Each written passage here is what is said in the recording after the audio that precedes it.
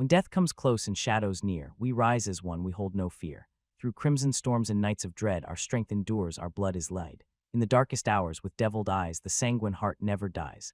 The morning sun illuminated the landscape with its golden rays, the cold air blowing gently through the grassland, carrying with it the scent of impending death. Despite it being morning, there were no sounds of birds chirping, no sight of small creatures stirring in the underbrush. Even the familiar crow of roosters was absent, though ever since the fall, the once harmless images of animals in the minds of humans had long since been twisted beyond recognition. Instead, there was dead silence. In the midst of this eerie scene stood an army. The blood knights of the Sanguin waited, crimson-eyed, their hair the shade of fresh blood. They were mounted on beasts that one wouldn't have imagined existed. With little to no fur, they were twice the size of horses, with 4 heavily muscular arms and legs, and throbbing veins snaking across their light green bodies. Behind them stood a massive iron gate, flanked by towering walls that stretched endlessly in both directions. The atmosphere was still as the army faced the horizon, where an intense cloud of darkness was forming over a deep pit, not far from the massive dome that encompassed their entire part of the planet. Despite the eerie situation, the air amongst the ranks of the Sanguin army was rather lax. There were smiles on many of the warriors' faces, with some cracking jokes. To them, this had practically become routine. Regardless, many of the warriors wore confused expressions as hushed whispers broke the still silence. Hey, isn't he just 14? What the hell is he doing here? Forget that. He failed to evolve, right? How is he supposed to fight those things? The Blood Sovereign must have gotten tired and decided to send him to his death. It was only a matter of time. Not being able to evolve despite being a direct descendant is a huge disgrace to the direct lineage. Poor kid, he never stood a chance. The whispers were endless, and as each of them spoke, their attention was fixed on the figure of a boy situated at the front line of the army. With blood-red eyes and athletic build and crimson hair tied back into a single ponytail, Malachi von Sanguin sat calmly on his gravithorn, his eyes forward. He heard them, every word, but not once did his expression flicker. We rise as one, we hold no fear. In his mind, the verses of the Sanguin Creed sounded repeatedly. Each verse sent adrenaline surging through his veins, sharpening his senses, steadying his breath. To others, they were mere words. To Malachi, they were everything. As the darkness forming on the horizon started taking shape, a man seated on a gravithorn, one a size bigger than the rest, suddenly turned slightly, his simple movement enough to silence the army. Blood champion Hamada Sanguin. Hamada's aura was overwhelming, covering the entire army like a heavy blanket. He did not raise his voice, yet every warrior felt it press against their spine like iron. Form up. Disorder vanished. Warriors straightened. Hands gripped weapons with new intensity. Hamada's gaze flicked to Malachi, a flicker of approval in his crimson eyes. He's calm. A damn shame. At 14, Malachi was a child among warriors in their late 20s, and as far as he knew, this would be the first time he was fighting in the Black Reach. Yet his demeanor was calm and his posture unshaken. If things had been different, if the boy had evolved, he would have made a fine Sanguin. Hamada sighed, pity flashing through his gaze for an instant before vanishing. Stay sharp. His voice was steel. It's starting. Malachi nodded. I'm ready. Hamada nodded before diverting his gaze back to the horizon. There, the moment they had all been waiting for unfolded. Darkness poured from the pit. Like ink spilling across parchment, it spread in writhing tendrils, swallowing the land beneath it. The ground withered to gray ash where it touched. Then movement. Limbs sprouted from the darkness, thin, sinewy, glistening with sickly black ichor. Some grew into massive, hulking beasts with twisted, gaping maws. Others slithered, leaving oily trails as they coiled forward. Hollow, soulless eyes blinked open across warped faces, jagged teeth gleaming behind drooling lips. Then all at once they screamed. A guttural, unnatural wail ripped through the silence. The horde surged forward like a tsunami made of darkness. For a second, even the battle-hardened warriors felt it. That small, primal chill that never quite faded, no matter how many times they faced this nightmare. Hamada's gravithorn took a step forward. He did not turn to face them, but his presence alone was enough. His lips parted, and words that made the hearts of the Sanguin warriors pound spilled out. When death comes close and shadows near, we rise as one, we hold no fear. His voice rolled across the field like thunder. One by one, the warriors joined him, their voices rising into a war hymn. Through crimson storms and nights of dread, our strength endures, our blood is laid. In the darkest hours, with deviled eyes, the Sanguin heart never dies. They finished with a thunderous battle cry, the sound echoing across the desolate field. Suddenly, Hamada raised his arm, and with a voice like rolling thunder, he roared charge. The Blood Knights poured forward in an intense rush, the earth quaking and trembling under their relentless charge. Their gravithorns trampled the ground, sending dust and stone flying everywhere, their voices merging into a single, earth-shaking battle cry that echoed across the field. Despite the fact that it was his first battle at the Black Reach, Malachi did not hesitate. He was at the forefront. He gripped the reins tight, his body leaning into the wind as it whipped through his hair. Swiftly, his right hand swept to his side, grabbing the massive hammer strapped to his gravithorn. He hoisted it over his shoulder before sending a slight kick at his gravithorn. Dust billowed in its wake as he surged forward with even more speed. Hamada muttered one word. Blood flow, and in the next instant, every Sanguin warrior echoed it, the word rolling off their tongues like a battle hymn. The air around the warriors shifted. They began to mutate. A surge tore through their veins. Their muscles burned, their vision sharpened, and their blood ignited like a pulsing storm beneath their skin. Malachi's did not change, yet his focus never wavered. The verses of the Sanguin Creed rang in his mind. He felt no fear. He was unstoppable. He was invincible. Then the abyssal black tide collided with the crimson warriors. The result was brutal. The gravithorns crashed into the shadowed creatures, their piercing horns tearing through blackened flesh. The ground turned slick with ichor. Blades flashed. Hooves crushed bone.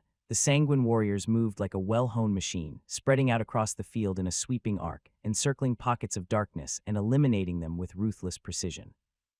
Malachi moved with them, his hammer swinging down like meteors, each strike connecting with a force that shouldn't belong to a 14-year-old. Skulls splintered under its weight. Limbs snapped like dead branches. In an instant, thousands of the darkness creatures were mowed down. However, it was only the beginning. More darkness spilled from the pit, spreading rapidly and coalescing into an unending swarm of creatures. In an instant, their numbers multiplied, the rabid beasts charging the warriors with relentless fury. The Sanguin army couldn't hold its collective march, and chaos unfolded as the line splintered. It became every warrior for themselves, each blood knight fighting back the tide as best as they could. Malachi, who was surrounded, launched himself from his gravithorn just as the darkness creatures clawed and latched onto it. He landed in a roll, sweeping his hammer to the side as he rose to his feet. The creatures instantly turned towards him, lunging at him with ferocity, but Malachi was already moving. His movements were precise, his whole form elite as he zipped past their ranks. His hammer came down in powerful arcs, smashing into skulls and shattering limbs with every swing. In the next second, his entire figure was drenched in black ichor, but his gaze remained cold and focused, his movements never pausing. Despite this impressive scene, he still couldn't compare to the other warriors of the Sanguin clan. Their every step caused the ground to split, every attack cutting down tens of creatures. Their movements appeared supernatural, streaks of red zipping past the ranks of the beasts, leaving behind carnage in their wake. And yet, despite this scene, their gazes were focused on the young figure of the battling Malachi. To them, it was utterly shocking. To think a 14-year-old, not only that, but one who hadn't been able to evolve, could be this strong. It was inconceivable. Malachi von Sanguin, the ninth-born direct descendant of the new Sanguin clan generation, was worthless. This had been everyone's belief. But as they each saw the boy weave through the onslaught of beasts and crush the skulls of the creatures effortlessly, many of them felt their hearts pound. However, their expressions soon changed to pity. If only he had evolved. Suddenly, the darkness spilling from the pit intensified, coalescing and merging into larger, monstrous forms that brimmed with raw power. Each creature let out a guttural roar that shook the battlefield. Hamada's gaze shifted from Malachi, his eyes narrowing at the new creatures. Here they come. These new creatures were larger, stronger, and radiated a dark energy that dwarfed the beasts they'd been facing before. Prepare to clash. Hamada's voice snapped the blood knights from their reverie, and they gathered before charging as one. The ground quaked as the colossal creatures barreled forward, trampling their own kind beneath their massive forms. The ground quaked again as crimson and darkness once again collided in a brutal impact. But Hamada's eyes suddenly widened as he saw one of the creatures breaking through their formation. Watch out. Malachi heard a scream, and as he turned, a colossal darkness creature was already upon him, its massive baboon-like fist splitting the air with intense momentum. To everyone watching, it was truly a shame. He would have made a fine Sanguin. However, in this new world, failing to evolve more often than not meant certain death. Malachi felt his heart pound as an intense danger surged through his body. The sounds of the battlefield faded. Hamada's shouts drowned in the silence that suddenly surrounded him. Time seemed to slow, and to Malachi, all he could see was the enormous fist barreling towards him. But unfortunately, his body was too slow. All he managed to do was raise his hammer to meet the blow before it struck him with the force of a wrecking ball. The impact sent him flying, crashing across the grassland like a skipping stone before he tumbled, skidding through dirt and debris, a cloud of dust rising in his wake. Malachi felt an intense pain grip him, his vision blurring. Blood trickled from the corner of his mouth as his body grew cold. And not yet, the last thing he saw was the morning sun shining brightly above him before everything went dark.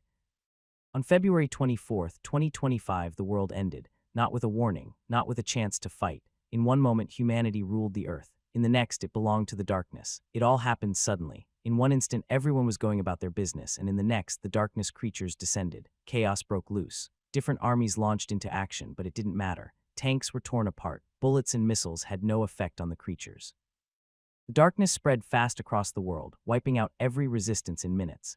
The people were clueless as to what the creatures were and how to deal with their supernatural abilities. Governments fell. Leaders were silenced. Fortresses crumbled as if made of sand. To humanity, it was the end. However, this all changed when a single man fought back, a lone survivor who managed to kill one of the darkness creatures. As its body fell and dissipated, it released a strange energy into the air. This energy vita spread like a mist, mixing into the atmosphere. At first, nothing seemed different, but soon the human survivors began to feel it coursing through them, reshaping their very beings. Humanity began to mutate, evolving in ways they never imagined possible. They miraculously gained abilities that enabled them to fight back. The war that followed was brutal, a blood-soaked struggle where humanity was slowly losing ground. Cities turned to battlegrounds, and once again, hope was almost gone. As the people began accepting the inevitable, something miraculous happened. The man who had killed the first creature sacrificed himself. Using some power, he created a colossal dome that encompassed a third of the planet, shielding the survivors from the creatures. Inside, the darkness army could not reach, and the survivors found shelter, a place to rebuild and restore the natural order. But no defense was ever perfect. Exactly 395 years have passed since that day. From the ashes, a new society had formed. And now Malachi von Sanguin, the ninth born of the Sanguin family's new generation of direct descendants, lay still on a king-sized bed, unmoving. Outwardly, he appeared calm and peaceful, but within, the battle raging was anything but. Malachi had a nightmare. It was a dark night, cold. The moon was high in the sky, and yet none of its light seemed to reach the forest.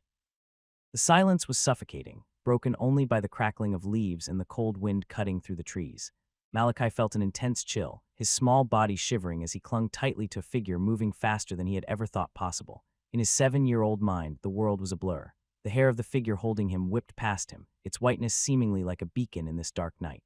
He could feel her grip tight around him, and he could feel the rapid beat of her heart against his. She was scared, and it made him scared. Malachi's gaze drifted over her shoulder, and his heart skipped a beat. Just behind them, a massive dark cloud poured through the forest, devouring everything in its path, heading toward them with intense speed. Malachi's heart pounded, his fear growing with each passing second. The woman holding him seemed to sense it as she felt his tiny hands clench tighter on her body, and in an instant her speed surged, a white streak cutting through the dark forest.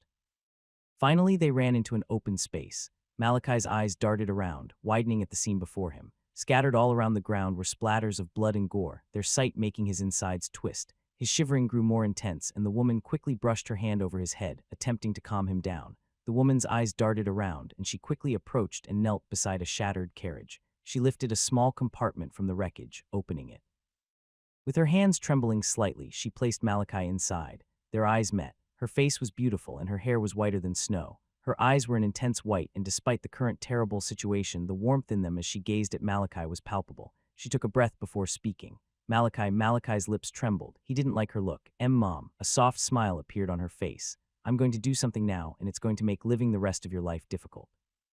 I won't ask you to understand, Malachi, and I won't ask you to forgive me. Her hand reached out, cupping his cheek. You can hate me for this. Mom. The woman's gaze softened, and she brushed a stray hair from his face. But no mother can watch her son die. Her voice broke. You must live, Malachi. Do you understand? You must live. Mom, what's going on? Where's Dad? Malachi repeated, tears streaming down his cheeks. He could feel how scared his mother was, and it made his heart pound. He could instinctively tell what was happening. He tried to say more. He tried to tell her he didn't understand, that he didn't want her to go, but his words were blocked by the fear that racked his body. Suddenly, his mother's hand gently touched his forehead, and her eyes glowed with a soft light. Malachi felt a strange warmth seeping into him, and then something within him shattered. In an instant, he became utterly weak and exhausted. I love you, Kai, she whispered as tears streaked down her face. Always, she leaned down and gave him a gentle kiss on his forehead. Malachi barely had time to comprehend the events before she closed the compartment, sealing him inside. Malachi tried to call for her. He tried to move, but his body felt heavy, paralyzed. In the next second, he heard her voice faintly through the compartment, and then the sound of cracking earth, the rumble of shifting ground as he was tossed into the earth. Buried. Malachi counted 10 seconds. After that, the sound of battle suddenly erupted above him. Explosions that shook the ground, tremors that rattled his bones. He could hear her fighting. He could hear the roar of something devilish. He could feel the earth quake with each impact. This time he counted 39 seconds, and then silence. He lay there in the dark, weak, useless. He couldn't move, he couldn't help. All he could do was hide, and he hated it. Malachi's eyes snapped open, his crimson gaze landing on the familiar ceiling above him. He sat up abruptly, his breath uneven, fingers instinctively clutching his head. His heart pounded in his chest and something warm streaked down his cheek. Tears, he was restless, and he was crying. Malachi exhaled slowly, replaying the verses of the Sanguin Creed in his mind. With each passing second, his heart rate steadied, the tension in his body draining away. Not again. His fist clenched, the skin at his knuckles turning pale. The nightmare never truly left him. It didn't happen every night, but when it did, it was always the same. The moment he lost everything, his parents, his future. Malachi hated that dream. It reminded him of his weakest moment, the moment he was utterly powerless. And yet, he didn't want it to stop. He needed the reminder, the push. Every time he had that dream, the fire in his chest burned hotter. Malachi swung his legs over the side of the bed and stood, scanning his surroundings. The moderately sized room was fitted with all the essentials, but the quality of the furnishings made it clear. This was meant for the upper class. He rolled his shoulders, testing his body. I'm completely healed. Now that he had regained his senses, he recalled the last bits of the earlier battle. The last thing he remembered was the crushing force of the darkness creature's blow. In the old world, that kind of injury should have left him bedridden, crippled at best. And yet, he currently didn't feel a shred of soreness. His gaze shifted to the device strapped to his left wrist. A bright green light pulsed on its screen. Lifeguard, a device every human in the dome was fitted at birth, constantly tracking their vitals, monitoring their condition. Malachi turned toward the mirror in the corner of the room. A tall, lean figure stared back at him. His compact muscles hinted at his strength far beyond his age. His crimson eyes burned cold and his torso was covered in scars. A knock sounded at the door. Before he could respond, the figure entered. She stepped inside silently, bowing her head. Ninth Vein, Malachi's maid. Like all Sanguin, she had crimson hair and pale skin, dressed in a formal maid's uniform. She carried a tray in her hands, her gaze fixed downward. Malachi's voice was low, indifferent. How long was I out? 8 hours and 2 minutes, Ninth Vein. Her tone was measured, precise. The title Vein was how the latest main descendants of the Sanguin clan were addressed, the term marking their generation. 8 hours. Malachi's brows furrowed slightly. He knew he had been badly injured, but he hadn't expected his body to take that long to recover. And the captain, his voice remained flat.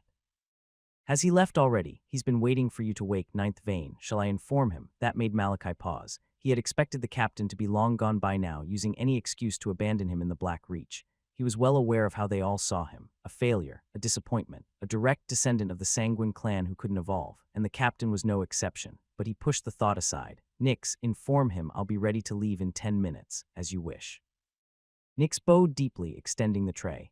Malachi took it with a nod and she wordlessly left the room. He examined the tray's contents. A few pieces of dark, apple-shaped fruit. He picked one up, biting into it. A rush of energy surged through his body, then vanished within seconds. Malachi stared at the fruit in his hand, still nothing. He tossed the remaining fruit onto the tray. The devil's fruit, a product of the energy left behind by slain darkness creatures, Vita.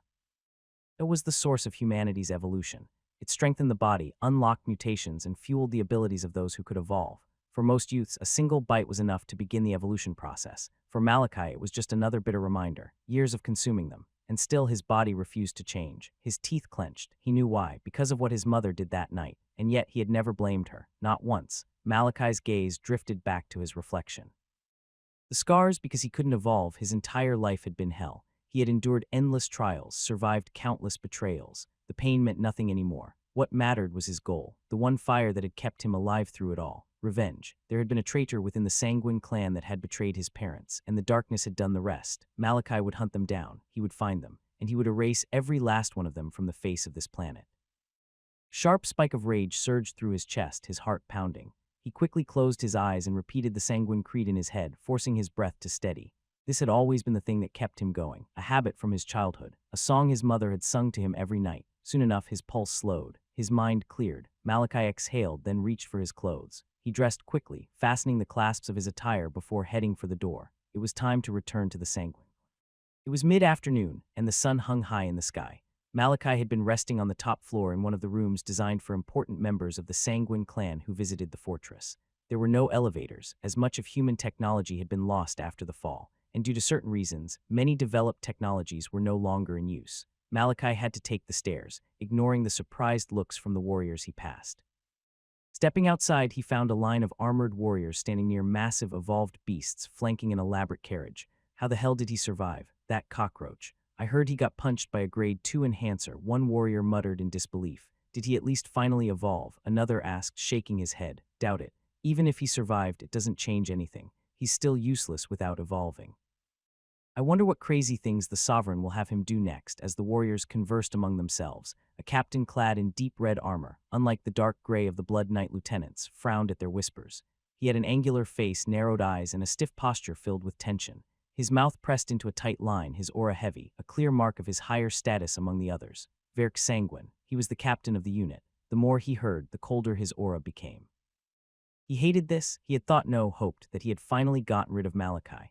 But when Nyx relayed the news of his survival, Verk had been shocked. And now, watching Malachi walk out of the building, Verk's fist clenched. The boy had really survived. Verk could already imagine the countless days he would waste on useless missions because of Malachi. As a main descendant, Malachi's lack of evolution was something the Blood Sovereign refused to accept. Because of this, Malachi had been sent on life-threatening missions in an attempt to force his evolution. And as a member of the Sovereign's faction, the Redmorn, Verk had drawn the short end of the stick. He and his unit had been tasked with escorting Malachi on these missions. It was a waste of time. Because of this, Verk had missed countless chances to take on higher-ranked missions, kill stronger darkness creatures, and advance his own power. His resentment was intense. Enough. Verk's growl cut through the whispers, silencing the others. As Malachi approached, Verk and his men bowed slightly. Ninth vein. Verk's tone was neutral, but there was not a shred of respect in it. But Malachi didn't acknowledge him. He didn't pause, nor did he even glance in his direction. He walked straight past, his cold gaze fixed forward, while Nyx held the carriage door open. Malachi stepped inside without a word, and Nyx followed, closing the door behind them. Silence hung in the air. The lieutenants could practically feel their captain's anger simmering beneath the surface. Verk's jaw clenched hard, his fingers tightening on the reins. His glare followed Malachi into the carriage. That worthless, his icy stare stayed. Babysitting this failure was nothing but a waste of his time, stolen from his own rise within the clan. But Malachi was still a direct descendant, and in the Sanguin clan there was a saying. Only a direct descendant could touch a direct descendant, or at most, one in relations with a direct descendant. Anyone else who tried was seeking a brutal death. We're leaving. The carriage Malachi had just entered was medieval in design but reinforced and durable. At the front, 4 equitaras, massive beasts with hardened muscles and broad wings, stomped their talons against the ground. Their mutated forms were a result of Vita, the energy that had twisted and evolved animals beyond their original nature. There were no vehicles or aircraft in this world anymore, and instead, equitaras had become the primary means of transport for the Blood Knights and those of high status.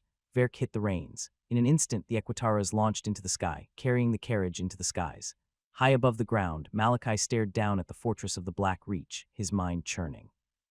His fist clenched. I failed again. When he had received this mission from the Blood Sovereign, he had felt both fear and hope. It had been dangerous, he could have died, but at the same time it had been another chance to finally evolve. Yet once again he had failed. His gaze lingered on the fortress as it shrunk beneath them. As they soared higher, Malachi's gaze drifted beyond the fortress, tracing the vast land below. 1/3 of Earth had been swallowed by the dome. It spanned approximately 170 million square kilometers, more than twice the size of Asia. The dome encompassed parts of the northern hemisphere, stretching across North America, Europe, and Asia. The Sanguin clan ruled the western region, covering the Midwestern United States and parts of Eastern Europe. After the fall, the skyscrapers and cities that once filled these lands had long since turned to dust, replaced by sturdy, durable structures focused on survival over aesthetics. Even so, much of the land remained uninhabited. Despite its fertile soil and moderate climate, the western region had been transformed into the primary food supplier for the rest of the dome. Yet the Sanguin clan was far from a family of farmers. They were warriors, cold, brutal, and ruthless. So far, the ride back was uneventful. Malachi's gaze remained distant, his mind filled with different thoughts. He had been surrounded by darkness creatures. He had bathed in Vita. He had fought, survived. And yet he still hadn't evolved. His fingers tightened on his armrest. Would it ever happen? For years, he had believed it was only a matter of time. But now, he wasn't so sure anymore. His eyes shifted to the horizon. The sun had begun to set, dyeing the sky in streaks of orange and crimson. The journey stretched longer than usual due to the weight of the carriage. But by nightfall, they finally reached one of the western cities under Sanguin control, Ironhold. Ironhold was a sprawling city, built for function over beauty. At its center stood a massive walled city, surrounded by smaller settlements connected by wide, elevated roads large enough to accommodate an entire army. As the sun set, Verk decided the group would rest and continue their journey the next day. Flying at night was nothing if not dangerous. The group could be attacked by wild mutated animals or worse. With the Sanguin crest on their carriage and armored warriors in tow, their entry into the city was swift and uninterrupted. They arrived at one of the Redmorn faction's branches, located at the heart of the city. Malachi disembarked, his gaze lingering briefly on the large building in front of him. Soon, he muttered under his breath, clenching his fists. Despite being a direct descendant, Malachi knew the rules. Only blood knights, or at least apprentices, were permitted entry into the bases. At 14, Malachi remained unevolved, far behind others who had evolved by 12. "It's getting late, ninth vein," Nick said respectfully, breaking his thoughts. Malachi exhaled and moved toward a smaller building nearby, ignoring the stares and whispers that followed him. Because he couldn't enter the base, he had to settle for this. Verk smirked as he watched Malachi leave. Garbage being treated as garbage, he muttered, not bothering to hide his happiness before turning away. As Malachi walked through the compound, a sudden chill gripped him. His steps faltered, and his sharp gaze locked onto a man just entering the compound. The man appeared pale and weary, his black hair hanging limp around his shoulders. His bloodshot eyes and unsteady steps showed his frailty. Ever since the incident when he lost his parents, Malachi had developed a weird sense. He didn't know how or why. But because he had spent a significant amount of time buried under the darkness, his mother's death wasn't the only thing he had felt and witnessed. Malachi had witnessed exactly 108 more deaths, each one killed by the same darkness that plagued their world. Because of that, somehow, Malachi could feel whenever death was about to occur and the darkness was about to descend. Is that going to happen here? A man had sacrificed himself to create a golden dome that encompassed 1/3 of the planet, keeping the darkness creatures away. But no defense was truly perfect. The reoccurring darkness creatures of the South weren't the only problem that had arisen. Within hours of the dome's formation, humanity discovered a crisis that haunted them to this day, and right in front of Malachi, it unfolded. Suddenly, the lifeguard trapped to the man's left arm shifted from green to an intense red, and in the next instant, Verk and every other blood knight in the area turned as their own devices emitted a sharp beep, followed by a flashing red light. The tension in the area spiked as a robotic voice, emotionless, sounded from the man's lifeguard. "Alert, subject life signs critical. Death imminent. Please clear the area. Blood knights have been notified and are en route." The message repeated continuously, echoing through the area as the blood knights' hands gravitated to the hilts of their weapons. An intense killing intent flooded the area as each blood knight fixed their gazes on the man, every normal citizen in the area running off for safety. Many blood knights acted quickly, and a blue veil suddenly encompassed the entire area. "We should move, ninth vein." Malachi's gaze remained fixed on the man for a brief moment. "I wonder what caused it." He quickly turned before moving far away from the area. The AI repeated its warning, yet everyone in the area remained unmoving. The man appeared oblivious to the killing intent that filled the area. Unlike the other blood knights, he was just a normal citizen, one coming to the end of his life. And as he staggered forward, his legs soon gave way, and he fell face first onto the ground. Every blood knight in the area watched silently as the man's chest rose and fell, his breathing growing shallower with each breath. Soon enough, he stopped, his body still and unmoving. The silence that gripped the area was suffocating, and not even Malachi could move. 1 second passed. An intense chill gripped the area. Another second ticked by, the silence growing heavier. Then, abruptly, a dark pillar erupted from the man's corpse, shooting upward and colliding with the veil that covered the area. The darkness coiled around the lifeless body, pulsing as it suddenly consumed the corpse. Slowly, it reshaped, growing taller and broader until a hulking creature of darkness stood in its place. Its hollow gaze, filled with intelligence, scanned the area before it let out a deep, guttural roar that shattered the silence. "It's a Grade 2 enhancer." One of the blood knights roared, and in the next instant they each surged forward, weapons blazing. That evening, Malachi realized again that without evolving, survival or achieving his goal was nearly impossible. In the old world, intellect, charisma, and appearance were valued, but in this new world, only one thing mattered: power. The darkness pits of the South weren't the only problem they faced. Humanity's next crisis came swiftly. When someone died, their body instantly became a vessel for a darkness creature. The dome that was designed to repel the darkness outside couldn't stop it from emerging within. Even animals were no exception. How strong these creatures manifested depended on the deceased's strength and the number of deaths in a given area. The discovery forced humanity to adapt. Lifeguards were enforced to alert the nearest blood knight base of any impending deaths. Though it was still primitive, it was humanity's best caution against the curse of darkness. Malachi had tried to watch a battle between the blood knights and the creatures, but could only catch fleeting blurs of movement before the darkness dissipated. Returning to his assigned room, he endured yet another sleepless night plagued by his usual nightmares. By morning, his maid Nyx informed him the group was ready to depart. Minutes later, they were airborne again, heading for the capital of the West. Vidimora, the City of Blood, the capital of the West and the stronghold of the Sanguin clan, was an awe-inspiring sight. Its fortress-like structure, marked by dark stone walls and the clan's crest, dominated the skyline. Even after so many visits, Malachi couldn't help but admire its grandeur, but the awe was fleeting. His stomach twisted at the thought of returning powerless. Their carriage passed through the gates seamlessly, the Sanguin crest ensuring quick entry. Once inside, Malachi disembarked without a word, heading east toward a forest near the main building. Nyx followed silently, with Verk staring daggers at Malachi throughout. "Let's go make our report to the Blood Sovereign," he muttered through gritted teeth. Minutes later, Malachi and Nyx crossed the forest and reached a desolate manor. His parents, who would have overseen such matters, were long gone, leaving him isolated in the clan's deadly politics. Without any solid backing and no potential for a bright future, no one wanted to risk allying with him. Malachi entered the quiet manor and excused Nyx before retreating to his room. The spacious quarters reflected his noble status, but they remained stark and simple. After changing into lighter clothing, he headed to the back of the manor. Malachi crossed the backyard gate and broke into a sprint, his movements fast and stable. He reached an open area after a few minutes. He took a deep breath. It's time to train. In front of him was a self-made training course that targeted every aspect of combat: agility, endurance, strength, and reaction time. Despite its rough appearance, the sheer effort poured into its creation was evident. He had been banned from the youth clan's training sessions because he couldn't evolve, but Malachi refused to stop, so he had turned to books and his own ingenuity to grow stronger. This course was the result of years of relentless work. He would get stronger no matter what. Without wasting a moment, he began his training. Malachi trained for the rest of the day, and as night descended, Nyx approached the training course and stood silently by the side. Seated cross-legged, Malachi meditated, replaying recent fights in his mind and analyzing better strategies. This simple technique, learned from fighting manuals, had significantly improved his skills over time. Doing this allowed him to see the gaps in his defense, the wasted movements, the inefficiencies in his strikes. He wasn't just remembering, he was refining. The more he relived his battles, the deeper his understanding grew, until instinct and intellect fused into one. With each session, his reaction time was honed to the razor's edge. After a few minutes, Malachi opened his eyes and stared at Nyx, who had been bowing in front of him since. "Ninth Vein, it's almost time for dinner." "Dinner? Yes, Ninth Vein, it's been 3 months already." Malachi didn't respond, simply staring at her. However, a heavy sigh soon escaped his lips. It was that time. The quarterly dinner mandated by the Blood Sovereign. Every direct descendant was required to attend.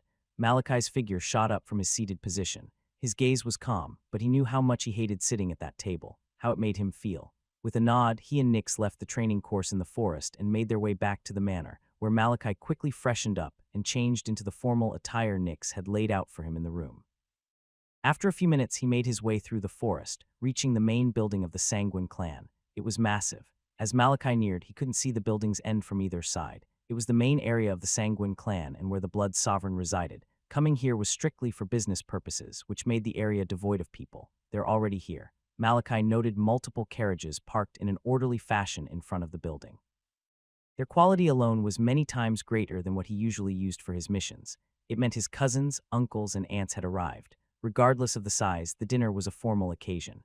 As a direct descendant, a carriage was supposed to be sent to accompany him, but Malachi knew better than to wait for one. The massive double doors swung open as Malachi approached. He ignored the guards whose gazes were boring into him and walked through the door. Making his way through the building, Malachi eventually reached a large door and simply stood. Seconds passed, yet Malachi didn't move. He knew what was waiting for him in that room, and it made his stomach turn. He took a large breath, one that calmed his nerves. Let's get this over with. With that thought, Malachi pushed the door open and entered. As soon as he entered, Malachi instantly felt it. It was as though the gravity of the room was many times stronger than outside, suffocating. His figure buckled as he clenched his fists hard, trying to fight the crushing force that had acted on him. Taking a second, he stabilized himself, then sent a glance across the room. Seated at a long mahogany table were exactly 21 individuals. The seating arrangement was divided by importance. At the far end, closest to the head of the table, where the seat remained empty, sat 6 individuals on both sides who effortlessly radiated an aura that made the air heavy. These were the pulses of the Sanguin family, the mid-direct descendants and Malachi's uncles and aunts. They held important positions within the Sanguin family, in charge of cities and settlements. Seated further down were 9 youths. They were the veins of the Sanguin clan, the youngest direct descendants and Malachi's cousins. And lastly, seated after the veins, were the wives and husbands of the pulses. Malachi's calm footsteps rang out as he made his way to his seat. None of the people in the room reacted to his entrance, as though he were insignificant. Good, he's not here yet. Malachi was relieved he had made it in time. He couldn't imagine the consequences if the Blood Sovereign had arrived before him. He took his seat at the far end of the table, opposite the head. As he did, Malachi could feel an intense amount of hate directed at him from multiple people seated at the table. Many hated the fact that he was allowed to sit with them, while others hated the fact that he was given that position at all. While it was far from the table's center, it directly faced the head of the table, where the blood sovereign presided. It was a seat meant for someone of importance, but instead, the blood sovereign had given it to Malachi.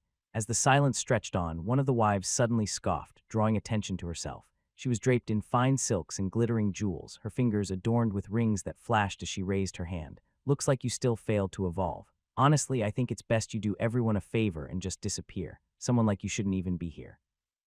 Looks like you still failed to evolve. Honestly, I think it's best you do everyone a favor and just disappear. Someone like you shouldn't even be here. The other individuals seated at the table sent a glance in Kana's direction but said nothing.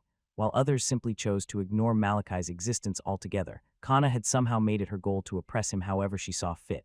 However, despite her rude remarks, Malachi didn't respond. He didn't look at her, didn't even flinch. Both his hands were on his lap as he sat with his crimson gaze fixed forward. Kana's brows furrowed, a frown appearing on her face. That blatant disregard, she hated it. Her voice grew. What did we expect? You're a product of that wretched whore. Your uselessness was bound to be, Kana. A stern voice interrupted sharply, silencing her. She turned to her husband, one of the pulses, who gave her a sharp look of warning. But before she could say something to defend herself, Malachi finally spoke. If you want someone to listen to your whining, find another bed to crawl into, he said, his voice icy. That is what you're best at, isn't it? Malachi could endure the insults. He could withstand the scorn, the disregard, the sneering whispers. None of it mattered, but his parents, that was a line no one should dare to cross. His voice had been cold, but his gaze as he stared at Kana was even colder. The room seemed to freeze. Many eyes turned to Malachi. He usually ignored whatever anyone said, and the fact that he spoke now was shocking. Color drained from Kana's face, then rushed back in furious crimson. That bastard. Her lips trembled as she tried to muster a response. However, as she was about to speak, the entire room froze as everyone heard a sound. Step. It was a single, subtle step, but there was no one in the entirety of the main building who didn't hear it, and as they did, their hearts trembled. At the table, every single individual, from pulses to veins to the wives and husbands, shot up from their seats as one, their heads bowed in deference. Step, step, step. The sound echoed through the vast halls of the main building. It sounded simple and yet heavy, like the slow, deliberate beat of war drums. Every step sent shivers down the spines of those within. Bam! The guards and maids lined against the walls dropped to their knees, their foreheads almost touching the polished floor, unflinching. The steps grew louder. Each one felt like a hammer to their chests. Their heartbeats quickened. Creak. The massive door to the dining hall creaked open. A figure entered, and the very air seemed to still. What Malachi and everyone in the room felt could be summed up in one word. Power. It was crushing, immense, overwhelming. Without exception, every head lowered further as though an invisible hand had pressed down on their shoulders. Malachi's teeth clenched hard, his fists tight at his sides. Among the people in the room, Malachi could be considered the weakest, and yet somehow the crushing aura seemed to affect them all the same way. This was the power he strived for, an overwhelming power, the power of a zenith. The bright lights above cast their glow on the man who had entered the room. Crimson hair that was almost black under the light, blood-red eyes that blazed like twin infernos, a compact build that seemed to brim with uncontained power, and a cold smile that didn't bother to reach his eyes. This was the blood sovereign of the Sanguin clan, Authric von Sanguin. His steps were unhurried. Each one felt like judgment itself, an executioner's march, indifferent and unrelenting. His gaze swept the room, cold and sharp. No one dared to meet it. No one dared to breathe loudly. Authric reached the head of the table and lowered himself into his chair. The silence stretched endlessly, suffocating. Not a word was spoken. No head lifted. Sit, he said, his voice like gravel. The descendants and their spouses sat down in unison, not wasting even a single moment. The room remained silent except for the faint rustle of fabric as hands rested on laps, eyes fixed downward. Serve the food, Authric commanded. The maids moved swiftly, placing plates in front of the descendants, then retreating to their kneeling positions. The pulses were people of importance, already leaders of many parts of the western region. However, every 3 months they were reminded of who truly held the power in the Sanguin clan. A show of power, huh? This was the only thought in Malachi's head. It felt like the most likely reason for this dinner. Out there they held power and authority, but here they were nothing more than obedient puppets.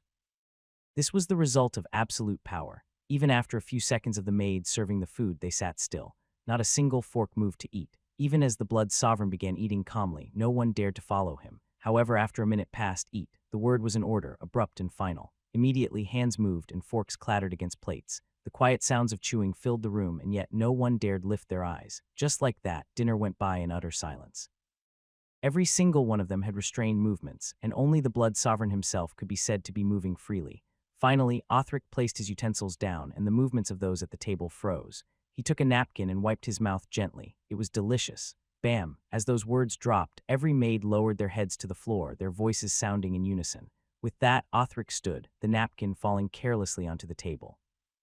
Malachi and the others at the table shot up from their seats with their heads bowed, while the guards and maids lowered their bows. Without a single word, Othric turned and moved toward the door, his footsteps echoing loudly. As the door shut behind him, the oppressive aura blanketing the room instantly lifted. But despite that, everyone remained still. It was only after more than a minute had passed that they let out a collective exhale. Malachi's breathing was ragged, and his whole body was drenched in sweat as though he had just run a marathon. The Blood Sovereign had walked in, said only a few words, eaten, and left. And yet it felt like the entire room had been turned inside out. To Malachi, it was a reminder. Every single time he met Othric, he was reminded of his goal, what he must achieve, no matter what. Malachi clenched his fists, regaining his composure, and without so much as a single word, he turned and left the dining room, ignoring the death stare he was getting from Kana. As soon as Malachi left the dining room, he made his way through the forest, reaching his manor. It was already late at night, but instead of turning into sleep, Malachi headed toward the training course, where he continued his intense training sessions without pause. At the top of a high tree, a pair of crimson gazes watched as Malachi trained silently. Nyx's gaze was expressionless, and her aura remained hidden. Even as Malachi struggled and pushed himself, sweat and blood pooling, her expression didn't change once. After a few minutes of watching the grueling scene, she turned and suddenly disappeared, appearing at the backside of the manor. Nyx didn't stop as she walked inside, her steps silent. Soon she heard the sounds of maids whispering. "I don't even know why we're still here," one maid muttered. "He can't even evolve, he's nothing but a waste of time." "Exactly," another agreed. "We were placed here to watch him, but there's nothing to report. He doesn't do anything important, just trains endlessly like it'll somehow change the fact that he's useless. How long do you think we'll have to stay here? I can't wait to get reassigned." The sound of Nyx's intentional footsteps suddenly echoed, and the maids froze before quickly turning toward the kitchen entrance. "And Nyx," one of them stammered. Nyx didn't utter a word, but the coldness in her stare was enough to freeze an ocean. In the next instant, the maids exchanged panicked glances before scurrying away. Nyx stared silently at where the maids had stood before, unmoving. She hadn't been surprised. In the entire manor, there were only 3 maids, her and the 2 who had just run away. The 2 maids were spies sent by the pulses to spy on Malachi. Even though he was unevolved, neither side was willing to take any chances. But Nyx couldn't even complain, because she herself was a spy. Malachi von Sanguin had no one he could confidently say he trusted.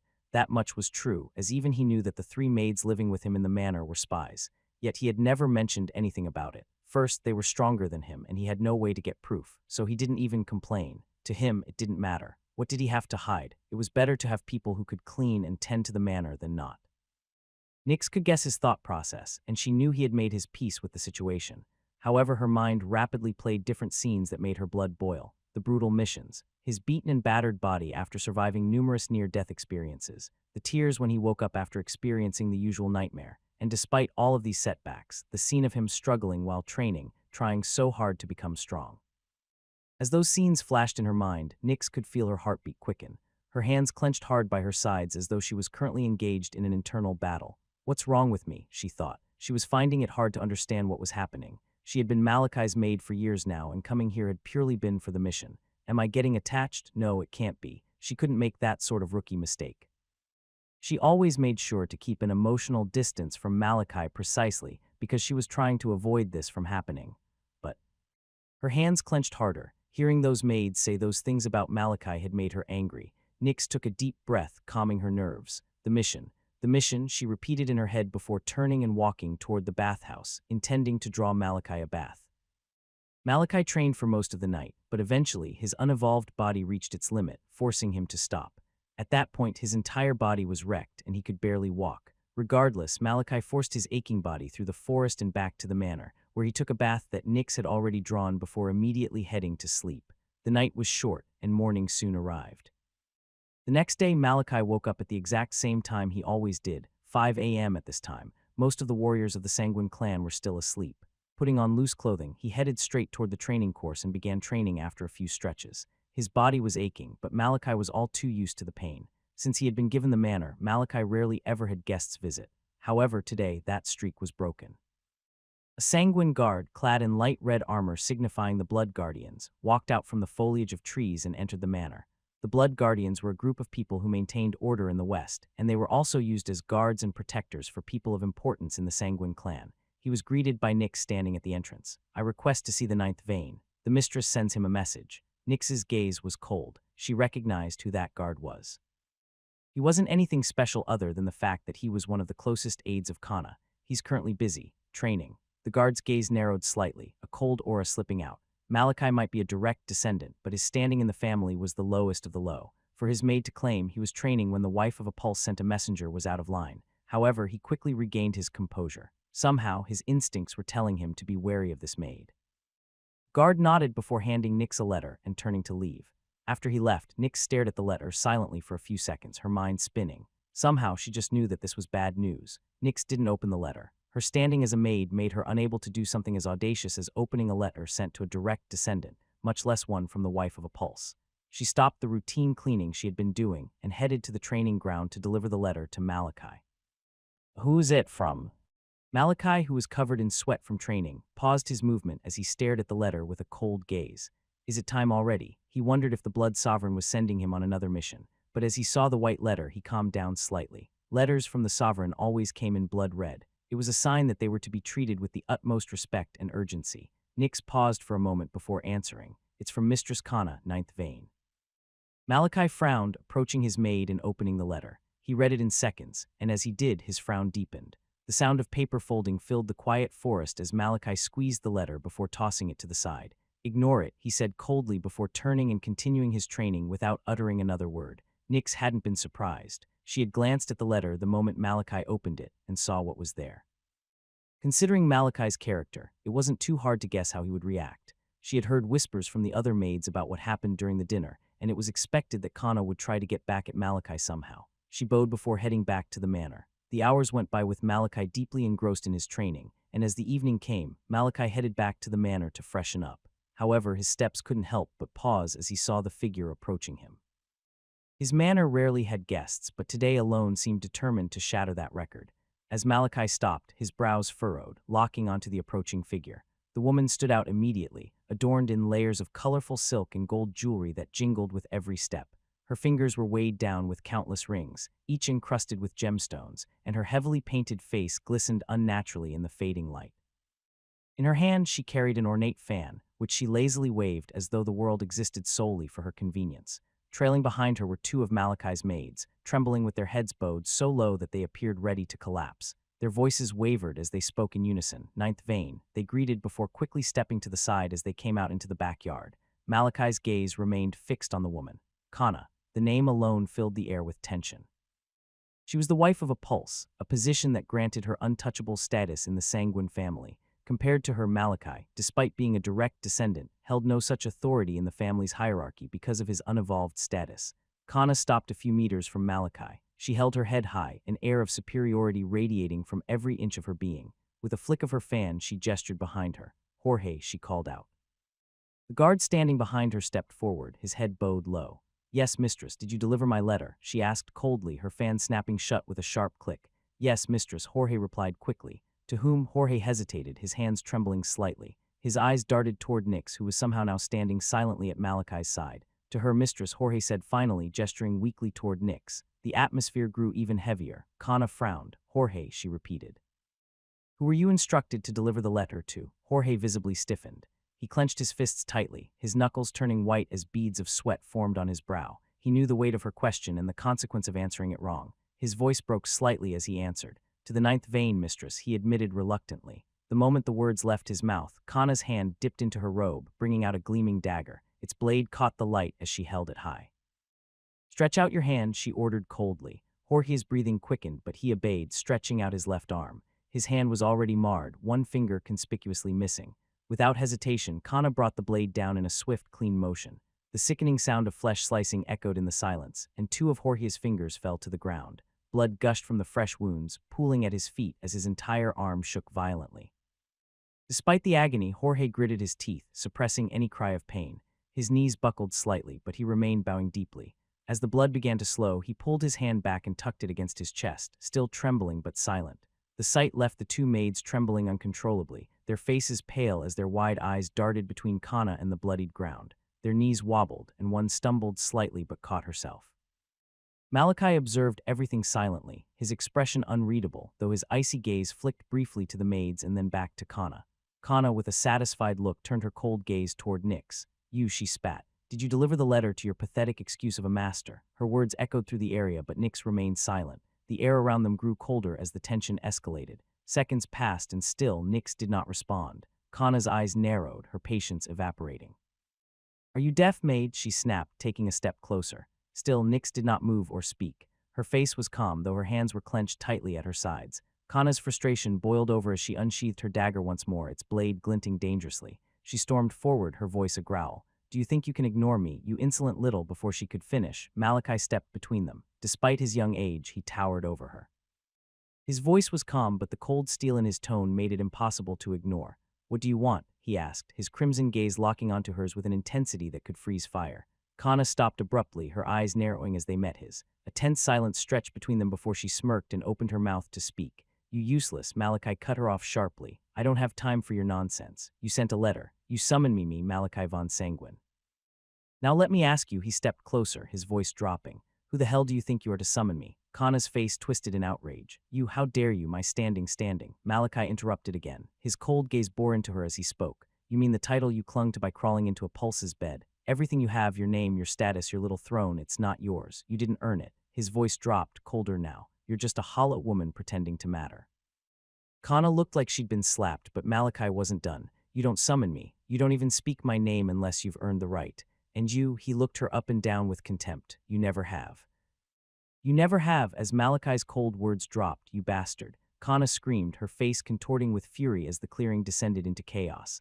Malachi's gaze flashed, his crimson eyes narrowing as the world seemed to slow around him. He saw it, the trembling in Kana's hand as her grip on the dagger tightened, the vein pulsing violently in her temple, the tense set of her jaw as her fury overtook her reason, the coiled tension in her legs as she prepared to lunge.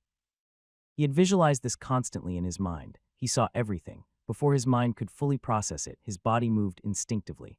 As Kana's dagger shot forward, a streak of silver aimed for his face, Malachi leaned back sharply, his torso bending almost unnaturally as his head tilted just out of range. The dagger sliced through the air, missing by a hair's breadth. No hesitation. His right leg whipped upward in a flash, impacting Kana's face. A cloud of powder and rouge exploded from her face as her overly applied makeup scattered into the air.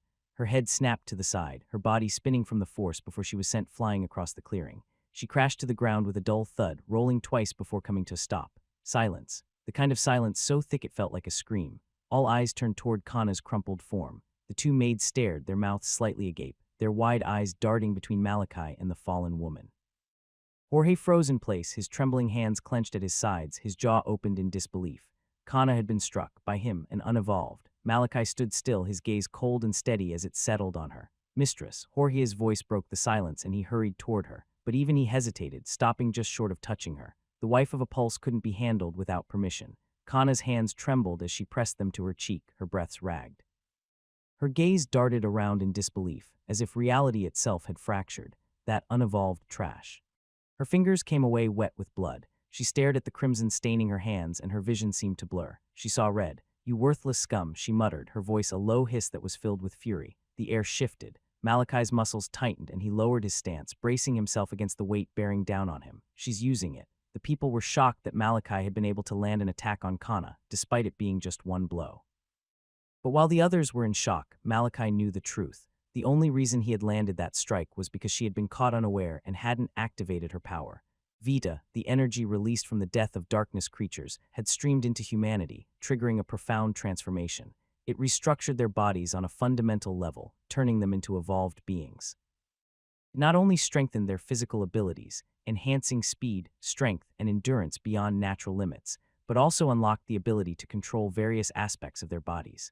The evolved could manipulate elements of their physiology, such as bones, muscles, cells, or nerves, granting them powers unimaginable to the unevolved. Among them, the Sanguin clan stood as a lineage revered for their control over blood, a vital force of the body that granted them unparalleled power. This ability made the Sanguins one of the overlords of the Dome, their influence and power unquestionable. Kana, however, was not a true Sanguin by blood. She had married into the clan and lacked their unique ability to control blood. Yet even without such power, the gap between an evolved like her and an unevolved like Malachi was as vast as heaven and earth. Kana's aura erupted like a dam breaking, flooding the clearing with crushing pressure. Gravity intensified, forcing the two maids to their knees. Jorge staggered back, his expression turning serious. She's coming. Malachi's gaze sharpened as the ground beneath Kana cracked from the force of her power. No one touches me, she screamed, her voice shaking the air itself. She moved. Malachi's eyes widened. He hadn't seen it, her movement, but he felt it, the tingling, cold sensation that washed down his spine. Danger. Both his arms shot upwards, crossing them in front of him as a brutal blow slammed into him like a battering ram. His arms cracked audibly as the brutal punch connected, the sheer force of it snapping bone and ripping through muscle. His body shot backward with terrifying speed, slamming into a tree. The impact sent splinters flying, its bark caved in. Malachi's head slumped forward, and a thick mouthful of blood spilled from his lips, painting the ground below. But before he could recover, Kana was upon him. Her nails had grown long and razor-sharp, gleaming like wicked claws in the dim light.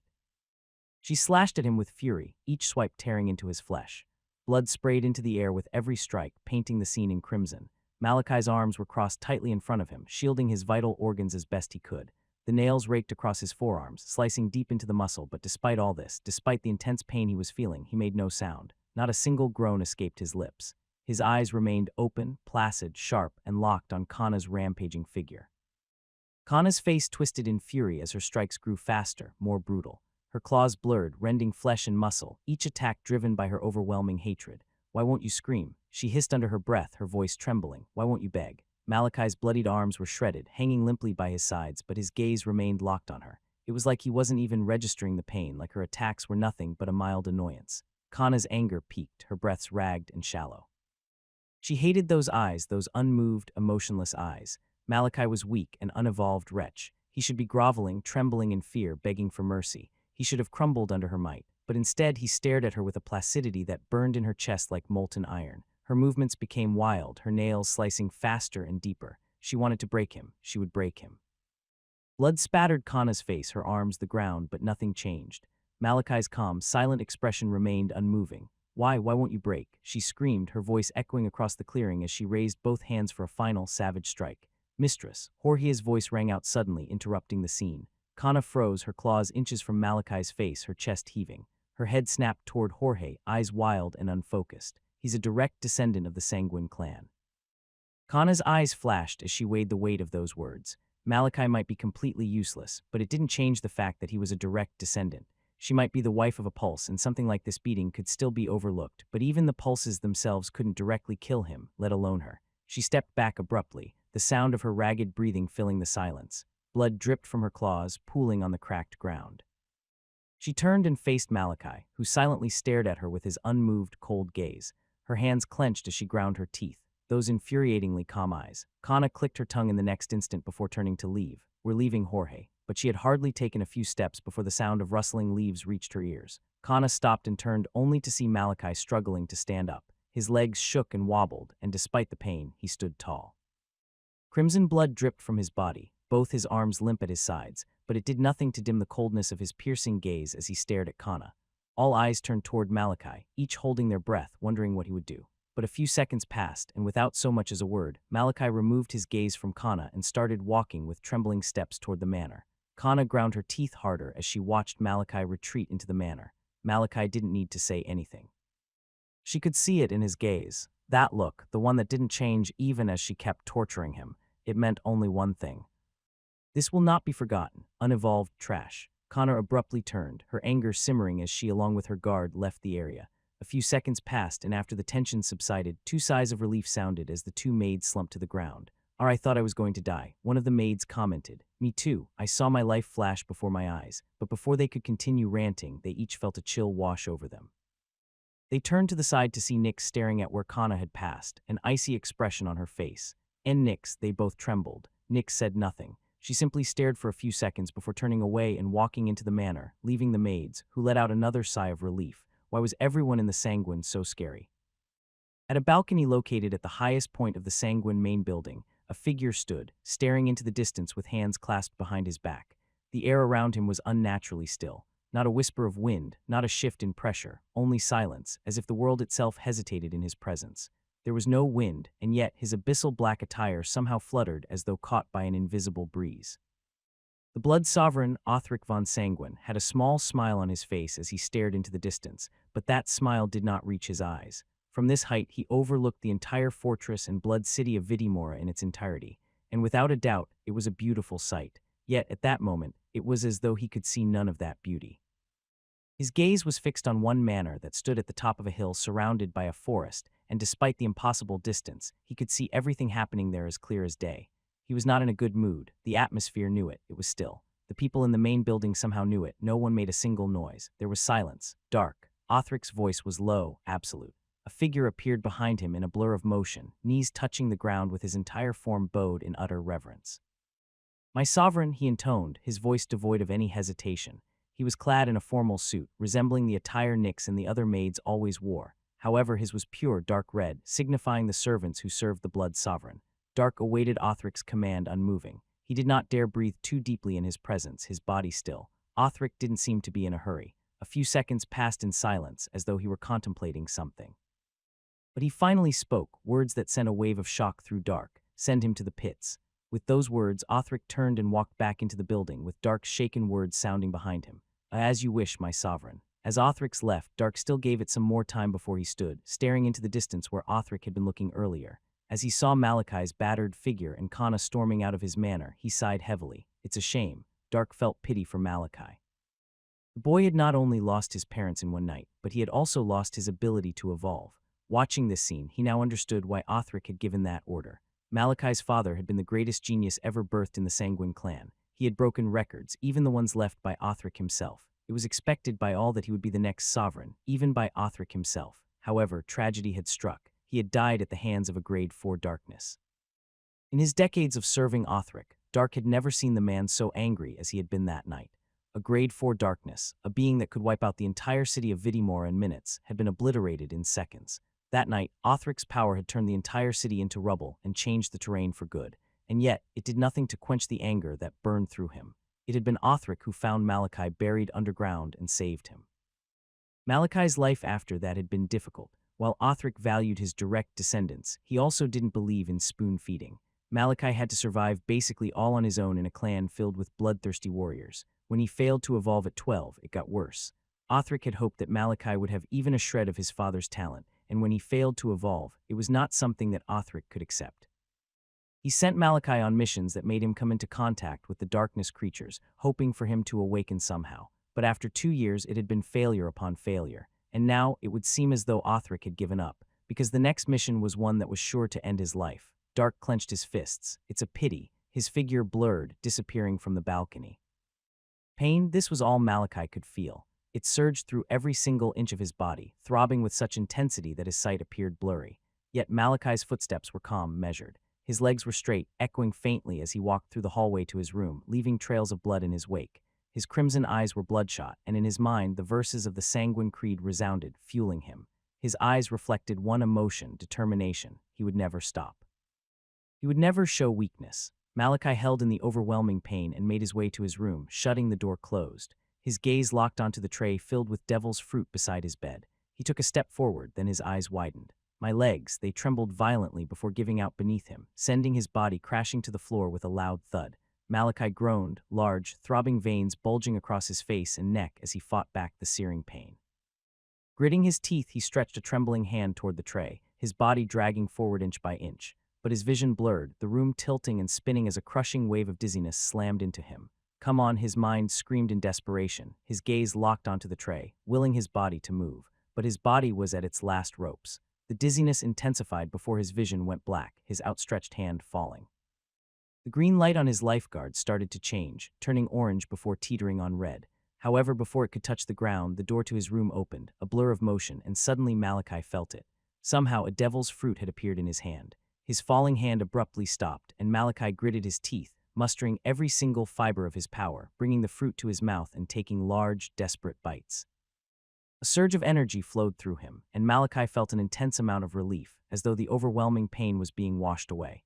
He took more desperate bites, and as he finished the fruit, another landed in his hand, though he didn't know when. He finished that too. After wolfing down multiple, he could feel that he was out of the woods.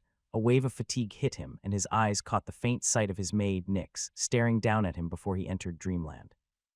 Nyx gazed at Malachi silently for a while, her expression unreadable. After a few seconds, she lifted him up tenderly, cleaning his wounds and body. She laid him on the bed and covered him with a sheet. Staring at him for a few seconds, Nyx left the room and stood in front of his door with a cold gaze, unmoving. The nightmare came once again, and this time it felt more intense.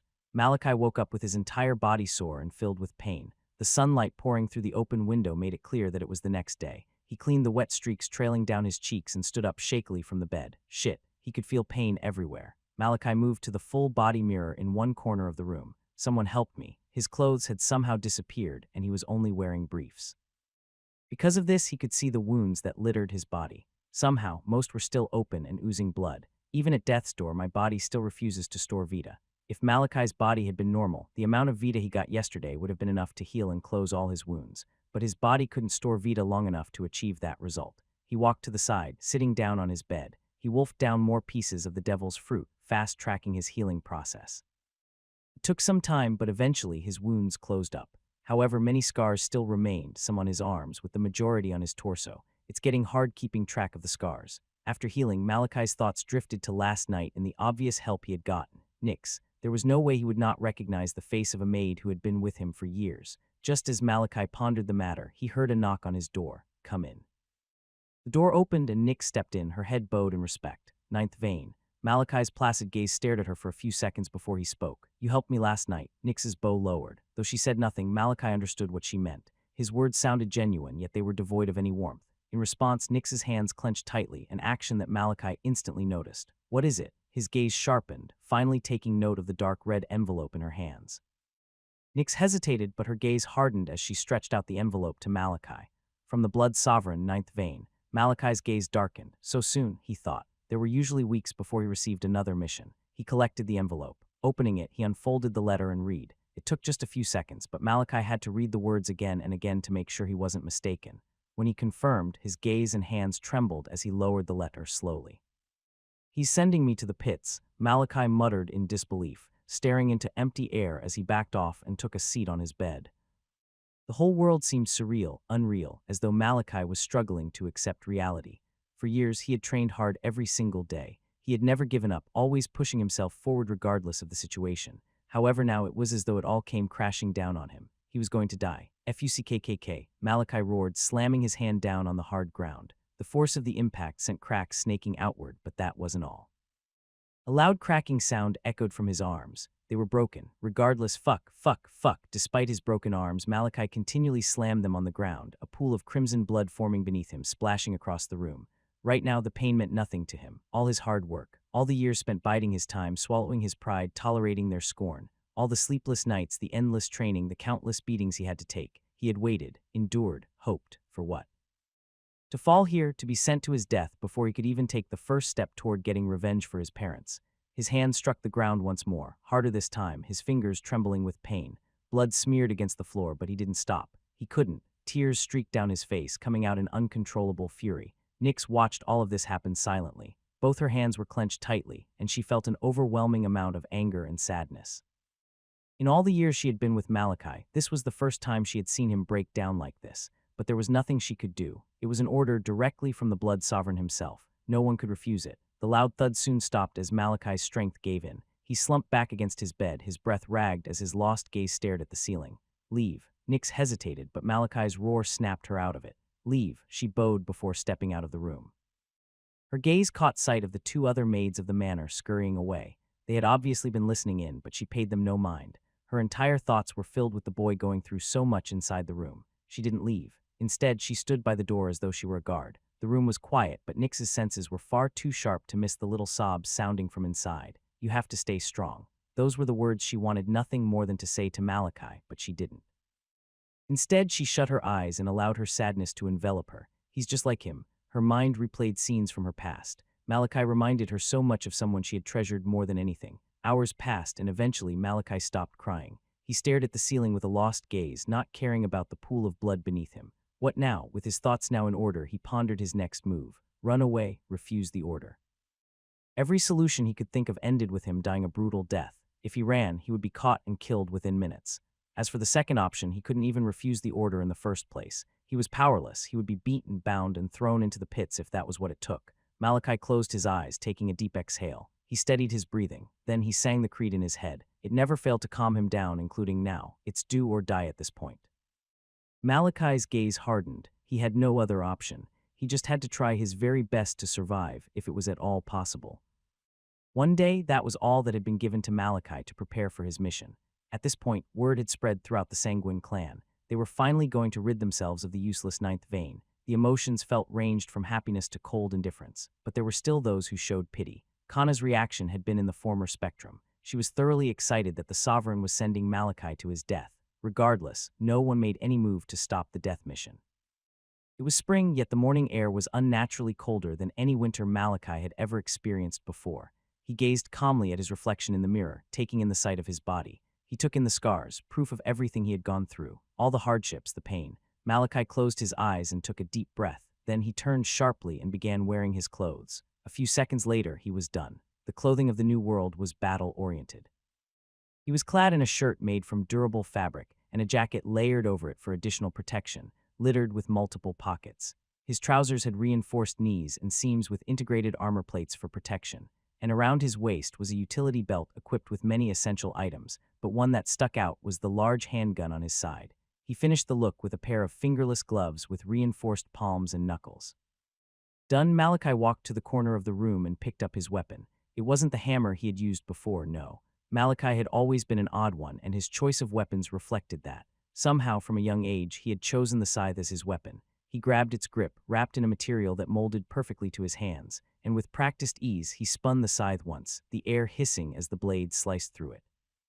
Then smoothly he slung it over his back, locking it into a custom holder strapped diagonally across his coat. A perfect fit. Malachi's eyes were leveled as he made his way out of his room. Just outside the manor, an ensemble of armored men stood, lined up in two parallel rows with a carriage at the far end. Standing just in front of this carriage was a man with an angular face and narrowed eyes, Sanguin. He was the same man who had been tasked with taking Malachi on the Sovereign's deadly missions, much to his dismay. However, now, he had a wide smile on his face. Finally, Varric's eyes glinted. After years of being forced to drag that useless trash along on missions, it was finally time to be rid of him. I hope he refuses or runs. If Malachi tried to flee or reject the order, Varric would be given the pleasure of taking care of him, and to him there was no task more satisfying. The manor doors swung open and Malachi stepped out, Nyx trailing silently behind him. Back straight, gaze cold, steps swift. The gathered warriors bowed in respect, but Malachi didn't acknowledge them. Ninth vein, he reached the carriage, entering without sparing so much as a glance at Varric. Normally, that kind of disregard would have sent a wave of anger surging through him, but today, Varric was in a good mood. It didn't matter. He was a dead man anyway. With Malachi aboard, Varric signaled his unit. In the next instant, they mounted their equilators, the winged creatures launching into the sky with a powerful gust. Have them follow him. If by some miracle he survives, kill him. A cold, sharp voice echoed through a room. Kana. She lounged by the window, adorned with an extravagant assortment of jewelry, face covered in makeup, her gaze fixed on the departing figures shrinking into the horizon. Why, yes, mistress. Jorge, the man bowing behind her, hesitated before responding. He left the room to carry out her orders. Kana remained still, her fingers tightening into a fist. No chances. She wasn't about to leave loose ends. Malachi would die, one way or another. Her thoughts darkened, flashing with the image of a white-haired woman with snow-like eyes. Selene Sanguin. Kana's jaw clenched. When Selene, Malachi's mother, had been alive, she had butted heads with the woman countless times. But no matter how much she despised Selene, she had been untouchable, protected by the privilege of her husband, Valerian Sanguin, and his monstrous talent. Humiliation after humiliation, forced to swallow her rage. But after their deaths, Malachi had been left behind. A remnant of the woman she loathed, and so she had made it her mission to punish him. The sins of the parent must be inherited by the child. Their journey took 1.5 days. Under normal circumstances, the equilators alone would have made the trip in less than a day. But with Malachi's carriage in tow, the flight was slower because of the extra weight and considerations. They had to stop at Iron Hold for the night before finally reaching their destination the next noon, the Black Reach. It was a colossal fortress of dark, durable stone. Its towering walls stretched endlessly in both directions, blending into the horizon. Malachi gazed down at it, his expression unreadable. To think I'd be back here so soon. His last mission had been a death sentence, a 14-year-old unevolved, thrown into the heart of an army of darkness creatures. No one had expected him to return, but he had, and now here he was again, facing a mission even deadlier than the last. Stay calm. He steadied his heartbeat as the group descended into an open clearing inside the fortress. The warriors of Black Reach took notice immediately. They each stopped their movements and their gazes locked onto the carriage. That carriage, there was no way they could forget it. It was the same carriage that visited the fortress a few days ago. What the hell was the ruined heir doing back here so soon? As Malachi disembarked, the whispers spread like wildfire. It's him. What's he doing back here? Don't tell me the sovereign sent him again. If last time wasn't enough to finish him, this one definitely will. Malachi ignored the murmurs, his gaze focused instead on the figure approaching him. A broad frame, a hardened expression, and the unmistakable blood-red hair and eyes of the Sanguin family. A thick beard like mane covered his chin, adding to his formidable presence. The whispers died instantly as he stopped before Malachi, his gaze turning somber. He bowed slightly. Ninth vein. His voice was deep and rough, the voice of a seasoned warrior. He carried an air of strength that silenced the area. It's unfortunate that we meet again under these circumstances. You may remember me from before, but I will introduce myself once more. Malachi gave a curt nod. The man continued, Hamada Sanguin, I have been tasked with escorting you safely to your destination. Malachi's expression remained blank. He remembered Hamada. The man had been his guide on his last mission. His help had been invaluable, and he remembered the man giving off an honorable aura, a trait that was almost impossible to find in the Sanguin clan filled with cold-blooded warriors. However, Hamada's presence here was different. There was no mistaking where he was being sent. It was literally a large pit. So why give him an escort? Bullshit. They're making sure I don't run. A cold twist formed in his stomach, but his face didn't betray a hint of emotion. He would not show any weakness. Hamada hesitated. Would you like to rest for a bit before? No.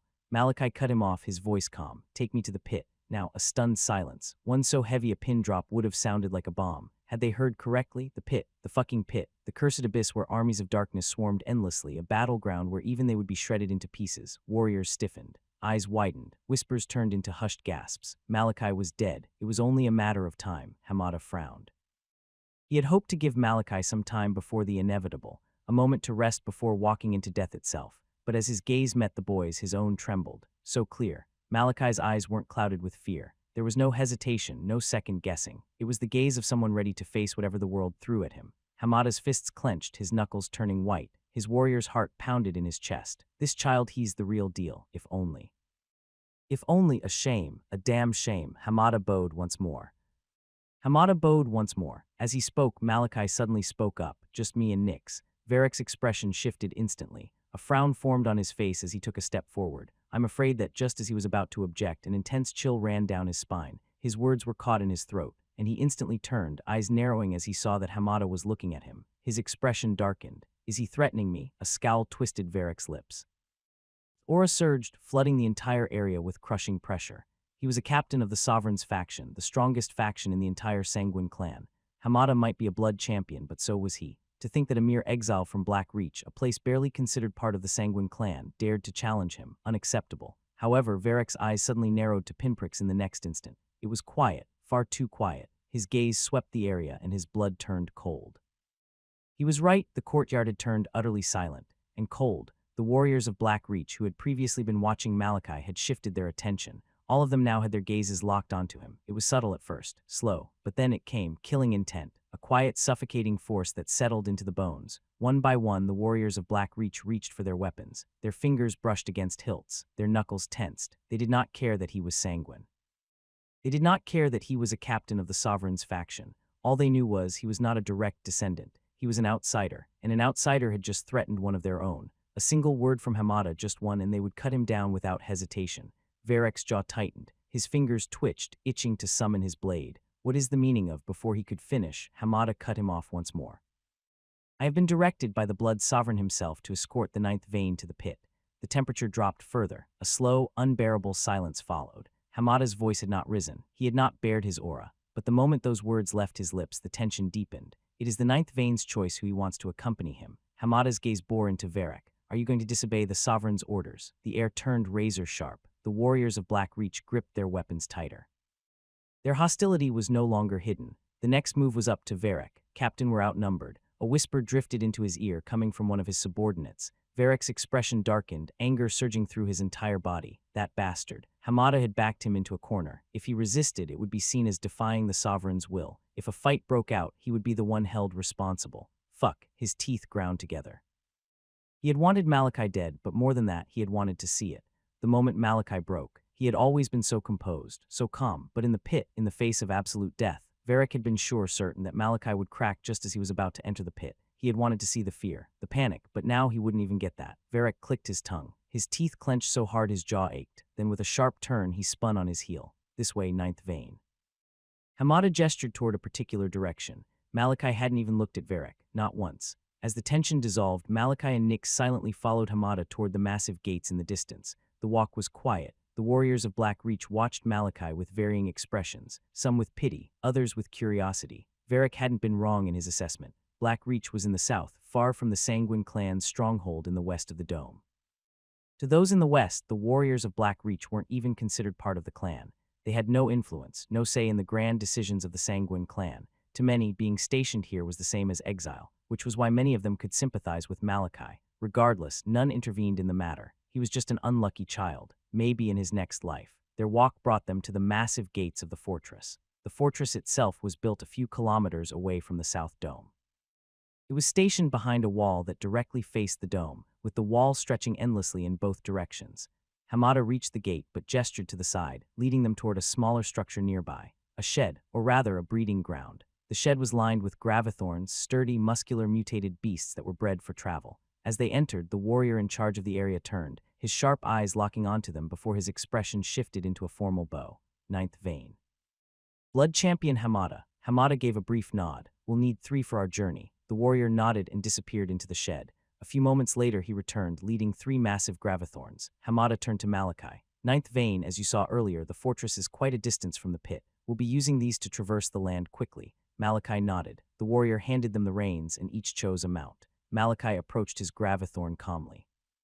The beast was massive, towering over him with thick, muscular limbs and a rough, dark green hide.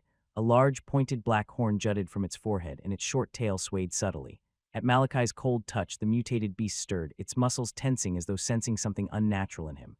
It stomped its feet, restless. Then it met his eyes, cold. The gravithorn froze. Then slowly its body settled, the tension in its frame loosening. Gravithorns were common among the masses, as they were easily tamed and exceptionally fast. With no vehicles in this world, they were the best land transport available. Malachi ran a calm hand along the creature's head a few times before mounting it effortlessly.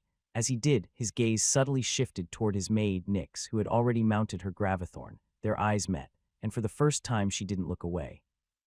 As a maid of the Sanguin clan, looking a direct descendant in the eye was a cause for instant death, yet she didn't seem to care. She stared at him, her expression troubled. It was obvious she had something to say, but she was struggling to say it. Are you ready, ninth vein? Hamada's voice broke their silence. Malachi blinked once before turning away from Nyx, shifting his focus back to Hamada. He gave a small nod. Hamada hit the reins of his gravithorn, urging it forward, with Malachi and Nyx following suit. They approached the massive gates, and Hamada nodded toward the warriors stationed there. With a deep, mechanical groan, the chains rattled, gears shifting as the gates slowly began to open. The wind howled through the widening gap, an intense gust whipping against them. Malachi's jacket billowed, his hair fluttered, but his eyes never wavered. Hamada flicked his reins once more. In the next instant, the gravithorns moved forward, their powerful strides carrying them into the barren lands. Behind them, the gate rumbled shut, sealing the fortress away. The trio maintained a moderate pace toward the pit. Hamada had adjusted to Malachi's speed. After all, he was leading the child to his death. The least he could do was delay it as long as Malachi wanted. The ride was silent. Only the rhythmic pounding of the gravithorn's hooves against the barren ground echoed through the vast, open landscape. Malachi's gaze remained forward, scanning the land stretched endlessly before them. Nyx rode silently at his side, her face still troubled, as if searching for the right moment to speak her mind. Hamada noticed Malachi's stare, the way his gaze stayed on the desolate and barren land. He decided to break the silence. The battle against those veil creatures caused the grass to wither, Hamada said, reducing his speed and moving closer to Malachi. At the end of each month, this barren land would have turned green again, only to perish once the darkness returned from the pit. Malachi's eyes changed slightly at the mention of the pit, but he said nothing. His focus remained singular, how he would survive. That was all that mattered. Hamada noticed this, yet he felt the need to keep the boy from thinking too much. A distraction. After a pause, he continued. Do you know the history of the pit? Malachi's response was short and immediate. The periodic spawning of darkness creatures. Hamada let out a small smile. No, the real history. Malachi's gaze sharpened. The real history. Even Nyx tilted her head slightly, intrigued. Had they been lied to all this time? Hamada could see what they were thinking. He decided to clarify. The history you know is not a lie. It's true, but some parts were kept secret. The expressions of both Malachi and Nyx changed to curiosity. They fixed their gazes on Hamada, silently urging him to continue. What I'm about to tell you is known only to a select few in the Sanguin clan and to the true veterans of Black Reach. I hope you will keep it a secret. Malachi did not react. There was no need to. He was basically being sent to his death. Hamada's words were meant for Nyx. And to that she gave a firm nod, acknowledging his request. Hamada sighed before continuing. Like I said, what you know isn't false, but it isn't the full truth either. Perhaps this might give you some hope. This is the truth, you know, Hamada said calmly as the Gravithorns continued their pace. After the dome was formed, humanity grew complacent, thinking the darkness could no longer breach their walls. They focused on rebuilding, restoring order until they came. Massive black pits emerged near the southern dome. From them the darkness creatures came, countless in number. Humanity was caught off guard. Warriors died in droves. And then came the true horror. Those same fallen were used as vessels, allowing the darkness to slip inside the dome. The mood had turned somber. It was a devastating truth. It was their reality now. Eventually, the threat was pushed back and the creatures eradicated. That's when they discovered the pits spawned darkness periodically, waves that were meant only to kill, multiply, and destroy.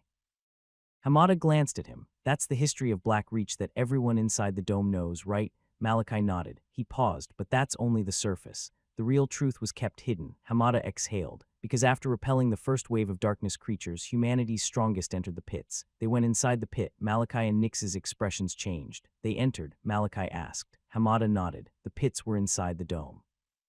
If another wave came, humanity couldn't afford another massacre, so they tried to end it from the root, to seal the hole. But when they entered, they came out confused. None of them had died. None of them had even been injured. And when they asked them what happened, they reported that they had been transported somewhere else. They said it was an unfamiliar place, a place where they could fight darkness creatures freely. They could control the rank, the number, even the conditions of their battles. It was nothing like the abyssal darkness they had expected. Malachi's thoughts raced. Another plane, a place where humans could control their battles against darkness creatures. Then does that mean? Before he could complete the thought, Hamada interrupted. I see that look in your eyes, but let me finish. He could practically feel the hope that shone in Malachi's gaze. If everything Hamada was saying was the truth, then didn't it mean that he had a chance to survive? Malachi quickly silenced his thoughts and listened. Hamada nodded. Humanity's reaction had been divided. Some saw the pits as a blessing, a place where they could train, grow stronger, and gain power. Others saw it as a curse, something to be sealed immediately. His tone turned cold, the power-hungry one. They continued using the pits as a training ground, and for a while it worked. Hamada's voice turned grave and his expression hardened, until it didn't. Many years later, humanity's strongest decided to send their descendants into the pits, to train, evolve, and grow stronger. But Hamada's eyes turned cold. None of them returned. The gazes of Malachi and Nyx narrowed. Over 100 youths, geniuses meant to lead their clans in the coming years, vanished, without a trace. Hamada looked forward. The entire dome was turned upside down, but no matter how hard they searched, they never found them. Malachi's gaze became clouded. From Hamada's initial explanation, a part of him had hoped, perhaps foolishly, that there was some chance of survival for this ordeal. But now, it felt like a complete dead end. From everything Hamada had revealed, there was one detail that stood out above all. They were at the same age range as me. The descendants who had vanished in the pit had just started their evolution, barely past the initial stages of power. It meant they were around Malachi's age. Yet, unlike the adults who entered the pit and returned unharmed, those youths had disappeared without a trace. Malachi's thoughts twisted darkly. Would that happen to me too? Without hesitation, he asked, where did they go? If he knew this, then maybe he would be able to prepare better. Hamada glanced at him, then slowly shook his head. They weren't able to figure that out. Malachi fell silent. The mood grew heavier. Even Hamada, sensing the weight of the moment, chose to remain quiet. Nyx as well said nothing, the silence between them growing deeper as they continued their ride. Malachi's thoughts kept on churning. His fleeting hope had just been crushed. Centuries have passed already, more than 200 years, and not one of those descendants had returned. They were most likely dead. Maybe they were taken to a place they couldn't survive in. The adults had been strong enough to withstand the realm they were taken to. The same couldn't be said for newly evolved youths. Malachi slowly cleared his mind. It was a dead end. Nothing had changed. The situation was still as deadly as it was the moment he received the order from the Blood Sovereign. There was no use lingering on what-ifs. It didn't matter. All that mattered now was survival. Malachi's focus sharpened. He sent a slight kick into the side of his Gravithorn, urging it forward at a faster pace. Hamada blinked, surprised, before catching on. Nyx followed behind silently, picking up her own pace. With a quiet sigh, Hamada pushed forward to match them, and with their new speed, the trio finally reached their destination, the darkness pit. The Gravithorns came to a stop before a massive, gaping pit of abyssal darkness.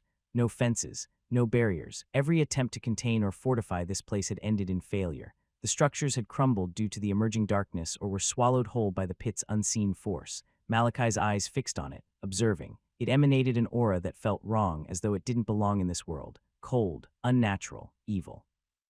A dark mist rose and coiled above the pit like smoke from a cursed flame, giving it an eerie, haunting presence.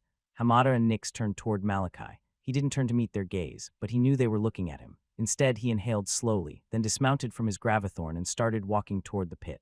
Each step was heavy, and the closer he got, the more it sank into his skin, the cold, the wrongness, the creeping sense of death.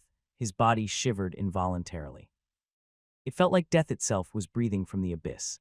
As he walked, Malachi suddenly heard a heavy thud behind him. He turned slightly to see Hamada dismounting. The older warrior approached with a solemn expression. "Ninth vein," he said. His voice was low, sad. "I don't know what's going on in your head, nor can I predict what your future holds, but I want you to know." He stopped for a moment, then bowed deeply. "You would make a fine Sanguin, one of our finest." Malachi held his gaze for a moment, then gave a small nod. Just as he turned to face the pit again, ninth vein, he stopped. It was Nyx. Her voice had trembled slightly, something Malachi had never thought he would hear, but he heard her clearly. He turned to face her. She stood by her gravithorn, her fists clenched at her side, eyes cast downward as though going through an internal dilemma. Then slowly she raised her head, meeting his. Her expression had turned resolute.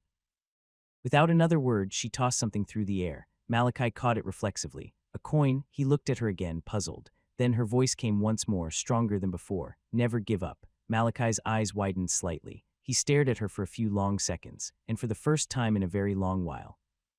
He felt something warm, something faint, something he couldn't describe, a feeling he had nearly forgotten, as though someone was rooting for him, as though he wasn't alone. His grip tightened. The coin pressed against his palm, and his fingers curled so tightly that his knuckles turned white. His crimson eyes turned sharp, focused, clear. "I won't," he said. Then he nodded once at Nyx before turning back to the pit. His steps brought him to the very edge. The cold became intense, seeping into his very bones. He ignored it and stared into the darkness. His mind flashed with memories, his parents' death, the conversation with the Blood Sovereign, the day he chose vengeance as his goal, the years of pain, of training, of swallowing his pride and enduring humiliation. All of it came crashing into him, but he didn't flinch. He didn't feel frustration. He didn't feel fear. His eyes were steady. There was no doubt, only readiness. He didn't know what awaited him in the pit. He didn't know how he would survive, but he would, even if he had to crawl his way back inch by inch, even if his body broke 100 times. Even if he had to tear through whatever realm it was by sheer will alone. He would survive, he would come back, and when he did, he would have his revenge, no matter what. Malachi whispered, letting those words become his vow, his last words to this world before he entered the pit. Then he stepped forward and jumped. A rush of cold wind surged around him, whipping his clothes and hair, and the darkness swallowed him whole. Darkness, that was all Malachi could see, all he could feel, cold and endless. It stretched beyond what he could see and it swallowed everything, sight, sound, and even thought. But strangely, Malachi felt peaceful. All his burdens, his pain, his fears, they melted into the endless dark. It was quiet, so quiet, and soon he started to forget. His name, his purpose, his pain, even his parents. It all began to fade, but then a pair of crimson eyes snapped open in the abyss. Malachi's senses returned like a blade cutting through fog. That was close. His thoughts sharpened. He could feel it, something subtle but insidious trying to creep into his mind. Don't forget, don't forget. He gritted his teeth, hardening his thoughts, pushing back against the force pressing in on his consciousness. And as though that resistance triggered something, a flicker of light appeared in the corner of his vision. He turned, and then it ignited, blinding and radiant, swallowing him whole. He shut his eyes instinctively, shielding them from the intensity, and when he opened them, he was surrounded by rapidly shifting visions. Malachi saw a peaceful earth.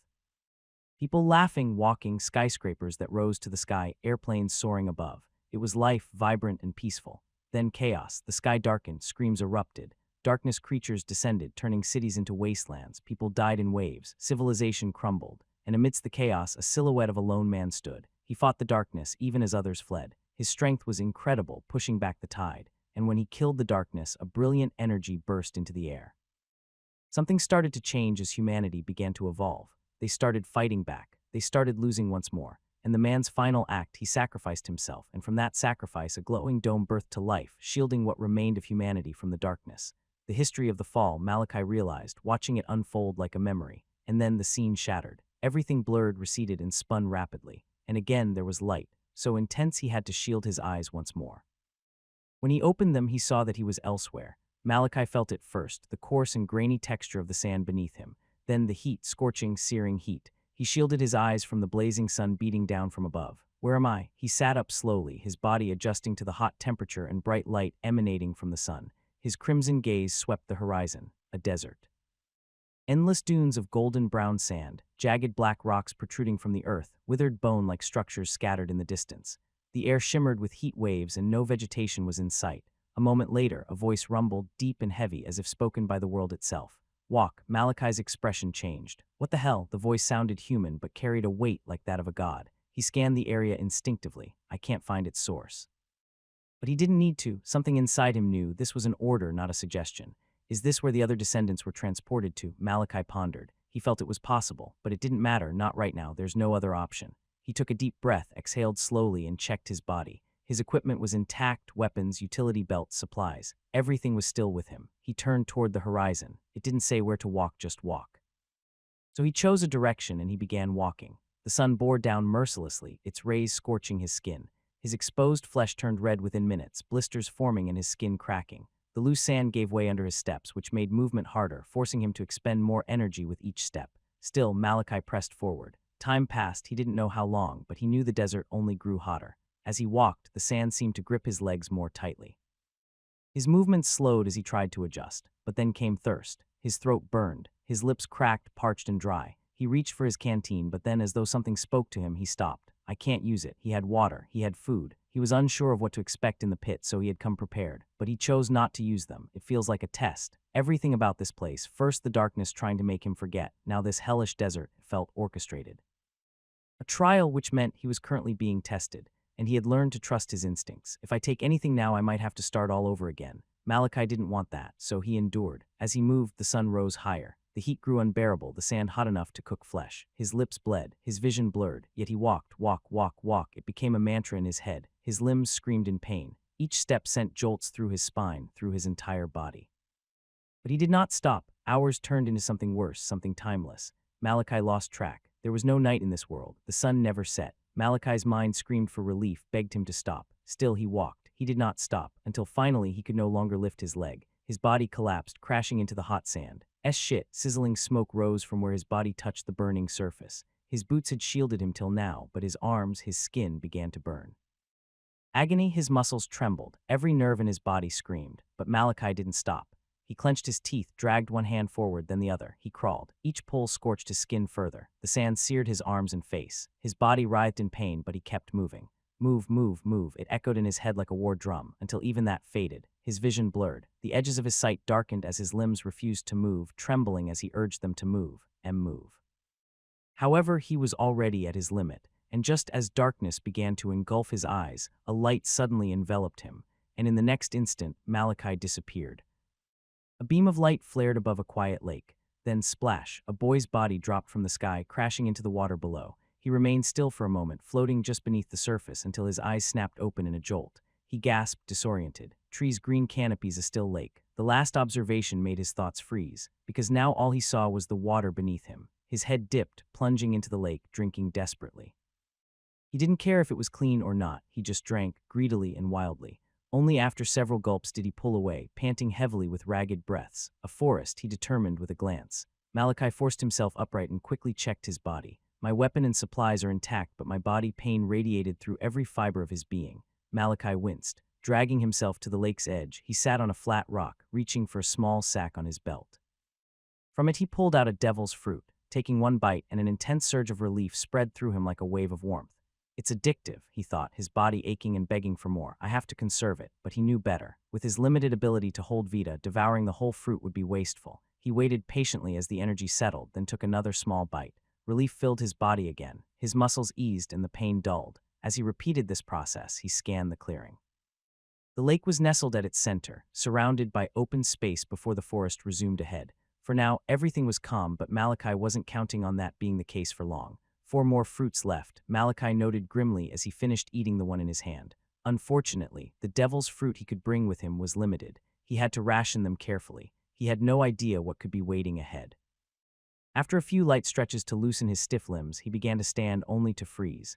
A chill, cold, intense, crawling up his spine. No, a feeling he could never forget, death. His gaze sharpened. From the treeline ahead something emerged, a figure, but not human. It stood over 8 feet tall, 2.5 meters of grotesque, hulking mass of slick, obsidian black flesh, with muscles bulging like coiled steel beneath its glistening skin. It was naked but had no reproductive organs, just pure, twisted anatomy. Its head was smaller than its body, unsettlingly so, with gleaming white eyes filled with little intelligence. Its mouth stretched wide, rows of white, jagged, spike-like teeth jutting outward. A long, black tongue slithered from its maw, tasting the air. A darkness creature. Malachi's breath stopped. His expression shifted violently. His fists clenched tight, a grade 1 enhancer. Humanity had categorized darkness creatures into 5 primary types. Enhancer, manipulator, summoner, corruptor, illusionist. Each type was graded from gradeless to grade 5, with grade 5 being a myth. Gradeless enhancers were already more powerful than any normal human, stronger, faster, deadlier. They could tear through steel, leap over rooftops, shrug off bullets. A single one could massacre an entire battalion of humans. But grade 1 enhancers were far worse, brutal juggernauts, capable of smashing vehicles with a punch. Able to recover from lethal wounds in seconds, that was what now stood before Malachi. The creature roared, a thunderous, guttural bellow that shook the forest. Shit! Malachi's instincts screamed at him like a blaring horn. He was scared. He was frightened. However, Malachi didn't want to die, not before completing his goal. He clenched his fists, gritted his teeth, and shoved the fear deep into the pit of his gut. Years of strategy, of visualization, of relentless training surged into his mind all at once. His breathing calmed, his gaze sharpened. The creature dipped low, legs coiling like loaded springs. Cracks spiderwebbed under its feet. Then it launched. A black blur tore through the air, the force of its movement parting wind like a cannon blast. It was a grade 1 enhancer, a super being, one that Malachi couldn't hope to match in either strength or speed. Any sane person would have fled, sidestepped, backpedaled. Hid, but Malachi did something else entirely, something that would make any onlooker's eyes widen in disbelief. He charged forward, sprinting straight toward the beast. The darkness creature appeared in front of him in a flash, its massive fist splitting the air toward him with terrifying momentum. But Malachi didn't react to the movement. It was far too fast for his unevolved body to follow. He didn't need to. In his years of visualizing battles he had seen of darkness creatures, grade 1 enhancers were powerful, monsters capable of causing carnage. Yet they were simple creatures, dumb, easy to predict. Malachi had already anticipated this exact move. His body dipped low, so low his nose nearly grazed the ground. His hand shot backward, gripping the hilt of his scythe, yanking it free in a fluid motion. The blade flashed. He surged to the side in a sweeping arc, slipping past the beast's punch by a hair's breadth. Then hook. The scythe's curved edge caught the beast's leg mid-charge, aiming to destabilize it. It sliced through the thick tendon behind its knee, one of the few known weak points. The beast's leg twisted. The tendon snapped. Its foot slipped, its body pitching forward as the creature crashed into the ground, rolling uncontrollably from the force of its own momentum. Dust exploded into the air in its wake, clouds rising and swirling as earth trembled beneath its weight. But the dust had barely even formed before Malachi moved. From his bent position, he shot forward, gripping his scythe by the end of its staff, a pivot of his heel, a twist of his core. He spun, him and the scythe twisting as one. The weapon carved through the air in a deadly arc, slicing through the dust cloud. Each rotation built momentum, the blade hissing like a viper with every turn. And then, as the dust began to clear, the beast raised its head, rage boiling in its gleaming white eyes, its mouth parting to release a roar at the insignificant human who dared humiliate it. A flash, a gleam of silver. The sharpened edge of a scythe tore through the air, appearing inches from the creature's skull. There was no time to react, no time to dodge. The blade pierced clean through its head. Black ichor splattered violently across the clearing as the creature convulsed once then slumped forward, lifeless. Malachi staggered slightly, his breath coming in ragged and fast. His heart thundered in his chest, pounding so hard it felt like it might burst from his ribcage. He stood still, eyes fixed on the fallen creature. I did it. His thoughts were racing. He stared at the corpse, unable to believe it. Because of the Sovereign's cruel missions, Malachi had fought multiple grade 1s before, and each time he had barely survived, left broken, bleeding, clinging to life by threads. Had to be rescued every time by the Blood Knight in the area, but now he had won. His hand clenched tightly. For the first time he had won. He had fucking won. A rush of triumph surged through him, wild and raw. He had always been called useless, a failure, a discarded tool that had no future. But this trash had just defeated a grade 1 darkness creature. Malachi felt the urge to roar into the skies, to scream at the world that he was not weak, not useless, but his sanity held him back.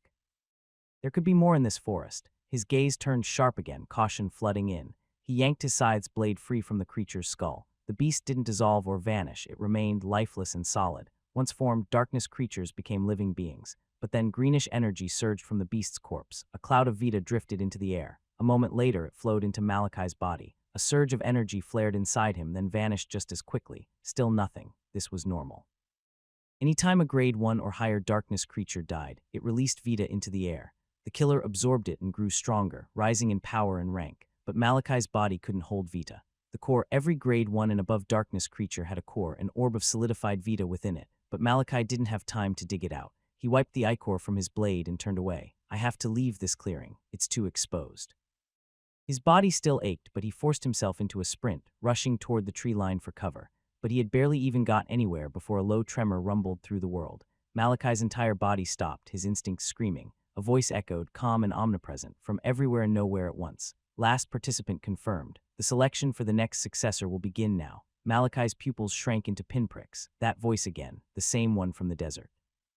The same one that had told him to walk. He could never forget it. What's happening? His gaze darted around. His eyes locked on the spot where the creature's corpse had been, now gone, completely vanished. And then light. Multiple beams of radiant light exploded across the clearing, surrounding him. Malachi's hands clenched tightly around his weapon, eyes narrowing. The lights flashed, then faded, and in their place were people. Dozens of youths had appeared as if from nowhere. Dressed in varying battle attire, some regal, others rugged. Each carried an air of pride and strength, and they were pissed. Where are the elders? What just happened? Where did the body of the darkness creature go? Get me out of this damned place. Do you know who my father is? I passed the trial. I demand the right to leave this place. I just killed the creature. Who dared steal my glory? If this is another test, someone's going to regret it. Malachi stood silently as their voices echoed across the clearing, his expression calm. He didn't move toward them, he moved away. Quietly, carefully, shifting toward the edge of the clearing where the forest was directly behind him. They were teleported here. Observation and comprehension had always been two of Malachi's strongest traits. He didn't just look, he observed. He heard everything, understood everything. The youths were disoriented, confused. Their words gave him enough context to make a frighteningly accurate assessment. They went through the same trials I did. His mind moved fast, processing information. He'd chosen to move to the edge of the clearing for a reason, rather than stay in the center surrounded by unknown elements, potentially hostile individuals. He now stood where escape into the forest would be immediate if necessary. Then his gaze sharpened. I'm being watched. He could feel it, subtle, probing gazes. Not many, but enough to trigger his instincts. His eyes flicked across the field, locking onto a few figures scattered among the crowd, youths who had taken notice of him already. My clothes and gear. It clicked instantly. He had already formed multiple theories, but this one had begun solidifying in his mind. Their eyes weren't on him just because he was a stranger. It was because he looked different. Their battle gear was crude, leather, steel plating, belts made of braided hide. Their weapons, though they looked sturdy, had outdated craftsmanship. Their boots, their scabbards, even their belts, everything screamed primitive in the past. It was the kind of gear that would have been made in a time when humanity had barely started rebuilding after the respite the dome offered. And as a plus, the youths had the distinct features of the grand and great families of the dome. And yet, they looked like relics from the past. They're the descendants who disappeared centuries ago. It sounded like a fairy tale, but everything pointed to it. The impossible was slowly becoming reality. And in contrast, Malachi, with his reinforced attire, his high-grade utility belt, his refined weaponry, stood out like a flame in a cave. But it wasn't just his gear that was drawing attention. The voice was sharp. Malachi's head snapped toward the sound, his guard instantly rising. Who are you? He didn't make any sudden moves, but his hand shifted slightly, instinctively, toward the gun strapped to his waist, a movement the speaker caught instantly. Malachi gave the youths a quick scan. Crimson eyes that burned like coals, crimson hair like living flame. His face was like an early teen, but there was weight in his posture. He stood like one used to command. I am Ziranus von Sanguin, son of Geranis von Sanguin and the third vein of the Sanguin clan. Only selected descendants are allowed into the pit, so I'll ask again, who are you? Malachi's eyes narrowed. Crimson eyes, crimson hair, no mistaking it. He was a Sanguin, but neither Ziranus nor Geranis von Sanguin existed in their present generation. The past that confirmed his assumptions, but he had no time to dwell on that. A subtle wave of killing intent emanated from Ziranus as his hand reached for his weapon, and it didn't end there. Two more Sanguin youths approached. Third vein, they bowed slightly, reverently, before stopping beside him. But as they noticed Ziranus's cold stare fixed on Malachi and his hand resting on his weapon, they turned their attention as well. One of them asked, cautious, third vein, is something wrong? Ziranus's reply was curt. Do you know him? The two scanned Malachi, brows furrowing. The recognition never came, only confusion. No, he's not one of us. There were only 12 Sanguin descendants who entered the pit. We'd recognize him. And then they looked closer at his gear, his clothing, his weapon. Why does his equipment look so advanced? Their own weapons looked archaic next to his sleek crimson line scythe. Their belts looked crude beside his tactical gear. Their hands slowly reached toward their weapons, guards raised. Malachi's grip on his gun tightened. He's sharp, he thought of Xeranus. He saw through me just as I saw through them. Hostility had now taken center stage. Malachi's second hand shifted to his scythe. I can't lie my way out of this. There was no explanation that would satisfy them and no cover story they'd believe, which meant he had to fight. As they saw his move, the killing intent from the trio surged. They were barely in their early teens, but this was not Earth's old age. These were Sanguins, descendants of power, trained from birth, shaped by war. They had the finest tutors, the deadliest instructors, the purest bloodline, and they were evolved. The tension rose like a tightening noose. Others began to notice, and their eyes turned toward Malachi. Who's that? Why does he look so different? As expected, Malachi thought. The descendants who had entered the pit were somewhat numerous. However, the Sanguin clan was one of the overlords of the dome. Many of the other descendants had their faces burned into their memory, but they soon started noticing other things. His gear, it's nothing like ours. As the whispers spread, Xeranus suddenly spoke up. He might be the reason we're in this situation. Malachi's eyes widened slightly, but he quickly hid his reaction. Shit, that was dangerous. Those words were more lethal than a sword. In fact, Malachi would have preferred fighting just Xeranus. In a crowd this volatile, suspicion was fuel, and Xeranus had just lit a match. The shift was immediate. The eyes of the descendants narrowed at Malachi. More hostility appeared in their gazes. Some hands found hilts. The atmosphere grew suffocating. I'll need to run. At this point, it was far too late to do anything. Malachi's muscles tensed. He'd thanked his stars earlier for moving toward the forest. Now his closeness to it was the only thing keeping him alive. His balance shifted slightly as he prepared to bolt. However, a voice rang out, a voice that none of them could forget. All participants are present. The trial for the next successor will begin now. Their heads snapped upward, and they saw it. The sky had changed. A vast layer of dark clouds had blanketed the skies, churning and heavy with pressure that pressed on them. Malachi's eyes flickered. Successor trials. His mind raced, struggling to make sense of the phrase. Their world was shit, and his life even shittier. Is this a game? He thought of the different possibilities, but he wasn't the only one. Xeranus's gaze had turned skyward, as well as many of the descendants with good insights. Their brows were furrowed, and most of them had completely forgotten the earlier altercation. What the hell do you mean by successor trials? We didn't agree to this. I demand to speak to head. You can't just. Some of the descendants voiced their dissatisfaction, and they were far from being subtle about it. But no matter how much they complained, there was no response. Suddenly, the clouds rumbled again, and a brilliant light shone from above. It descended upon them swiftly, wrapping each youth in beams of gold. Malachi barely had time to process it before the light swallowed him too, and without so much as a word, they vanished. Malachi felt the empty feeling of darkness once more before he felt it was okay to open his eyes. As he did, it took a second for his eyes to adjust, but as it did, he didn't waste even a single second and scanned his surroundings. A cave. It wasn't a question, he was certain. He could see the faint outlines of rough and uneven walls, and jagged rocks jutted out here and there. The air smelled like earth, and the ground felt damp. It's quiet.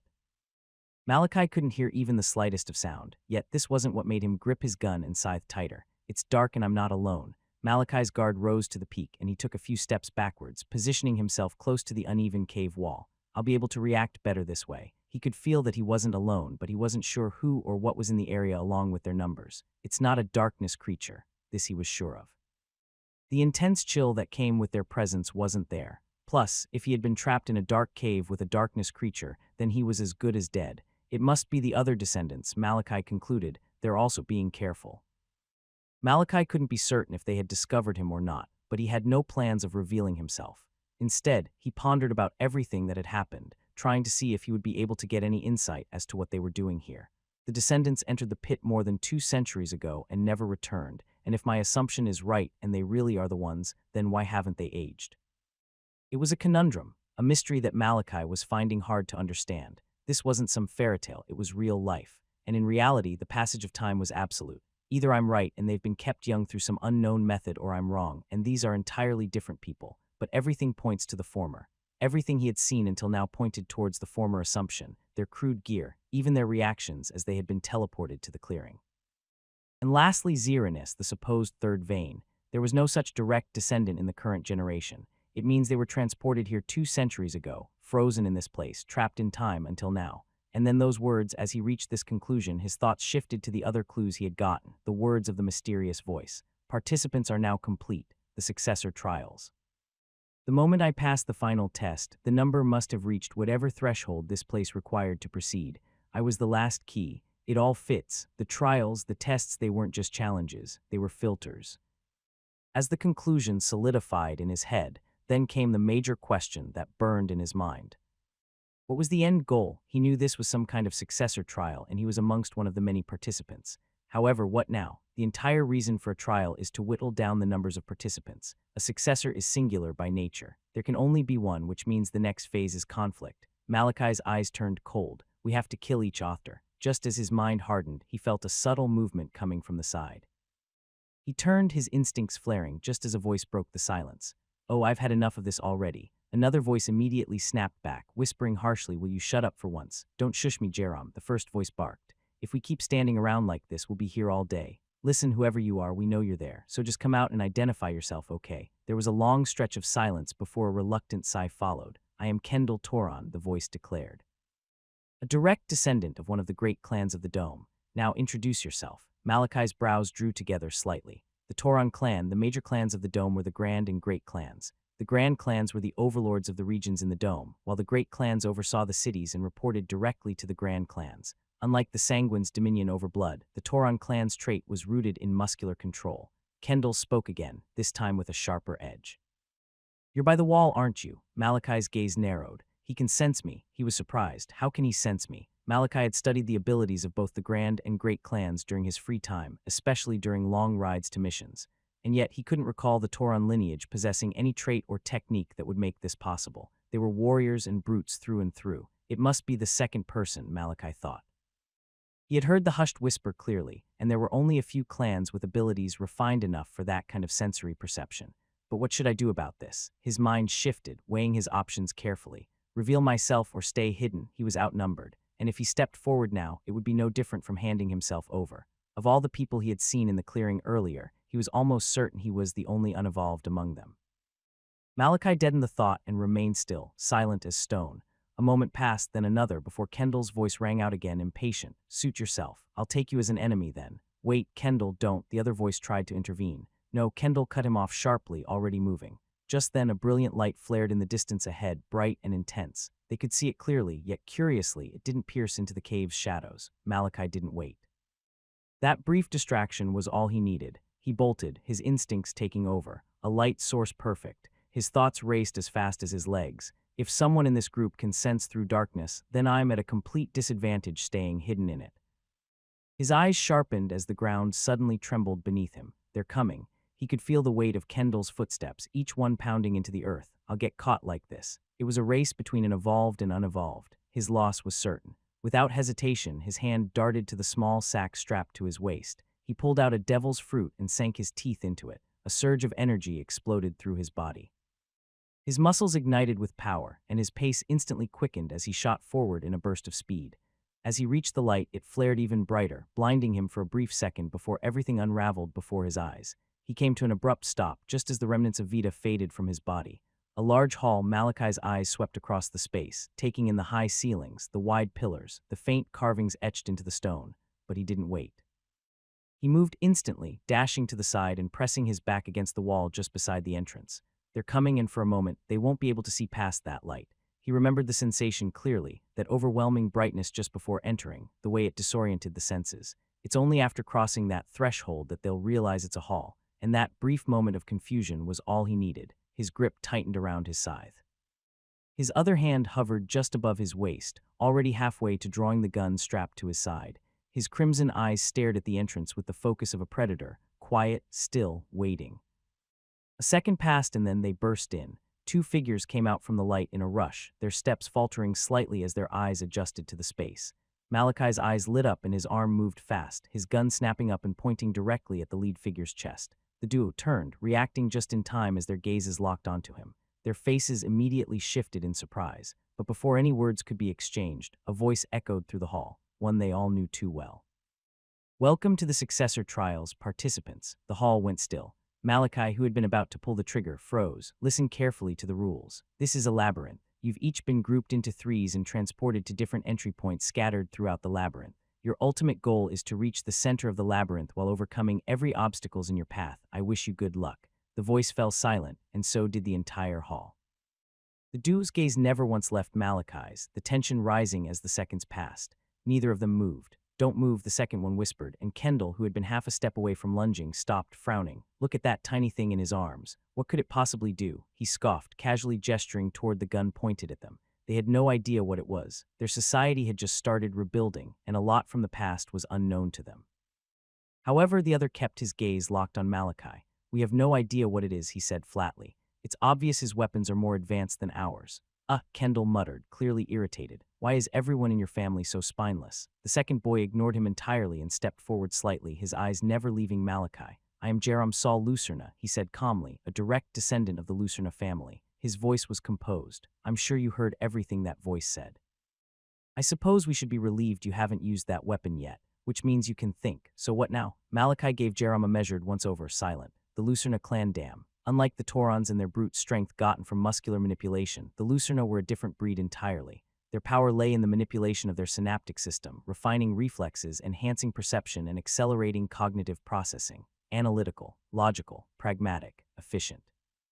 Hyper-aware and relentlessly precise. In simple terms, they were the worst kind of enemies to have, especially for someone like him, an unevolved. He was not just stronger, but smarter. I can't engage them now," Malachi thought grimly, canceling any lingering thoughts of confrontation. "I missed my chance. The voice caught me off guard. The window for a surprise attack is gone. It's too uncertain." Slowly, he lowered his gun and slid it back into the strap on his waist. "What do you have in mind?"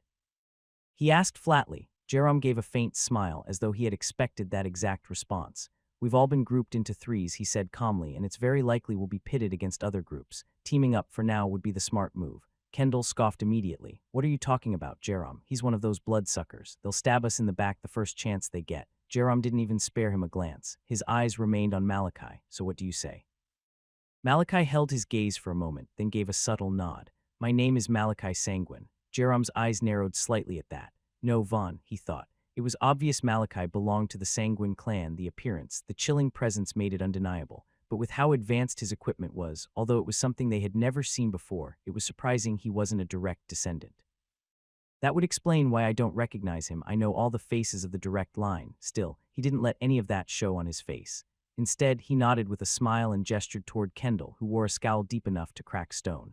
"This is Kendall, and as he mentioned before, he's from the Tauron family." Malachi's eyes briefly met Kendall's, who stared at him like he'd just stolen his wife, before turning away without a word. He gave Jerome a final nod, then started walking toward the other end of the room. Jerome followed silently along with Kendall, who groaned and muttered incomprehensible words under his breath before trailing behind them.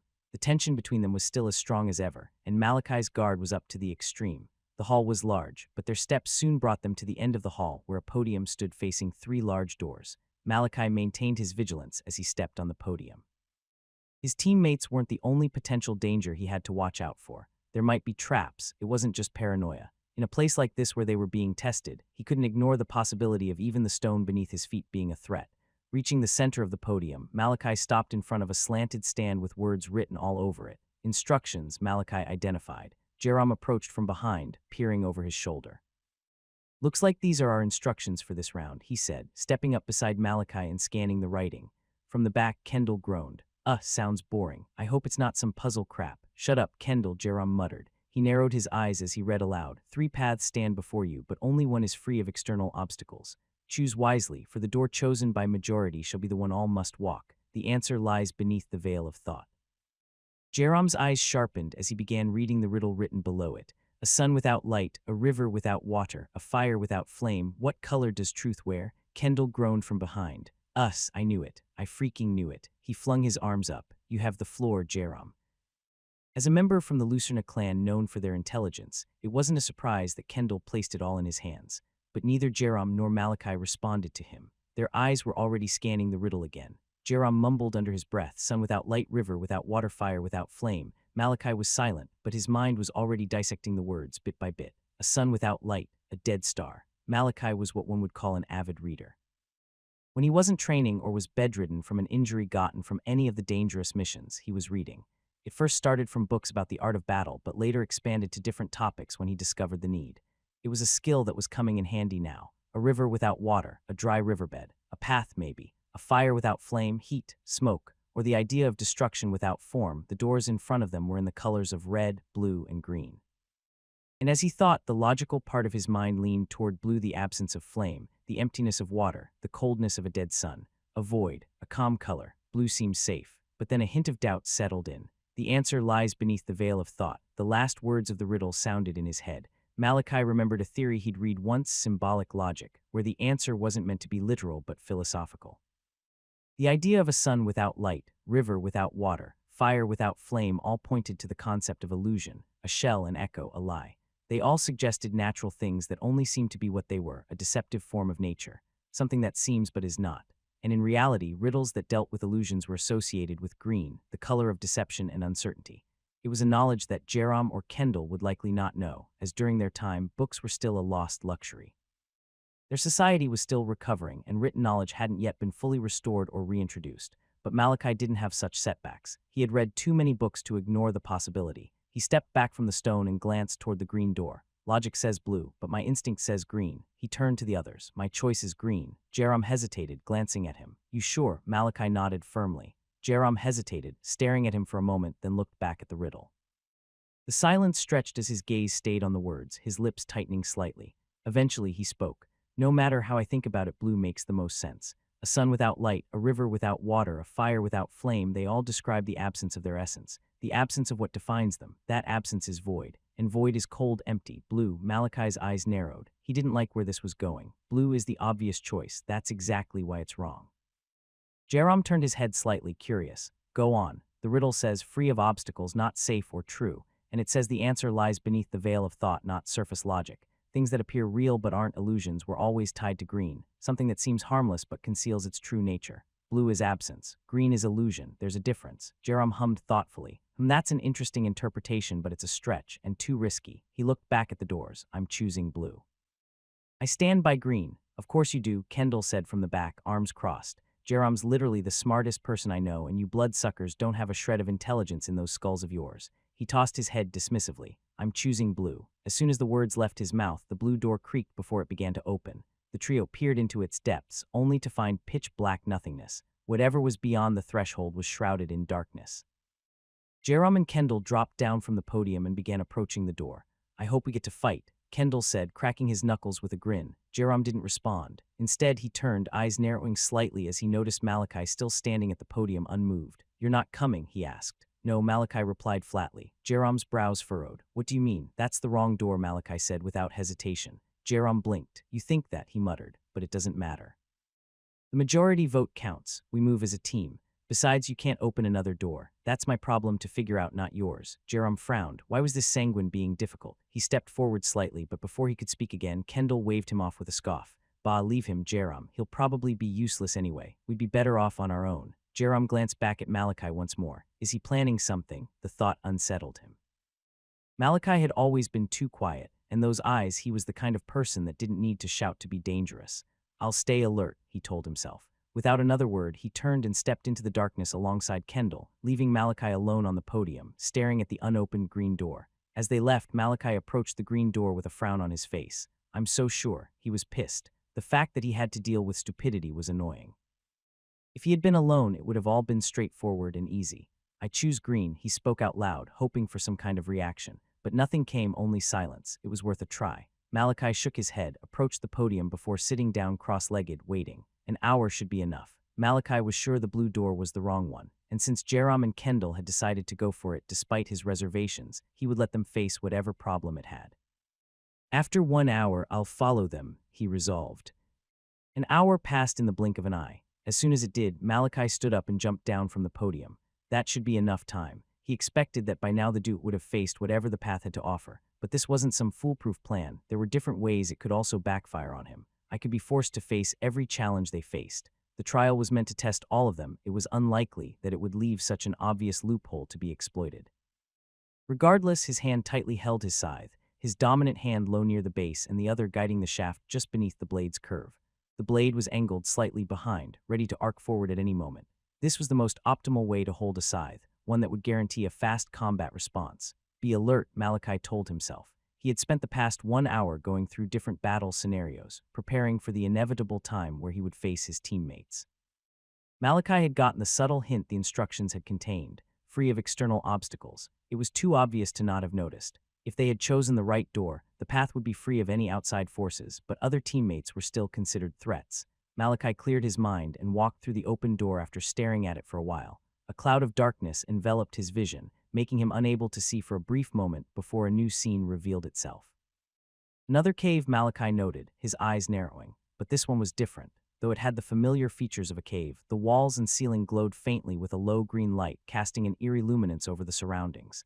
Malachi scanned the area. No immediate danger. Still, he moved forward. Each of his steps was cautious and careful. His eyes darted from left to right, his body tense and vigilant. He had no idea where a threat might come from, but his instinct kept him on edge.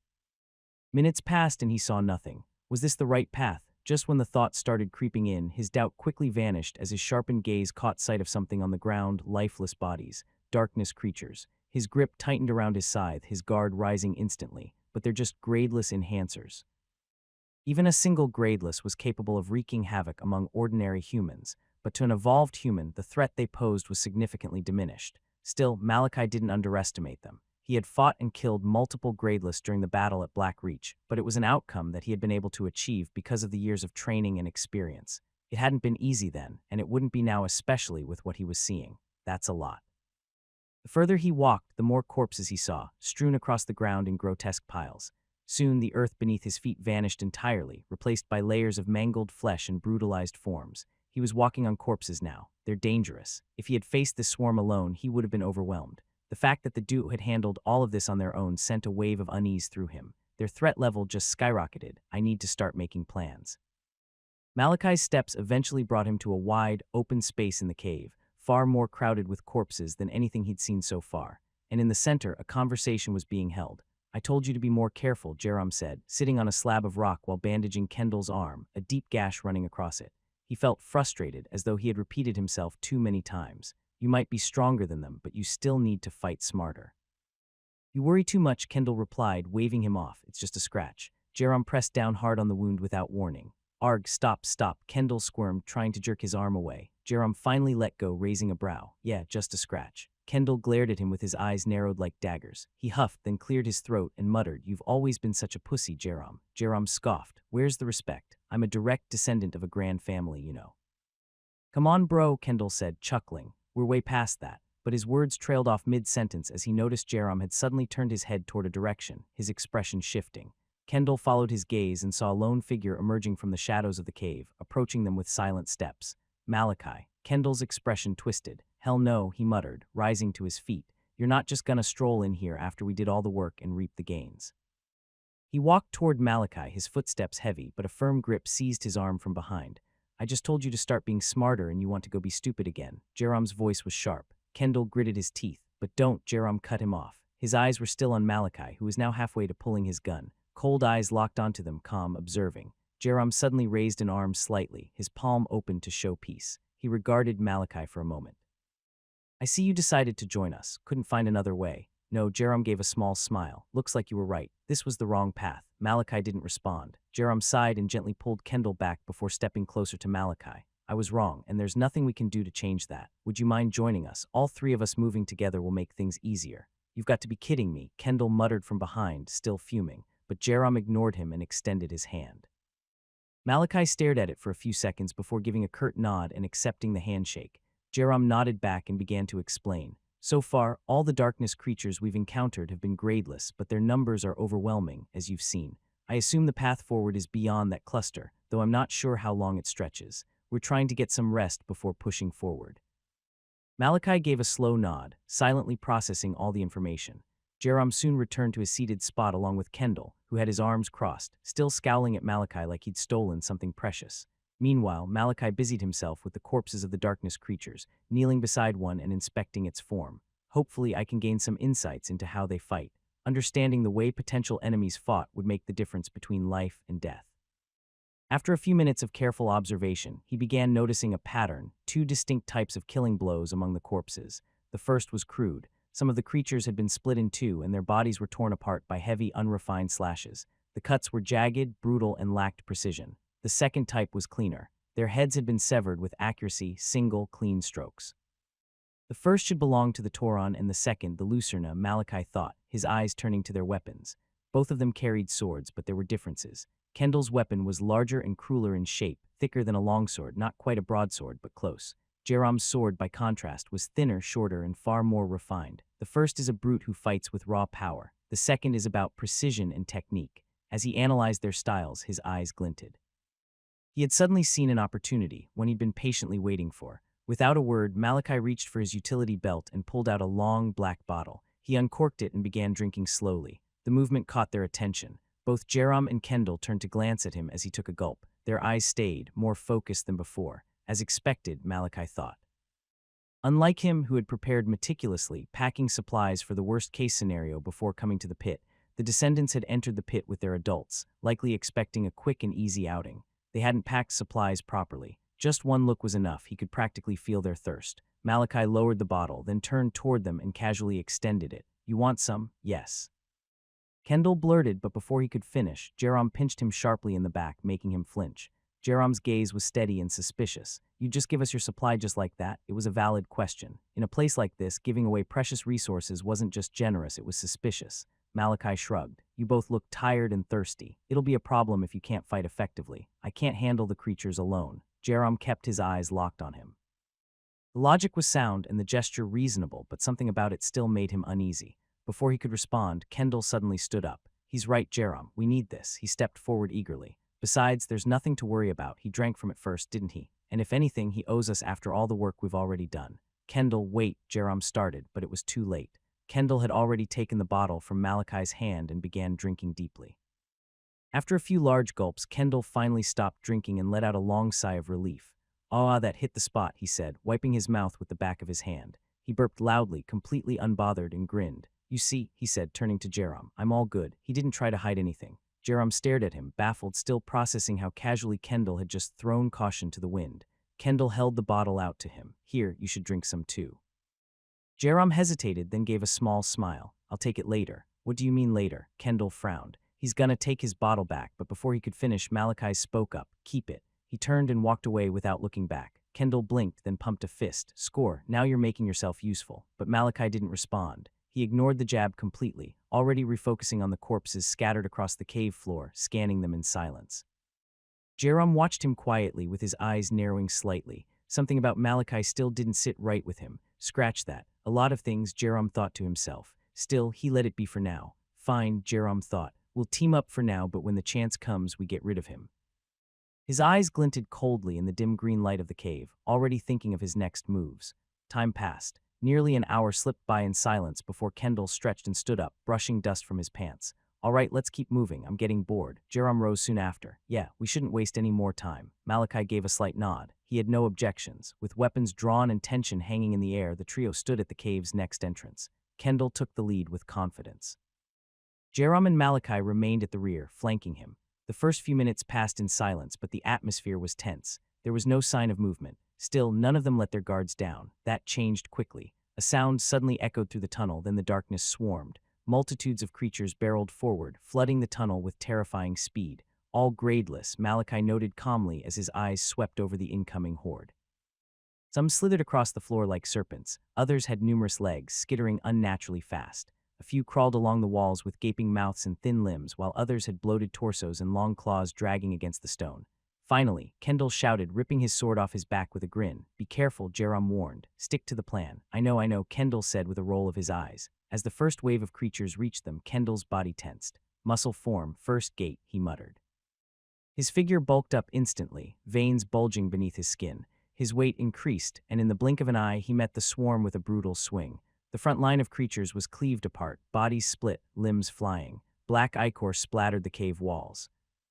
Malachi kept his gaze fixed on him, observing each motion calmly. Crude, he lacks technique, but his power, that's the problem. Then his eyes flickered to Jeram and narrowed, but he's even more dangerous. Unlike Kendall, Jeram's movements were minimal, almost lazy, yet each strike was perfectly timed, aimed precisely at weak points, joints, throats, hearts. It was surgical. As a direct descendant of the Lucerna family, Jeram's control over his bodily functions was absurd. It appeared as though every movement was pre-calculated. Then the darkness creatures that slipped past Jeram and Kendall reached Malachi. His grip on his scythe tightened. "Of course, I'm also being watched." He could feel Jeram's gaze on him, assessing and analyzing, trying to uncover what kind of fighter he was. But it didn't matter. He might not be evolved, but gradeless creatures were no challenge to him, at least if their numbers were this manageable. His scythe gleamed, and then he moved. Sharp, clean arcs cut through the horde with swiftness. His strikes were fluid, his footwork efficient, his movements driven by pure technique rather than brute force. Jerom's eyes sharpened slightly, but he said nothing, instead focusing on his battle. The battle raged until the last creature fell down lifeless. Phew, Kendall exhaled, wiping sweat from his brow. That was refreshing. He turned to say something to Jerom, only to find him still staring at Malachi. You didn't use your ability, Jerom said quietly. Malachi turned to him. So, neither Kendall nor Jerom had the means to truly identify an evolved from an unevolved unless the person used their abilities. Jerom had been watching carefully, and Malachi hadn't used a single trait of a Sanguin bloodline. Jerom stared for a moment longer, then gave a faint smile. Right, you probably didn't need it. You're very skilled. You killed so much without even using your powers. Malachi didn't reply. If they found out that he wasn't evolved, the dynamics would change instantly. Kendall scoffed. Bah, I was better. I killed way more than him. Neither Jerom nor Malachi responded to that. They continued onward, moving deeper into the tunnel. Along the way, they encountered several more swarms of darkness creatures, but they fought together, killing efficiently despite their differences. And through it all, both Jerom and Malachi kept watching each other, subtly, methodically, noting movement patterns, weaknesses, habits. Finally, after what felt like hours, the path ended and they arrived at the entrance to a new place, one radiating the same bright light they had seen before entering the first hall. Kendall grinned and stepped forward toward the glowing light ahead, but before he could get far, Jerom's hand yanked him back roughly by the shoulder. What the hell, man? Kendall snapped, stumbling slightly as he turned to glare at him. Jerom stared at him as if he were a complete fool. Don't forget what happened the last time. Kendall blinked, confused for a second, then glanced at Malachi and remembered the earlier incident, when the sudden light had nearly left them vulnerable to his ambush. His expression shifted. Oh right, he muttered, then leaned closer and whispered, you're right. Those bloodsuckers could still be lurking around. Jerom shook his head at the foolishness of this boy, then turned toward Malachi. There's a strong likelihood we'll experience that blinding moment again. We should enter with a plan. What do you think? He observed the Sanguin quietly, waiting for his response. Malachi had already proven himself to be intelligent and capable, and that only made Jerom more cautious. Malachi gave a small nod. What do you suggest? Jerom took a brief pause, organizing his thoughts before speaking. We form a triangular formation, he said. Kendall at the front, I'll take the left flank and you take the right. The moment the light dims, we each scan our sector. Malachi gave a nod in agreement, and Kendall shrugged. Yeah, sounds good. The three of them moved into position, Kendall at the front, Jerom to the left, and Malachi to the right. They knew the light would only blind them for a moment, but in that brief moment, anything could happen. It was crucial that they saw everything the instant the light faded. Without another word, they stepped forward into the light. The light blinded their eyes for a brief moment, and then a new scene unfolded before them. A large hall just like the one before. Malachi's sharp gaze scanned the chamber. It was nearly identical to the previous one. Same towering walls, same eerie silence, same oppressive atmosphere, except for one thing. His eyes narrowed as a sound reached him, distant footsteps and whispers sounding from the far end of the hall. People. His guard rose instantly, his hand tightening around his scythe, but he wasn't the only one. Jerom's attention was already fixed in the same direction, his expression serious.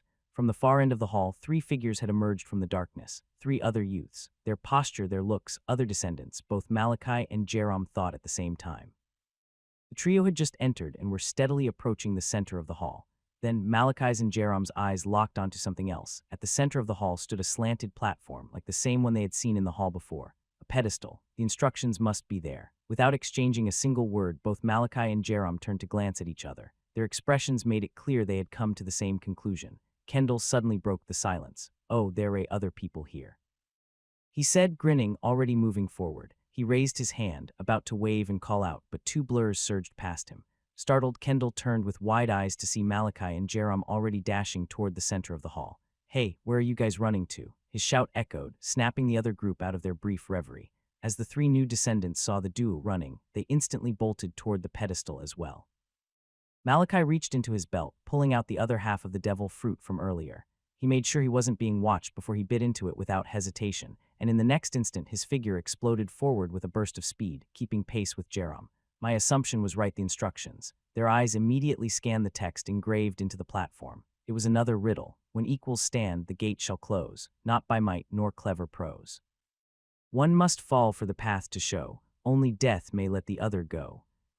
Both Malachi and Jerom's eyes narrowed as their minds raced. This wasn't like the last riddle, there was no ambiguity. It was direct, straightforward, and for minds like theirs, the meaning was clear the moment they read it. Only one team can leave this hall. Their gazes met once again, but this time it was colder, sharper. I'll take the left, Malachi's cold words followed. Jerom's hands trembled slightly, a movement that Malachi didn't miss. "I'll take the right," Jerom replied after a second. They both nodded, then turned toward the rapidly approaching trio of descendants. No grand clans. Good. Malachi was relieved. The grand clans were the overlords of the dome. They were clans who had member with an insane amount of potential and power. In direct confrontations, a descendant of a grand clan would often overpower one from a great clan of equal rank and experience, and to an unevolved like Malachi, it was like adding an extra obstacle. But these three, fortunately, belonged to the great clans. The first was from the glandular clan. They manipulated hormones and enzymes, capable of affecting emotions and actions through biological influence. The second was from the cerebral clan, known for their intellect-based abilities, coldly strategic, relentlessly curious, and tactically precise. The third belonged to the sonata clan, and they were users of sound-based manipulation, able to use their voice and vibrations to fight or defend. Malachi's attention settled on his target to the right, a girl. Beautiful was an understatement. She looked ethereal, barely in her teens, with near-perfect features. She had soft pink hair and eyes, and every movement she made was fluid, graceful, and oddly magnetic. There was an unnatural softness to her presence, a subtle pull that made people instinctively want to protect her, to worship her. Glandular clan descendant, Malachi noted calmly. She's already releasing pheromones. He narrowed his eyes. This was one of their main abilities, manipulating others through pheromones to influence behavior, emotion, even desire. But there was no time for admiration or hesitation. In the very next instant, both Malachi and Jerom exploded forward, the latter having eaten the last bit of the devil's fruit. 3 seconds, Malachi thought calmly. This was the time it took for the effects of the devil's fruit to vanish. He would end this in that time frame. The three approaching descendants visibly flinched, caught off guard by the sudden aggression. Their steps stopped as they wondered what was going on. As they felt Malachi and Jerom's hostility, their expressions hardened. In the next instant, their guards rose, their weapons drawn and auras flared to life. But Malachi and Jerom didn't slow down. They turned to their targets and surged forward. Seeing this, the glandular girl's expression shifted. Her hand lifted toward him, and Malachi instantly felt it. A wave of influence washed over him. A subtle urge to stop, to stare, to submit, to admire, to bow, to worship. But his gaze flashed, calculating. There it is, he had already anticipated this. Using the information he had on their clan, he had already devised a plan. Their influence isn't that great yet. At their level of evolution, they can only emit pheromones within a fixed radius. The closer I get, the stronger the effect will be. His thoughts sharpened. For now, to maintain that influence, they need to constantly concentrate, which means if I disrupt that focus before I near her, the effect collapses. His hand shot to the gun strapped to his waist. He didn't raise it. He kept it low at his side, aimed directly at his target. The guns crafted within the dome weren't like the ones of the old world. They didn't fire bullets, but concentrated bursts of volatile vita. They weren't sharp enough to pierce evolved flesh, but powerful enough to deliver a concussive force that could knock a target off balance, shatter focus, or send someone flying. But its only flaw was speed. Malachi pulled the trigger. A burst of vita surged from the barrel, a glowing orb of compressed force hurtling through the air. The girl's eyes sharpened instantly. She reacted with instinct, bending low to dodge the incoming shot. But in that moment, her focus broke. It's gone. That was all he needed. 1 second, Malachi's eyes glinted. He surged forward, closing the distance in an instant. The girl's expression changed. Her eyes widened as she realized her mistake too late. She reached behind her back and unsheathed 2 slender daggers, slashing out to intercept him. But Malachi was already moving. He slipped past her first strike, ducking low, his scythe swinging in a fluid arc. Whirl crack, a clean slash tore through her right leg, severed from the knee down. AHHHHH. A scream ripped the air from her throat as blood sprayed across the floor. She staggered, trying to retreat with her remaining leg, but Malachi didn't give her the chance. His scythe rolled again and her left leg was sliced clean. She collapsed, her screams echoing across the hall, a pool of blood rapidly spreading beneath her. Malachi walked slowly toward her, writhing on the floor. Both her legs had been severed, blood gushed freely from the wounds, painting the floor beneath her in crimson. Her once graceful demeanor was gone, replaced by a pitiful state with tears streaming down her face. She no longer looked like the ethereal girl from earlier. She looked broken. As her eyes turned to face Malachi, her entire body shook. Please, the G Glandular Clan W were allies of the S Sanguin D Don't Kill Me. The Glandular Clan were one of the great clans under the Sanguin rule. In any event, their descendants were expected to be allies. But her tears only intensified as she saw the emotionless gaze that stared back at her. Malachi didn't respond, and although he looked calm, his clenched hands betrayed his emotions. His grip on the scythe had tightened visibly, knuckles pale beneath his gloves. It's harder than I thought. Despite the brutality of his upbringing, despite all the years of training of surviving, Malachi had never taken a human life before. He had killed darkness creatures before, many of them. But this was different. This was a person. And now, as she lay before him, begging, bleeding, and sobbing, he realized just how vast the gap was between killing monsters and ending a life like this. His arms tensed, but his eyes stayed cold. She's not a monster, she's human. But so was he. The thoughts that surged through his head at that moment was hard to count. But of all his thoughts, one thing rang louder than all the questions. This is the path I chose. He had prepared for this moment for most of his life, trained his body, sharpened his mind, hardened his soul, because his goal was never peace. It was revenge, and revenge always came with a price. I was always going to take a life. The earlier I do, the better. His eyes darkened. There's no choice. Malachi raised his scythe. The girl's eyes widened in horror. No, please, but the blade had already descended, a clean, merciless slash across her throat, and silence followed. Malachi waited with his eyes narrowed, but no matter how many seconds passed, nothing happened. She's not turning into a darkness creature. Any death within the dome always birthed a darkness creature. It didn't matter whether it was murder or natural causes, the darkness always came. But the glandular girl's corpse remained unchanged after many moments had passed. Are we not inside the dome anymore? The thought chilled him. If he had somehow been taken outside, would he even be able to return, even if he survived this? Then what would happen to his revenge? Malachi shook his head. It doesn't matter. I'll cross that bridge when the time comes. He tore his gaze away from the girl's corpse and cast a glance down the hall. He assessed the situation quickly. The Lucerna appeared to have finished his battle. Jerome overwhelmed his target with precise, clean movements. Kendall had already caught up with them and was locked in combat with the youth from the Cerebral clan. The battle was almost over. Malachi took a deep breath, trying to calm his trembling arms. He could barely hold his scythe properly. His grip loosened, and his legs rattled beneath him. Calm down, calm down. He tried not to think about the sobbing girl he just killed in cold blood. But despite his efforts, her trembling voice, her tear-filled eyes, they wouldn't leave him. It was all he could see. He took another breath. There's no helping it. He realized that running away from it was futile. So Malachi opened his eyes and turned back to the corpse. He didn't think. He didn't allow any thoughts to cloud his mind. He just stared silently. He burned everything into memory. Her eyes, her expression of dread, everything. Then in his mind, he sang the Sanguin creed to steady his heart. I shouldn't forget, he thought. A human life was too valuable to be erased for convenience. He wouldn't bury it in the back of his mind. No, he would embrace it, every single part. He had killed her, not because he was right, not because she deserved it, but because she was in his way. It was selfish, and he accepted that, still. I won't stop. He wasn't going to let this stop him. Nothing would. Malachi's eyes firmed. The trembling ceased. He turned his gaze from the corpse. The image still lingered in his mind, but this time it no longer shook him. He had accepted it, and when he looked up again, the battle had already come to an end. Jerome stepped forward, frowning as he gestured to the corpse. No darkness creature. Malachi shook his head silently. Then he turned his gaze to the figure of the Sonata clan youth sprawled at Jerome's feet, still alive but battered, with deep cuts and blood seeping from his body. Malachi noticed Jerome's fist clenched tightly. His expression darkened as he thought for a second. Then in one swift motion, his blade slashed across the youth's neck, ending his life in cold blood. It's the first time he's taken a life, Malachi quietly noted. Suddenly, what the hell, Jerome? Kendall's voice rang out.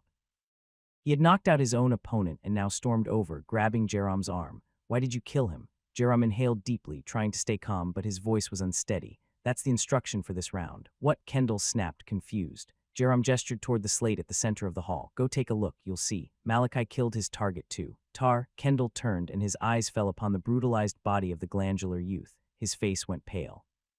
What the hell? He whispered, then suddenly dropped to his knees and threw up. You killed them, Kendall muttered, his voice trembling. You're both sick. Jerome scoffed. Now who's the pussy? They were going to kill us if we didn't. He turned toward the youth Kendall had knocked unconscious and raised his blade. Kendall's eyes widened. Wait, what are you doing? Jerome's voice was cold. This is our reality now, Kendall. The earlier you accept it, the better. And then without hesitation, he brought the blade down, another clean slash to the neck. Kendall stared in disbelief, frozen. Jerome sighed and turned to Malachi. Are you injured? Malachi looked at him for a moment before shaking his head. Jerome gave a small nod. Just then, a low rumble echoed across the hall and they turned. A large door began to creak open at the far end of the room. Malachi and Jerome exchanged glances, then nodded to each other. They had passed the round. Jerome exhaled and glanced back at Kendall, who remained kneeling, shaken and pale. Do you mind? Jerome asked. Let him get himself together before we move on. Malachi nodded. All right. Leaving Jerome and Kendall to figure things out, Malachi walked over to the slanted platform in the middle of the hall. There he pretended to scan through the instructions again, but in truth, he only wanted to check his supplies. 2.5 more devil fruits. There had been 4 left after the battle with the grade 1 enhancer. Now only 2.5 remained. Each fruit could only be eaten twice for maximum effect. But currently that wasn't his main concern. I'm starting to feel the aftereffects. The Vita from the fruit granted him an unimaginable surge of power for a few brief seconds, but during that window, it pushed his body to its absolute limits. Years of use had hardened his body, and he'd slowly built tolerance for the strain. That was the only reason he could consume the fruits multiple times. But even so, there was always a limit, and Malachi could feel it creeping in with each use. 3 times max, he calculated coldly. If I don't get some rest soon, my body will give in after that. They waited for over 10 minutes, but Kendall still hadn't pulled himself together. Eventually, the boy rose shakily to his feet. He was walking again, though his complexion remained pale and his eyes were hollow. He obviously hadn't been prepared for the reality of it, the blood, the death, the stillness. The descendants of the clans had all been trained to survive against darkness creatures. Killing humans was still new territory, especially for newly evolved like them. But unlike Kendall, Malachi, and Jerome remained unfazed. Their expressions remained sharp as they led the group forward, Kendall trailing behind them in silence. The massive door ahead led to a narrow path swallowed by darkness just like the ones before. This time, they didn't pause. They stepped through the darkness without hesitation. On the other side, they found themselves in another cave, similar to the one they'd entered before. Luminous green, soft glow pulsed faintly along the cave walls, casting ghostly shadows as they moved. They moved through the caves swiftly. Just like the last time, they encountered gradeless darkness creatures, but they dispatched them easily and efficiently, working in sync. Eventually, as they moved, Kendall began to come around. While he was not his usual energetic self, he started talking again, mostly with Jerome. He even managed a few dry jokes in between his strikes. Malachi noticed this clearly, and he didn't like it one bit, so the rift didn't form. He had hoped the earlier brutality would have driven a wedge between the two, a gap he could exploit. If Kendall and Jerome fought, it would be good news for him, but instead they were bonding, and that irritated him more than he expected, but he made sure he didn't his feelings slip. With everything more or less going smoothly, they reached the end of the cave. Ahead of them was another doorway. It was cloaked in blinding white light. Malachi and Jerome exchanged a glance. "We're assuming the same formation," Jerome said. Malachi gave a short nod, and without hesitation, they slipped into position and entered the light. The brightness vanished a second later, and they found themselves inside a new hall, but this one was smaller, much smaller compared to the earlier halls that had been in. Their eyes swept across the space immediately, scanning for threats or movement. But aside from them, there was no one else here. Their gaze shifted to the center of the room, where another slanted platform stood, rising from the floor like an altar. The instruction, Malachi thought, his eyes instantly sharpening. This time there was no need for exchanged glances between him and Jerome. They simply followed closely behind Kendall, who had stepped forward and taken the lead. The hall was utterly silent. So silent that even their footsteps didn't echo, not to their ears at least. To Malachi and Jerome, it was as if sound itself had been stripped from the air. Only their thoughts remained fast, sharp. It had already been established that their minds moved the same way, so they dissected the situation quickly. In the first hall, they'd been given a riddle, one that led them to choose between 3 doors. In the second hall, they had fought another team and killed them in cold blood. But it was the implication of that trial that stayed in their minds. Back in the clearing before they were transported, Malachi had counted each of the descendants. There were 30 participants in total, 10 teams of 3. If each team had faced another in the second hall, that left 5 surviving teams. It was an odd number, which made the likelihood of another direct confrontation unlikely. And now they stood in the third hall. There was no opposing team, no doors. There was only the platform in the center. This round will be different. Malachi could feel it, and from the rigid silence beside him, he knew Jerome felt the same.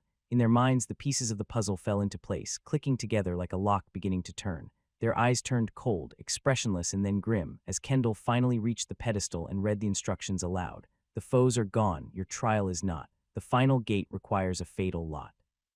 No blade from beyond, no stranger's hand. But blood of kin by your own command. Only one shall pass, the rest must die. Such is the price to reach the sky." As Kendall finished speaking, there was no signal, only movement. Clash. Kendall spun around just in time to see Jerome's blade intercept Malachi's scythe, stopping it inches away from cleaving his neck. His instinct screamed at him, and he shot back, instantly creating distance. "What the hell?" Kendall screamed, his eyes wide, and yet none of it reached Malachi or Jerome's ears. They both locked eyes, both cold, both calculating. No words were spoken, no signals. But their weapons were already moving. Clash, the sound of blade meeting blade split the air. Kendall spun, his heart slamming against his ribs, just in time to see Jerome's blade crashing against Malachi's sweeping scythe, stopping it inches from cleaving his throat clean open. His eyes widened. His instinct screamed at him. He leapt backward, his boots scraping violently against the stone floor as he skidded away. "What the hell?" he yelled, but his voice was swallowed by the chaos. No one heard him, not Malachi, not Jerome. Their focus had tunneled in on each other, and everything else had ceased to exist. Their gazes locked, calculating. No words, only the glint of steel and sparks that flared in jagged bursts, dancing in the reflection of their eyes, scattering like starlight across the polished floor. The tension was suffocating. Kendall's hand brushed the spot where the scythe had nearly grazed him. His heart pounded. "I almost died," he muttered. But then the sparks stopped. Malachi loosened his grip mid-clash. The sudden release sent Jerom's blade surging forward, pushing the scythe back. But Malachi wasn't done. His left arm shifted. The scythe slid smoothly along his back before his right hand seized its staff mid-motion, redirecting it into a downward strike from a completely new angle. The blade came crashing down like a guillotine aimed straight for Jerom's skull. Jerom's eyes widened. His pupils dilated. What the? Even in the heat of battle, he knew what he saw. The movement was too fluid, too seamless, too perfect. It looked effortless, almost casual. But in reality, it was impossibly calculated, something only someone who dedicated all his life to training could pull off. That wasn't just reflex, he's more dangerous than I thought. Jerom's thoughts raced, but his body had already reacted. His fingers clenched the hilt. Synaptic overload. A pulse flared behind his eyes. Lightning flooded his nerves. Time slowed. His senses sharpened. Every detail became vivid, the twitch in Malachi's jaw, the shift of his weight. Clang! Jerom's blade snapped upward, parrying the scythe in a flash of sparks just as it neared his skull. Their faces lit up in brief flashes of silver. But even as they clashed again, Jerom's mouth parted and his voice broke through the static of metal. "Kendall," he shouted, eyes blazing. "He's betraying us because of the riddle. You saw it yourself. He just tried to kill you. We take him down first and think about everything else later." Kendall froze. His expression darkened, eyes sharpened. He was a brute true and through, a member of the Toron clan. Their traits were combat and instinct, but he wasn't a fool. He could tell blatant right from wrong. And right now he knew what side the blade had swung from. His lips parted. Muscle form, first gate. A deep pulse surged through his veins. His muscles ignited, veins bulging, tendons tightening like coiled ropes. His frame bulked up in a second. The ground cracked beneath his heels. Boom! He shot forward like a cannon blast, sword tearing from his back mid-charge. He brought down the flat side of the blade in a roaring overhead cleave aimed to crush Malachi. But despite what many would think, Malachi didn't panic. He didn't even blink. Before Kendall had even moved, Malachi's body was already shifting. He dashed forward, closing in on Jerom. Kendall's blade slammed into the ground, shattering stone in a quake of debris. But despite the chaos, Jerom's eyes glinted. Malachi had just closed the distance between them, rendering the advantage of his long-range weapon almost obsolete in close quarters. He had no intention of letting this chance slip. His arm snapped back before thrusting forward with air-splitting speed. But then his eyes widened. Before the thrust even reached full extension, Malachi had already moved, as though he knew that this was going to happen. His body dipped, his back bending at an impossible angle as he slid beneath the thrust, the blade cutting nothing but empty air. Jerom's pulse jumped. His mind raced. Something was wrong. Malachi wasn't just reacting to their movement. He was reading them like he already knew what came next. "You slippery snake," Kendall growled, letting go of his large sword. In the next instant, he surged forward with momentum, appearing in front of Malachi, who had just begun to rise from his dip. Malachi's eyes shot wide. Crack! Kendall's shoulder slammed into Malachi's torso like a battering ram, driving the air from his lungs in an explosive gasp. But Kendall didn't stop. He pushed, driving Malachi backward with sheer brute force, arms locked around him, surging forward like a charging beast. Malachi struggled. He tried to move, to shift, but Kendall had him pinned. Every attempt to twist away met unyielding muscle. Kendall's grip was iron. Malachi's head turned slightly and saw the wall rushing toward him. "He wants to ram me into the wall." With the speed at which they were moving, he doubted if there'd be any bones left unbroken if he hit that wall. But despite the chaos, his thoughts were eerily calm. "I have to escape." His gaze dropped to his utility belt. Both his hands were pinned down, but his fingers were close. Close enough. His hand dipped into a small leather pouch at his side, the devil's fruit sack. His fingers closed around the half. The timing has to be perfect. He focused, calculating their momentum, mapping the trajectory. Then his wrist twisted, flicking the devil's fruit up in an arc over his shoulder and into the air. The wall came closer. Seconds left. But Malachi's eyes snapped up, and opening his mouth, he caught the fruit mid-air and instantly sank his teeth into it with a savage bite. Boom! A surge of power detonated in his veins. Heat tore through his body like wildfire. His muscles bulged. His blood roared. His eyes sharpened. HRAH. In one violent burst of strength, he drove his foot down hard into the ground, carving a crater into the floor. A pulse of energy erupted beneath him as he pushed back against Kendall's grip. Kendall's eyes shot up, shocked by Malachi's sudden power. But before he could react, Malachi blasted out of Kendall's hold like a cannonball, shoving his arms to the sides. Malachi's eyes sharpened as two words thundered in his mind. 3 seconds. An intense jolt of shock surged through every fiber of Jerome Saul Lucerna's being. Every single thing that had just happened, every movement, every burst of strength was absurd, unbelievable, and yet it was reality. From the moment he'd first encountered this Sanguin boy, from the very first ambush where he'd been caught off guard back at that hall, Jerome had known Malachi was dangerous. He knew it, but only now was he beginning to grasp the depth of that danger. Jerome, like every member of the Lucerna clan, prided himself on his intelligence and his ability to analyze and comprehend events at a speed few could match. Their bloodline ability stemmed from the synaptic system, allowing them to control and enhance the speed and efficiency of neural signals. Their brains processed information at an accelerated rate. Their reflexes were sharper, their awareness heightened, and their senses razor-fine. In battle, this made them nearly untouchable, and they were always, more often than not, one step ahead of their opponents. But now, even with all those advantages, Jerome couldn't keep up. He couldn't predict this Sanguin. It was as if Malachi's mind operated on a completely different wavelength, one he couldn't see, let alone reach. His combat prowess was terrifying for someone his age. His ability to read and counter enemy movement bordered on precognition. In his mind, Jerome's heart trembled. It was his mind that frightened him the most. From the moment the battle had begun, Malachi's expression hadn't changed, not once. He was calm, unnervingly calm, and his expression was icy. This won't be easy. Jerome clenched the hilt of his sword tighter, just as another impossible scene unfolded before his eyes. As Malachi forcefully broke free from Kendall's grip, he executed multiple actions in one seamless motion, each more baffling than the last to both Jerome and Kendall. First, he yanked the gun from its holster, firing 2 shots almost simultaneously, one aimed straight for Kendall's head, the other at the space on his left waist. But that wasn't all. His body twisted mid-motion, the arc of his scythe slashing upward from below in a fluid, vicious stroke. Yet what truly rattled them wasn't the flurry of attacks, it was the direction of that final slash. It wasn't even aimed at Kendall, but at empty air off to his right. Jerome, who was rushing toward them, narrowed his eyes in confusion.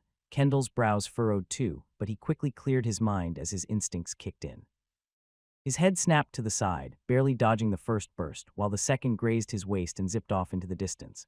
There was a brief silence, then a scoff escaped Kendall's lips. A smirk appeared at the corner of his mouth. Looks like our little scuffle knocked a few screws loose. He blamed Malachi's missed strikes on the hit he had just taken. But in the next instant, a series of high-pitched beeps echoed through the hall. Jerome's eyes widened sharply. His gaze dropped to Kendall's waist. Water bottle. The bottle, it hit him like a landslide. That water bottle, Malachi had handed it to them earlier. It had been suspicious. Jerome had considered the possibility that something was off. Perhaps the water was drugged, maybe infused with poison, anything. But after observing Kendall after he drank it for a while, he dismissed the thought. But now he understood. It wasn't the water, it was the bottle itself. Jerome began, but it was too late. The beeping intensified then. Boom, a blast erupted from Kendall's waist, the force of the explosion sending him hurtling violently to the right. But that wasn't what made Jerome's eyes nearly bulge from their sockets. It was what came next. Kendall's head, flung from the force of the blast, had moved directly into the path of the upward scythe slash, the very one that had been aimed at empty air. It wasn't empty, not anymore. And in that moment, the realization slammed into Jerome like a hammer. He had planned everything. The shots, the explosion, the misdirection, every movement had been deliberate, planned, slash. Malachi's scythe carved through flesh, cleaving through Kendall's neck. Blood sprayed in an arc, the severed head spinning through the air detached from its body. But Malachi didn't stop, not even for a breath. His mind moved quickly, his body already in motion. His frame straightened, right leg snapping like a whip. Crack, he struck Kendall's severed head like a ball, sending it tearing through the air with terrifying speed, straight at Jerome. Jerome snapped out of his shock a second too late. His instincts screamed as he darted right, barely dodging the grisly projectile, only for his eyes to widen again. The gleaming edge of Malachi's scythe was already hurtling toward him in a sweeping arc. A streak of lightning surged across Jerome's irises, arcing through his body. His reflexes ignited, his head snapped back just in time, the blade slicing past him by a hair's breadth. But there was no respite, no pause. Malachi flowed with the momentum, letting the scythe swing outward and downward, only to twist his body and push the staff with his hand, sending the blade arching upward in a brutal follow-up slash aimed right at Jerome. Jerome's expression darkened. I need to breathe. If he kept clashing head-on like this, he'd be carved apart. His foot slammed against the ground and he pushed hard, body shooting backward, legs skidding across the floor as he retreated. But Malachi surged forward instantly, chasing Jerome like a reaper with crimson eyes. Jerome kept moving. His form weaved, slipped, and dodged. He evaded every blow by the narrowest margins, but was unable to find a window to retaliate, until... Huff, huff, Jerome breathed heavily, sweat dropping from his temple as he stared at the crimson-haired, crimson-eyed Sanguin standing before him. His sword was raised, every nerve was on edge and every muscle tense. His eyes tracked Malachi's movements carefully as his steps inched sideways in a slow, tense circle. Malachi mirrored him silently, and despite this tense moment, a smile suddenly appeared on Jerom's lips. His eyes gleamed, finally. Contrary to what many would expect, despite Jerom's current situation, he was feeling a surge of excitement. Malachi had been far more dangerous than he would have ever thought. He not only had an insane grip on battle, but he was also a planner. Aside from being able to observe and predict his and Kendall's every action in battle, he had also planned multiple moves ahead as if he could see the future. He was an opponent Jerom would have dreaded to face at any time. However, even as he breathed in and out heavily, with sweat marring his face, a smile appeared on his face. He slowed down. He had finally found it. Jerom hadn't thought it would have been possible, but now, after observing all the scenes, he saw it clearly. Malachi's weakness. You're not evolved. Malachi's eyes narrowed slightly at the statement. That single, fleeting reaction was all Jerom needed. His lips curled into a slow, satisfied smile. Looks like I'm right. Since the battle had begun, it was the first time Jerom had seen Malachi's expression change, and he relished it. The devil's fruit, huh? Jerom's eyes flicked to the small sack strapped to Malachi's waist. The devil's fruit had been in existence long before the formation of the dome. Jerom knew exactly what it was. He exhaled deeply, suddenly standing straight. Then a small chuckle escaped him, followed by a wry smile. I'm such a fool for not seeing this sooner, he muttered. His gaze never left Malachi, not for a second. The way you didn't use your powers against the gradeless ones, the sudden bursts of strength and speed I should have known. Jerom shook his head, letting the truth settle. No, it's not just that. It's you. You're smart, Malachi, if that's even your real name. Too smart to be a Sanguin. The pieces had finally fallen into place. Jerom had seen it during the earlier skirmishes, those moments where Malachi suddenly surged forward, moving with sudden speed. But he'd never seen him use a single Sanguin ability. Not once. It hadn't made sense until now. First, he had seen Malachi eating the devil's fruit during his brawl with Kendall. Second, he'd noticed the clear drop in his power and speed once the fruit's effects wore off. And now, even in this dire fight, Malachi still hadn't used his Sanguin abilities. It could only mean one thing. He was unevolved. It lasted for quite a while, Malachi thought. Despite being found out, he was still unnervingly calm. He knew the truth couldn't stay buried forever. At least I was able to handle the other one first. He'd already handled the other opponent. Now all that remained was Jerom. He adjusted his grip on the scythe, holding it firm. His eyes, unblinking, studied Jerom. Now Malachi would focus his entire being on defeating him. Jerom's smile faded, turning colder. But it's over now. He lowered his stance, the temperature in the room seemingly dropping with him. Now that I understand you can't keep up with my speed or strength, handling you will be easy. A second of silence, and the tension in the hall surged. They began to circle each other, slow and measured steps echoing through the space. Though neither spoke, their minds were far from silent. I only have to be worried about the fruit and weapon on his waist. The thought rang through Jerom's head, and in that very instant, a surge of electricity flickered across his irises, coursing through his limbs. Time slowed. He lunged forward, a blur, and his sword came down in a devastating arc. Malachi's eyes narrowed. Clang, his body moved on instinct. The scythe shot upward, intercepting the sword in a fury of sparks. Heavy, Malachi gritted his teeth as the weight of the blow forced one knee to buckle, but Jerom didn't pause. He pulled back his sword and thrust forward, once, twice, then multiple times in rapid succession, sending several piercing strikes all at once. Malachi's eyes sharpened as his footwork exploded into motion, each step weaving and turning in response to the thrusts. His scythe spun like a shield, parrying some blows, dodging others by inches. But each dodge came too close. Sparks flew and then blood. Slashes opened across his arms, his side, his thigh. Each one was shallow, but enough to bleed. He started getting pushed back, step by step. The wall, Malachi's eyes gleamed. But Jerom's assault never stopped. His strikes intensified, each one faster, sharper, more lethal. He could feel it. I've almost had him. Malachi was only a few steps from the wall. Soon there'd be nowhere left to run, nowhere to weave, no angle to escape. He'd be cornered, and then it'd be over. But even as Jerom pressed on, he reminded himself, I still have to be careful. He had uncovered Malachi's unevolved status, but that didn't change the truth.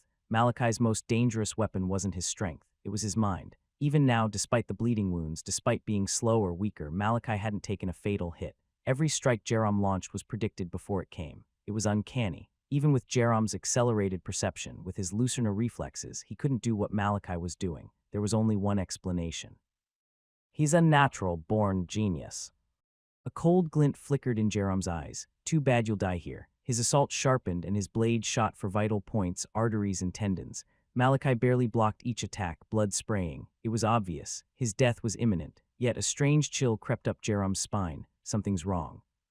Despite the pain, despite the blood staining his clothes and skin, Malachi's expression hadn't changed. His crimson eyes still burned, cold and intense, and his body, though turning weak, never stopped moving. Jerome didn't like this, not one bit. I have to end this now. His sword came crashing down, aiming to split Malachi's skull, but in that instant, Jerome's eyes widened. What? Malachi's left hand suddenly released the scythe, leaving only his right to block the descending blade. Jerome sneered.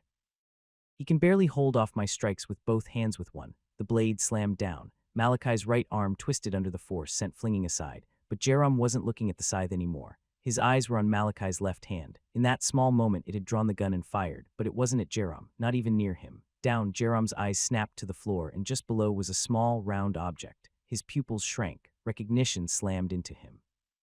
It was the same type of device that had been attached to the water bottle, a bomb. Boom, an explosion shook the ground, sending dust and debris flying outward. A figure burst out from the cloak of dust that engulfed the point of impact, smoke rising from his crossed arms as the force of the blast shoved him backward. He got me. Jerome's eyes were wide, and his mind ran faster than it ever had. Back then, he didn't know how Malachi had done it. All he knew was that the burst of Vita had grazed the bottle Malachi had handed Kendall, and then it exploded. Jerome had scanned that bottle inch by inch. He'd seen the small, jutted-out piece strapped to the bottom, which didn't look like it could hold water. He had thought it was just part of the bottle's design, but now he had seen the same exact object below him, and like the last one. It had exploded. In Jerome's generation, explosives that utilized compressed Vita were still in development, especially by the Lucerna clan, who were the dominators of all tech within the dome.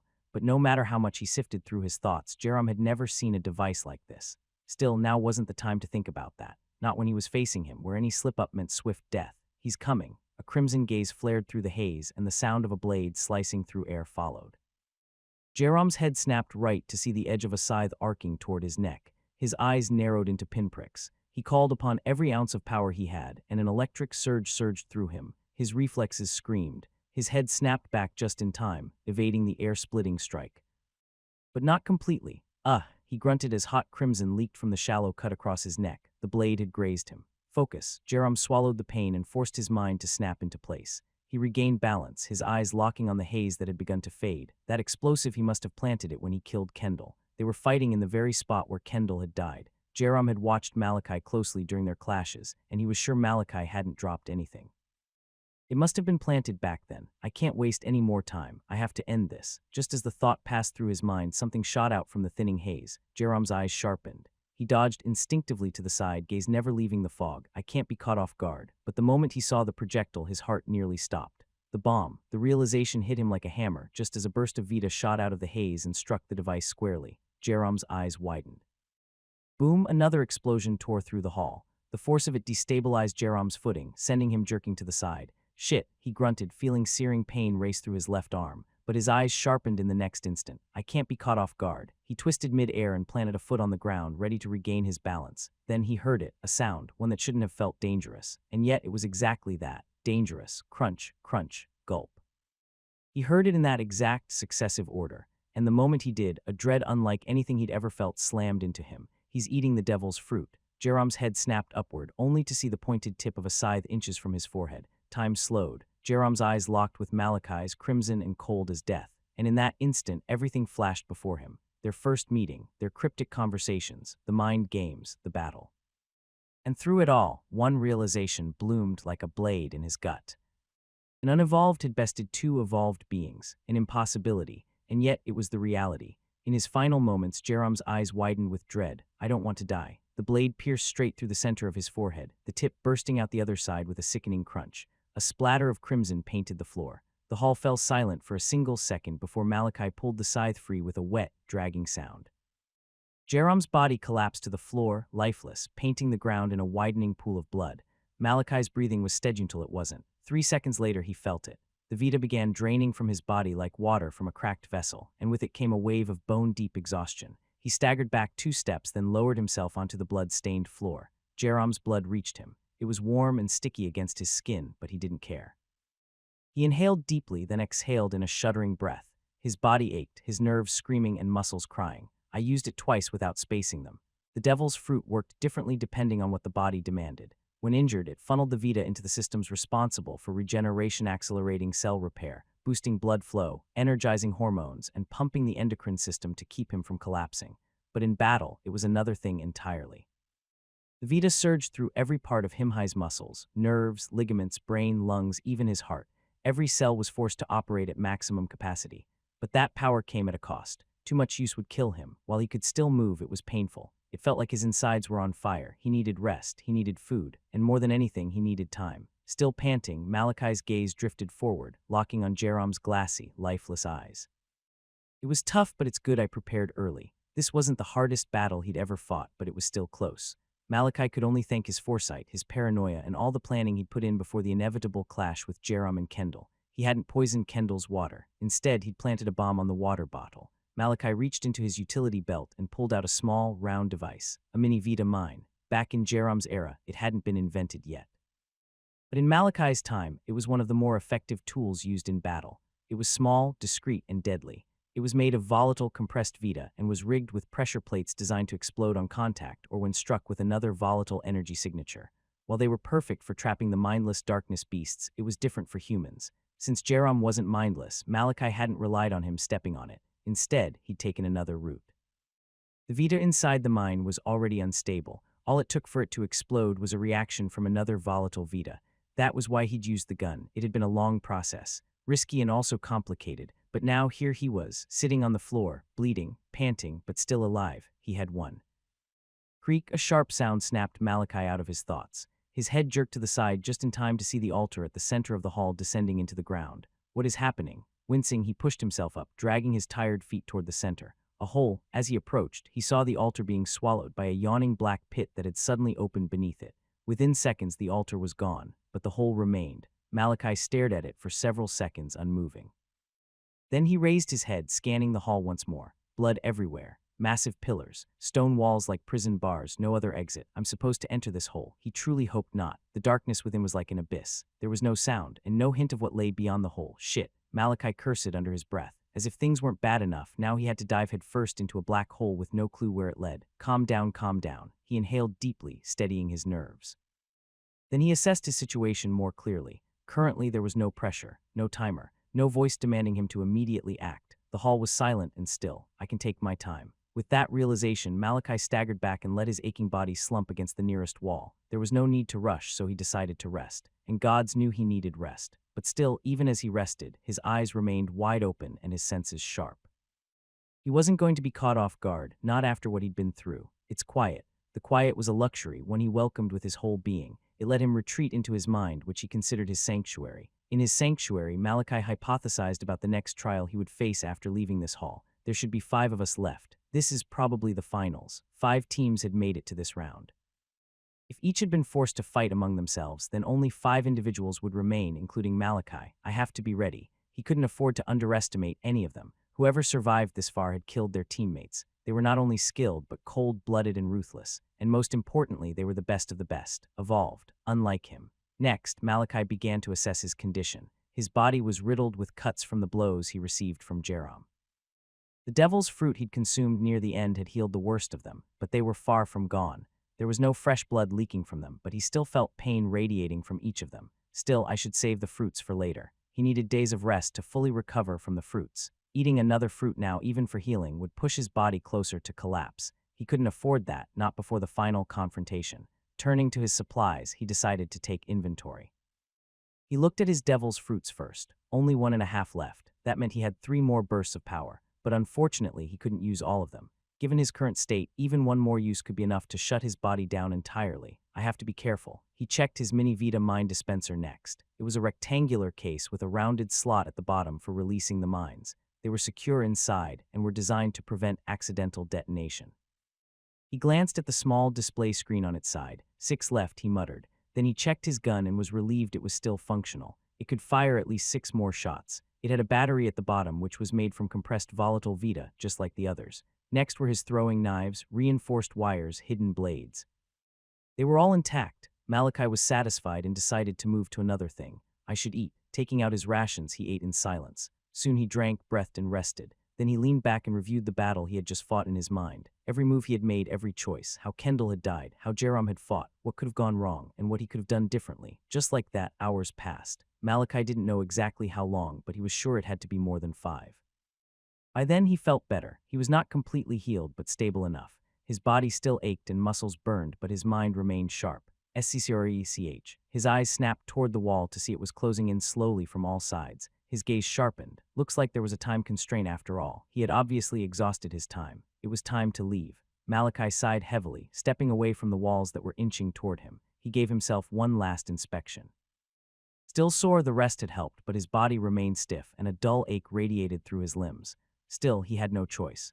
He turned toward the dark pit and stared. I'm starting to hate pits. There was something about them he couldn't shake, the eerie silence, the absolute blackness, and the uncertainty of what lay beneath it. But the walls didn't care. He walked toward the edge and waited, letting the final seconds tick by, determined to use every single second he had. Then, just as the walls were about to crush him, he stepped off the ledge and the darkness swallowed him whole. I'm falling. It wasn't like before. He could actually feel the rush of air and the pull of gravity acting on him. That's good news. It meant he wasn't being teleported somewhere else. He was still inside the labyrinth. This narrows down what to expect. The fall lasted several seconds until he saw it, a bright light rushing up from below. I'm almost at the bottom. But at this speed, if he hit solid ground, his legs would shatter. His hand shot into his jacket and brought out two small daggers, gripping them tightly. He had felt it earlier. Stone walls surrounded him as he fell. Malachi twisted midair, gritting his teeth, and then he stabbed. The daggers scraped against the wall with a screech, sparks flying as his arms trembled from the force. He felt an intense pain surge through his shoulders, elbows, and wrists, but he held on until his descent slowed, eventually coming to a stop. Malachi breathed heavily, ignoring the ache burning through his limbs. He looked down, squinting through the bright light below. I can't be too safe. Malachi looked at the bright light cautiously. He had no idea how far the ground was from the exit of the hole, and he wasn't about to test it with his life. Reaching for his utility belt, he pulled out a thin wire and tied it around one of the daggers, then anchored it deep into the wall. Wrapping the wire around his arm, he lowered himself carefully. As he crossed it, the light blinded him for a moment. Then his feet touched solid ground. As Malachi's eyes opened, he narrowed them instantly. As expected, Malachi had come prepared for the worst, and he got exactly that. His guard rose to its highest peak as he scanned his surroundings. It was another large hall, though it was smaller than the one where he'd fought Kendall and Jerome earlier. But this one had nothing. There was no altar, no markings, just massive stone pillars lining the room. But Malachi wasn't looking at the hall. His eyes were locked on the four figures standing at each corner of the room, each one trapped inside a transparent container, just like the one he stood in. Two Sanguin, one Durandal, one Aurelius. He identified them immediately. Besides him, four others had made it here. The first two were from his clan, although a different generation, the Sanguin. The third was a Durandal. They were also one of the grand clans of the Dome, known for their bone manipulation. Their strength and power had earned them the title of overlords in the Dome, just like the Sanguin, and the last was the Aurelius. Instead, they were a great clan from the west, under the Sanguin's domain. Their abilities were centered on lung control, using their breath to amplify their physical prowess. But Malachi wasn't the only one observing. He could feel the probing gazes of the others, each one cutting and cold, but one in particular made his spine tingle. His eyes soon locked with one of the Sanguins standing at the far end of the hall. It's him, the same Sanguin he'd encountered in the clearing, the one who had nearly got him killed, Xeranus. The youth's icy stare bore into him. Malachi didn't doubt for a second that he'd killed his own teammates without hesitation. Not that Malachi could complain. Third vein, Malachi turned toward the voices. The other Sanguin was calling out to Xeranus. But not just him, the Aurelius had also bowed his head in respect.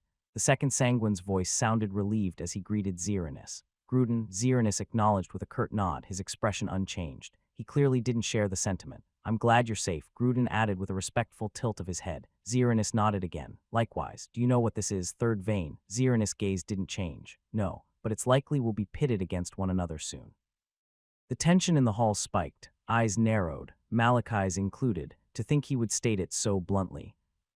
Then Xeranus continued, his tone glacial. Listen, Gruden. Yes, third vein. Xeranus raised his hand slowly, suddenly pointing at Malachi. Once we're out of these containers, I want you to target that one. Malachi's expression shifted slightly. He's too suspicious, Xeranus went on with a sharp voice. I don't recall him among the Sanguin who entered the pit with us. His weapons are foreign. His presence is unaccounted for. In a situation like this, we can't afford unknown variables. He's an anomaly, and as such should be contained and interrogated. Then Xeranus turned to the Durandal descendant, who was watching him intently. You can leave him to me. It was expected that the Aurelius youth would fall into place as their clan was subordinate to the Sanguin clan. That left only the Durandal, the other grand clan descendant, as the true obstacle. Gruden bowed. As you wish, third vein. Then he turned to Malachi, and though he said nothing, his intense eyes said it all. He was coming. Shit, this is bad. An intense frown appeared on Malachi's face. This wasn't good, not even close. He was surrounded by evolved humans, elites that had been trained from their childhood in brutal environments, raised by even more brutal clans. The last thing he needed was to stand out, but he had already failed at that. Now he had a target on his back. Bad news. It was all bad news. I have to prepare. His thoughts snapped into focus and his body stiffened. They were still sealed inside the transparent containers, and he didn't know for how long. He had seconds, maybe less, to ready himself. Unfortunately for him, he didn't even get one. A voice shattered his thoughts. The finalists are now complete. It echoed from everywhere and nowhere at once. Calm. Welcome to the final stage of the successor trials. I applaud your grit and resolve. It is truly commendable. But unfortunately, your trial is not over. You will be tested once again. And this time only one may remain. A pause. You may use whatever means you possess. Survive, and even the peak will await you. As the voice stopped, there was silence. Until... Great. The containers began to open, groaning slowly. Each stretch of the glass sounded like a bowstring drawn to its limit, tense, unbearable. HSK. Malachi yanked the scythe from his back in one fluid motion and turned sharply toward Gruden. He dropped into a stance, every sense braced for combat. His eyes sharpened. The containers finally hissed fully open. For a moment there was nothing but stillness. Then... SHHHKT, blades were unsheathed. The silence broke. Blood flow. The word rang from two directions. Xerinus. Gruden. All at once their bodies trembled. The whites of their eyes flushed to crimson. Blood-red veins surged across their faces, crawling like tendrils beneath their skin. Their temples bulged. Their veins throbbed at the neck, arms, and hands. And then their expressions twisted, turning feral. They no longer appeared human. They blurred forward in unison, the floor cracking beneath their feet from the sheer force of their acceleration. Xerinus and Gruden no longer looked human. Instead, they looked like bloodthirsty predators. Creatures of pure bloodlust, so intense the air around them seemed to shudder. They blurred forward, floor cracking beneath the sudden force of their movement, tearing through the air like demons set loose. Malachi's eyes shot up. His scythe followed a second later, just in time. Clang! A gleaming blade collided against it with the force of a crashing truck, the impact sending tremors through his bones. But this wasn't a fight like the one with Jerome. The Lucerna clan prided themselves on intelligence, speed, and precision. Their battle style was focused on reading their opponents and defeating them in the most efficient way possible. Sanguin were something else entirely. They were monsters of blood, able to manipulate it to pump harder, flow faster, fortify specific muscles, harden skin, increase oxygen, and enhance their speed and strength. In a one-to-one clash, there were no comparisons between them. Malachi's eyes widened as the shockwave of the clash tore through his arms. His knees buckled, and a second later. Boom, he was sent flying, hurtling back until his body slammed into the reinforced container wall with immense force. A burst of blood sprayed from his mouth as he collapsed to the floor with a heavy thud. His lungs heaved as he fought to steady his battered and trembling limbs. Few ribs broken, he grunted inwardly as he assessed. Clash. The sound of Xerinus colliding with the Durandal youth echoed like thunder through the hall, snapping Malachi from his haze. Each of their blows exploded like miniature bombs, flashes of silver and crimson lighting up the space as they clashed at fast speeds. But Malachi couldn't be focused on them right now. An intense pain was currently surging through his entire body. However, he swallowed it, all of it, as his head snapped up, and his gaze landed on Gruden, who was approaching him slowly. His eyes were wild with bloodlust. "You're weaker than I thought," Gruden sneered. "Are you even a Sanguin?" Malachi hadn't even been able to exchange one clash with him. Still, Gruden shrugged, voice filled with disdain. "Doesn't matter anyway, you should just submit." A wicked grin appeared across his face. "Though you're free to resist, I actually prefer it that way." The Sanguin were filled with the deranged, and their youths were no different. Malachi wasn't even surprised by what he had just heard. Instead, he gritted his teeth and shakily rose to his feet. He was bloodied and bruised, but not beaten. Not yet. He raised his scythe and entered a low stance. This situation was bad. No, it was dire. He only had one use of the devil's fruit, and even if by some miracle he got Gruden, he still had Xerinus to deal with. Even he wasn't sure he'd walk away alive, however. "When death comes close and shadows near, we rise as one, we hold no fear." The words of the Sanguin creed echoed in his mind. His erratic breath slowed, his trembling limbs steadied, his racing heart fell into rhythm. It didn't matter what the future held. No matter what, he would still fight. Gruden's grin widened as he saw Malachi's eyes sharpen. That looked the unshakable, blood-hardened resolve. Yes, this was what he loved. But just as he stepped forward, suddenly the air in the entire hall changed. There was a sudden pulse, followed by a pressure, and then... Presence, all eyes snapped to the center of the hall, where an intense golden light had ignited into being, flooding the room in radiant brilliance. Malachi's gaze narrowed. What? His spine prickled. That chill, he couldn't mistake it, that feeling of death. one he had felt numerous times before, but it had never been this potent. A darkness creature, he thought. No, this wasn't like any darkness he'd faced before. This was worse. As the light dimmed, silence fell over the entire hall. Even Xeranis and the Durandal youth had stopped. Everyone watched, waiting. And when the last of the light faded, their eyes widened in collective shock at the figure now standing at the middle of the hall. It was short, unlike the one Malachi had fought in the forest. Its head was large, and its limbs were long and sinewy. Its entire body was slick black, its teeth unnaturally white and wickedly pointed. But unlike the mindless beast Malachi had faced earlier, this one stood with both arms clasped behind its back. It didn't growl, didn't charge, it watched, silently, with intelligence in its eyes. The gaze of every person in the hall trembled, a grade 2 darkness creature. The same realization struck them all at once. A grade 1 was already a nightmare, an unstoppable force in the midst of normal humans, but grade 2s, they were something else entirely. From grade 2 and above, each creature possessed a unique power, something tailor-made to them. It was unpredictable. It could be elemental, physical, psychic. There was never any certainty unless one fought them and found out. And one of them had just been placed among them. It's not an enhancer. While the others froze in dread, Malachi's mind was already racing. If it had been a grade 2 enhancer, they'd all be dead already. A genesis was the first stage of human evolution. A genesis could defeat a grade 1 darkness creature, though it would be a hard-fought battle and potentially fatal depending on the situation. But even a genesis couldn't hope to beat a grade 2 head-on. Regardless, the reason why Malachi hadn't panicked yet was because everything depended on the category of darkness, and also the number of genesis evolvers present. As Malachi assessed their situation, his heartbeat slowed as he calmed down. It's possible to win this. From its posture, the way it held back, the aura it exuded, this wasn't an enhancer.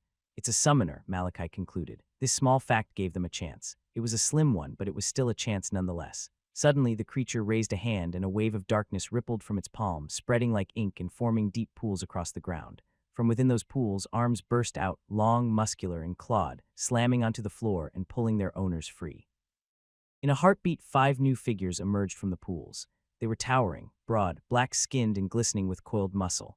Their heads were small and their frames rippling with power. There was no way Malachi could forget them. Grade 1 enhancers. Each one of them roared, a deep cry that made the entire hall tremble. The tension in the hall thickened. The air grew heavier, and the hands of the descendants tightened around their hilts. The creatures moved. 5 figures with massive frames stood around the grade 2 summoner, facing the descendants with a devilish look. Towering, broad, black-skinned and glistening with coiled muscle. Their heads were small and blunt, their bodies emanating raw power. There was no way Malachi could ever forget them. He had fought and luckily survived a battle against just one not long ago. Grade 1 enhancers. Each one released a guttural roar that made the entire hall tremble.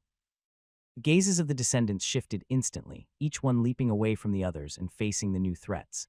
The darkness knew no allies, no foes. Once birthed, their only goal was to cause carnage and multiply. The darkness creatures locked onto their targets, each one selecting a descendant, then shot forward, tearing through the air like living missiles. Everyone scattered. Malachi's eyes widened. His body moved before his thoughts could catch up, hurling himself to the right and rolling across the ground.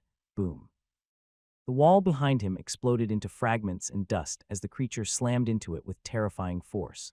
Malachi raised his arms to shield his face from the debris, but the dust hadn't even cleared before his spine tingled. The feeling of death came crashing onto him. It's coming. He slammed his left hand and leg into the ground, jerking his entire body to the side just as a massive frame crashed down where he'd been, shattering the hard floor. It's too fast. Malachi's mind raced as fast as his limbs. His body ached, intense pain radiating through every inch, but he pushed it all down. At this point, it was do or die, and Malachi had no intention of dying. Using the momentum of his roll, he spun and sprang to his feet, but he didn't stop. He didn't look back. Malachi bolted. He sprinted at full speed, forcing every bit of strength from his battered body. The darkness creature was chasing him. He didn't need to look to know. The rumbling ground made it obvious enough. I have to rely on that feeling. In his current situation, there was no room for hesitation. He was slower than the darkness creature. He needed every bit of speed he could get. Even a glance back would slow him and end in his death, so he relied on instinct, on that creeping, bone-deep sense of death that he always felt when the darkness was close. The ground trembled beneath him. The air tore behind him. Still, he didn't stop, didn't look. Then he felt the chill crawl up his spine. It's here. Malachi's eyes narrowed. He shifted his center of balance to his right leg, then pushed. His body shot to the left, and a crushing fist slammed into the space he had just left. Malachi rolled, dirt and dust whipping past his skin before springing back into motion without hesitation. Another second passed. Another chill crawled up his spine. He reacted immediately, darting away just before another blow could connect. Again and again. Malachi repeated the same maneuver, dodge, roll, sprint, over and over again. Each time he escaped by a hair's breadth, but as he rose to his feet once more, one thought echoed in his mind. I can't keep repeating this. He was glad the creature was too dumb to find a way around his plan, but his body was reaching its limit. Every second he spent dodging the darkness creature was draining what little stamina he had left. I need a plan. His mind worked quickly, going through his options. Killing the darkness creature outright wasn't an option. Summoners were restricted by how many summons they could control at once, not by how many they had in reserve. It was possible the summoner still had more creatures on hand. If he wasted energy taking this one down, it would only be replaced. I'll be wasting my limited energy. He needed another approach. Evading one more strike, Malachi's eyes swept across the battlefield, looking for something, anything.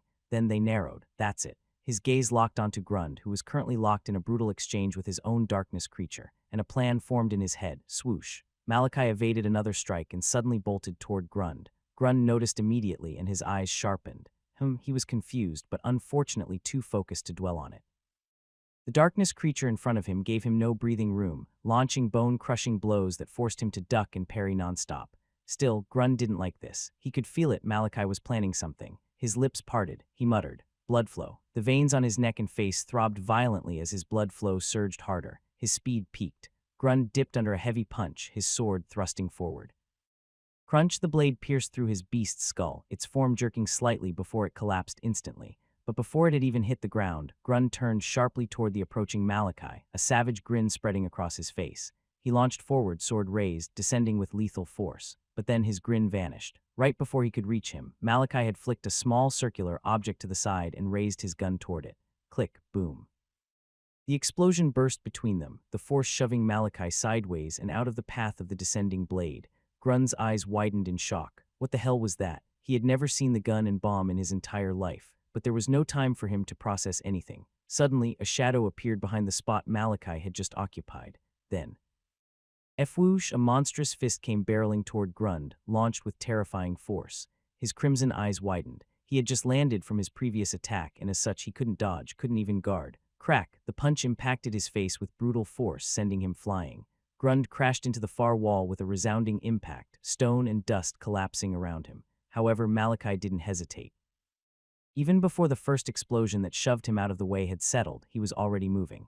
His hand flicked, tossing a Vita-charged mine toward the confused darkness creature. He pulled the trigger. Boom, the blast rocked the beast's face, engulfing it in flame and smoke. But Malachi didn't follow up. He had only wanted to distract it. His focus wasn't on it. He was already sprinting, not toward the creature, but toward what he considered the real threat. Grund, he's still alive. As a Sanguin, Malachi knew their bodies. He knew their abilities. One of them was that they could control blood flow and harden their blood to shield themselves. If Grund had done that, then the punch alone wouldn't be enough. Malachi's eyes sharpened as the dust began to clear, revealing the aftermath. Malachi's eyes narrowed as the dust began to clear. Then, boom, a small shockwave erupted as the dust suddenly scattered, and Gruden dropped to the ground from the wall with a pained grunt. Crimson blood dripped from his battered face, and the sound of gritted teeth broke his silence. Shit, he roared. His head was filled with nothing but pain. That punch, it would have shattered his skull if he hadn't hardened the blood in his head just in time. Gritting his teeth, his mind replayed the entire sequence once more. Malachi's sudden sprint, the explosion he had been baited. His eyes burned with hate. I'll kill that bastard. His head snapped up, ready to charge toward Malachi, but his eyes widened in the next instant. Right in front of his face, a small circular object had appeared inches away, and before he could react, a burst of Vita hit it. What boom, the explosion rocked him again. Gruden screamed, thrashing on the ground in pain. Ha! He roared, his fists clenching the hard ground. All he felt was agony. His face was now raw, burnt, and bloodied. I'll kill you, he howled. As he opened his eyes to rise, his breath stopped. How his eyes trembled. The edge of a scythe, gleaming and cold, had appeared inches away from his face just before his right eye, and behind it was none other than Malachi, expressionless, eyes like ice. Gruden barely had time to process. SHHK, the blade pierced through his eye and drove deep into his skull. Gruden's body twitched once, then stilled. Malachi pulled his blade free with a smooth motion, stepping back as the blood dripped down. His breath came in deep, ragged gasps as Gruden's corpse hit the floor with a heavy thud, but he didn't relax, not even for a second. He shot to the right, just in time to evade the air-splitting strike from the darkness creature that hurtled down behind him. Regaining his balance, Malachi broke into a sprint again, pushing his body to its limits, his mind racing. Now that the threat's been taken care of, let's move to our main threat. Without Gruden in the picture, Malachi finally had the space to reassess. He turned to examine the situation in the hall, and his eyes widened in disbelief. What happened? In the few moments he'd been distracted, so many things seemed to have occurred. The Grade 2 summoner still stood silently in the center, observing. But that wasn't what stunned him. It was the other descendants, or to be more specific, descendant. Looks like I wasn't the only one with the idea. Malachi hadn't been the only one who thought to get rid of the other competitors using the chaos.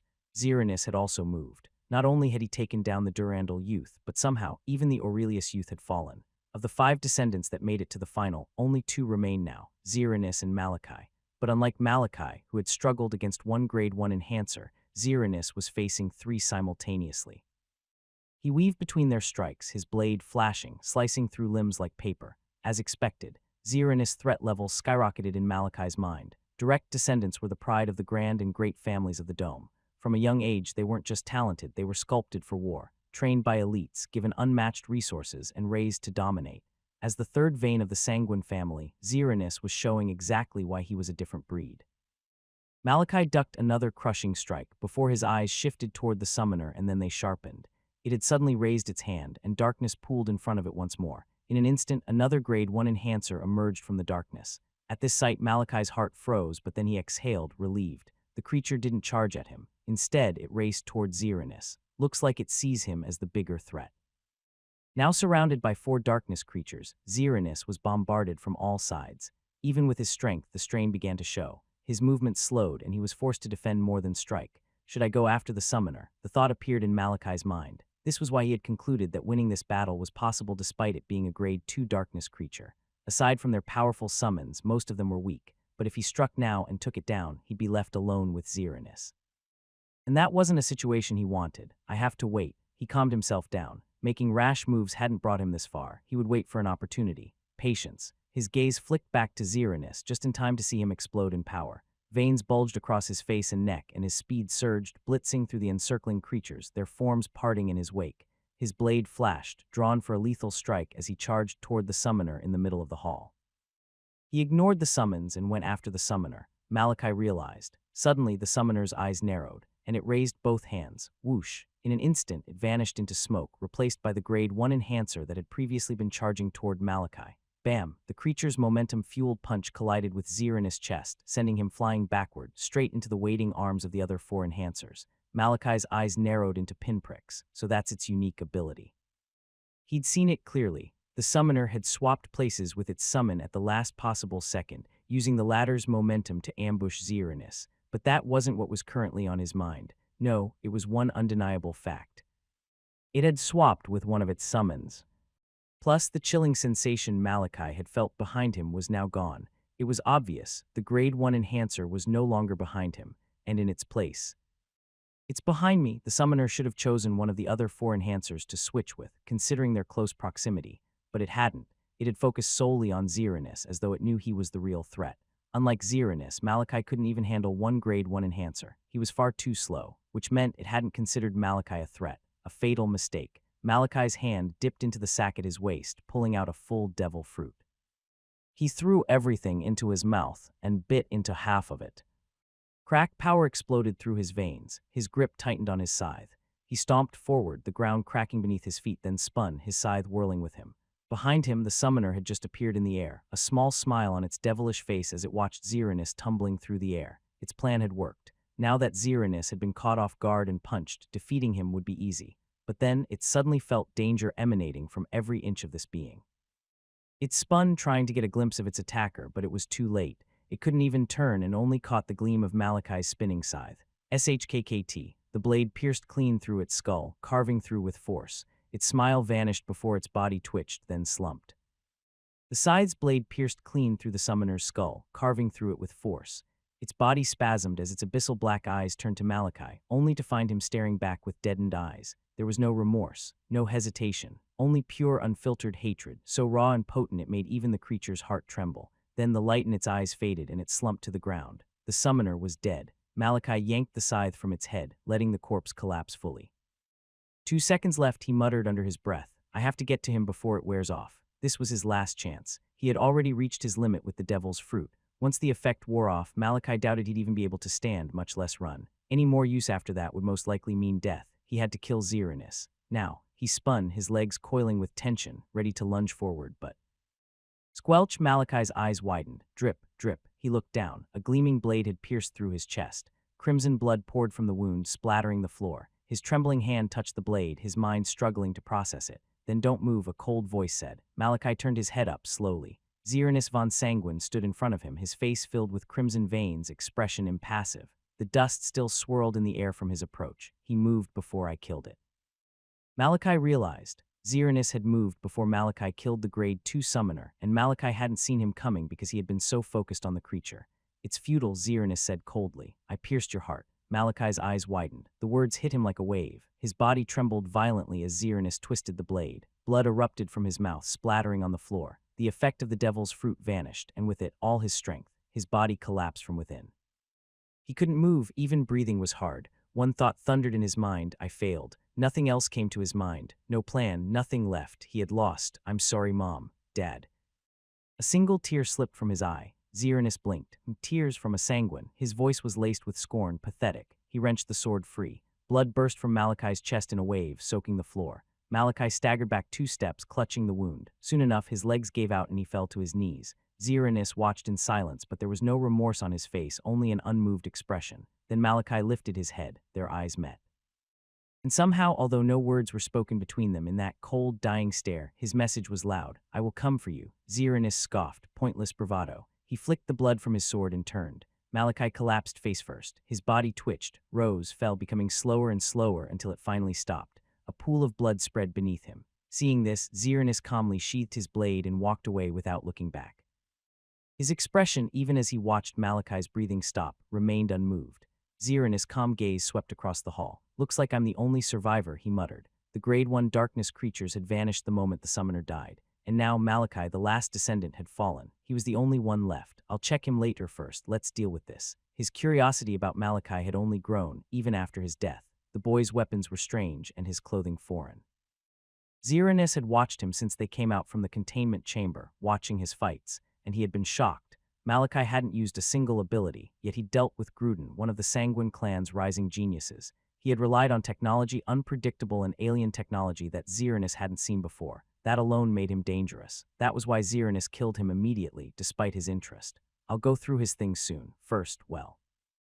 He suddenly called aloud, his voice echoing across the silent hall. He waited, but nothing came. No answer, no light, no voice, only silence. I'm the only survivor, Xeranis said, frowning. I passed the round. I won the trials. Regardless, there was still no response. Xeranis' eyes narrowed. Did I miss something? His mind churned. No, I did what the voice instructed. I killed the others. So why? A strange feeling appeared in his heart. Unease, doubt.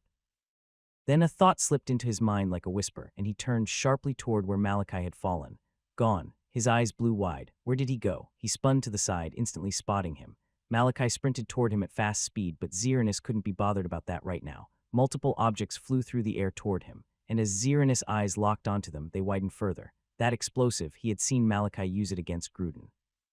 He had seen the devastating damage it could cause. Only one at close range had been able to reduce Gruden to that state. However, this wasn't one, not two, but three. 3 compact explosives whirled toward him, mid-air, looking harmless as though they could never hurt a fly. A shot of Vita energy struck one. Boom, a chain reaction. Boom, boom, boom. An explosion ripped through the hall, violent and all-consuming. Heat and smoke surged outward like a living beast, swallowing all in its path. From within the haze, a figure burst forth, arms crossed, sword braced in front of him. Smoke curled off his charred arm, pain radiating from the burn. But Xeranis' crimson gaze was cold, unblinking, locked onto the mist with the eyes of a predator. It's a distraction. He'll come now. He had seen this before. Malachi used the same tactic against Gruden. He wanted to catch him off guard. However, he was ready. Crimson veins throbbed along his skin as he summoned power, gripping his sword tighter. Then, he heard it, hum. 3 shots of concentrated Vita energy burst from the smoke, hurtling directly towards him. His stance shifted instantly. His blade moved in a precise arc, cleaving through all 3 in one swift slash. His eyes sharpened. From the smoke, Malachi burst out. His scythe swept toward Xeranis' head in a wide arc, using just his right hand. Xeranis scoffed. Predictable. His sword descended, aiming to intercept. But then, Malachi's left hand that had been behind him came into view. It held a gun. Xeranis' gaze snapped to it, but it was too late. Malachi fired. Bang, bang, 2 rapid shots. Both struck Xeranis' sword, jolting it out of line just enough to miss the scythe. Zirenis' eyes exploded wide. He got me. Zirenis' eyes trembled. The 2 shots Malachi fired had shifted his sword away at the last possible second. I should have cut off his head, regret. It was a feeling Zirenis never thought he could ever feel, but it was the only thing that consumed him as the edge of the scythe screamed toward him. To think he, a direct descendant, would die like this. Shhnk, the scythe carved through his skull in a clean, fatal arc. Blood burst from the wound in a crimson spray. Silence fell. An intense stillness settled over the hall as Malachi yanked his scythe free. Zirenis' body crumpled, his shocked expression frozen as his lifeless face hit the floor. Huff huff. Malachi stood over him, chest heaving, each breath ragged and heavy. He stared at the corpse as the reality of what he had done slammed into him. I did it. Many would have said it was impossible. Hell, even he had doubted it at one point. But through all the struggle, through every failure, every time he had forced himself back to his feet. He had done it, he had fucking done it. His roar shook the hall, raw and feral, so loud the veins in his neck bulged. He was happy. He was exhilarated. He had fucking survived. But his roar froze in his throat. His mouth was opened wide as he tried to shout, but no sound came. He tried hard to breathe, but no air entered his lungs. Malachi's entire body trembled. Then he felt it. Pain. But this was not pain like he'd ever felt before. It wasn't from blades, fire, or even near-death injuries. This was worse, far worse. His entire body screamed, every nerve, every cell. It felt like he was melting from the inside. He tried to scream, but nothing came out. He collapsed to his knees, hands clutching his throat, gasping, begging for air. Tears welled in his eyes and spilled down before turning crimson. Blood flowed from his eyes and his ears. His body was shutting down. The devil's F fruit. He had suspected that this would happen. Entering into the hall, he had only one more shot left, one last chance to use the devil's fruit. And he had already reached the limit earlier when he had killed the Grade 2 summoner. Back then, he had been in a rush and grabbed the first thing he could, a whole fruit. He had thrown everything into his mouth and only eaten half of it, leaving the rest inside his mouth. It was then Zirenis had struck. Zirenis thought he had pierced Malachi's heart, but he had been wrong. He had missed because of one reason. With trembling fingers, Malachi reached into the inside of his jacket, right where the sword had stabbed through, and pulled something out. A coin, but it was bent. It had been crushed inward as though something had stabbed it. Nyx's coin. She had given it to him before entering the pit, and this had been what Zirenis' blade had struck, veering just enough off course to miss his heart. And as Malachi was bleeding to death on the floor, he had waited, bided his time. And when the moment came, he ate the remaining half of the devil's fruit in his mouth. It gave him enough strength to unleash his final assault to kill Zirenis. But now he was paying the price. Arg! His scream tore through his mind, raw and agonizing. His body shook. His vision blurred. Darkness started enveloping his sight. His thoughts slowed. Everything felt far away. His heartbeat faltered. This is it. He was dying, and there was nothing he could do. And just as the final thread of his life threatened to snap, SHOOM, a blinding light ignited in the center of the hall. It twisted inward, collapsing before shaping into the form of a man. The figure strode toward Malachi, steps swift. Astonishing, the man said as he approached. His voice was calm but filled with nothing but awe as he stared at Malachi. To think a normal human would actually win. He knelt beside Malachi, gazing down with a slight smile. You performed the impossible, he said gently, raising a hand. And so you deserve the chance to climb higher. The man's palm glowed with a deep green radiance, energy rippling from it in waves. Congratulations, you are now the successor of life. The light surged outward, engulfing Malachi and then the entire hall, and everything went white. Malachi had a nightmare. It wasn't new, nor was it foreign. It was the nightmare, the one that had plagued him for years. The same dark, cold night, the same heartfelt goodbye from his mother, the same moment she shoved him into the hidden compartment, sealing him inside, the same violent rumblings above that shook his bones, the same feeling of helplessness, paralyzed, unable to move, unable to do anything. But then 2 crimson eyes snapped open in the darkness. A jolt of shock surged through Malachi. He was back in the compartment, buried underground, the place he had relived an uncountable number of times over the years. But this time something was different. He could move. His limbs weren't frozen. His body wasn't broken. He could move. A low rumble echoed from above, growing louder. A battle, Mom. Malachi's eyes darkened. Hey, he screamed, fists slamming against the metal above him. Let me out. Bang, bang, bang. He struck the compartment over and over, but it didn't budge. No matter how hard he hit, it wouldn't break. Mom, I'm here, let me help, I can fight now, I'm not useless anymore, please, but there was no response. And after some seconds' silence, she was gone. No, his voice broke. You bastard. Then.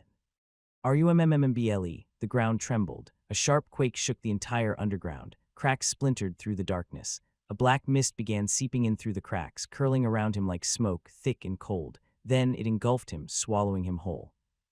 Gasped. Malachi's eyes snapped open. He jolted up, clutching his chest, breathing in ragged, panicked gasps. His heart thundered in his ears. The memories of the earlier incident surged through his mind, and his hand instinctively reached to his chest where Xerinus had stabbed him. But there was nothing. No pain. He blinked, stunned. The pain was gone, not just the wound, all of it. Even the unbearable agony from the aftermath of the devil's fruit was gone. Instead, his body felt incredible. "What is going on?" Malachi muttered, his gaze sweeping the room. Then his eyes froze. A man sat a few feet away, looking at him with a calm, gentle smile. Silence fell. Even after being noticed, the man just watched. He didn't speak, didn't move. Then the realization slammed into Malachi. He had been unconscious, in front of a stranger. His legs tensed and he tried to stand, but standing was the last thing he did. His body shot upward with blinding speed, almost crashing into the ceiling. His eyes widened in shock and he twisted midair, landing on the ground with surprisingly nimble ease. What the hell? He stared at his arms, stunned, then scanned his body. "This is my body." He took a breath, then jumped again. This time he barely used any strength, but he still soared, higher than his old self ever could. His body felt light, too light, weightless. No, not just that. He turned to the wall, raised his fist, and punched. Even before his hand landed, he could feel it. His fist moved fast, too fast for an unevolved. Bam! It struck like a cannon blast, sending deep cracks spiderwebbing across the wall. Malachi stared at his hand. He didn't understand. He couldn't. What the hell is happening? "Are you done?" The voice snapped him from his thoughts. The man was still there, still seated in the center of the room. Shit, I almost forgot about him. He had been so absorbed with assessing the changes to his body that he had almost forgotten about the stranger in the room with him. Malachi glanced at him again, this time taking a full look. The man was ordinary. He didn't look like he belonged in a world of death and chaos. He was middle-aged, maybe in his 40s. Bald head with a shiny crown, chubby frame, round belly, soft arms with stubby fingers. He didn't look like someone who had ever picked up a weapon in his entire life, maybe a kitchen knife. But when Malachi met his eyes, he paused. There was something about them, a kind, gentle warmth. The same warmth he had only ever seen on one person, his mother. They bore no resemblance, but in their world, finding a person with such kind eyes was rare. "Oh, I didn't mean to interrupt," the man said quickly, waving his hands. "Please, carry on. Where am I? Who are you?" Malachi cut in, his tone sharp. As he realized his earlier mistake, his entire body had gone guarded. The man cleared his throat. "Ah yes, my manners." He smiled again. "You're currently inside the trial world created by the life's essence." He placed a hand on his chest and bowed slightly. "My name is Valentine Hathaway, and I was the last successor of life." Malachi gave the man a leveled stare, his eyes narrowing. Seeing this, Valentine offered a wry smile. "Ah, I'm confusing you even more, aren't I?"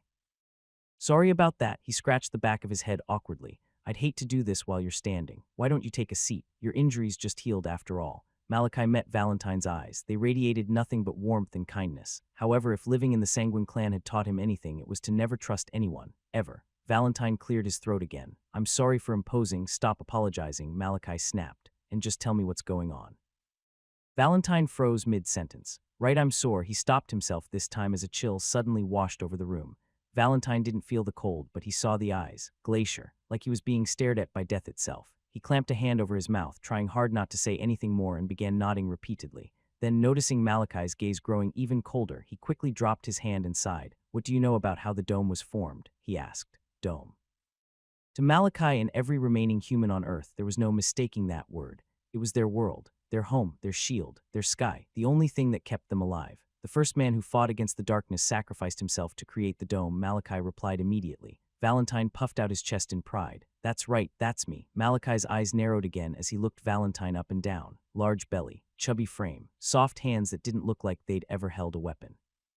"You're joking," Malachi said. Valentine's face flushed red. "I'll have you know," he began, bristling, "you're speaking to the first warrior who stood against the darkness. Back then I was tall, fit, and incredibly brave." "All right," Malachi cut in, uninterested. "All right," Valentine said, baffled. Malachi nodded. "You're the man who created the dome. Okay, I also recognize your voice. It was deeper before. You've been the one guiding us through this place. So tell me, what exactly is this place?" He stepped forward as he continued. "You said you were the last successor of life. Is this whole trial meant to select another successor? Now that I've one, does that make me the new one? And what does it even mean to be a successor of life?" Valentine blinked, stunned. Malachi had dissected everything, connected each piece, and laid out every question to confirm his hypothesis. Not a single word wasted. Valentine gave a short, breathy laugh. "You're sharp." Then he shook his head. "All right. I'll start from the beginning." Suddenly, the entire hall shimmered, then dissolved, replaced by a vast, black canvas. Malachi tensed, his eyes darting around. It felt like he was standing in emptiness. "Calm down," Valentine said with a gentle voice. "I'm just trying to show you." He pointed upward. An image blinked into existence, a blue planet surrounded by the black expanse. Earth. Malachi's eyes narrowed. Even though no human had stepped outside the dome in generations, some knowledge of the past world had still been passed down through descendants, and among them were their solar system, their planet. The solar system, Malachi muttered, 8 planets revolving around a star: Mercury, Venus, Earth, Mars, Jupiter, Saturn, Uranus, and Neptune. And this was Earth, the home of mankind. The image zoomed in rapidly, blurring past cities, people, and noise, before stopping at a small, quiet farm on the outskirts of a town. There everything was peaceful, silent, until a meteor blazed through the atmosphere, crashing into the field just in front of the house. Flames burst outward, then just as quickly vanished, as if the fire had never existed. From the modest farmhouse, a man stepped out, his expression panicked as he gazed at the smoking impact site. Malachi's eyes narrowed. The resemblance was unmistakable. It's him, he realized. The man looked every bit like the chubby Valentine before him. The man on the scene, Valentine, hesitated. He bit his lip, went back inside, came out again, repeated the process, over and over until finally he clenched his fist, took a step forward and approached the meteor. As he reached the meteor, taking every precautionary measure known to man, it suddenly exploded into a cloud of vibrant green mist. The mist swirled around him, then surged into his body all at once. He gasped, then screamed. Malachi watched as he fell to the ground, thrashing violently. He clutched his head, body convulsing, shouting words between cries of agony. It hurts, it hurts. His screams echoed, desperate, and his limbs jerked uncontrollably as green veins pulsed under his skin, glowing faintly with each jolt of pain. Then slowly his movements dulled, his voice broke, and silence followed. The green light around his body shifted, spreading until it encased him in a cocoon of radiant emerald. Malachi's eyes narrowed. He'd seen this before. He's evolving, he thought. Moments passed. Then the cocoon cracked and light spilled from within before vanishing in a final burst. And from the light, Valentine stood. But it was no longer the same man. He was taller now. Lean muscle sculpted his once soft frame. His rounded belly was gone, replaced by compact packs. His hair had grown out, shiny, and his face had become sharp, refined, almost devilishly handsome. Malachi exhaled slowly, watching with rapt attention. This is how the first man gained his power, a stone from the skies. His mind had already started drawing conclusions based on what he was seeing. From their history, one man had fought the darkness first before others started to evolve. However, no one knew how, especially considering it took time for humans to start evolving.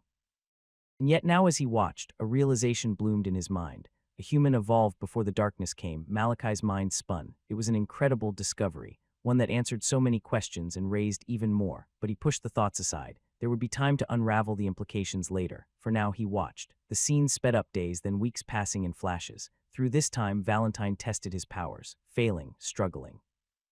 One scene showed him trying to fly, only to crash headfirst into a tree. Another had him punching through a boulder, celebrating until the boulder rolled onto his foot and he screamed like a child. And yet, despite all the awkward stumbles and his constant muttering of "I'm sorry" and "oops," Valentine improved. Gradually, earnestly, that was when it happened. The sky darkened, the air turned gloomy, the darkness descended. They came without warning, crawling, screeching, roaring. Cities fell.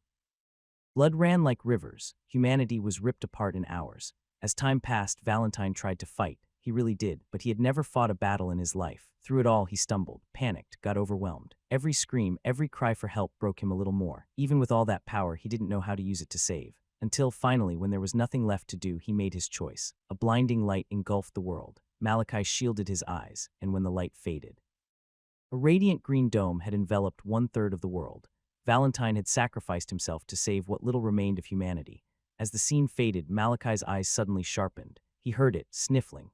He turned, only to see Valentine standing beside him, dabbing his eyes with a handkerchief that had appeared from God's nowhere. "Are you okay?" Malachi asked, sounding more baffled than concerned. Why the hell was this man crying? Valentine nodded quickly, still sniffling. "Yeah, I'm sorry.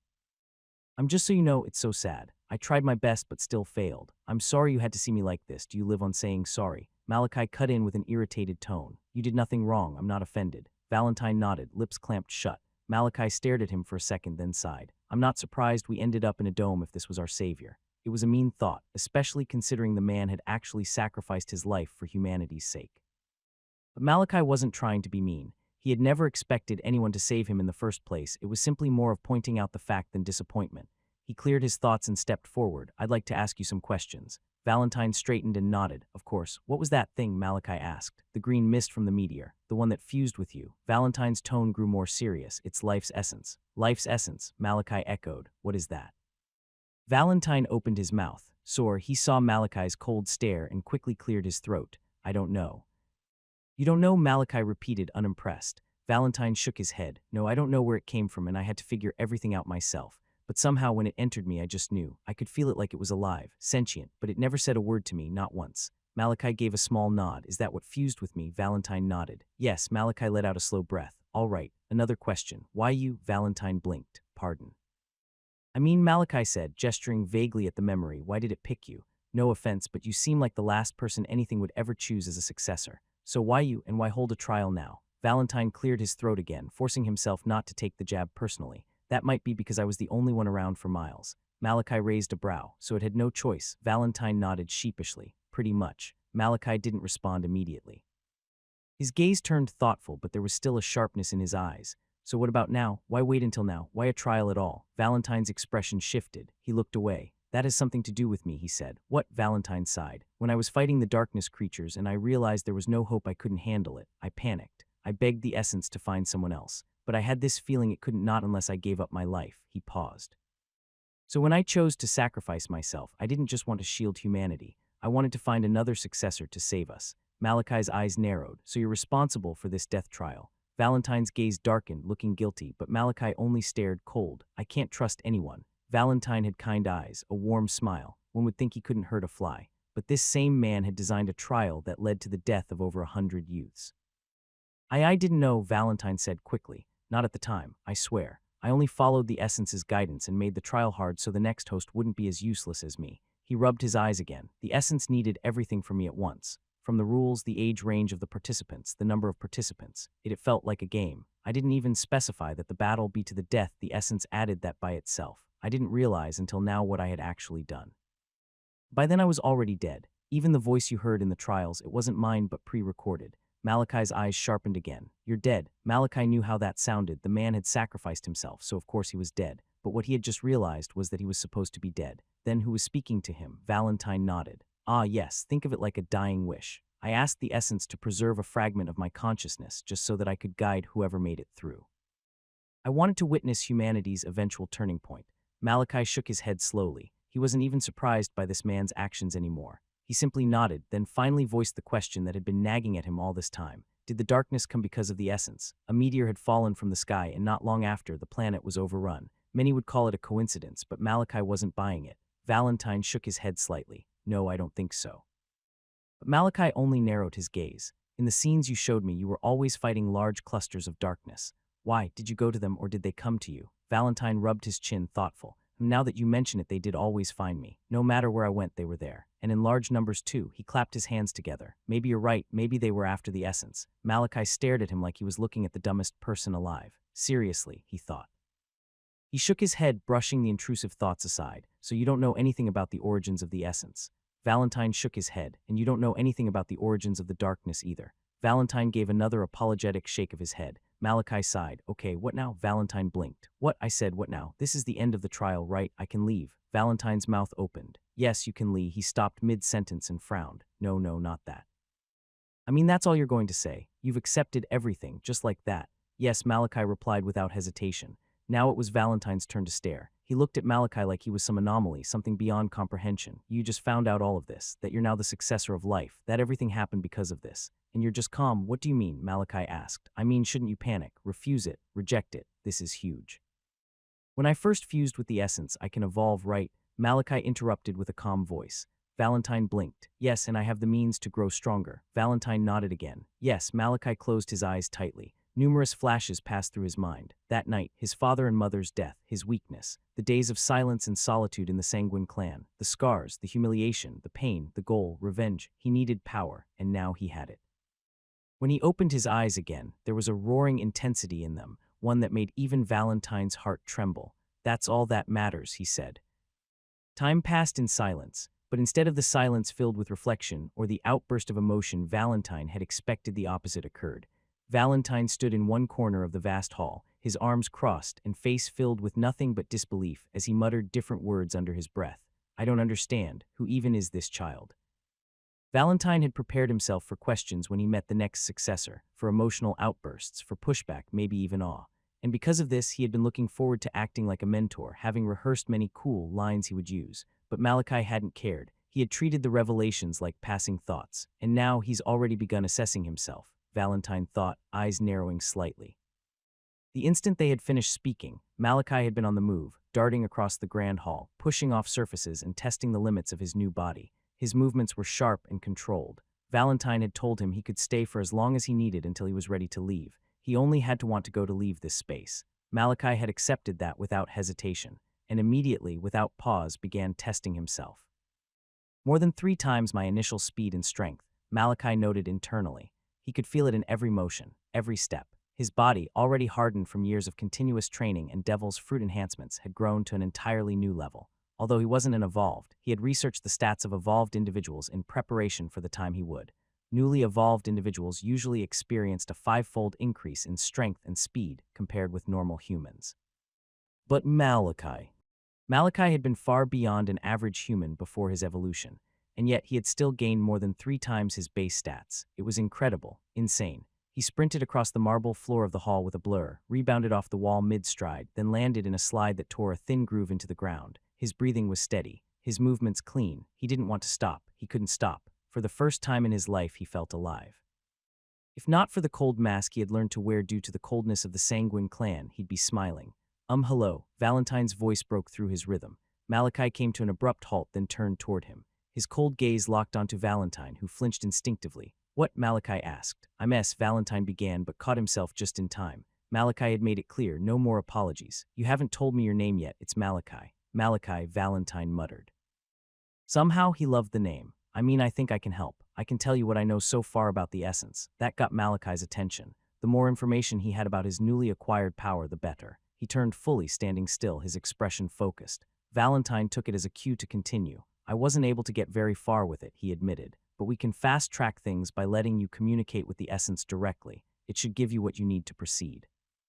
Motion toward the floor. All right, sit down, close your eyes, let's give it a try. But he froze. Malachi didn't move, he just stood there, staring. Why are you looking at me like that? Valentine asked. I'm not closing my eyes, Malachi said simply. Valentine sighed. You don't have to worry, you can trust me. He took a cautious step forward, but stopped when he realized Malachi hadn't budged. Valentine raised both hands in surrender. I'm not even real, I'm just a consciousness see. Reached out toward Malachi's hand, but Malachi instinctively jerked back. I just want to touch your hand, Valentine said quickly. No tricks, no weapons, it'll pass right through. Malachi hesitated. He didn't like being touched. He never had ever since his parents died. Life in the Sanguin clan had taught him to keep people at arm's length, physically and emotionally. This is important, he reminded himself. Reluctantly, he stretched out his hand. Valentine smiled gently and reached forward. His hand passed through Malachi's like mist through shadow, just as he had said. See, Malachi pulled back his arm. He was still wary, but at the very least less tense. He sat down slowly, then crossed his legs. He hesitated briefly before reminding himself that this was important. Then he slowly closed his eyes, though his body was still rigid and guarded. With his newly advanced body, his senses were sharper. Valentine watched him and shook his head. This won't work. You have to let go, completely. If you don't, you won't be able to focus. Malachi's eyes snapped open, but when he saw the seriousness on Valentine's face, he forced himself to breathe. It's important, he reminded himself again. He whispered the Sanguin creed in his head, grounding himself. When death comes close and shadows near, his pulse slowed. His muscles loosened. The rigidity faded from his posture. He relaxed. Valentine smiled. Good, now put all your focus on your chest. He pointed, not your heart. The center of your chest, that's where the essence is. Malachi obeyed and focused inward. At first he felt nothing, just stillness and the soft beating of his heart. But then he felt something, faint like a spark. It was warm, subtle but calling. He didn't know how to answer. So instinctively he reached for it, not with his hands but with something else, something deeper. It felt like he was stretching a limb not made of flesh. The spark he felt pulsed. Once, twice. Then again stronger, as though it had been waiting. And suddenly it happened. A wave of energy pulsed outward from his chest, rippling through every nerve, every muscle. It wasn't violent. It wasn't overwhelming. It felt as though it was communicating with him. Malachi's breath slowed as his body adjusted. Valentine's voice came softly, but it sounded as if it were coming from far away. Good, you feel it, don't you? Malachi opened his eyes slowly. I do, he whispered. It's me, but not me. It's alive. He let out a quiet breath. That small exchange had revealed so much, more than words ever could. He sat in silence, then said quietly, manifest. At his words, a status panel appeared in front of his eyes. Vita Core Interface, name, Malachi von Sanguin. Lineage, direct descendant of the Sanguin clan. Title S, successor of life, ruined heir, worthless trash, talent grade. Vita stored, 1,390 1,500 units. Vita absorption rate, 1 vs high density, 0.7 vs normal zone evolution stage, human, awaiting awakening process, base attributes. Strength 82, 1825, dexterity, 90, 2027, vitality, 120, 25, 30, perception, 91, 22, 28, willpower, 75, 15, 22, control, 45, 0, node map, blood node, ready to awaken. Muscle node, sealed. Nerve node, sealed. Bone node, sealed. Breath node, sealed. Digestion node, sealed. Synaptic node, sealed. Cellular node, sealed. Endocrine node, sealed. Immune node, sealed. Sensory node, sealed. Body node, sealed, opens when all primary nodes are awakened and refined at 100. Malachi fell into a deep state of contemplation. The panel hovered just in front of him, filled with words and symbols. He had never seen something like this before. In this world, especially in his world, games and digital interfaces didn't exist. Or at least, if they did, they never reached his desolate manor buried deep within the forest in the Sanguin fortress. Malachi had always lived simply. If he wasn't training, he was reading. And if he wasn't reading, he was resting. Aside from this, the only thing that took his time was the sovereign's sudden missions. Still somehow, without ever encountering such a thing in his life, he understood what he was looking at. It was him, not just in name, but in essence. This was an interface that reflected the state of his body, everything it was, everything it could be. And for reasons beyond logic, Malachi instinctively understood every line. A voice interrupted his thoughts. Did anything appear in front of you? Valentine asked curiously. Malachi gave a simple nod. Valentine tilted his head. You'll have to allow me to see it. I'm tethered to the essence, but I can't interact with anything unless you give permission. Malachi turned toward him calmly. He didn't trust the strange, chubby man, but he couldn't deny that everything Valentine had said so far aligned with the current reality. He'd answered every question Malachi had asked, and Malachi would like to believe correctly. And if he was to plan ahead, considering his goal, understanding everything properly was crucial. He nodded once. Valentine stepped closer, and the moment he did, the interface flickered, then suddenly became visible to him. Valentine's eyes bulged. What the hell, he muttered. Is something wrong? Valentine didn't respond at first. He stood there, shaking his head in disbelief. No, nothing, he said eventually, but the final part slipped out in a low sound. It's just so unfair. Malachi frowned. The suspense is irritating. Right, Sariso. Valentine took a breath, trying to compose himself. No more sorries. What shocked me was your base stats. What about them? Can't you see? Valentine's voice grew. They're incredible. Those numbers next to each stat are the range for your current evolution stage. You're still at the human stage, and those numbers represent the average range for humans. He pointed at the panel. Strength, perception, even willpower, you're already beyond the upper limit in all of them. Valentine let out a soft scoff. When I first bonded, my stats were below average, and so the power-up was very subpar, he muttered bitterly. But Malachi didn't care for his sentiment. Valentine's words had triggered a realization, one that finally cracked the cold look on his face. I haven't even evolved yet. The thought was staggering. He hadn't evolved yet. He had just realized this fact. The first stage of evolution was the Genesis stage, and to reach this stage, one would have to awaken a node in the body. But Malachi hadn't done that yet. A smile appeared on Malachi's lips. It was small, quiet, but unmistakably a smile. However, Valentine only froze. It was clearly a smile, yet it felt wrong. Sinister even, like watching a devil grin. What kind of successor did the essence choose this time, he thought grimly. This essence has the worst luck picking hosts, but Malachi didn't notice, or he just didn't care. He was still at the base level human, and yet his power had already neared those who had evolved. That meant his evolution would be something far beyond normal. He turned to Valentine. Explain what they all mean. He instinctively knew what they meant, but what good was Valentine if Malachi didn't make use of him? And to Malachi, it was better to confirm from someone who had already walked the path before. Valentine blinked, dragged out of his thoughts. Right, he cleared his throat and looked at the panel again. Well, the name and lineage are self-explanatory. You're a direct descendant of the Sanguin clan. Then his gaze paused. He frowned. You've got interesting titles. Malachi's voice was cold. Ignore them. Valentine cleared his throat slightly and moved on. Right, next is the talent grade. During my time, mine was like this too, unclassified. I'm not entirely sure what it means, but I believe it signifies limitless potential. Malachi didn't respond, but his thoughts were racing. He's not completely wrong. Back in Valentine's era, they were just starting, trying to figure things out. But centuries had passed since then. Humanity had evolved, learned, adapted. Through relentless trial and error, they had developed paths of evolution that accurately measured growth and, more importantly, graded a person's potential. There were 5 recognized stages of evolution: Genesis, node formation; synergy, bloom, zenith, but that only tracked progression, not potential. Humanity's talents, however, were ranked from D to S, with D signifying one would likely never move beyond Genesis, and S reserved for those destined to reach zenith, the peak of human possibility. This was dependent on how well a person's body responded to Vita. So if his own talent was unclassified, then Malachi could only assume one thing: my potential exceeds even that scale. He motioned for Valentine to continue. The chubby man nodded. Next, we have Vita stored. This is simply the total Vita in your body. The first number shows how much live Vita you currently have available. It'll decrease or rise depending on use. The second number is your total storage limit. Malachi nodded. That much was obvious. Seeing that he understood, Valentine moved on. Next is Vita absorption rate. While Vita stored is about your total capacity, this one tells us how fast your body attracts and absorbs Vita from your surroundings. Currently, you can absorb 1 Vita point per second in high-density areas and about 0.7 in regular zones. This rate will drop significantly if the ambient Vita is low. Malachi's eyes narrowed slightly, then widened. A realization had just hit him that nearly made him smile, to think he had missed it before. I can already absorb Vita. It was a mind-blowing realization.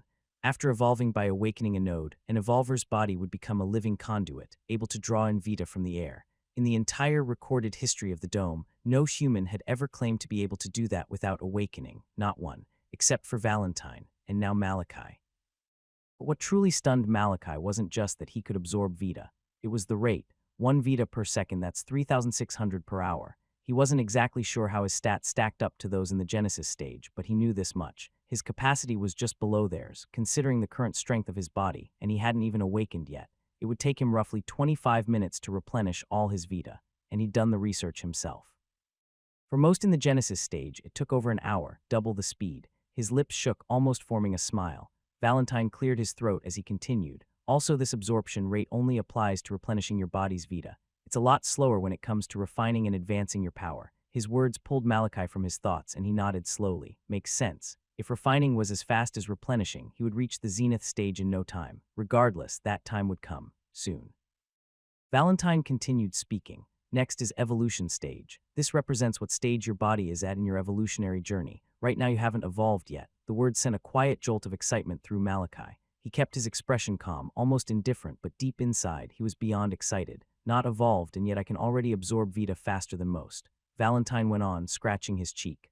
I've explained your stats before, right? Malachi nodded. I still want you to explain exactly what each one means.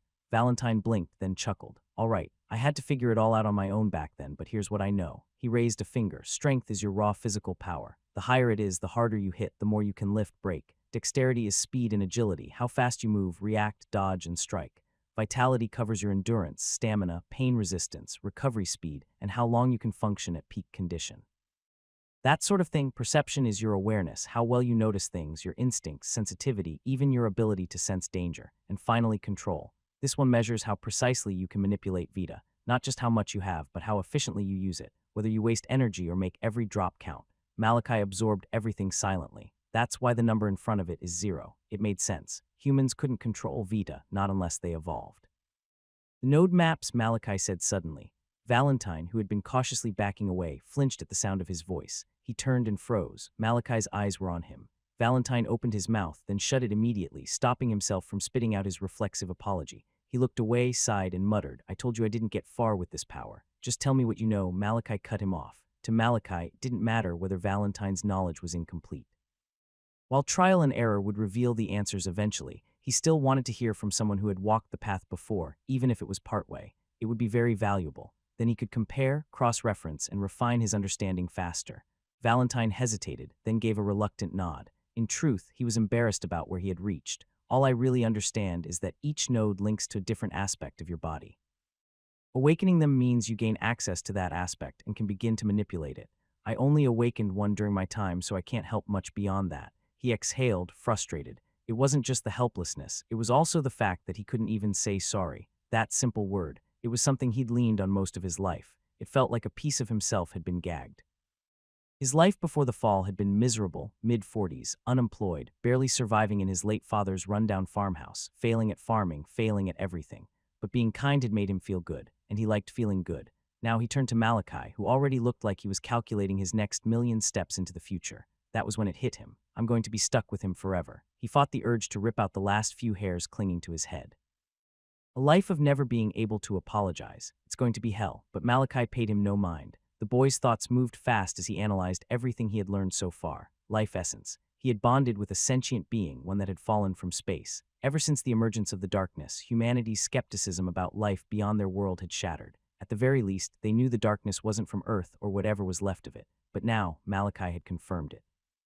They were definitely not alone. Still, that wasn't what unsettled him the most. He was certain of one thing. The darkness came here for the life essence. It sounded cruel, but humanity had never been anything special, at least not in a way that would benefit the darkness. They killed humans, tore them apart, destroyed cities and families, but they didn't consume them for power. There was no gain, no evolution, just destruction. So why were they doing it? But the life essence had arrived, and shortly after, so had the darkness. That was no coincidence. Malachi's mind moved straight to the implications. He had just fused with the very thing that sparked the destruction of the 21st century, which meant, I'll be a target. He remembered the scene Valentine had shown him, the way he was always fighting large clusters of darkness. They had been after him. Now it was inevitable. They would come for him too. Still, despite all of this fact, he remained calm. I've always been in danger anyway. Since the night his parents died, danger had been a constant in his life. If it wasn't the Sovereign's deadly missions, then it was his uncles and aunties who were after his life. This was nothing new. What matters are the benefits. He wouldn't waste energy brooding about the risks. To him, the pros outweighed the cons. He was always going to risk his life to achieve his goal, revenge, the life essence. He had finally obtained a means to fight, and to him, that was all that mattered. Malachi's gaze shifted back to the panel before him, his thoughts sharpening as he analyzed everything displayed. My talent is unlimited. I'm still human, and I already have Vita circulating through my body, and I can absorb even more. My physical stats are just below the Genesis stage, and my nodes. His eyes drifted downward, stopping at the 12 glowing symbols displayed on the interface, the 12 nodes. A strange silence filled the air. Then Malachi started laughing. It wasn't the laugh of a child or a boy filled with joy. No, this laughter was deep and unsettling, carrying with it the kind of weight that chilled the skin. Valentine, who had been observing from the side, stiffened as a shiver ran down his spine. Why is he laughing? He didn't dare ask, and even if he had, Malachi wouldn't have answered. Because the reason for his laughter was another revelation he just discovered. To understand why he laughed, one would need to understand how every clan within the dome had gained their unique powers. Decades after the formation of the dome, through countless experiments and research, humanity had discovered the foundation of these powers. The nodes, every human possessed exactly 12 Vita nodes, each one tied to a different aspect of the body. The blood node, muscle node, nerve node, bone node, and so on. But here was the problem. No human had ever awakened all 12. In fact, it was rare for anyone to fully awaken even one. Most could only tap into fragments, gaining partial control over a single aspect. Some could split their potential across several nodes, awakening parts of each. Others reached halfway in one node, gaining moderate control over that aspect. It was why the families were so specialized. It was with this understanding that Malachi knew the truth of what had happened to him that night he lost his parents. His mother had shattered his nodes. Ever since, Malachi had fought tooth and nail, killing countless darkness creatures in hopes of absorbing enough Vita to see if he could heal even one. But it had never worked. His nodes had remained broken until now. Malachi's laughter grew louder, more unhinged. His shoulders shook with exhilaration, because now he could feel it. He didn't know how, but he knew. Not only had his nodes been restored, but he could also awaken all of them. His laughter rang out, and Valentine instinctively backed away until his back hit the cold wall. He watched the boy in front of him as if staring at something terrifying, but Malachi didn't care. Soon enough, the laughter faded, and silence descended as Malachi calmly began to plan his next course of action without a care in the world. He turned to Valentine. How do I awaken my blood node? Awakening his blood node would let him enter the Genesis stage and begin his evolution journey. In the dome, awakening was a simple enough process, at least on the surface. When a child turned 12, their body would have acclimated enough to the ambient Vita to begin the evolution process. They were usually placed in a high-density Vita zone or given a devil's fruit, which would start the evolution process. Valentine rubbed his neck, still shaken from the laughter, then shook his head. I think it's best you let the essence guide you. He gestured vaguely. Close your eyes, focus again, and reach out to the essence with your intention. That's what I did. I didn't know anything at the time, so I just begged it to give me power, haha. Valentine gave a nervous chuckle, trying to lighten the mood. But when he looked at Malachi again, the boy already had his eyes closed, his breathing slow and deep, completely tuned out. He was focused, ignoring him. Valentine blinked, then frowned. "What a rude boy," he muttered something under his breath and crossed his arms, huffing quietly as he watched Malachi sitting still. Within the silence, Malachi's mind returned to the only anchor he'd ever truly had, the Sanguin's creed. He sang it silently, word for word, letting each line echo through his mind, calming him. And as the final verse faded, Malachi silenced his thoughts and reached inward, toward the essence resting within his chest. This time, it was more fluid and easier. It responded almost eagerly. A spark ignited, spreading a warmth across his limbs. As Malachi felt this, he quickly thought, "My intent, I want to awaken my blood node." The warmth flared at his command, pulsing through his body. The heat rose gradually. Just as Malachi was beginning to wonder what was happening, a jolt rocked him, and then a world unfolded before him. It was no longer darkness he saw when he closed his eyelids, but a vast expanse illuminated by green lights, suspended in endless black. One orb of vibrant green glowed at the center, pulsing, brilliant, calling to him. Malachi didn't need an explanation. He knew where he was. My body, he could feel the truth in his bones. This was him. And that light is that the blood node. The orb pulsed brighter as he acknowledged it, humming. Aside from this, there was nothing else around him. So he reached for it, and the moment his essence touched the node. Boom, the orb erupted, unleashing a blinding light that devoured the darkness whole. Outside, an explosion of green light burst from Malachi's body, cracking the floor beneath him with sheer force. Energy spiraled out, forming rings of pulsing light before collapsing inward, shaping itself into a cocoon that wrapped tightly around him. Valentine stared at the scene playing out in silence. "He's evolving," he muttered under his breath. It should have been a moment of excitement. He should feel fulfilled. He had imagined this day countless times, the day he would finally meet the next successor, the one who would save the last of humanity. He had even rehearsed what he would say, but now. As Valentine stood in the hall, watching the green cocoon pulse like a living heart, he felt something far different. He found his own heart was pounding, loud and fast, but not with excitement, but fear. Something felt wrong. It feels like we're unleashing a monster into the world. Malachi had entered a perpetual state of darkness. He knew that his consciousness was active, but no matter where he turned to look, all he saw was an unending darkness. Am I being transported again? This had been the same way he felt when he had jumped into the pit. He couldn't explain it, but he felt like he was lost in some kind of void. He couldn't feel anything, couldn't see anything. However, as the moments went by, Malachi couldn't tell how much, but he couldn't care less about that as he finally felt something. His body, something was going on with his body. His thoughts sharpened as he suddenly started remembering. No, Malachi recalled everything that had happened a few minutes earlier. He had met Valentine, the man who had created the dome that shielded the last of humanity, and he had bonded with the life's essence. As those thoughts came to his mind, the reality of the situation thundered in his mind. I'm evolving. It was as if that was the signal it had been waiting for. As Malachi realized this, he felt everything happening to his body vividly. There was only one way he could describe it: pain. It was intense, bone deep, agonizing, hitting Malachi like a wrecking ball. There were multiple reasons why the humans of the dome decided to wait until a child turned 12 before making them evolve. One part was to allow their bodies to get used to the ambient vita in the air so they would be able to survive the evolution process. And the other part was the process itself. Evolution, especially the first time, involved changes to the body that couldn't ever be achieved with past human technologies. It wasn't just growth, nor was it just adaptation. It was a total reconfiguration. Every cell in the body was being refined and reshaped. Organs were being rewritten to better channel and sync with vita. Muscles were torn down and rebuilt, nerves rerouted for faster response, bones reinforced and hardened. Even the brain was being remapped to better connect with the flow of power. It was the body evolving beyond what was once considered human, and with that change came pain. This was why the agreed age of evolution was 12. Even then, the pain was still unbearable for most. Some didn't survive the process. This was the very pain Malachi was currently going through, yet he only gritted his teeth and clenched his fists hard. It's just pain. Temporary pain. He repeated those words in his head like a mantra, mixing it with the Sanguin creed. Of all the youths who had gone through the evolution process, Malachi couldn't imagine that any of them had gone through the same amount of pain he had endured until now. The numerous beatings in the Sanguin clan, the numerous life and death injuries he had suffered. And lastly, the pain of having the aftereffect of the devil's fruit ravage you from the inside.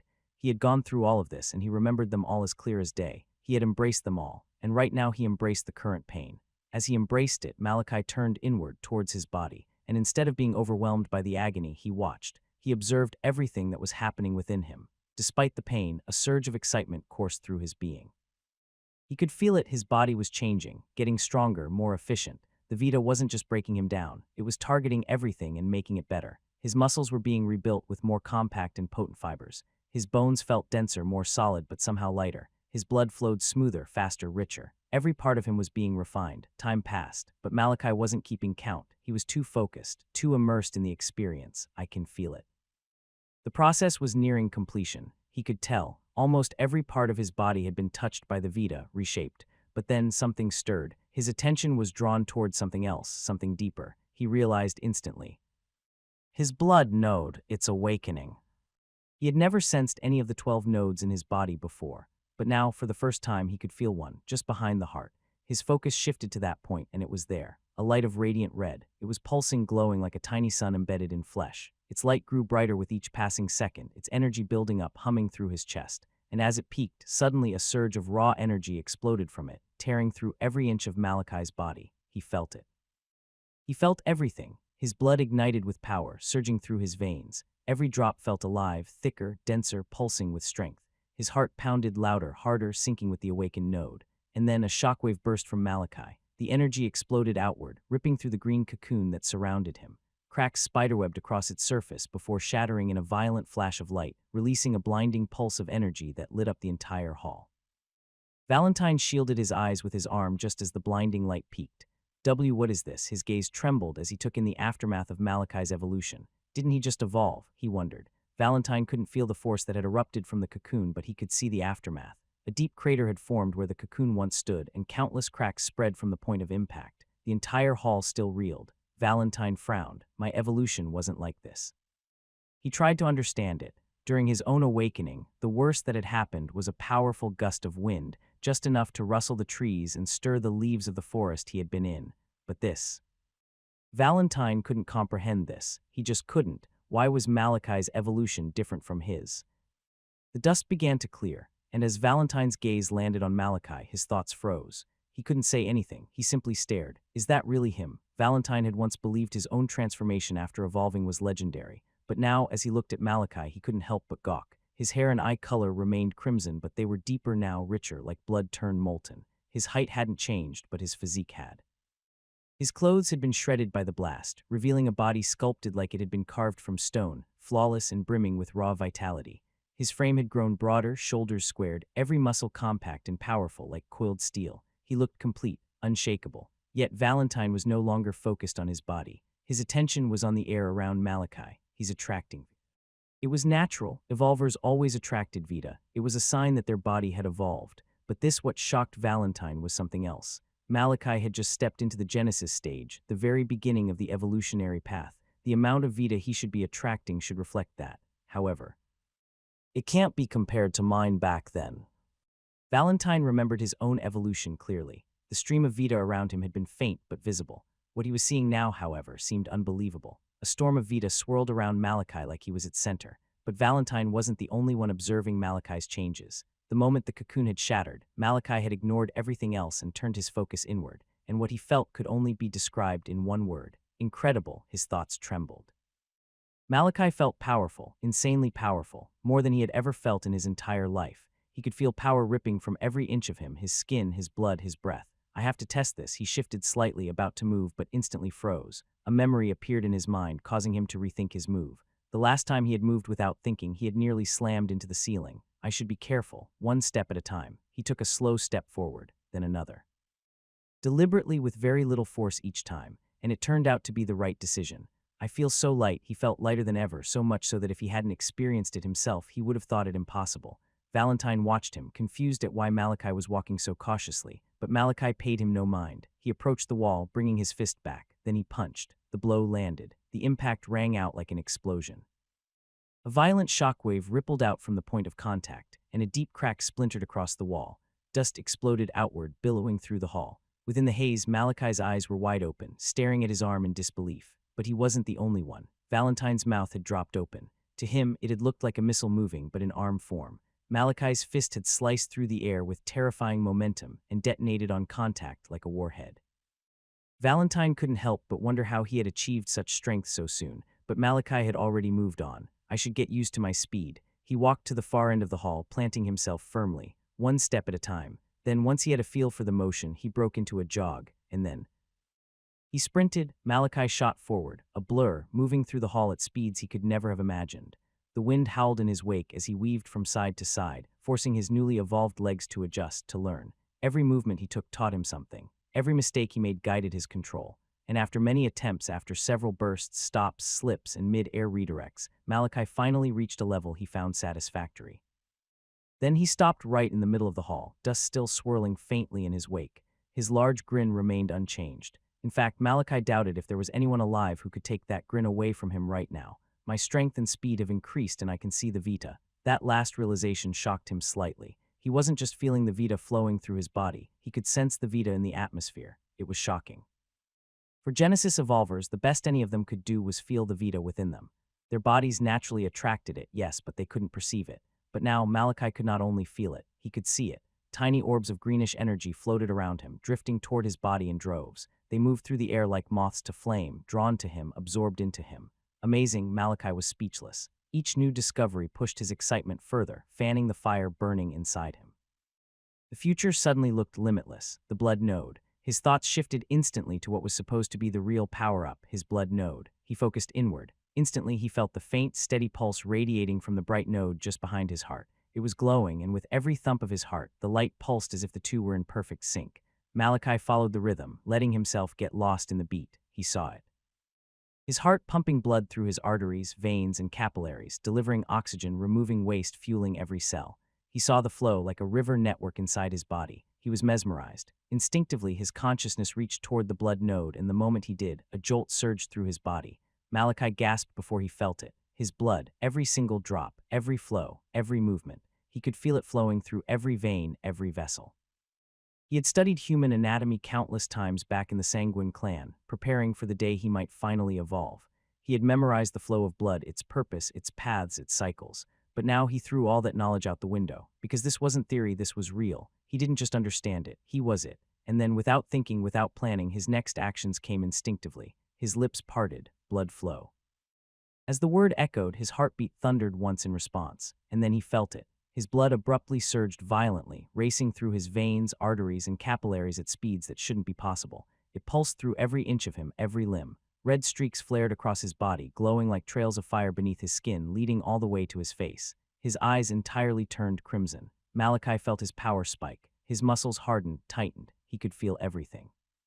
He could control everything. The flow of blood to his legs increased, to his arms, to his heart, to his brain. He could adjust it all at will, sharpening his senses, boosting his strength, his reflexes, his endurance. His face twisted, turning feral and wild. As Malachi turned, Valentine flinched, instinctively stepping back, shocked by the bloodlust he radiated. But Malachi ignored him. His eyes locked onto the far wall at the end of the hall. Boom. He shot forward, a blur of red.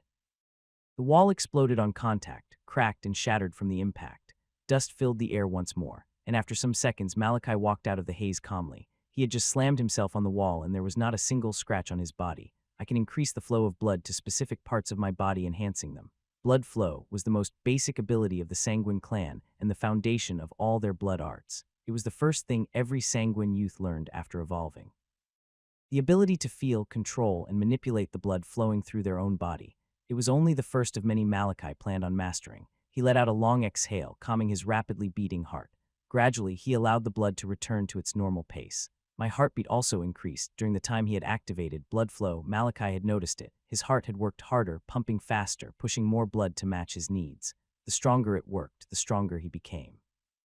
It's awesome, the smile on his face widened. He was truly loving every bit of this. I'll come back to you later. With that, he turned, his glowing red eyes locking onto Valentine. The man was staring at him like he was gazing at a monster. Malachi frowned slightly. Why are you just staring at me? His cold voice snapped Valentine out of his reverie. He flinched, shaking his head before clearing his throat awkwardly. It's nothing, I was just shocked.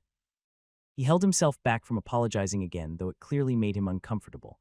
Malachi's eyes narrowed slightly. You went through this process too, right? Was it different? Valentine nodded rapidly. Yes, very different. My evolution wasn't as loud and explosive as yours, not even close. Malachi studied him for a moment. Can you still remember your stats from back then? Yeah, Valentine said, nodding. I do. All right. Malachi calmly nodded. Let's compare then.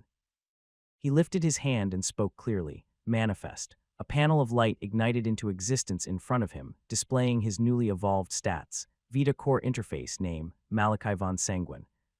Lineage, direct descendant of the Sanguin clan. Title S, successor of life, ruined heir, worthless trash, talent grade, Vita stored, 4210 1500 4500 units. Vita absorption rate, 1-2 vs high density, 0.7 1.5 vs normal zone evolution stage, Genesis awaiting formation of first node new, base attributes. Strength 82 170, 90 125, dexterity, 90 180, 100 135, vitality, 120 235, 125 150, perception, 91 182, 110 140, willpower, 75 120, 50 76, control, 45 110, 05, node map, blood node. Active 1 refined muscle node, sealed. Nerve node, sealed. Bone node, sealed. Breath node, sealed. Digestion node, sealed. Synaptic node, sealed. Cellular node, sealed. Endocrine node, sealed. Immune node, sealed. Sensory node, sealed. Body node, sealed, opens when all primary nodes are awakened and refined at 100. As both Malachi and Valentine gazed at the glowing display, the latter shivered. Valentine muttered under his breath, eyes wide. How is this possible? Malachi caught the shock on his face immediately. Tell me the differences. Valentine didn't answer immediately. His gaze stayed fixed on the panel. Basically everything, he finally said. Then he paused as if trying to find the right words. First, Valentine began. My Vita storage back then was just slightly above the average for new Genesis evolvers, about 3,000 units in total capacity. Malachi didn't respond, calmly listening as he waited for him to continue. Valentine continued. Your Vita absorption rate too, it's insane. I don't think I even reached 1 VS after my awakening. And then there are your stats, he shook his head. As I bonded with the life essence, my stats were above average compared to others, but I still fell within the upper range of the Genesis stage. Yours, he trailed off, staring. Malachi absorbed every word quickly. It looks like my case is special. He pondered silently. Honestly, Malachi suspected it was due to how much richer the world was in Vita now compared to the time before humanity's collapse. It could also be all the devil's fruit I've eaten over the years. Those fruits.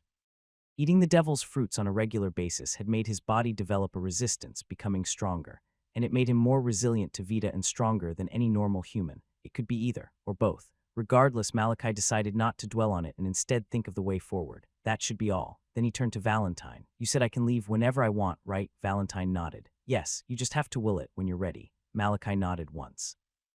I should train a bit more first. He had to start preparing and making plans for the future. Leaving the pit would return him straight to the Sanguin clan, and word about his evolution would spread like wildfire.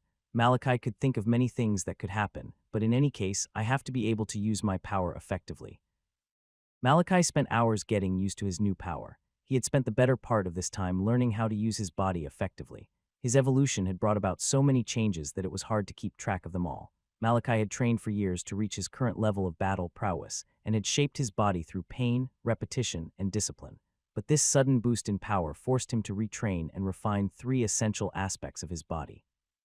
The first was his muscle memory and combat rhythm. His body had been calibrated for a specific level of strength and speed.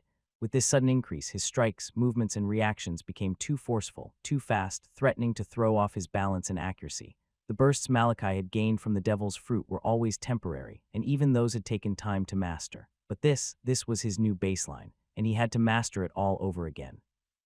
This was solved by repeatedly moving, over and over, until every motion felt right, until his body moved not from careful thought but from instinct.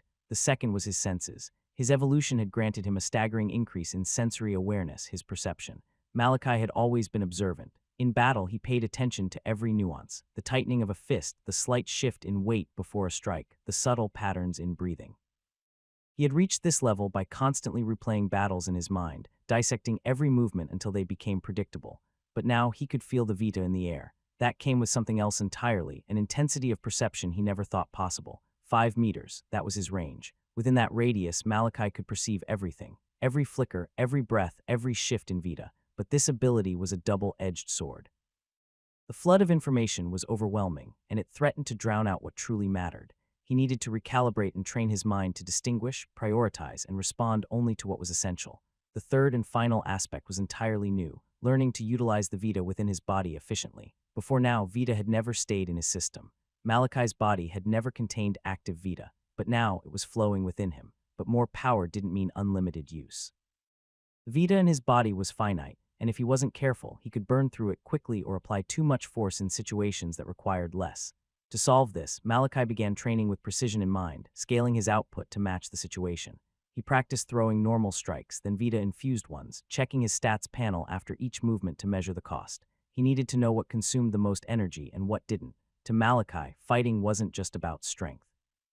It was about control, and Malachi had his past battles to prove this notion. In this area, he made steady progress. He had managed to assign a rough estimate of Vita consumption to each type of action. When strengthening and attacking with just one limb, the drain was around 10-20 Vs, depending on intensity. Using his entire body in a fully strengthened state shot the consumption up to 80,120 Vs, and the most extreme form, fully empowering his body with Vita to its maximum extent, cost him about 150 Vs. That last one would be reserved for only critical moments. Still, Malachi had made sure to practice it, just to understand how it moved through his body, how it felt, and how to fight with it. After all his trials, he'd come to one conclusion: a mixture of the first and second levels is the best. In battle, being able to last long was everything. His Vita had to last, not just for a brief period, but for whatever came next. He had to be ready. The last one will be for critical times, and I'll switch between the first and second, Malachi decided. Aside from those three aspects he had refined, Malachi had also trained his blood abilities.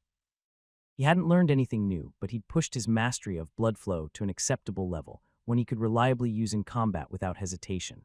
Done, Malachi exhaled heavily, his chest rising and falling. He opened his eyes and swept the training hall. He's been staring at me since. His gaze landed on Valentine, who was standing quietly in the far corner of the hall. He was clearly trying his best to stay out of the way, but his eyes hadn't left Malachi for a second. Malachi narrowed his gaze. Are you just going to keep staring at me? Valentine flinched, visibly startled. No, I just didn't want to be a bother. He scratched his bald head awkwardly, then took a few steps forward, his stomach jiggling with each movement. You're really good at fighting, he said with a sheepish smile. Did you take classes or something? Malachi threw him a long, unreadable look. Valentine blinked, confused by the silence. What? He stammered. Is it a sensitive topic? I'll take fighting lessons from childhood, Malachi finally said. Valentine perked up a bit. That's good. How old did you start? Malachi's stare sharpened again. Valentine instinctively gulped but relaxed slightly when the answer came. 4 years old. Valentine froze. Wait, what? Malachi didn't respond. He simply stared. Valentine's face changed slowly. 4 years old, isn't that too young? That's how it is, Malachi replied. Everyone has to learn to fight early. There are academies for this. It's compulsory. Valentine's mouth dropped. He stood there, mouth open, struggling to process the information.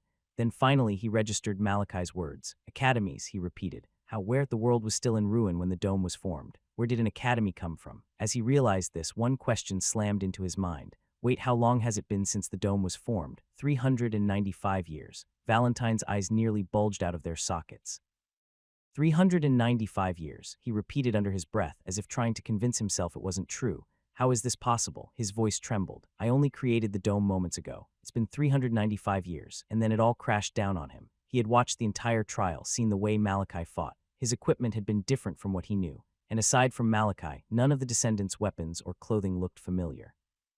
He had brushed it off before, thinking it didn't matter, but it did, greatly in fact. Valentine took a few steps back, trying to make sense of the situation. To him, it had only been moments since he sacrificed himself and created the dome, but now it seemed more than 3 centuries had passed. The rules, he suddenly realized, his eyes widening. Yes, that's it. Before he had sacrificed himself, he had crafted the rules of the trial. During the planning, he had chosen for the trial to begin only when 30 participants were present. That had to be the cause. It made sense now why only Malachi felt different from the others. He was from another time, a different era, so the trial had waited for nearly 4 centuries for enough participants to gather before it could begin. Are you done? The voice cut cleanly through his thoughts. Valentine blinked and turned. Malachi was approaching, his eyes calm and sharp. I'd like to ask some questions of my own. Valentine exhaled deeply. There was no undoing the past. Whatever had happened had happened. He took a moment to calm himself, then gave a small nod. Okay, I'll answer to the best of my abilities. Malachi nodded once. I'm leaving this place now, but before I go, I want to confirm some things. He paused, then asked, first, the dome. It was created by the essence, right? Now that I've fused with it, does that mean it'll disappear? Valentine raised a hand to his chin, resting it on the soft meat of his palm as he pondered. After a moment, he slowly shook his head. I don't know. Can I ask the essence then? Malachi asked. Valentine shook his head again. Wait, I think it's better if I ask. Malachi raised a brow. I thought you said you couldn't interact with anything. The essence is different, Valentine replied. My consciousness is tied to it. I should be able to communicate better with it. Malachi nodded. All right. Without another word, Valentine's body began to glow. His form unraveled into green particles of light, and like a stream of mist he dispersed, flowing into Malachi's body. Malachi waited, then hummed, I can't feel anything. It would appear Valentine was telling the truth. There was no sensation, no shift, nothing. It didn't even feel like something had entered his body. Seconds passed until a voice sounded in his mind. I got a response. Malachi cleared his thoughts, listening closely as the round man's voice echoed through his consciousness. Didn't respond with words, Valentine continued. It felt more like a feeling, honestly. I'm not, go straight to the point, Malachi cut in, irritated. Valentine cleared his throat. Right, from what I gathered, the dome wasn't being sustained by the essence directly. It was created by taking a part of it and a part of me, so it's been self-sustaining. Malachi released a breath of relief. If the dome had collapsed the moment he fused with the essence, survival, let alone revenge, would have been impossible. But then another thought struck him. His expression hardened. Then how long will the dome last? If there was nothing actively sustaining it, didn't that mean it had an expiration date? Especially with the darkness constantly clawing at its borders, looking for a way in. There was a pause. Then Valentine spoke again. The essence isn't sure, but it's saying not long. A few years at most.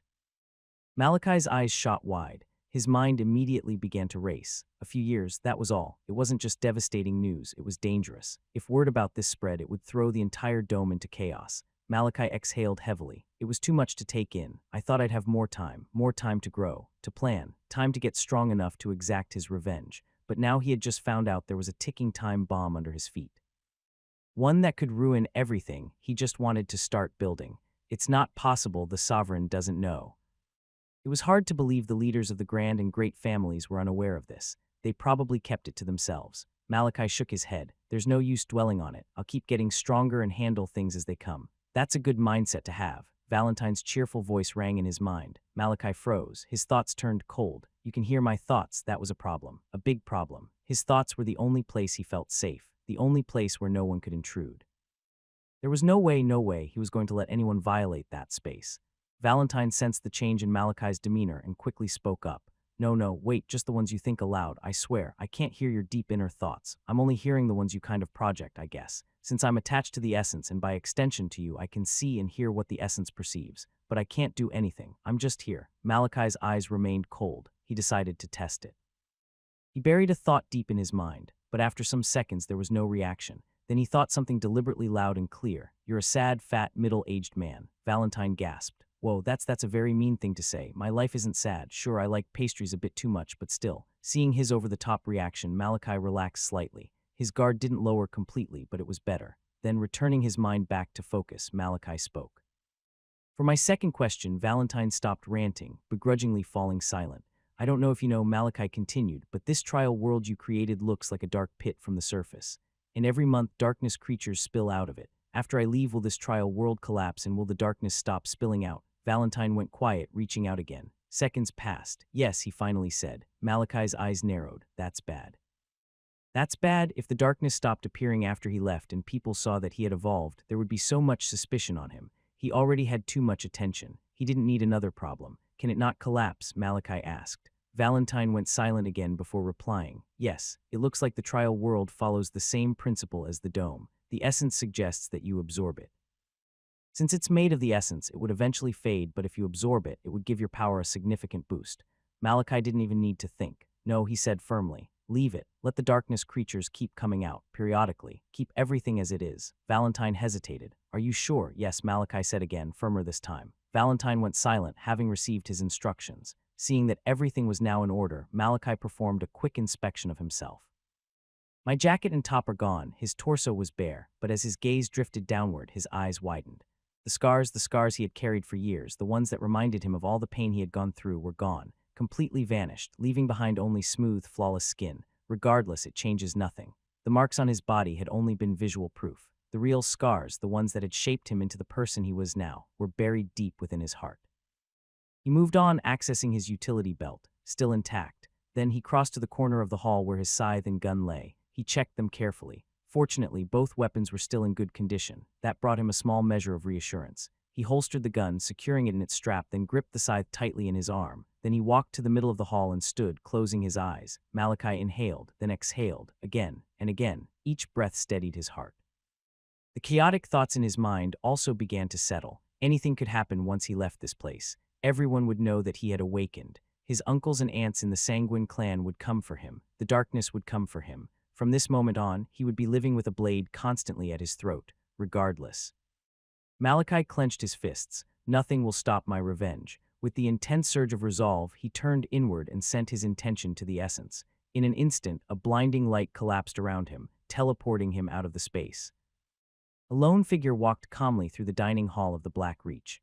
The vast hall was filled with warriors of the Black Reach, each seated in clusters at long, sturdy wooden tables. They ate heartily, drank loudly, and conversed in booming voices that echoed through the hall. But as Hamada moved through the hall, his firm steps and heavy presence silenced every table he passed. Conversations died mid-sentence. Warriors stood to their feet and bowed with discipline and respect. Blood champion Hamada. He gave them only curt nods and acknowledgement. His stride never faltered, and his hardened expression remained unchanged. Despite his composed exterior, Hamada's mind was far from calm. Almost 2 days had passed since Malachi had entered the pit, and he couldn't get the boy out of his thoughts. It truly was a shame. He had seen firsthand what Malachi could do, even while unevolved, if he had only awakened.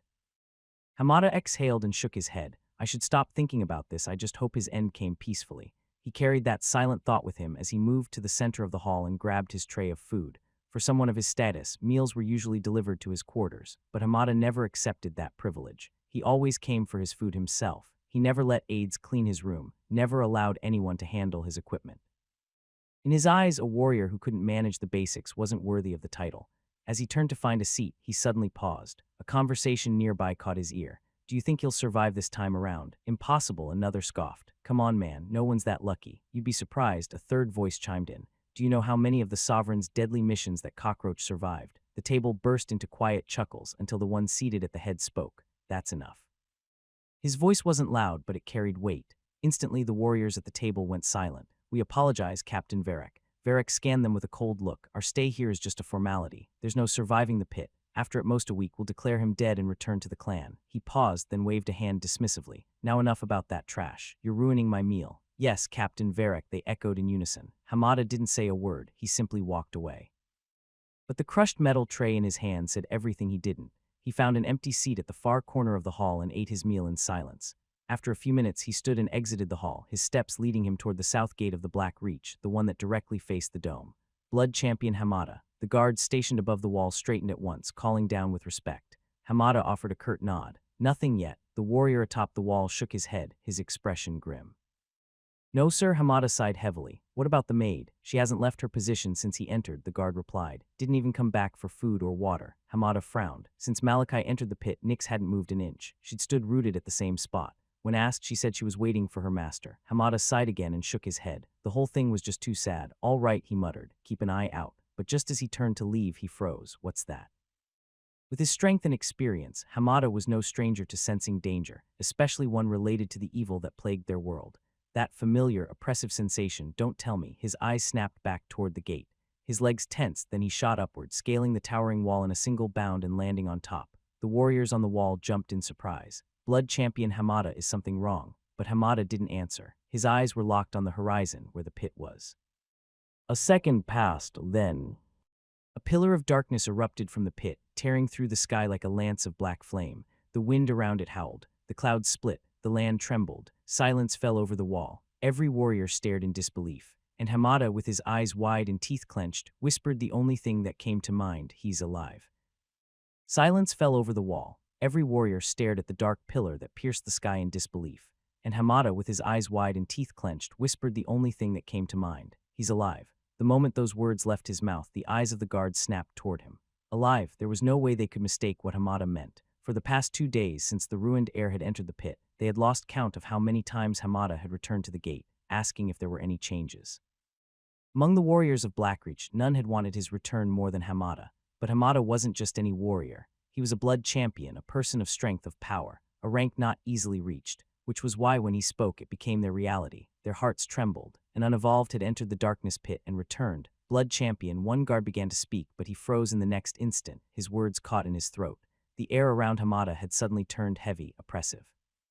He hadn't moved his gaze from the pillar of darkness even once. Then, quietly but firmly, Hamada spoke. "I'll be going first." A wild energy rippled around him. His body dipped slightly. Then, boom, the ground shattered beneath him as he rocketed into the sky, landing with force on the barren earth below. He didn't pause, didn't look back. He was barely able to contain the excitement inside him as he surged forward toward the pit, tearing through the air at supersonic speed.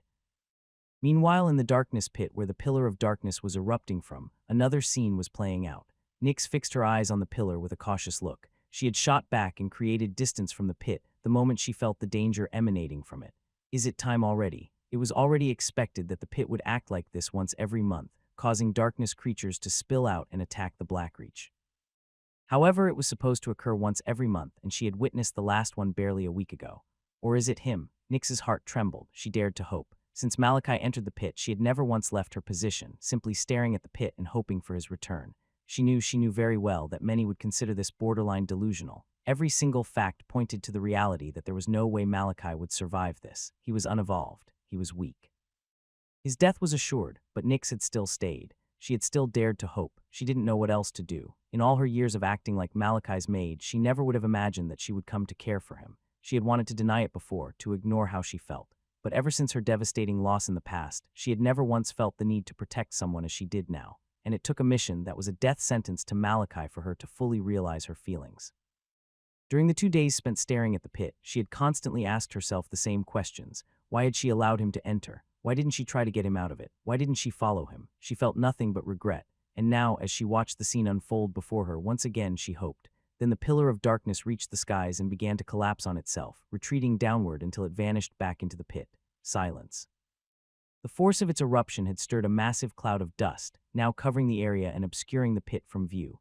Regardless, as silence descended upon the area, Nyx's eyes suddenly sharpened, her guard rising to its peak. There's someone coming. Step, step, step. The sound of footsteps echoed through the not-so-silent air, reaching Nyx's ears. Just one person. The steps were calm, measured, as though nothing in this world could rush him, as though the world itself waited for him. A pair of crimson eyes shone through the haze, locking onto Nyx's, and in that instant her world seemed to still. She didn't know how to describe it. Relief, happiness, gratitude, excitement. No single emotion could capture what she felt in that moment because everything came crashing down on her all at once. She froze just as a figure burst out from the haze. The gleaming blade of a scythe reared its head first, slicing through the dust. And then came the figure, gripping it by the handle. Crimson eyes. Crimson hair, his shirtless torso the very image of flawlessness, chiseled muscles, every line and pack carved like stone. The air whipped around him, sending his hair flowing back, framing those cold and icy eyes. Eyes that Nyx knew she would never forget in her lifetime. Not now, not ever. He had actually returned. He had been sent to the depths of hell, and still he had returned. Nyx, despite the rush of happiness flooding her chest, struggled to believe what she was witnessing. But his return wasn't what shocked her the most. They were close to the darkness pit, on an accursed land where darkness creatures were slaughtered regularly. Because of that, the vita in this barren expanse was thick, dense enough to choke the air, and she felt it immediately. The vita. It was swirling around Malachi in droves, then getting sucked into his body without resistance. He appeared like a collapsing star, pulling in everything around him, a singularity in the middle of chaos. The realization hit her like a thunderclap. He evolved. Anyone who heard her thoughts now would call her mad, the ruined heir of the Sanguin family. The boy whose nodes had been shattered beyond repair, evolved. It had to be a lie, but reality didn't lie, and Nyx had never been more certain of anything in her life. The steps stopped. Nyx snapped out of her thoughts, quickly regaining her composure, only to realize he was standing right in front of her. Nyx snapped out of her thoughts, quickly regaining her composure, only to realize he was standing right in front of her. Her eyes widened as she met his gaze. Instinctively, she bowed, offering her greetings. In ninth vein, she said, still shaken by the events, so much so that the words slipped out in a stutter. Malachi looked at the maid who had served him for years with a calm expression. In her 30s and yet petite in size, she didn't leave this place. With his heightened sensitivity, Malachi could now perceive even the smallest details within a 5-meter radius. And he noticed it instantly. She still wore the same clothes she had on when he entered the pit, now smeared with dirt and creased from standing in the same position for too long. Plus, she had been the only one there as he emerged from the pit as if she had never left in the first place. It's been 2 days. He counted the hours he had spent within the trial. She had waited here unmoving for 2 days, but it only made Malachi cautious, extremely. His past had taught him that kindness didn't always come from a good place. After countless betrayals, he had sealed his heart shut, vowing never to trust anyone again. But even with all that, he could be rude, he could be blunt, he could be cold. Malachi could be many things, but ungrateful wasn't one of them. She saved me. Whatever his feelings were, the truth remained clear. Her actions had saved him.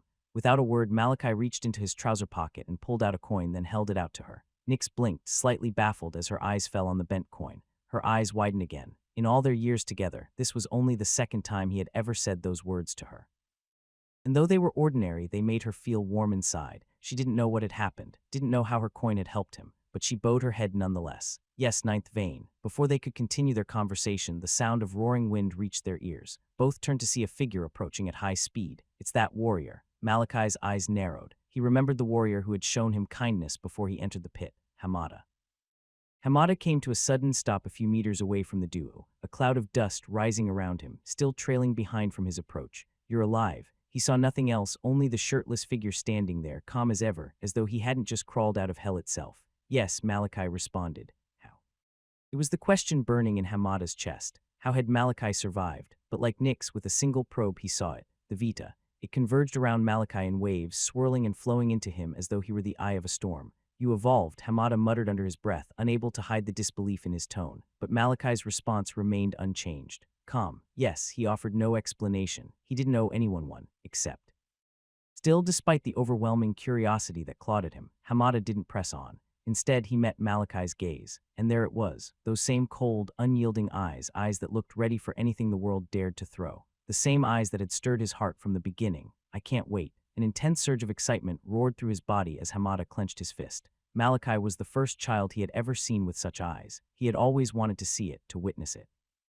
The kind of Sanguin he would grow to become. And now he would. Hamada bowed, hiding the wide smile that had formed on his hardened face. Welcome back, ninth vein. Soon after, multiple warriors of the Blackreach arrived at the scene, each one mounted atop their Gravithorn. Without hesitation, Hamada took off his jacket and handed it to Malachi, who didn't refuse and slipped it on immediately. Compared to Hamada's broad frame, Malachi was still smaller, causing the jacket to hang loosely over his shoulders, baggy and oversized. As the warriors brought their Gravithorns to a halt, their eyes blew wide the moment they caught sight of Malachi. It was as if they were staring at a ghost. None of them could speak. They could only stare. The silence lingered until Hamada stepped forward. 3 of you will relinquish your mounts, he said. Share with the others. We'll be escorting the ninth vein back to the fortress. His authoritative voice snapped them from their daze, though the shock in their expressions remained. Yes, blood champion Hamada. 3 warriors quickly dismounted, pulling their beasts over. Hamada received the reins and passed 1 Gravithorn each to Malachi and Nyx.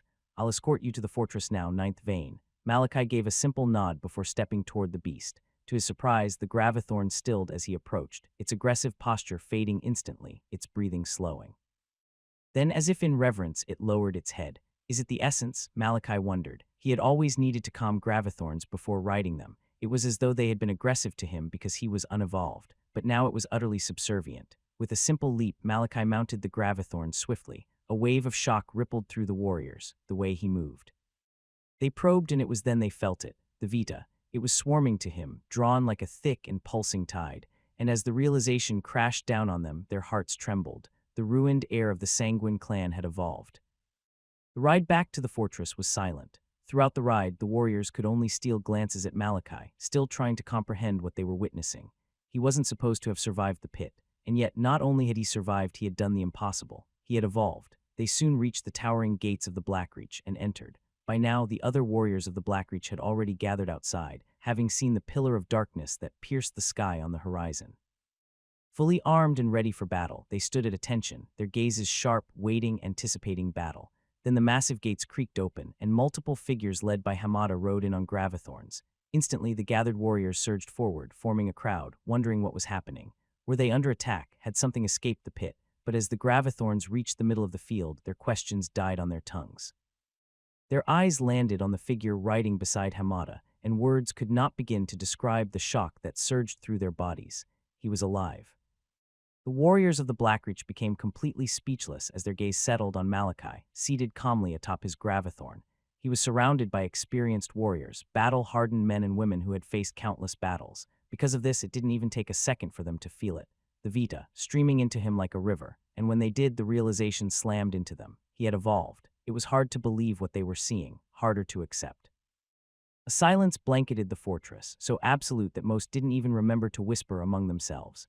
Still, despite the stares, despite the weight of countless gazes trying to make sense of his presence, Malachi remained utterly calm. He was the first to dismount, landing softly. Hamada followed next, then Nyx, who silently took her place behind him. Hamada stepped forward. "Let me escort you to your chambers, ninth vein. You should rest. I'll have them bring you some food."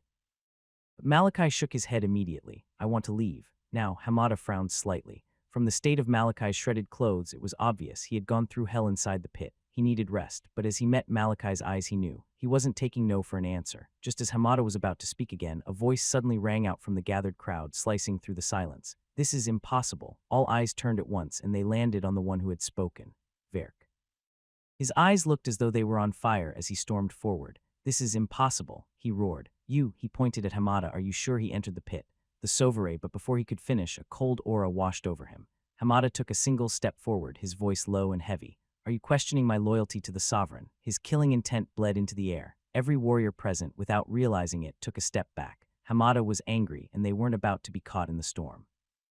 Verk's eyes narrowed. He didn't stop. "That has to be the only explanation," he snapped. "Otherwise, how can TR?" He caught himself, correcting his words quickly. "How can an unevolved survive the pit? You hid him and let him come back after 2 days. And this," he motioned toward Malachi, "you must have done something to him. There's no way he can evolve." His nodes were broken. The warriors around exchanged glances, and whispers spread quietly.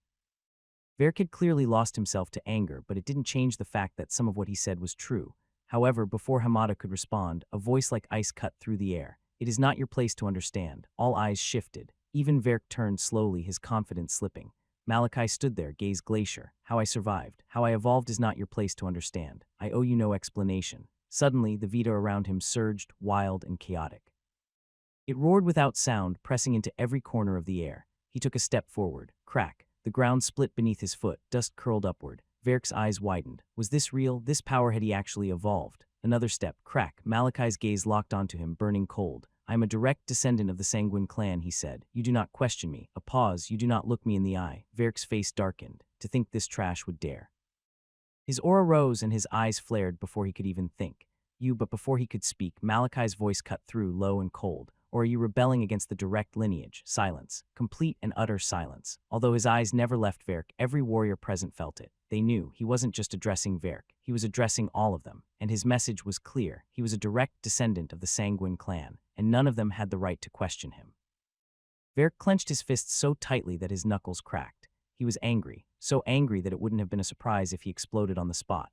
How had Malachi survived? How had he evolved? Then Malachi's last words finally registered in his mind. Was he rebelling against the direct lineage? Another surge of fury ripped through him. He could already see Hamada reaching for his sword, as though he was hoping he made a mistake. Unless he was tired of living, his answer was clear. Verk reeled in his rage and slowly lowered his head. "I apologize, ninth vein," he muttered through gritted teeth, but Malachi didn't even look at him. He walked right past, voice cold as he ordered, "We're heading back to the clan immediately. Get ready." "Yes, ninth vein," Verk replied after a second, but the hate in his gaze only deepened. Luckily, his squad members knew their captain all too well and kept their distance. Soon enough, the crowd began to disperse, but the whispering had only intensified. They had just witnessed the impossible, and many couldn't help but voice their thoughts, their doubts, their shock. But Malachi paid no attention. He walked steadily toward the carriage that had brought him here. He had no time for any distractions. Getting back to the clan immediately was paramount. Many would wonder why he was so insistent on leaving the moment he came out. But only Malachi knew the storm of thoughts that was raging inside his mind. "They'll try to kill me." The entire Blackreach fortress now knew he had evolved, and Malachi had no idea how far the reach of his uncle and aunt extended within the clan, but he wasn't about to gamble with his life. Verk was a problem too, but Malachi had already addressed that now in front of everyone. They had seen the confrontation between them. If anything were to happen to him on this journey back, Verk would be as good as dead. He reached the carriage, and just as he was about to step in, ninth vein, Hamada's voice called out from behind, and Malachi turned to look. Malachi reached the carriage, and just as he was about to step in, ninth vein, Hamada's voice called out from behind, and Malachi turned to look. As he turned, he saw Hamada staring at him with a serious expression. His eyes narrowed slightly. "What is it?" he asked. Hamada stepped closer, his tone low. "Ninth vein, unfortunately, I've been stationed here in the Blackreach by the sovereign himself. I can't leave. Otherwise, I would have taken you back to the clan myself." Hamada's expression was filled with worry, and Malachi understood perfectly where he was coming from. He too had predicted how dangerous the journey back would be. Then Hamada's voice lowered even further. Pardon my rudeness, ninth vein, but you have to be careful. You can't trust anyone within the clan. Although I hate to say it now that you've evolved, a lot of eyes are going to be on you, and I wouldn't rule out attempts on your life. His gaze shifted briefly toward Verk in the distance, who was busy yelling at his squad members to get ready. Then he turned back to Malachi, who remained silent. Here, he handed Malachi an object. Malachi took it, inspecting it. It looked like a mini handgun, though the nozzle was larger than usual, sleek dark metal with faint etchings along the grip. This is a dread flare, Hamada said. We warriors of the Blackreach use it to signal for help in case we're in danger. You might not be near the fortress, but we're everywhere. Malachi lowered his eyes to the device. His hand around it tightened. He could feel the sincerity in Hamada's gesture, and he didn't know how to explain what he felt in that moment. Someone was actually looking out for him. A warmth spread across his chest, but Malachi didn't let it show in his expression. He exhaled, then looked at Hamada. Hamada smiled, bowed slightly. I hope you reach your destination safely, ninth vein. Malachi gave a small nod, then turned and stepped into the carriage alongside Nyx. After some minutes, with Verk hurling numerous orders, his squad members finally finished packing up their things. They headed to the shed where their equitaras were kept and retrieved them. And after some more time, the carriage was airborne once more, led by Verk and flanked by his squad members, heading straight back toward the City of Blood. As the group left, Malachi's gaze lingered on the Blackreach growing smaller beneath them. It felt like déjà vu, only that it wasn't. Not completely, anyway. He had been in this same position, in this same carriage, sitting in this same spot and looking down at the Blackreach just days ago. Back then, his gaze had been lost and his mind filled with a storm of thoughts. He hadn't known what to do, and the future had been uncertain. But now his gaze was far from lost. Cold determination. That was the only way to describe the look in his eyes. This moment was different from back then. Now he had the chance to grow stronger, a chance to take his revenge. He had evolved. As the group flew farther from the Blackreach, Hamada's gaze remained fixed on the carriage, even as it shrank into nothing more than a dot in the sky. Survive. The word echoed in his mind, his hand clenched tightly by his side. Survive and show me the kind of Sanguin you will become. The carriage disappeared from view, and after a few more moments, Hamada finally turned, moving back toward his chambers. Whispers began to spread through the Blackreach. Conversations began across the fortress, and they all revolved around one name, Malachi. No one knew exactly what the future held, but they all felt it deep in their bones. Change was coming to the clan. Hours passed, and so far the ride had been uneventful. As expected, the atmosphere was steeped in silence. Nyx sat across from Malachi, and though he could feel his maid stealing glances at him now and then, he ignored her completely. His mind was elsewhere, churning, calculating. From here on out, I'll have to be careful. The people of the Blackreach already knew about his evolved status, and soon word would reach the clan as well. He had chosen to leave the Blackreach immediately to avoid any potential assassination attempts, but that didn't mean he was safe. Far from it, in fact. Ironhold. His thoughts sharpened at the name. That city was the real problem. If he only had to worry about the Blackreach, it would have taken some time for news of his survival and evolution to reach the clan. But with Ironhold in the picture, everything changed. They have too many people there, Malachi thought to himself. Ironhold wasn't like the Blackreach that was located at the edge of the dome. It was a city rich with allowed technologies, heavily monitored and heavily populated. Because of this, word would travel fast, too fast. The moment he set foot there, the clan would know, and then they would come for him. But there's no choice but to stop there. It was one of the sacred rules of the Sanguin: never travel at night. The dangers of the night couldn't be overstated. Darkness creatures weren't the only threat in the dome. Predatory beasts transformed by Vita roamed the lands once night fell. An ambush wasn't a possibility, it was a certainty. Even Malachi, despite being a direct descendant, couldn't override that rule. He couldn't command Verk and his squad to continue the journey after sundown. It was taken that seriously. Which meant only one thing: Malachi had to survive the night in Ironhold somehow. An uncertain voice suddenly echoed in his mind. Malachi. Malachi's thoughts froze. Shit, I forgot. He had completely forgotten about the middle-aged man who could read his surface thoughts, but he relaxed the next instant. What was done was done. What? Malachi responded. Valentine hesitated for a moment before finally speaking again. I'm trying to understand what's going on. Why is everyone treating you that way? Assassins, aren't you like, wait, what's your age? I'm trying to understand what's going on. Why is everyone treating you that way? Assassins, aren't you like, wait, what's your age? 14. Right, damn 14. Okay, so why would assassins be going after a 14-year-old? Are you not liked or something? Malachi paused, debating whether or not to explain. But after a brief moment, he decided to tell him at least enough to give the man context. Valentine was going to be in his head for what he expected was the rest of his life. It was better he was filled in. Yes, Malachi finally said. I'm well hated by everyone. That's terrible, Valentine exclaimed. What could you possibly have done? Malachi paused again. Then slowly he began to speak, narrating the events of his life. But he left out many details, only offering what was necessary. To Valentine, the way Malachi spoke, with that cold, detached voice, it didn't even sound like he was recounting his own memories. It sounded like he was telling someone else's story. A tragedy told by a stranger. When Malachi finally stopped talking. Sniffle, sniffle. He frowned slightly, hearing the sound of Valentine crying inside his thoughts. That's so sad, Valentine said between sniffles. Such horrible people, it's a terrible thing that happened to you. You've been through so much. Malachi didn't respond, but even he didn't realize when his hand had tightened into a fist on his lap. He had gone through a lot, so much that someone his age shouldn't have had to endure. He knew this well, but this was the first time someone had actually said it to him. Valentine eventually stopped crying. His voice, which sounded a bit shaky, returned. I understand now, Malachi, why everyone is acting like that.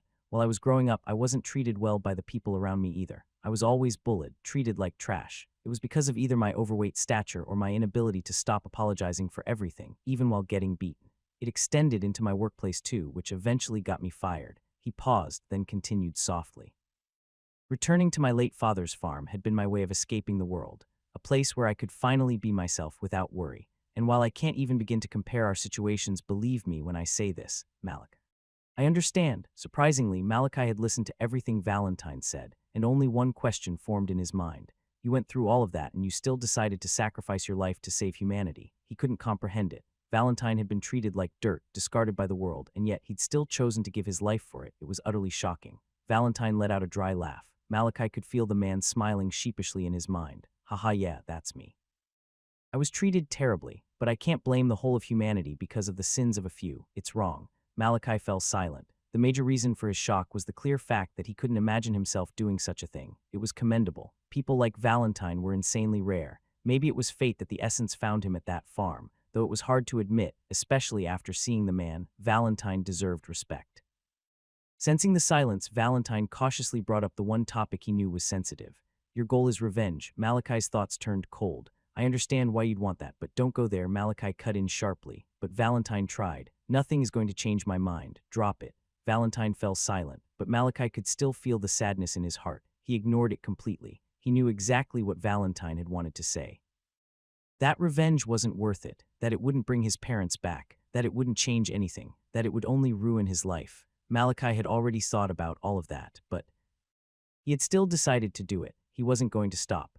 Valentine didn't speak again after that. He could tell Malachi wasn't in the mood. The ride continued in silence. Hours passed, and just as the sun began to set on the horizon, the group reached Ironhold. Just like Vidimore, Ironhold, despite being a major hub for commerce, where people from all across the dome came to trade, buy, and sell, had been built as a fortress first. Towering, fortified walls surrounded the city, looming high above the horizon, reinforced with layered steel and stone. Massive iron gates stood at the front, wide enough to admit caravans and convoys alike. Water moats surrounded the entire perimeter, deep and constantly flowing, with retractable bridges that could be drawn in at a moment's notice. High watchtowers dotted the walls, manned by evolvers. Humanity inside the dome lived in settlements like this, walled, reinforced, and prepared for anything. Though the dome was humanity's sanctuary, it was far from being peaceful. 1/3 of the planet had been enveloped by the dome, but it was still a vast expanse of land, especially for the small number of humans who had survived the fall, which meant there were still vast, unexplored areas, teeming with mutated beasts, corrupted wildlife, and unknown dangers. The outside of the dome wasn't the only place riddled with danger. Even within the dome, danger was everywhere. Fortunately, with the Sanguin emblem engraved into the carriage and with Verk, a Blood Knight captain, leading the group, entry into Ironhold was swift and without any resistance.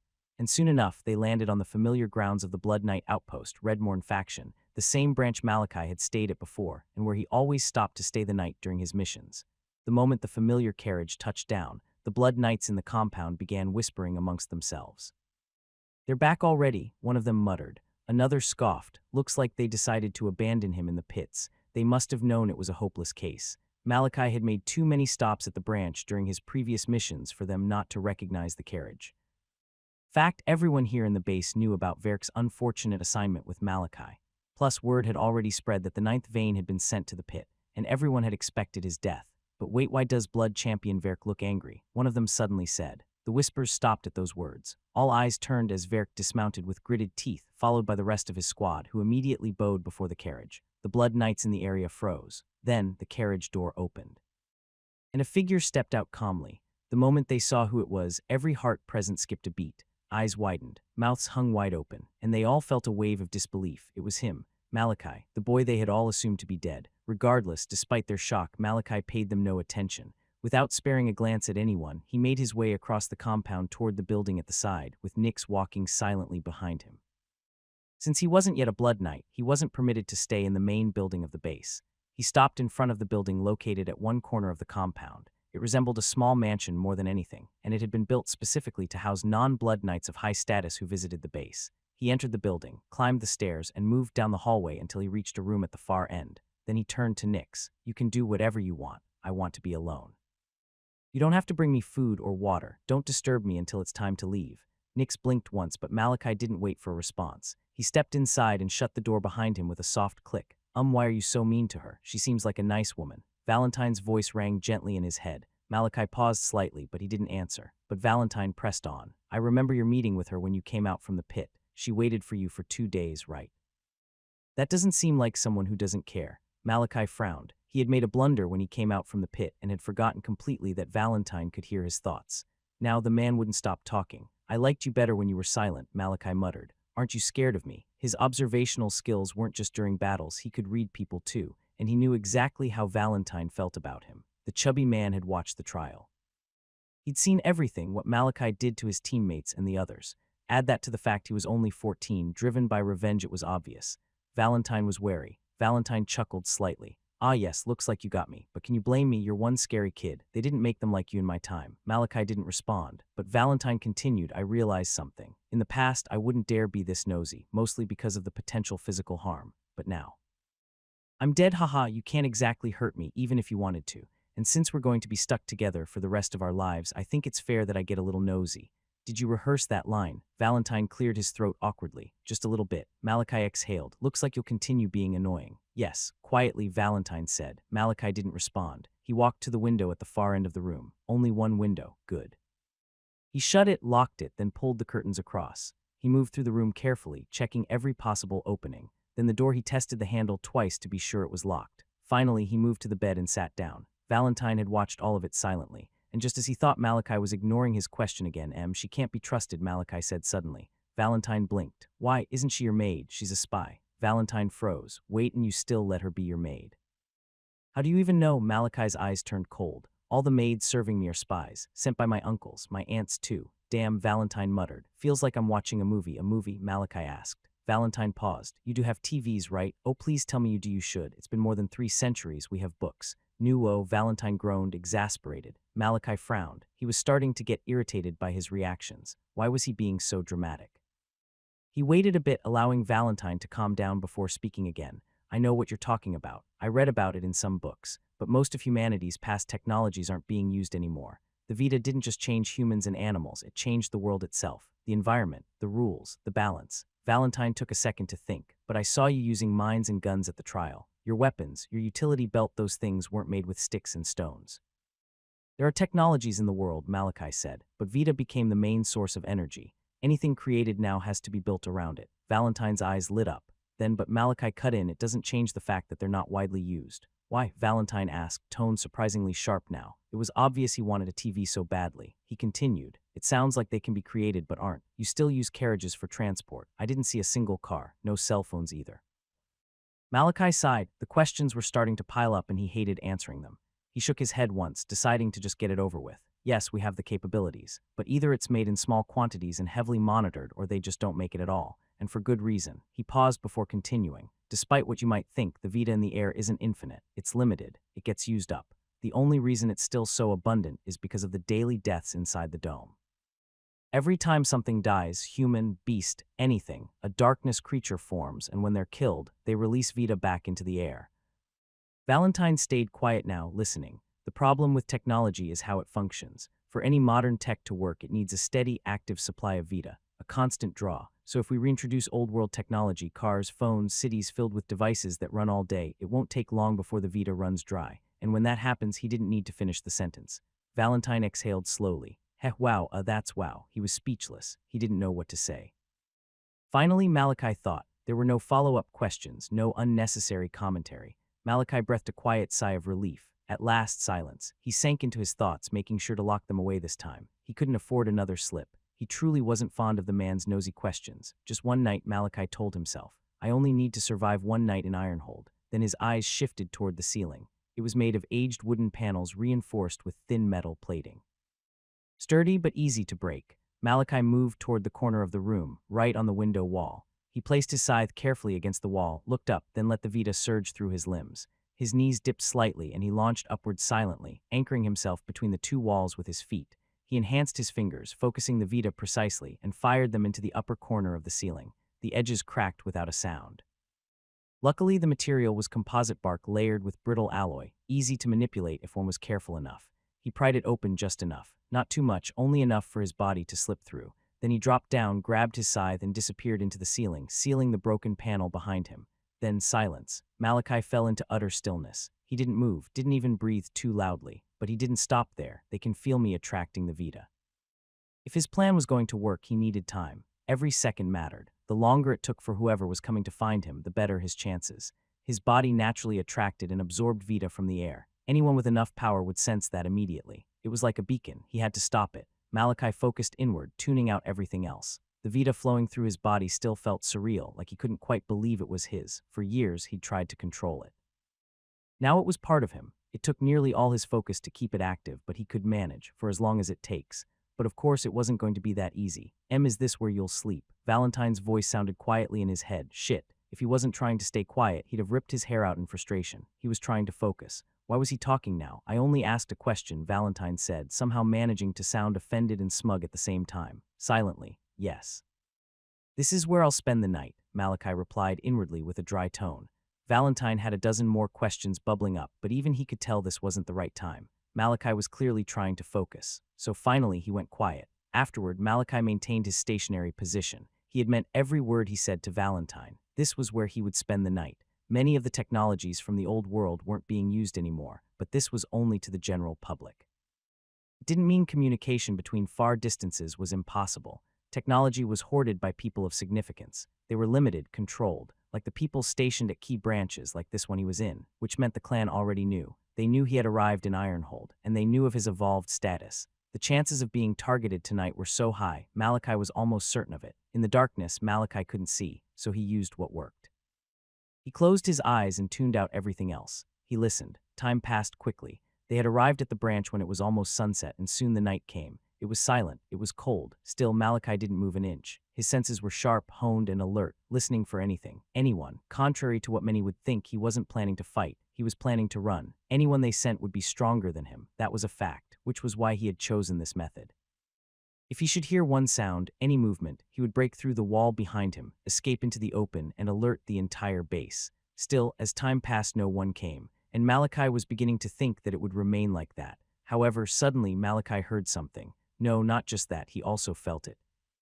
The distant thump of dull booms reached his ears, and the ceiling he was in vibrated just slightly. What is happening? His thoughts sharpened. There was an ongoing fight. He didn't know how far or who was involved, but he was sure there was one. I have to be ready. Still, Malachi didn't move. He remained still with his body tense and mind focused. As the seconds passed, the rumbling stopped. Malachi listened harder, but no matter how much he tried, everything had fallen silent again. There was no more noise, no more vibrations, and he couldn't even feel anything moving. Suddenly, Valentine's uncertain voice sounded in his head. I can go check out what's happening. It sounded more like a question than an offer, like he didn't even want to do it. Malachi's thoughts paused. Why didn't you suggest this before? He clicked his tongue mentally. He should have thought of that himself. He didn't know the full mechanics of it yet, but still he had a ghost that couldn't die. I mean, they were fighting, Valentine stammered. Plus, I can only leave your body within a 50-meter radius, and I can't stay out for too long. You're literally dead. How much deader can they make you? Malachi muttered, sighing. Can anyone see you? There was a short pause. Then Valentine said, I asked the essence. It said no, but people might feel a slight surge of vita when I move, since I'm made of it. All right, Malachi said. Forget that. Can you go check now? Valentine hesitated, then finally muttered, okay.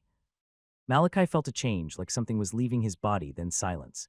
He couldn't hear Valentine anymore, a moment he loved. A minute passed, then Valentine's voice returned, slightly breathless. Malachi had no idea how that was possible, and he wisely chose not to ask. He wasn't about to patronize a talkative. There's nothing, Malachi, just your maid. She's still sitting by your door, poor woman. Are you sure she's a spy? There's nothing. Are you sure? I checked the mansion. Nothing.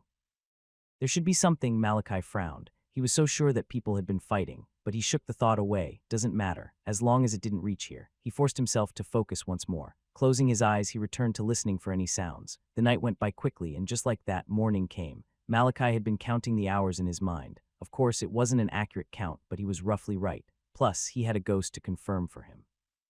As soon as he felt it was time, Malachi slowly reached toward the open ceiling he'd come through and jumped back into the room, landing gently. I still feel refreshed. He had stayed awake all night, yet he didn't feel tired or sleep-deprived. Instead, he felt strong and even energetic. It must be because I evolved. He couldn't imagine doing what he had done last night without consequences. His old body wouldn't have handled it this well. Suddenly, the voice of the familiar, chubby man echoed in his head. "Well, good morning," Malachi winced. "Stop screaming. You're literally in my head." Valentine paused slightly before he lowered his voice. "Good morning," he whispered. Malachi only shook his head and went ahead to ignore him. He looked down at his attire. It was dusty from staying up on the ceiling. He quickly dusted it off. In the process, he heard a knock on the door. His eyes shot toward it, and he gripped his scythe tightly. Nix's voice came through the door, calm and clear. "Ninth Vein, Captain Verk is set to leave. What are your orders?" Malachi lowered his guard slightly. "Tell him I'll be there in 10 minutes. "Yes, Ninth Vein," she replied, and he heard her footsteps fading as she walked away. "I still think you should be nicer to her," Valentine said as Nix left. Malachi ignored the chubby man and entered the bathroom to freshen up. Afterwards, he came out, having briefly cleaned himself, and immediately left the room. A minute later, Malachi walked past the compound with Nix trailing behind. They reached the carriage where Verk and his squad were already waiting, bowing and greeting as he approached. Ninth Vein, but the same scene repeated itself. Malachi simply walked right past him and entered the carriage. This time, though, Verk didn't clench his fist. In fact, he didn't even look angry. Instead, he had a serious expression on his face. Last night, he had taken time to reflect on the entire situation, and something had just dawned on him. Malachi von Sanguin, the one everyone considered trash, had just evolved. The implication was simple: he wasn't trash anymore, and he was a direct descendant, which meant his rise within the clan was almost certain, even if it was just a little. And when Verk thought about how he had been treating him all these years, a chill couldn't help but crawl down his spine. Regardless of his hate for Malachi, he was still a warrior, and he had seen Malachi's eyes. They didn't look like the eyes of someone who forgives. "I hope they take care of him soon." Verk's eyes turned cold as he turned and mounted his equilador. The rest of the squad followed, and in the next second they were airborne, heading toward the City of Blood. In the middle of a forest filled with towering trees, multiple figures stood perched silently on the branches. They were all clad in black attire that covered them completely, even their faces. On the back of their clothing was the insignia of a wolf with two fangs sticking out. One look and anyone would immediately take them for assassins. Their cold gazes were fixed upward, as though waiting for something. On the largest tree where only two individuals stood, both radiating immense power of the synergy stage of evolution, one of them finally broke the silence. "This is a waste of my time, Delmas," he muttered. Delmas, who had a slender frame, turned his head. His crimson eyes narrowed slightly. "I've explained its importance to you already, Donju. I don't like repeating myself." Donju, who was broader in build and physique, frowned. His white eyes were filled with irritation. Was it not that woman, Kana? "She's basically powerless in the Sanguin clan. You're more useful than her, Delmas, and you're not even a direct descendant." "You're too narrow-minded," Delmas replied. "She's the wife of a pulse, a treasured wife. It's not a bad idea to let her owe us a favor. Then why don't you do it yourself?" Donju snapped. "Why bring me? You were the only one available," Delmas said simply, "and we have to prepare for any eventualities." "He's being escorted by a blood champion, someone at the synergy stage of evolution. It can't hurt to be safe. Besides," he paused, then added with a small smirk, "I thought you Durandals never ran from battle." Donju clicked his tongue irritably. "I can see what you're trying to do. You must think I'm stupid." Delmas didn't say anything else, maintaining his smile. Donju clicked his tongue again, more sharply this time, and gestured toward the back, where several figures dressed in the same black attire but with significantly lower auras stood on tree branches, heads bowed in silence. "Then why bring them? They'll just slow us down. We're after one boy. It's a chance for the new recruits to gain experience," Delmas said. "The target is a newly evolved, which means he's at the Genesis stage. They're also at the Genesis stage. But he's just awakened and can't be used to his powers yet. He should be no problem for them. Let them handle him, and we'll take care of the blood champion and his squad." Donju frowned at Delma's words, then shook his head. There was no point in arguing. "Let's just get this over with," he muttered. In the next instant, both of their gazes sharpened as they fixed on the horizon, where a tiny dot was approaching fast. Delmas's tone shifted, cold now. "Get ready," he said. "They're here, you heard him," Donju barked. "Get in position." Now, the figures that had been bowing behind them immediately scrambled. In a quick motion, they darted off in different directions, converging on two large, cloth-covered objects perched steadily on wide and sturdier branches. They yanked the black cloths away, unveiling what was beneath. Two sleek, cannon-like weapons came into view. Each one was massive, with reinforced plating, glowing core tubes, and a long, wide nozzle shaped like a spout ready to spew destruction. It looked like something built to fire more than just blasts, built to decimate. The Vita lance. They began setting it up, angling the huge nozzles upward toward the rapidly growing dot in the sky. Donju glanced sideways. "You're taking this seriously, Delmas. Sounds like you really want this to succeed. To think you brought the Vita lance." Delmas didn't look at him. His gaze remained forward. "Depending on whether or not this works, my clan will shake the entire West to find the one who dared attack their direct descendant. We might as well make sure we succeed." Then, sharp and steady, Delmas said, "Get ready." They listened. The nozzles pointed up, waiting. Once again, there was only utter silence inside the carriage. Malachi sat across from Nyx, who kept stealing glances at him. It's just like back then. Before he had entered the pits, Nyx had acted the exact same way. She wanted to say something but couldn't bring herself to. "Maybe she's just too shy," Valentine chimed in from the back of his mind, "like me." "If you were as silent as her," Malachi replied, "I would be so happy." "Damn," Valentine said, feeling offended. "Sounds like you're implying I talk too much." "I'm not implying anything. You do talk too much." Valentine cleared his throat, ignoring the obvious truth. "Besides, I don't think I can even imagine you smile. You're a very edgy kid, you know that." Malachi ignored him. Instead, he decided to break the silence. He turned suddenly, meeting Nyx's gaze. She flinched and quickly looked away. "Do you have something to say to me?" Malachi asked. Nyx bowed her head. Her lips trembled slightly and her expression turned visibly troubled. She bit her lip, hesitated, then finally replied, "In nothing, ninth vein." But she never could have expected what Malachi said next. "Not in a million years, you're a spy." Nyx's eyes shot wide. Her head snapped up, meeting his cold, calm gaze. He spoke like he had just commented on the weather. What?" she stammered, too stunned to mask her reaction. Malachi's expression didn't change. He had never had any problem being blunt. "I know you're a spy," he said. "Who are you working for?" The word sent another wave of shock through her system, but she wasn't surprised that he knew no, that was a given. No one would willingly serve an unevolved heir with no future. What she didn't understand was why he was confronting her now. What was his end goal? In any other situation, discovering a spy would end with the spy being interrogated, maybe tortured, and probably death. But this wasn't a normal situation. Everyone knew his maids were spies, even him. It wasn't a secret. He had no backing in the clan. If he reported one, he would be ignored. If he brought proof, they would just replace her with another. Even now, even though he was evolved, he was still just at the genesis stage of evolution at 14, 2 years later than those who had evolved normally at 12. He might have escaped being labeled trash, but that didn't change his place in the family. Not immediately anyway, especially when he still didn't have any backing. Calling out a spy right now wasn't the smartest decision, which is why Nyx just couldn't understand it. She knew Malachi wasn't stupid. Far from it. "So why are you going to deny it?" Malachi asked again. Nyx opened her mouth, closed it, then bit her lip. She didn't know what to say. Admitting it would mean failing her mission and betraying the one who sent her. That wasn't an option and would end very badly. But lying to Malachi felt wrong, like she would regret it for the rest of her life. Pretending to be his maid was one thing, but blatantly lying to him was another. After everything Malachi had been through, she wasn't sure he would ever forgive or trust her again. Her lips parted again, but before she could speak, her head suddenly snapped to the side. A violent aura spilled from her body, so fierce that Malachi's eyes shot up in shock. He couldn't finish the thought. Verk's booming voice tore through the silence. "It's a Vita lance." Those were the only words Malachi heard before the sound of explosions ripped through the air. Boom, the shockwave slammed into them. The entire carriage shook violently, rattling as deep cracks snaked along the walls and floor. Wood splintered, glass shattered, a high-pitched ringing filled the air. Verk's voice boomed again, even louder than before. "Use your EQILADORS to disperse the smoke. Do it now." "Wait, what's going on?" Valentine's voice was filled with confusion, but Malachi ignored him. His hand moved on instinct, reaching for his scythe. His grip tightened until his knuckles turned white. His mind worked fast. "We're under attack." They shot a Vita lance. It was blocked before it reached the carriage. His mind comprehended the situation at a speed that would leave many stunned, already planning his next move. But then his eyes narrowed. Something else had caught his attention.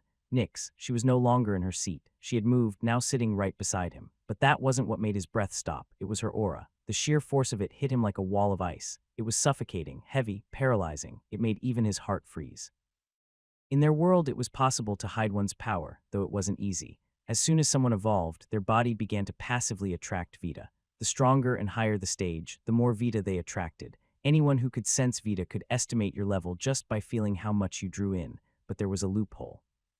If one had precise control over Vita, like Malachi had done in Ironhold while hiding in the ceiling, they could suppress and stop that pull, thereby masking their level and hiding their strength completely. Plus, if they were strong enough, one might never even know they were evolved. For years, the words hit Malachi like an iron vice. Nyx had been by his side for 4 years. For years, 2 years before he received the manor, and not once had he suspected that she was this powerful. Verk's voice roared again, tearing through Malachi's thoughts. Another lance. Verk's voice roared again, tearing through Malachi's thoughts. Another lance. Malachi's eyes widened. Nyx moved, her aura surged, flooding the entire carriage. The air bent around her as Vita whipped through the space, spiraling toward her in a violent current. She stepped forward and raised her hand. A radiant green shield burst to life in front of her, glowing like a living wall. The second lance hit. Boom. An explosion ripped across the sky, loud enough to deafen gods. The force parted the clouds for hundreds of meters, tearing the sky open. The carriage didn't survive. It was blown apart in an instant, splintering into countless fragments, swallowed by the smoke that now engulfed the skies. Verk yanked the reins hard, steadying his equilator mid-movement.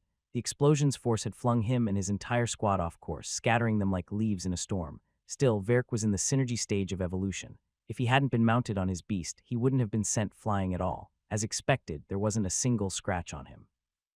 But his expression was the farthest thing from calm. The moment he stabilized himself, his gaze snapped toward the ruins of the carriage, only to find smoke. Thick, blinding, and endless, it swallowed the sky. Shit, shit, shit, shit. The words rumbled in his head continuously. He had wanted Malachi to die, yes, but not now, not like this. He had been tasked with escorting him. Everyone had seen their confrontation at the Blackreach. If anything happened to him now, he was as good as dead. We're under attack. Verk's voice boomed like a war horn. They're after the ninth vein. Clear the smoke and secure him. Now his squad heard him, and at that same moment his aura exploded out, flooding the air with suffocating pressure. Then, boom! A blast erupted from him, scattering the smoke just in time, and he saw it. A greenish streak shot from where the carriage had been, racing through the thinning haze back toward the forest. But Verk's eyes snapped away from it because something else had caught his attention.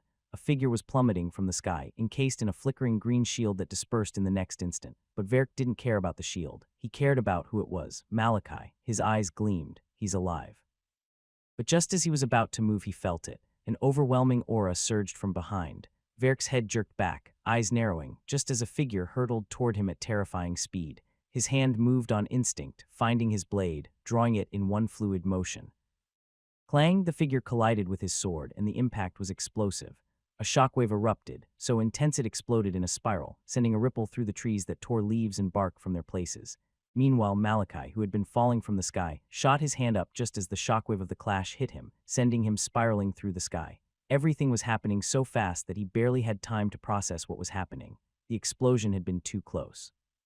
The Vita lance had hit the carriage directly. However, Nyx had summoned the shield in time to block, but the force had flung her away like a comet. She was already gone from view. A Vita lance, Malachi's thoughts spun, trying to piece together everything. It wasn't just a weapon, it was a cataclysm. It was created to battle the darkness creatures powerful enough to level entire cities and kill hundreds of thousands. One shot from the lance could level a city district. It was made for pure destruction. Who is it? Malachi's mind churned. A Vita lance was a weapon that wasn't easy to obtain. He could count only a few groups within the dome that had access to one, let alone two. Now's not the time. Malachi gritted his teeth and forced his thoughts aside. His cold gaze locked onto the chaos unfolding around him. Above, the force of the earlier impact had sent Verk flying backward, hurtling through the air. Regardless, his voice still boomed, teeth gritted as he roared. Secure the ninth vein, SHNNK. Malachi heard it, the unmistakable sound of blades being unsheathed, then the sharp crack of reins being snapped. Verk's squad echoed the order almost instantly. Secure the ninth vein. They surged through the air from different directions, streaking toward Malachi like arrows parting the air. However, Malachi's eyes suddenly widened. A sharp metallic scent rushed into the air. It was heavy, familiar, blood. No, a streak of red blitzed through the sky so fast it was a blur. All Malachi could see were crimson lines slicing through the necks of Verk's squad as they closed in on him, but none of them seemed to notice it. Not yet. However, in the very next instant, their heads suddenly detached from their shoulders, cleanly severed. Blood erupted like geysers from their necks, their corpses losing control mid-flight.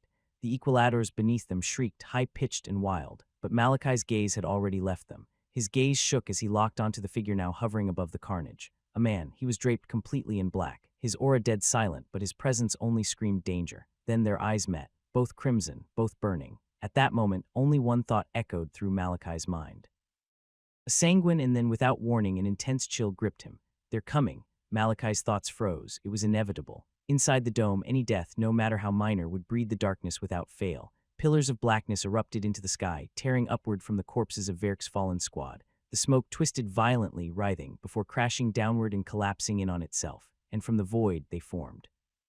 Grotesque and twisted figures materialized in the air, their eyes gleaming with hunger. But the man in black didn't even blink. His gaze remained cold, fixed, and focused on Malachi as he spoke. "Don't let him escape." Malachi's expression darkened. "There are more of them." His mind snapped into focus as he glanced down fast. The forest was closing in. The forest was closing in, fast. At Malachi's current stage, a fall from this height would still snap his bones and force him to slow down. However, he couldn't afford to waste even a second. His eyes turned cold. His aura burst to life. Vita surged through his veins like a wave, igniting every fiber of his body. His senses sharpened, time slowed. Everything became clear, and then... Crack, his foot slammed into a thick tree branch mid-fall, the impact redirecting his descent. He hit another branch, then another, each one slowing him, redirecting him, guiding him downward with precise control. Finally, he twisted his body mid-air and landed in a controlled roll, before stopping, knees bent, body low. However, despite the rough landing, Malachi's mind had never been sharper. He didn't waste a single second. Gripping his scythe tightly, Vita roared through his body before he blasted forward at full speed, leaving a surge of dust in his wake. "I'm being chased." Not even a second later, Malachi's senses picked up multiple presences closing in from different directions. "This is bad." His mind spun. The Sanguin man who had slaughtered Verk's squad was in the third level of evolution, the synergy stage, and not just that he was a blood champion. Aside from the stages of evolution, the clans within the dome had given their lineage abilities ranks, each one serving to mark their mastery. For the Sanguin, there were 5 ranks. Blood Initiate, Blood Adept, Blood Champion, Blood Warden, Blood Sovereign. Each rank represented the depth of one's control over their blood. Blood Initiates focused on mastering the flow of blood, using it to boost physical strength. Blood Adepts went deeper, being able to manipulate their blood, hardening it, accelerating healing, and more. But the real change was from the third rank, Blood Champion. At this level, external manipulation of blood became possible, and with it came terrifying power. Weapons, projectiles, shields, its utility was insane. The squad members that man had killed were in the node formation stage and were Blood Adepts, yet they were cut down before they could even react. To Malachi, there was nothing to think about. If that man caught him, he was as good as dead. The darkness creatures should hold him back for now. Killing the squad members had birthed darkness creatures. The grade of darkness creatures that formed more often than not always depended on the evolution stage of the one who died. Genesis bred grade 1. Node formation bred grade 2. There were 7 of them. They should slow him down a bit. That means he had to move. But he couldn't, not while being chased and targeted. His grip on the scythe tightened. His eyes turned cold. He had to kill them. His senses sharpened, tuning out everything else. His ears focused, filtering every step, every shift in the wind. But his legs never stopped running. From their speed and movement Genesis rank, 6 in total, the thought echoed in Malachi's mind. Suddenly his right foot stomped the ground, bringing his body to an abrupt stop. The gazes of the recruits widened in shock, not expecting the sudden halt. But before they could react, Malachi spun. Vita roared through his legs. He blasted forward. His scythe flashed. One of the closest recruits barely raised his weapon before the blade carved through his neck, blood spraying as his body crumpled to the dirt. The remaining recruits flinched, stunned. Wasn't he supposed to be newly evolved? What was this speed? But none of them received any respite. 5 more. Malachi's thoughts moved. His body never stopped. His foot kicked off the ground, hitting the head of the recruit he had just beheaded. The severed head shot forward like a cannonball, smashing into another recruit's face with a sickening crack, flipping him backward and slamming him against a tree. "Be careful, he's fast," one of them yelled in panic. His shout snapped them into focus, only to see he was gone. Slash, thud. Another body dropped before they could react. Their heads immediately snapped to the sound, but all they caught was a blur, slipping through the trees like a shadow. In the next second, 2 more heads flew. 1 more. Vita exploded through Malachi's veins as he pushed his body to the limit. He closed the distance in a blink. The last recruit's eyes widened in fear. "Wait," the blade flashed. His head hit the ground before the word could finish leaving his lips. But Malachi didn't stop, not even for a second. He spun and sprinted toward the one he had struck with the severed head. The recruit writhed on the ground, groaning in pain, trying to push himself up. He didn't even get the chance. Malachi's scythe came down, slicing cleanly through his neck. In the next instant, Malachi turned, eyes locked forward. He shot ahead, leaving the corpse behind him. Then multiple pillars of darkness erupted from the corpses of the recruits, tearing through the forest canopy like jagged spears of void. But Malachi didn't even glance back. He ran with every fiber of his being, surging forward and forcing the Vita in his body to its absolute limits. If he checked his Vita consumption rate now, it would have gone through the roof. Delmas's head snapped to the side, his gaze narrowing into pinpricks. He was the same man that had killed Verk's squad members in front of Malachi seconds ago. All around him, the remains of the darkness creatures plummeted from the sky into the forest below. They had been split into pieces the second they formed, but Delmas's gaze wasn't on the corpses anymore. It was fixed on the distance, where multiple towering columns of darkness had just ignited. He killed them. Delmas was beyond shocked. No, more than that, he couldn't understand how it was possible. The darkness always spawned seconds after a death within the dome, and these pillars. They had all formed almost at the exact same time. He killed them all in seconds. He killed them in seconds, if not for the bloodthirst in his veins, if not for the fact that he was sanguine. Delmas's eyes would currently be trembling. Didn't he just evolve? He was sure of this, completely and absolutely. He had confirmed it from multiple sources before even coming for this ambush. After Kana had sent her request, Delmas had ordered his people to watch Malachi closely, follow his every move. 3 days ago, when Malachi had spent the night at Ironhold on his way to Blackreach, they had confirmed it. He had been unevolved. The 6 Genesis evolvers Delmas had brought with him were the cream of the crop. Elite Genesis stage warriors, some of the best new additions to their group. The Maugrim, born in silence, raised in shadows, shaped by war. The Maugrim were not just assassins, they were phantoms, an order centered around espionage, assassination, and information gathering inside the dome. Although they operated in the shadows, their recruitment method was utterly selective. Each Maugrim was handpicked from dozens of candidates who had survived the bleeding trials, brutal psychological and physical tests designed to destroy the weak and remake the strong. Delmas had brought 6 of such people, and to him and anyone who knew them, a newly evolved human, sanguine or not, would not survive their chase. And yet, the impossible had happened right before his eyes. That same newly evolved human had slaughtered them all in seconds. I can't let him escape.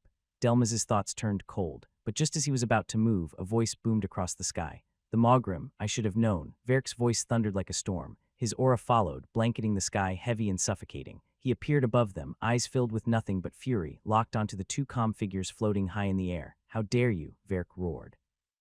The Sanguin clan will erase your petty group from this dome. You fools have crossed the wrong people. Verk had ditched his Equilador. The mutated beast was better used for travel. Although they were good during certain aerial combats, in a battle between synergy stage beings, it was nothing but dead weight. Blood swirled around Verk in thick waves, lifting his body high up in the air with ease. His blade was already unsheathed, an intense bloodlust dripping from every inch of him. But despite that, the broader figure, Donju, simply scoffed. Empty words, he said with a voice filled with disdain. You bloodsuckers have been trying to wipe us out for decades. What makes you think now's any different? He turned to Delmas before flashing him a grin. Get a load of this bullshit, man, he chuckled. Verk's eyes snapped toward Delmas, and as he saw the blood around him, they widened in disbelief. You're a sanguine. Blood champions weren't common. Reaching synergy was one thing, but becoming a blood champion still wasn't guaranteed. Some lived their entire lives without ever attaining that rank. This simple fact made blood champions revered in the Sanguin clan and even amongst other clans. They were respected, given almost anything they wanted, which was why Verk couldn't understand it. Why was one of them with the Maugrim? Pretty obvious, dumbass, Donju muttered. Did I hit you too hard? Is that skull of yours rattling, you? Verk bellowed as his aura exploded outward, shaking the air. But Donju just grinned wider as bones started jutting out from his forearms with a crack. Delmas turned to him. Hold him. I'm going after the boy. Verk's eyes snapped to Delmas, pupils shrinking. No, you won't. But before he could finish her move, Donju's aura flared. Verk barely caught the shift before a sword of bone came crashing down toward his skull. His eyes widened as his blade shot up in reflex. Steel met bone in a cataclysmic collision. Boom. The shockwave tore through the sky, reaching the forest and sending trees groaning and bending from the force. But through the chaos, Delmas had disappeared. The sound of the distant battle reached Malachi, but he didn't even so much as glance in that direction. Malachi's body felt hot. No, it was boiling. Every inch of him burned like he was being cooked from the inside out. To increase his speed, he had long since activated blood flow. His blood churned violently, pumping through every fiber of his being. Veins bulged across his body as his strength and speed surged. He could feel it, his body was tearing through its reserve of Vita at a rate too insane to measure. Without even checking his panel, he knew he wouldn't last long like this. But Malachi's eyes only burned cold. I have to move faster. He pushed even harder, more, beyond what he thought was possible. He hit his limits, then shattered through them, reaching even another breaking point.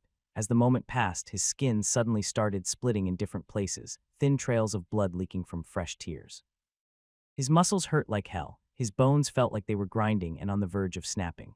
Move, move, move, move. Regardless, the single word rang like a mantra in his head. However, as Malachi continued pushing himself, he suddenly felt it. Warmth. It ignited from his chest, slow at first, then spread everywhere all at once. It was surreal, like something ancient and silent had stirred awake, answering his call from deep within his soul, the essence. The thought barely had time to form before it hit him, a surge of energy, massive and overwhelming. It was unlike anything he had ever felt before, roaring through his body. To Malachi, for a moment, the world stopped. The rustling of leaves, the distant booms of the cataclysmic battle. Even the sound of his own feet hitting against the ground was gone, and in the next instant, boom, Malachi blasted forward, his speed doubling in a blink. His legs moved like bullets fired from a cannon, the world around him turning into a blur. As he realized the newfound energy moving through his body, Malachi's eyes widened in shock. Where did this energy come from? His thoughts moved fast, too fast. It even affected my mind. Malachi knew how he thought, and he knew well that it wasn't this fast. Then there was this foreign power. It was too sudden, too explosive to be his own strength.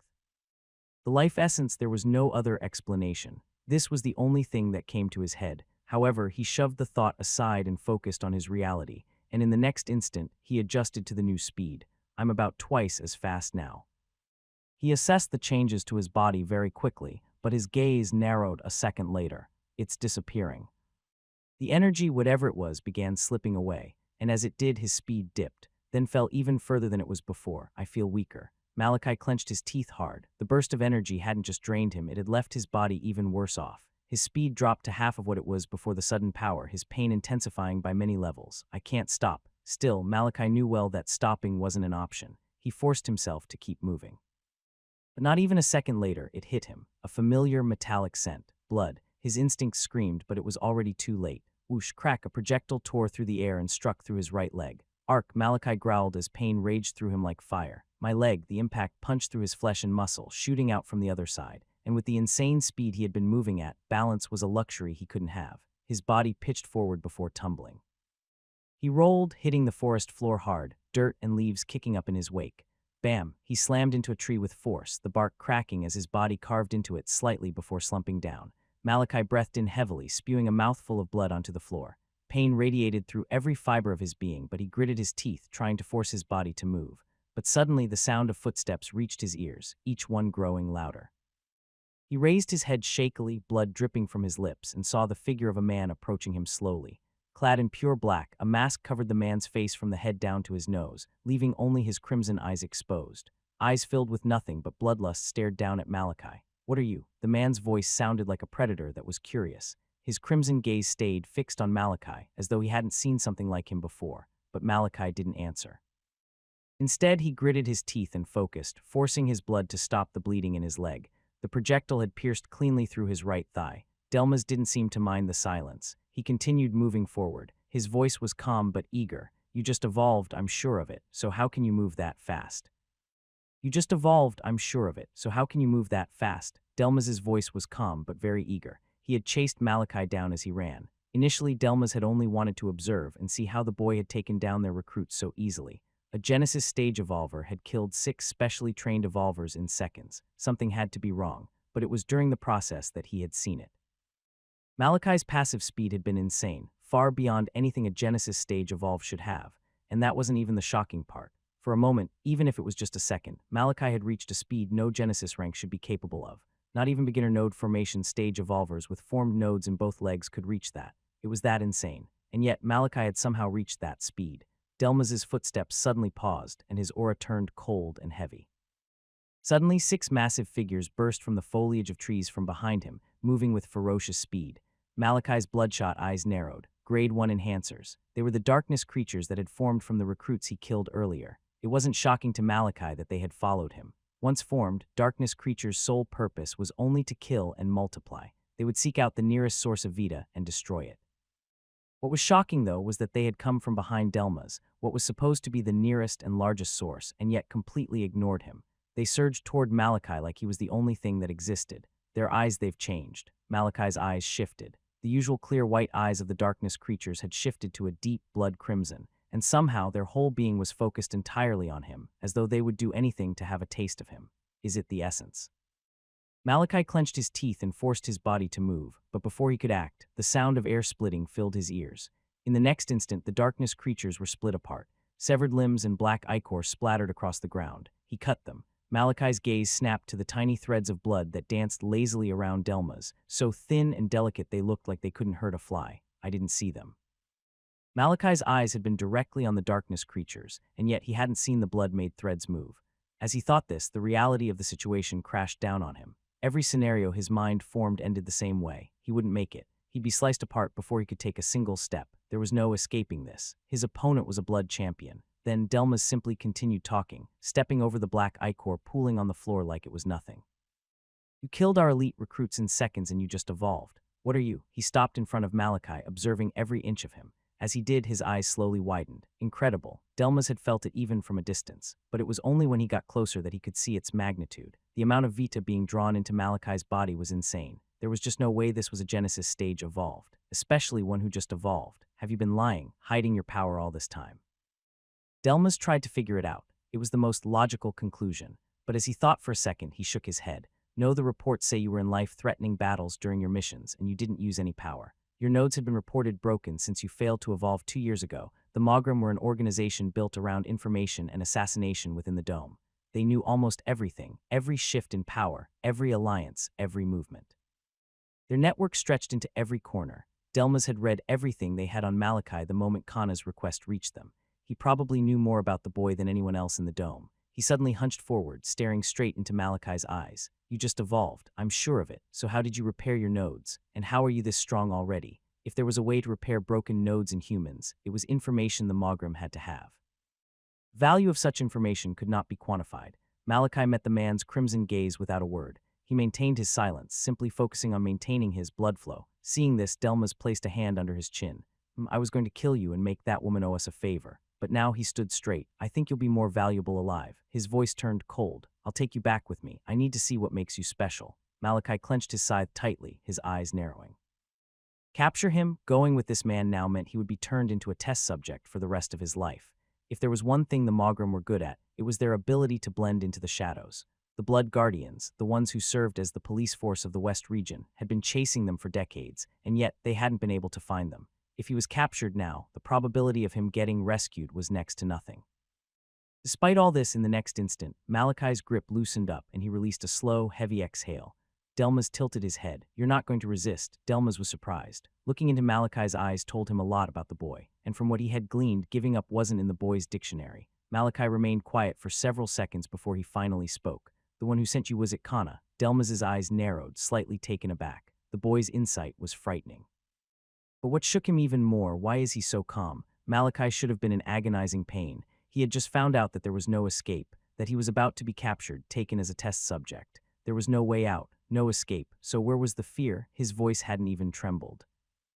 Delmas couldn't help it. The boy interested him greatly. Who knew his clan had a direct descendant like this? The ruined heir nonetheless. You're full of surprises, ruined heir of the Sanguin clan. You're still calm under these circumstances. I must give it to you, very impressive. But Malachi didn't stop. He continued talking over him. It can only be her. You referenced a woman and you were far too prepared for this ambush. Malachi was right. A Vita lance wasn't something you could just get your hands on, especially so quickly. Malachi had only arrived at Ironhold last night. It was too soon. Even if someone had sent the information back to the clan, they wouldn't have had enough time to arrange something this precise. But Delmas and the others had been waiting. They had prepared in advance, and the moment he arrived at Ironhold, they moved. This could only mean one thing. They had wanted to kill him before he had even evolved. And there was only one person who would blatantly want him dead. Kana, you received your orders before you found out I evolved. Delmas's eyes narrowed again. What frightening insight. He got the same feeling once more. This boy was just 14. It was insane. Regardless, it didn't matter. Too bad it'll all go to waste. Malachi was going to die eventually anyway, but just as Delmas opened his lips to speak, Malachi beat him to it once more, spilling words that made Delmas freeze. Looks like it should be about time. Delmas's eyes sharpened into pinpricks, his gaze locked on Malachi, who calmly shifted his body, resting his back against the tree behind him. But before he could say a word, an aura washed over the entire forest. It was hard to describe in words. Subtle, thin, like the brief flash of a scanning light. But the moment it swept over Delmas, he felt a chill unlike anything he had ever known. His eyes blinked, not because they were dry, not because he wanted to. No, it was because his eyes were the only thing he could currently move. What is this? His thoughts trembled and his eyes widened, locking onto Malachi, whose crimson gaze stared back at him as though he were nothing. HRRKK. Delmas fought against the hold, straining his entire body until red veins stretched across his frame, all the way to his head. But no matter how hard he tried, he couldn't move even a finger. His body wasn't responding. His blood wasn't responding. To this power, Delmas's eyes shook as they stayed fixed on Malachi. He knew about this. Was that why Malachi hadn't said anything before now? Why he had run? Why he had wasted time? That was close, Malachi thought, feeling a wave of relief. Delmas had been right in his assessment. Malachi had known what was coming. It had been his plan ever since that second Vita Lance sent him crashing toward the forest. Even though he hadn't evolved until now, Malachi had read extensively on how Vita worked, its intricacies, its behavior. He could be called an expert in the field. With enough control, one could mask their rank by stopping the Vita in the air from being drawn to them, but doing so came at a cost. Without the Vita in the air constantly nourishing the body, it would begin consuming the Vita within it, depleting it over time. The longer the technique was maintained, the more severe the drain. However, the effect wasn't permanent. As long as the user released their grip on the technique and allowed Vita to flow in again, they would recover their full state almost instantly. Almost. This was where the cost lay. The delay. The Vita needed time to flow around the body, restoring it to its original state. And the stronger one was, the more time they needed to return to their peak. The moment Malachi had discovered the truth about his maid, his mind had moved swiftly, calculating the best possible way to survive this circumstance. From the very beginning, he hadn't been running to get away from his attackers. No, he had been running toward where his maid had been sent flying. The same maid who had protected him from an attack that could obliterate a city district. Delmas's intervention had disrupted the plan, but not completely. Malachi had gotten close enough. After this, all he needed to do was wait, and wait he did, step, step, step. A figure emerged from the foliage, her every step sending out waves that chilled and rattled Delmas to his core. Delmas tried to turn his head, but only his pupils shifted to the side, just in time to catch sight of the cause behind everything. Short crimson hair, crimson eyes that had flushed an even deeper red.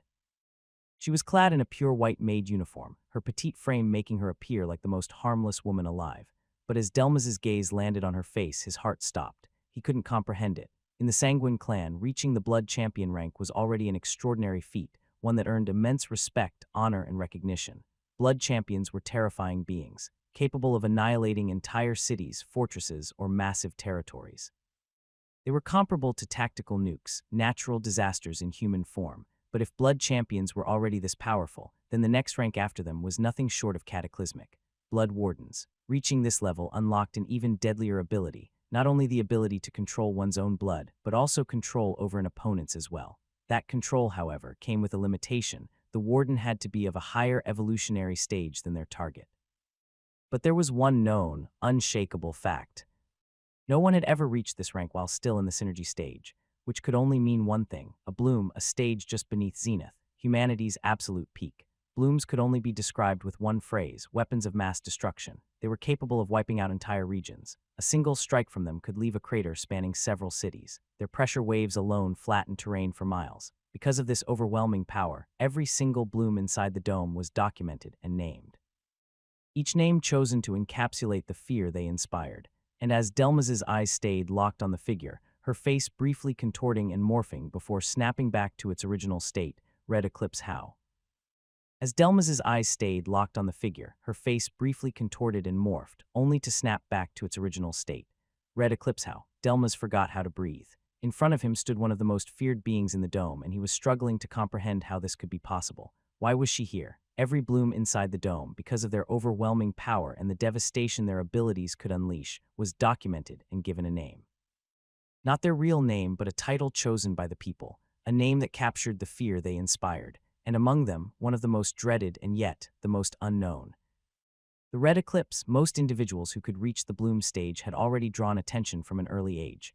From the moment their evolution began, their talent had been noted. Because of this, the people watched them, tracked their growth, expected their rise, but the Red Eclipse didn't follow that pattern. She had emerged from nowhere and brought carnage in her wake. The dome was riddled with dangers, so many that it was a miracle humanity was still surviving.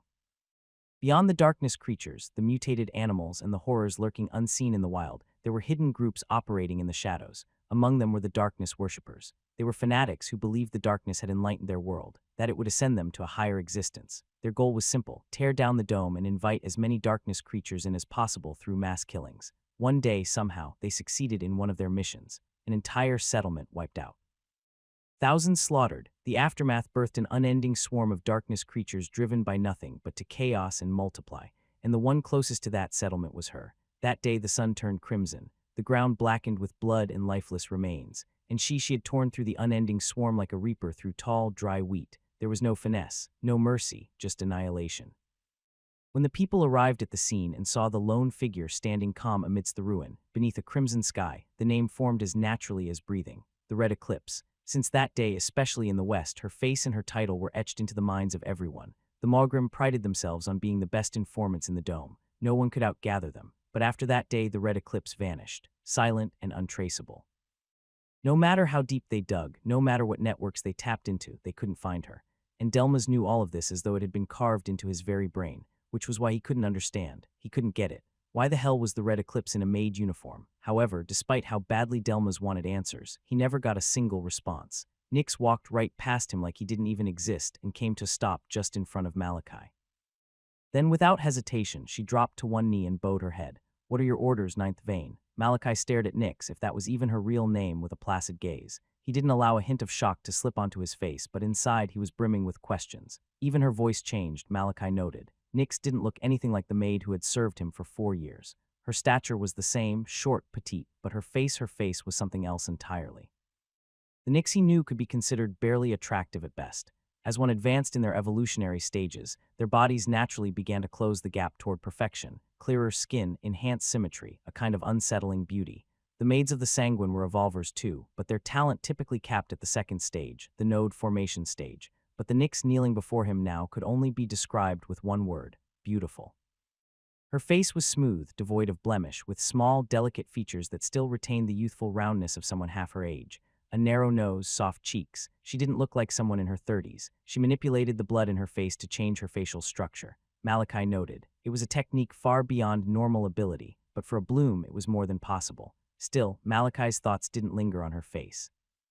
Only one thought had refused to leave his mind ever since she revealed her power, ever since she blocked the Vita lance meant to kill him.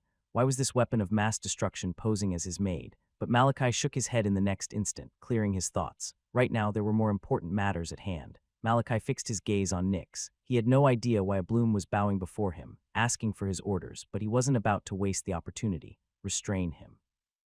Make sure he can't move or escape. We're taking him back to the clan, by your order. Nyx rose from her kneeling position and turned to face Delmas. As the latter met her gaze once more, his eyes trembled. An intense chill surged down his spine. He felt fear, the kind of fear that didn't just shake the body but buried itself deep in the soul. Nyx took a step toward him. HNNNGHHH. Delmas strained his body, forcing everything he had to move. Mustered every fiber of strength within him, but only his lips quivered. His eyes trembled as if begging her to have mercy. Nothing else moved. Nyx reached him. Her expression, ever since her face had reverted to normal, hadn't shifted not once. It remained fixed, emotionless, like a machine. She placed her small palm against Delmas's face, and in the next instant his eyes widened. An overwhelming pressure surged from within. His blood roared, moving faster than it ever had before. But it wasn't strength that followed. No, it was pain. His body trembled. Then bam, an explosive force burst from within. Blood erupted from his limbs like geysers. His arms and legs shot off in different directions, lifeless. ARGGGGGHHHHHHHHH. Tears, mixed with blood, streamed down his cheeks as a pain unlike anything he'd ever experienced ravaged his entire being. In the next second, the blood stopped pouring out. It froze, then shifted.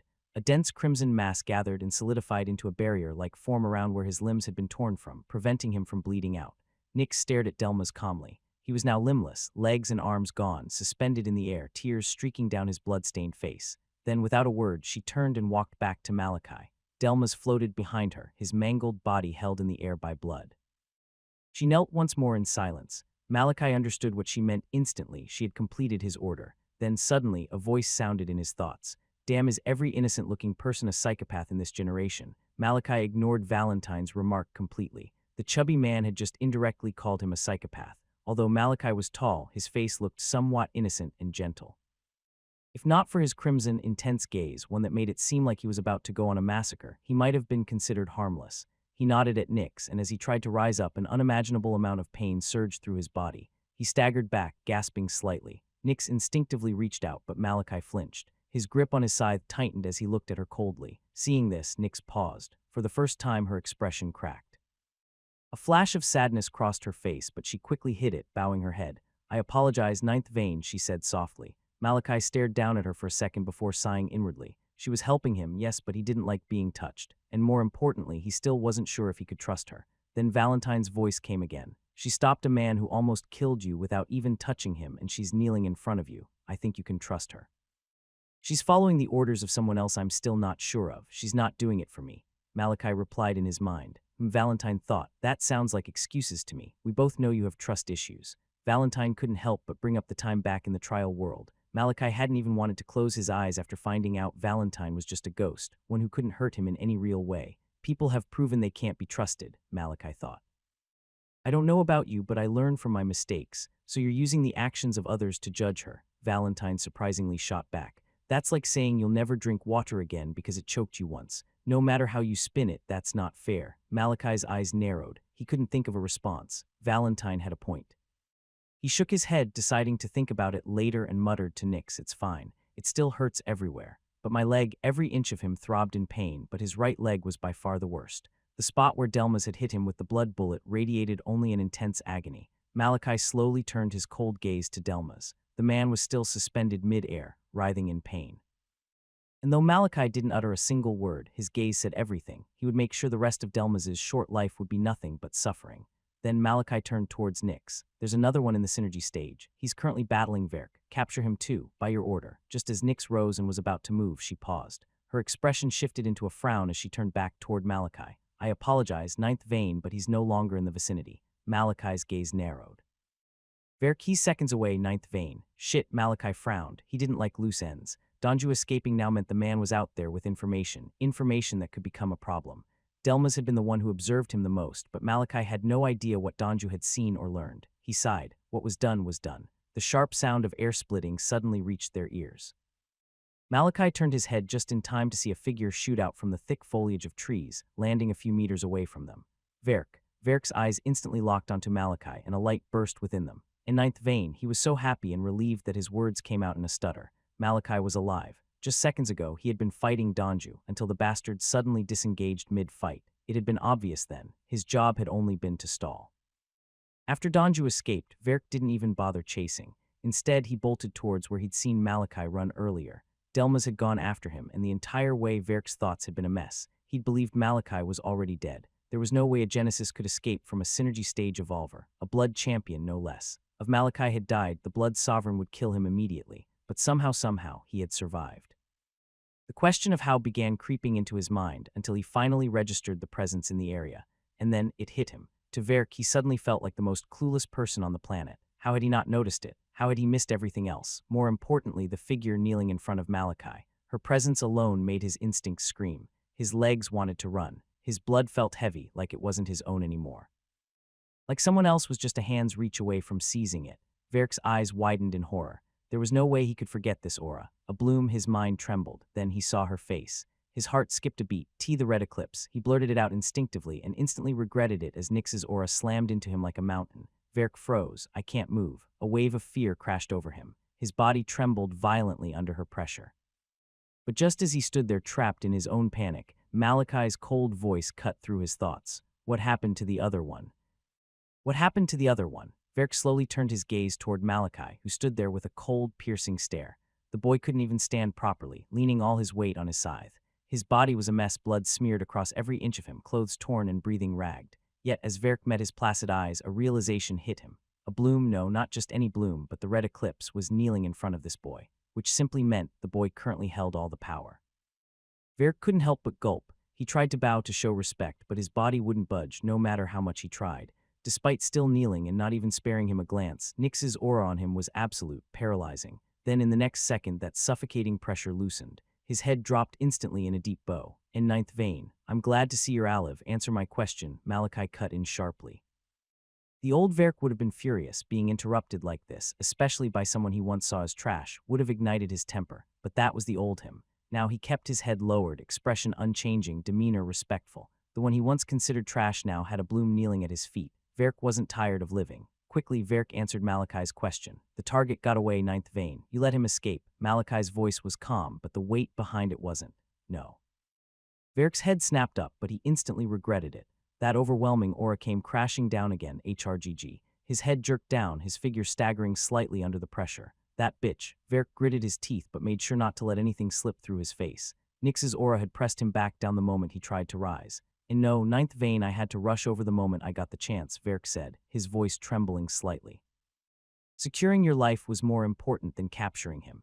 Malachi watched Verk lower his bow. He knew exactly what Verk had done, using the importance of a vein to cover for letting the enemy go. The clan would question him when they returned. Verk was already calculating how to dodge punishment. Malachi knew the man didn't care about him. Looks like he thinks now, Malachi noted. He'd always seen Verk as someone with a short fuse, impulsive, reckless. Kind who switched off their brain once anger took hold. But now he was seeing another side. Did you know about the ambush beforehand? Malachi asked suddenly. Verk's eyes shot wide, and intense shock surged through his veins like fire. What the hell? If not for the aura pressing him down, his face would have been painted in disbelief. What do you mean, ninth vein? He stammered, completely caught off guard. Malachi's tone remained calm. The people who attacked us, were you colluding with them? Verk's heart froze. A cold chill wrapped around him like a noose. Is he trying to frame me? He hoped to the high heavens Malachi wasn't doing what he thought. A bloom knelt at his feet. They were deep in the wild, in the middle of nowhere. He could kill him now and simply say he died in battle. No one would question the word of a direct descendant, especially not now that he had evolved. Verk's body began to shake. His lips quivered. In no ninth vein, Malachi didn't respond. He simply turned toward Nix. Seeing this, Nix gave a small nod. Looks like he's telling the truth, Malachi thought. Malachi had hoped to use this opportunity to gather information. He had never once trusted Verk, especially knowing how much the man hated him. It wouldn't be far-fetched to think he was working with Kana, the one who wanted him dead. And if that was the case, this forest, isolated, quiet, and far from any eyes, would have been the perfect place to break him and drag out the truth about Kana. But his suspicions had been wrong. When one's mastery over blood reached a certain threshold, something like truth detection became possible. By observing the minute fluctuations in blood flow, heart rate, and pressure, someone like Nix could easily tell a lie from the truth. Blood didn't lie, and under her control it couldn't hide either. Noting this, Malachi turned his gaze toward Delmas. I'll just have to make do with this one. His eyes turned cold. Delmas, who was bloodied and beaten, caught the shift in Malachi's gaze. His expression darkened. His body began to tremble as a wave of dread crashed down on him. He knew what was about to happen. But Malachi didn't give him a second to think. Make him talk, he said. By your order, Nix replied from her kneeling position. She rose, and with her movement, Delmas's trembling worsened. In the next second, her palm rested on his forehead once more, and then Pain, h. Delmas screamed at the top of his lungs, his cries echoing through the desolate forest. The pain he felt couldn't be explained. It radiated from every inch of his body. What Nix was doing could only be described as cruel. Using her mastery over blood, she surged it through his veins at inhuman speeds, creating friction between blood cells and vessels, friction that generated heat. In simple terms, she was boiling his blood. Arrgh. Delmas's screams intensified as the heat climbed higher and higher. It felt like every single vein in his body had turned into molten fire. Wisps of smoke started rising from parts of his skin. In the middle of his agony, Delmas turned his bloodied eyes toward Malachi and Nix, only to see them looking at him calmly, unmoving, unfazed. Those crimson gazes, they looked like death incarnate. Hrrrrrg, the heat spiked. The smell of burning flesh filled the air, yet there was no sign of it ending. Delmas was a blood champion, his body's vitality was monstrous. As he burned, he healed, and that only added to his torment. But the pain wasn't what shook him the most. He had been trained to endure torture. The Mogram had drilled it into him, pain resistance, mind control, psychological warfare. He wasn't new to this. What broke him was something else. They weren't even asking questions. Minutes passed that felt like hours, yet neither Malachi nor Nix had asked him a single thing. They just kept on torturing him. Wasn't the point of this to extract information? Then why weren't they asking any questions? Still, the torture continued. Half an hour passed in the blink of an eye and his screams never stopped. But Malachi and Nix never said a word. From the side, another figure besides Delmas began to tremble, Verk. He watched it all with his eyes wide, body shaking. He had never been this scared in his life. He's insane. Nix might have been the one carrying out the torture, but Malachi, a literal child, stood there motionless, just watching as if he were enjoying a performance. Every thought Verk had ever had of Malachi being weak, worthless, trash died at that moment, and in its place a dark, unsettling fear took root. The ninth vein of the Sanguin clan was a monster, but Verk wasn't the only one with that sentiment. How can you watch this so calmly? Valentine's trembling voice echoed in Malachi's mind. This is so cruel, but Malachi said nothing. Anyone who saw his steady eyes on the ongoing torture would instantly believe he wasn't feeling anything, but only he knew how hard he was fighting the urge to puke his guts out. He had been beaten, he had been tortured, but it was different watching it happen to someone else, especially when he was the cause. His hands clenched around his scythe so tightly that the whites had shown. Still, his expression didn't change. He was doing it for the fear. Strike terror into Delmas's heart enough to make him talk.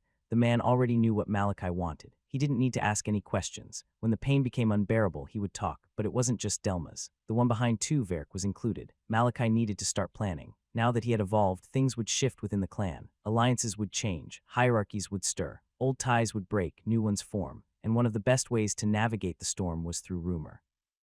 Spread fear into one and let that one spread it to the others. 2 hours passed in the blink of an eye. Still, Delmas hadn't broken. He screamed, he writhed, but he didn't say anything. Malachi had been left to his thoughts. He used that op to reflect on the ongoing scene, and in that time he reached a conclusion. It was cruel, but it was necessary, so he swallowed the churn in his gut and watched it all happen. But as more time passed and Delmas still hadn't said anything, enough, Malachi said. Nix paused instantly, obeying his word like law. Delmas gasped, every breath coming in ragged and desperate. Hot blood dripped from every orifice. He looked like a man who had visited hell. Nix turned and bowed deeply toward Malachi, awaiting his order. We're stopping, Malachi said calmly. He doesn't look like he'll talk. We'll let the clan handle him. Nix bowed again. Yes, ninth vein. Malachi lifted his gaze to the sky. The clear skies above seemed oddly distant. We've stayed here for too long. He had no doubt others had sent more assassins after him. Even with a bloom by his side, he wasn't willing to risk it. Besides, staying too long in the wilderness was a recipe for disaster. Even the death of a mutated beast could birth a darkness creature, and with enough bad luck, anyone could run into a stray darkness creature. It was that dangerous. It's good we're not far from the city. Ironhold wasn't far, and the zones around it were regularly cleared of threats. Still, they had to leave. We're heading back to Ironhold, Malachi said. Nix nodded. Seeing this, Verk quickly followed, his voice sharp. Yes, ninth vein. With Nix carrying him through the blood, they moved faster, covering great distances with ease. Since the city wasn't far, they reached Ironhold swiftly. Their crimson hair alone stripped the gate guards of all thought of questioning them. They were Sanguin, one of the overlords of the dome, and wherever they went, they were treated with utmost respect. Upon entering, they took to the skies and made their way to the Bloodmorn branch. Once there, Verk was immediately reunited with his equilator, which had returned ahead of them. But this time, they didn't waste any time. They weren't planning on spending the night. Malachi wasn't about to go through another night stuck in the ceiling. They acquired one more mount, with Malachi and Nix sharing, and left the base and Ironhold behind. Now that there weren't any carriages to drag along with them, they flew at full speed, parting the air with their momentum. They covered more distance with ease, and despite the delay the ambush had caused, Malachi predicted they would reach Vidimora not too long after the originally planned time. Still, during the ride, Malachi fell deep into thought, reflecting on everything that had happened. The Mograms, he had known it was them ever since he killed those 6 recruits in the forest. The way they moved, the way they dressed. He had noted it all, and the insignia on the back of their shirts confirmed it. They always wore it whenever they were on a job. They're dangerous. Malachi had no doubt Kana was the one who put in the request. The mere fact that the wife of a pulse was in contact with them was enough to destroy her completely. But there's no evidence. Delmas might know something, but he wasn't talking. Taking him back to the clan was risky. If Kana's husband, a pulse, used his connections, they might just bury the matter. But Malachi had no choice. Delmas wasn't going to speak, and he didn't want to stay outside any longer. Regardless, bringing him back was better than killing him. Either way, Delmas had no chance of surviving. Still, should I consider them my enemy? The Mograms weren't just some low-tier thugs. They were dangerous, experts at hiding. Finding them was almost impossible, and having an enemy who could find you while you couldn't find them was nothing but a nightmare. Having an enemy who could find you while you couldn't find them was nothing but a nightmare. Malachi shook his head the next second. I shouldn't think like that, he admonished himself. He was already drifting from the true threat, the one who had actually tried to have him killed. Kana, that's right, my focus should be on her, Malachi concluded. Kana had orchestrated the ambush. She had most likely reached out to the Mogram, trying to use them to eliminate him, which meant she was the enemy. Not the entire Mogram society. Still, I should watch out for them. Now that Donju had escaped, and with no idea what information the man had, Malachi was expecting the worst. Appearing on the Mogram's radar so early might turn out to be a terrible thing. He had no idea how they'd react, which meant he had to stay on his toes. As he finished piecing his thoughts together, Malachi slowly returned to reality, only to be welcomed by the loud ramblings of the consciousness living inside his head. Whoa. We're actually flying. This is incredible. Valentine's voice rang out excitedly, full of awe. Since Malachi's evolution and Valentine's appearance in his consciousness, this was the first time Malachi had climbed an equilator directly. In the past, he had only ever ridden carriages, which dulled the experience. Now there was nothing between them and the world. No windshield, no carriage. The cold wind slammed against their bodies as they cut through the sky, making Malachi's hair flutter. Ordinarily, the sheer pressure from the altitude and speed would have blown him away, but Nix, seated at the front of the mount, had used her aura to bend the air around them, forming a shield that softened the intensity of the wind. Malachi frowned. "What's wrong with you? Have you never flown before?" Valentine's laughter stopped. He cleared his throat. "Of course I have. Back in my time, we had machines that could fly in the air. They were called AI aircrafts," Malachi finished. Valentine paused, stunned. "How did you know that? Books you read?" Malachi raised a brow. "And that's hard to believe." Yeah, have you seen yourself? You look like the kind of kid who tortures someone before breakfast and goes back to sleep right after. You're like a baby warlord." Malachi was tall for his age, cold, ruthless, and carried the aura of someone bred for nothing but war. Reading was the last thing anyone would associate with him. He narrowed his gaze but chose to ignore the remark entirely. "I mentioned this earlier when I was explaining how Vita worked." "You did? How did I miss that?" Valentine paused, catching himself before the apology could escape. He shifted the conversation instead. "Do you enjoy reading? Why do you read?" "I read to survive," Malachi replied. He said nothing else. Valentine fell quiet for a moment. Something about Malachi's words had struck him. He remembered the boy's past. Malachi had no one to teach him, no guidance. Just blood, pain, and the desperation to live. He had to turn to books to learn how to survive. It was sad, but also impressive. For all the wrong reasons, Malachi was the most driven person he had ever met, the complete opposite of himself. Still, that didn't stop Valentine from talking. "So what kind of books do you read?" "How annoying," Malachi muttered under his breath with a sigh. Nix, seated in front, glanced back at the sound. "Ninth vein." Malachi realized his mistake and quickly shook his head. "It's nothing." Nix gave a slight nod before facing forward again. "It's going to be a long ride," Malachi thought, as Valentine continued his endless barrage of questions, completely undeterred. Fortunately, the ride back to the City of Blood was without any incident. The group hadn't encountered any more ambushes on the road, and after many hours, the massive fortress of blackened stone finally reared its head over the horizon. Moments passed and they drew closer. The full grandeur of the city came into view, bare, imposing, and impossible to miss. Finally, Verk couldn't help but let out a sigh of relief as his eyes landed on the majestic city. At last, he would be rid of this monstrous duo. He wasn't even sure who he wanted to avoid more, the weapon of mass destruction, Nyx, or the cold-blooded 14-year-old monster. Either way, he never wanted to see either of them again. He gave the side of his mount a quiet tap, trying to urge it forward, desperate to reach the gates even faster. But Verk wasn't the only one lost in thought. Malachi stared at the city, completely silent. His expression was unreadable. His mind somehow blank. 25. The number echoed inside his head. Many would have dismissed it as a random number. Even Valentine, who had also heard it, had no idea what it meant. But Malachi knew. The number of times he had seen the City of Blood from the sky. The number of times the Sovereign had sent him on deadly missions. The number of times he had returned beaten, battered, broken. The number of times he had come back weak, useless, futureless. Right now he was still sore, bloodied in places. His incredible vitality had healed most of the damage, but he had pushed his body too far back when he was running.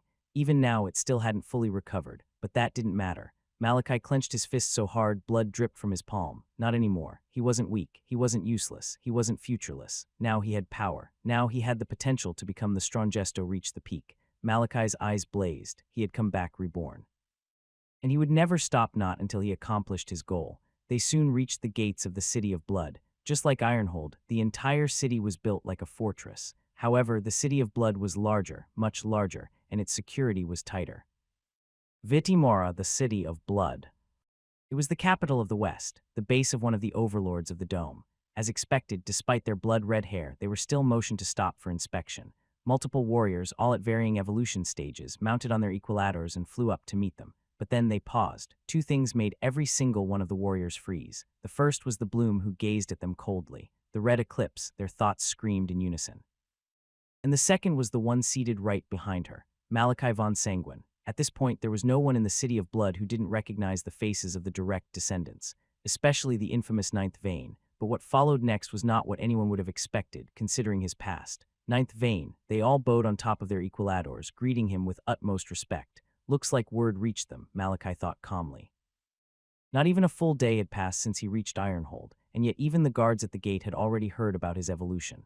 Malachi gave them a slight nod. Then he tapped Nyx. "Let's go." Nyx responded with a nod and immediately pressed forward, taking them through the gates unhindered, headed straight for the clan grounds at the heart of the city.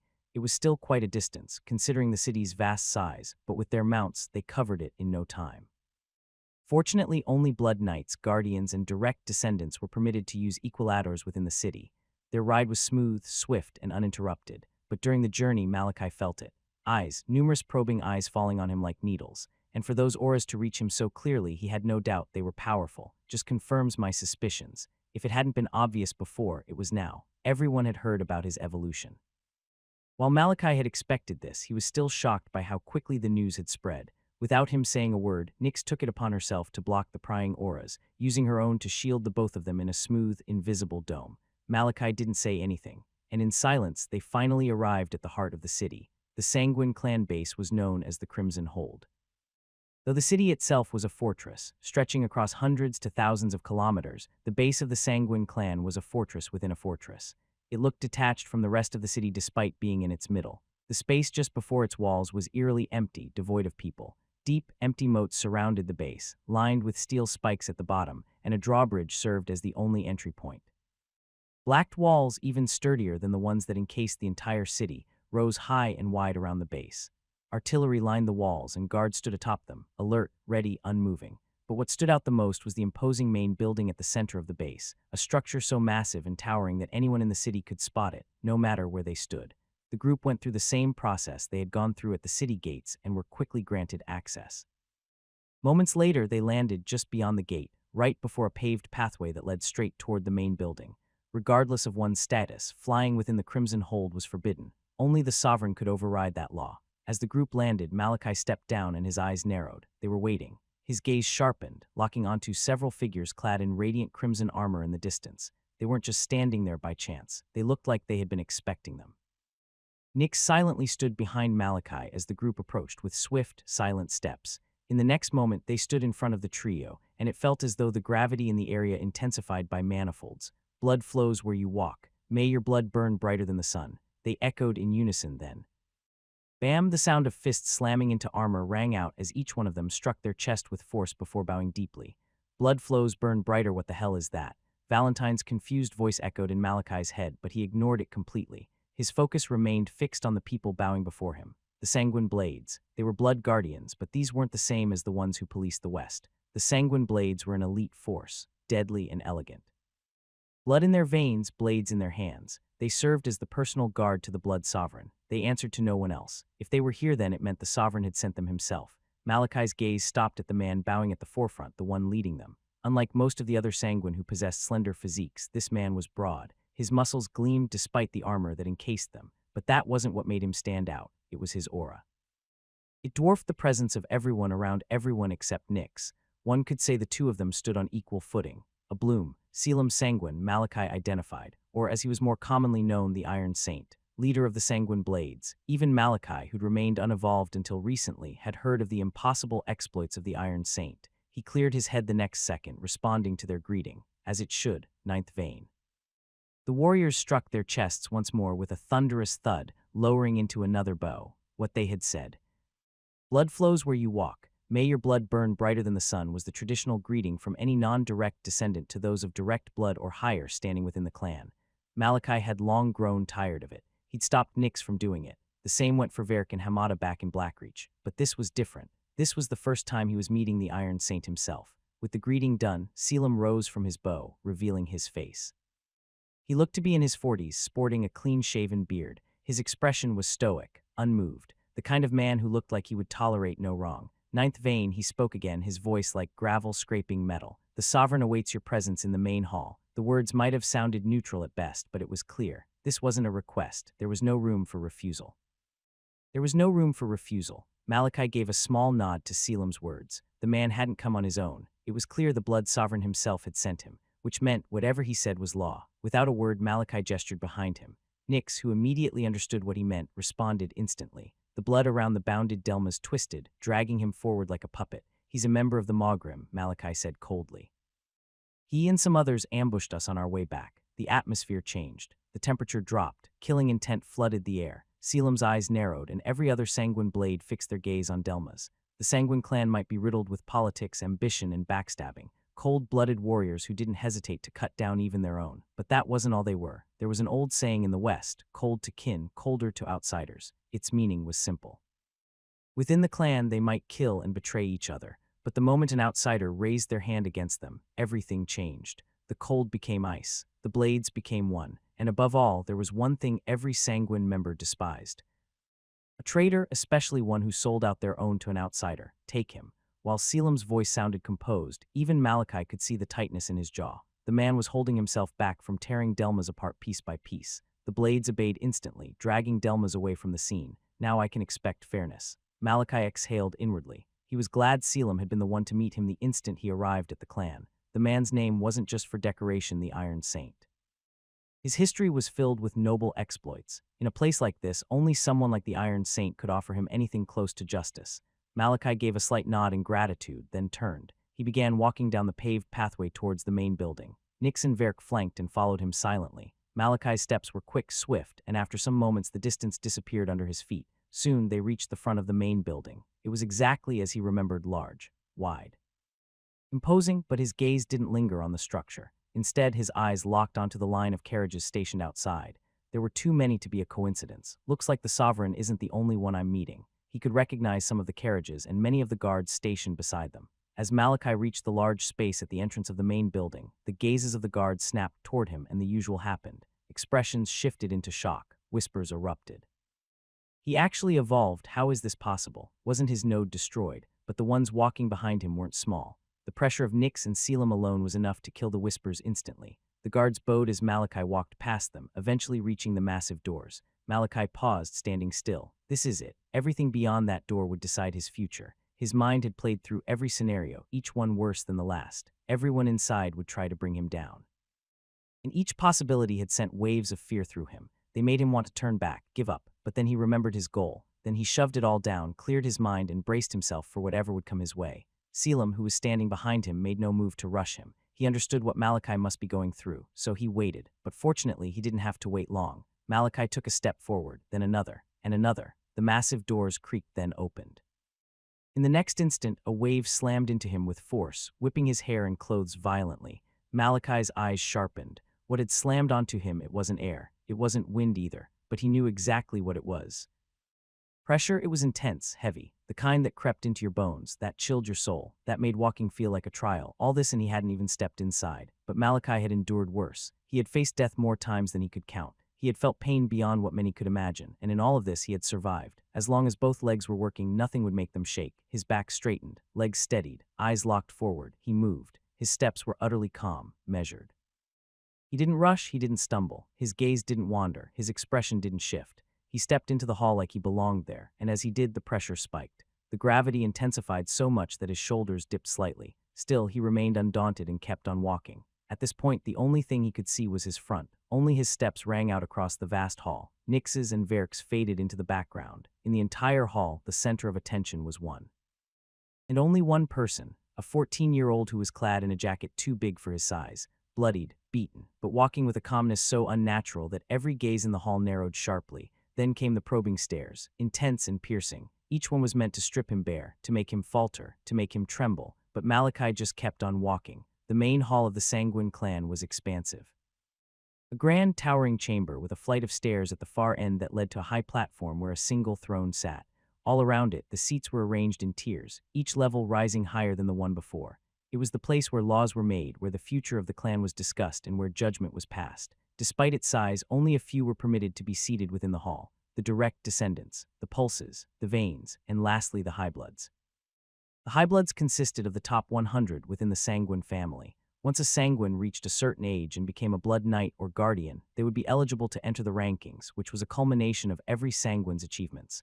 One could rise through it by gathering points earned from various feats. In the Sanguin clan, ranking dictated respect, authority. It was everything. Malachi's steps brought him to the flight of stairs at the end of the hall.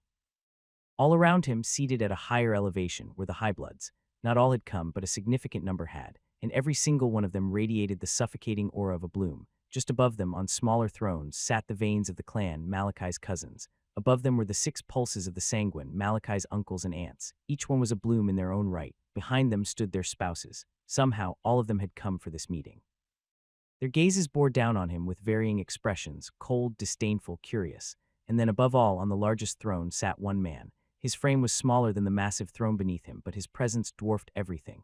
He sat in silence, a small smile on his lips, one that never reached his eyes. He didn't release his aura. He didn't have to. His presence alone weighed down on everyone like a storm cloud ready to break. He stared down at Malachi quietly, the corner of his lips lifting just slightly. He did not speak. He simply watched. As Malachi reached the stairs, he raised his head, taking in every single person gathered. The pulses and highbloods frowned. This was the moment he should kneel and pay his respects to those seated above. Did his so-called lucky evolution fry his brain? Still, none of them spoke. The blood sovereign hadn't uttered a word. And until he did, no one else among them had the authority to.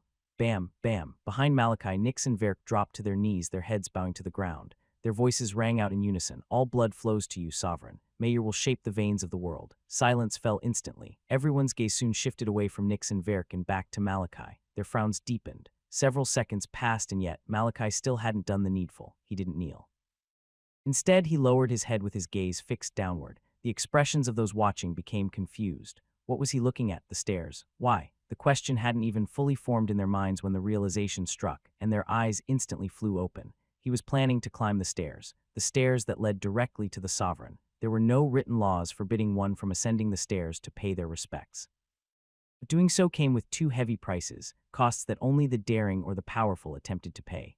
The first, to climb those stairs, was to openly disregard everyone seated below the sovereign, the pulses, the veins, the highbloods. It was a bold statement filled with defiance. Doing so would earn their ire and place a target on one's back. Unless the person possessed the raw authority or strength to silence all opposition, they wouldn't survive the day. Only pulses and a few of the highbloods dared to do such a thing. The rest, including the veins, at least at this stage, did not. And the second, the aura of the sovereign. Even though he never actively released it, the very air around him was pressure incarnate. Just standing near the stairs meant facing it. Climbing meant enduring it. And while it somehow adjusted based on one's strength, it was still overwhelming. Many hadn't even been able to take a single step. Which was why none of them could make sense of what they were seeing. Malachi held no such status. No rank, no power. He was a disgrace, a former waste who had gotten lucky and evolved. So why was he trying to ascend? Surely his evolution had dulled his mind. The air of the room changed. The stairs pressing down on him grew heavier, filled with disdain, irritation, and warning. And still, Malachi didn't look away from the stairs. He knew exactly what he was doing. He knew the cost, and he didn't. His mind hardened. He raised his right leg and stepped onto the first stair. Every gaze narrowed more, and the air grew tense. Malachi lifted his body and placed his left leg on the second step. But just as he was about to move again, his entire body froze. He didn't stop because he wanted to. He stopped because he couldn't move. The instant both his feet landed on the first step, he had felt it. Weight so crushing, so absolute, it locked down his entire body as though an entire mountain had been placed upon his shoulders. Every muscle screamed, every bone creaked. Moving even an inch felt like dragging the mountain with him. Scoffs instantly echoed around the hall. All that bravado only to freeze on the first step. Many of the veins sneered in disdain, their gazes filled with mockery. But not even a second passed before their eyes sharpened, because Malachi's body, though frozen, began to tremble. And then his right leg twitched, rising slowly, shakily. It trembled like a broken lever forced to move under immense pressure, but it was still rising. Their sneers turned silent, and their eyes moved up to his face, and what they saw made their hearts freeze. Thick, red veins had bulged across his skin, pulsing violently. His eyes had turned a deep, unnatural crimson. His teeth were clenched, jaw locked tight as his entire body sucked in vita at a monstrous rate, far beyond what any Genesis rank should ever achieve, especially not one who had just evolved. Bam, his left leg followed, slamming onto the next step. It was pure agony. His bones groaned, vibrating under the pressure. His muscles stretched to their limits. His blood felt like it was boiling, screaming in his veins, but his steps didn't stop. Step by step, Malachi climbed. Each time his foot dropped, a wave of disbelief rippled across the hall. The earlier whispers turned to silence. They couldn't decide which was more shocking. That the discarded waste of the Sanguin was withstanding the sovereign's aura, or that he was attracting that much vita. Regardless, the moment came. The final step echoed beneath his foot, and Malachi stood at the top. As he reached the top of the stairs, Malachi's breath came in gasps, desperate and ragged. His chest rose and fell violently. Sweat dripped from his chin, soaking the floor beneath him. His legs quivered as though currents of lightning were surging through them. It felt as though his entire body was burning, like fire was eating him alive from the inside. Regardless. It's not over, his crimson eyes flared brighter. The stairs were behind him, but the distance to the sovereign still remained, and the closer he got to the sovereign, the more the aura intensified. It slammed onto him like a truck. His skin prickled, his bones groaned, and each breath he took felt like swallowing fire. But he still clenched his fists, steeled his body, and walked. Each movement felt like he was shouldering the weight of the world, like dragging his body through hell. But inch by inch, he closed the distance, until finally, he stood a few meters from the throne and raised his head. The blood sovereign sat unmoving on the massive throne. That calm smile still lingered on his face, but it was his gaze, that unblinking, ancient gaze. It bore down on Malachi like a god peering down at a mortal, and suddenly the weight intensified once more, like the sovereign dared him to take one more step. At this point, all around the hall, the expressions of the powers had darkened, their stares sharpened. No one had expected this, none of them. Who would think he of all people would actually reach the top?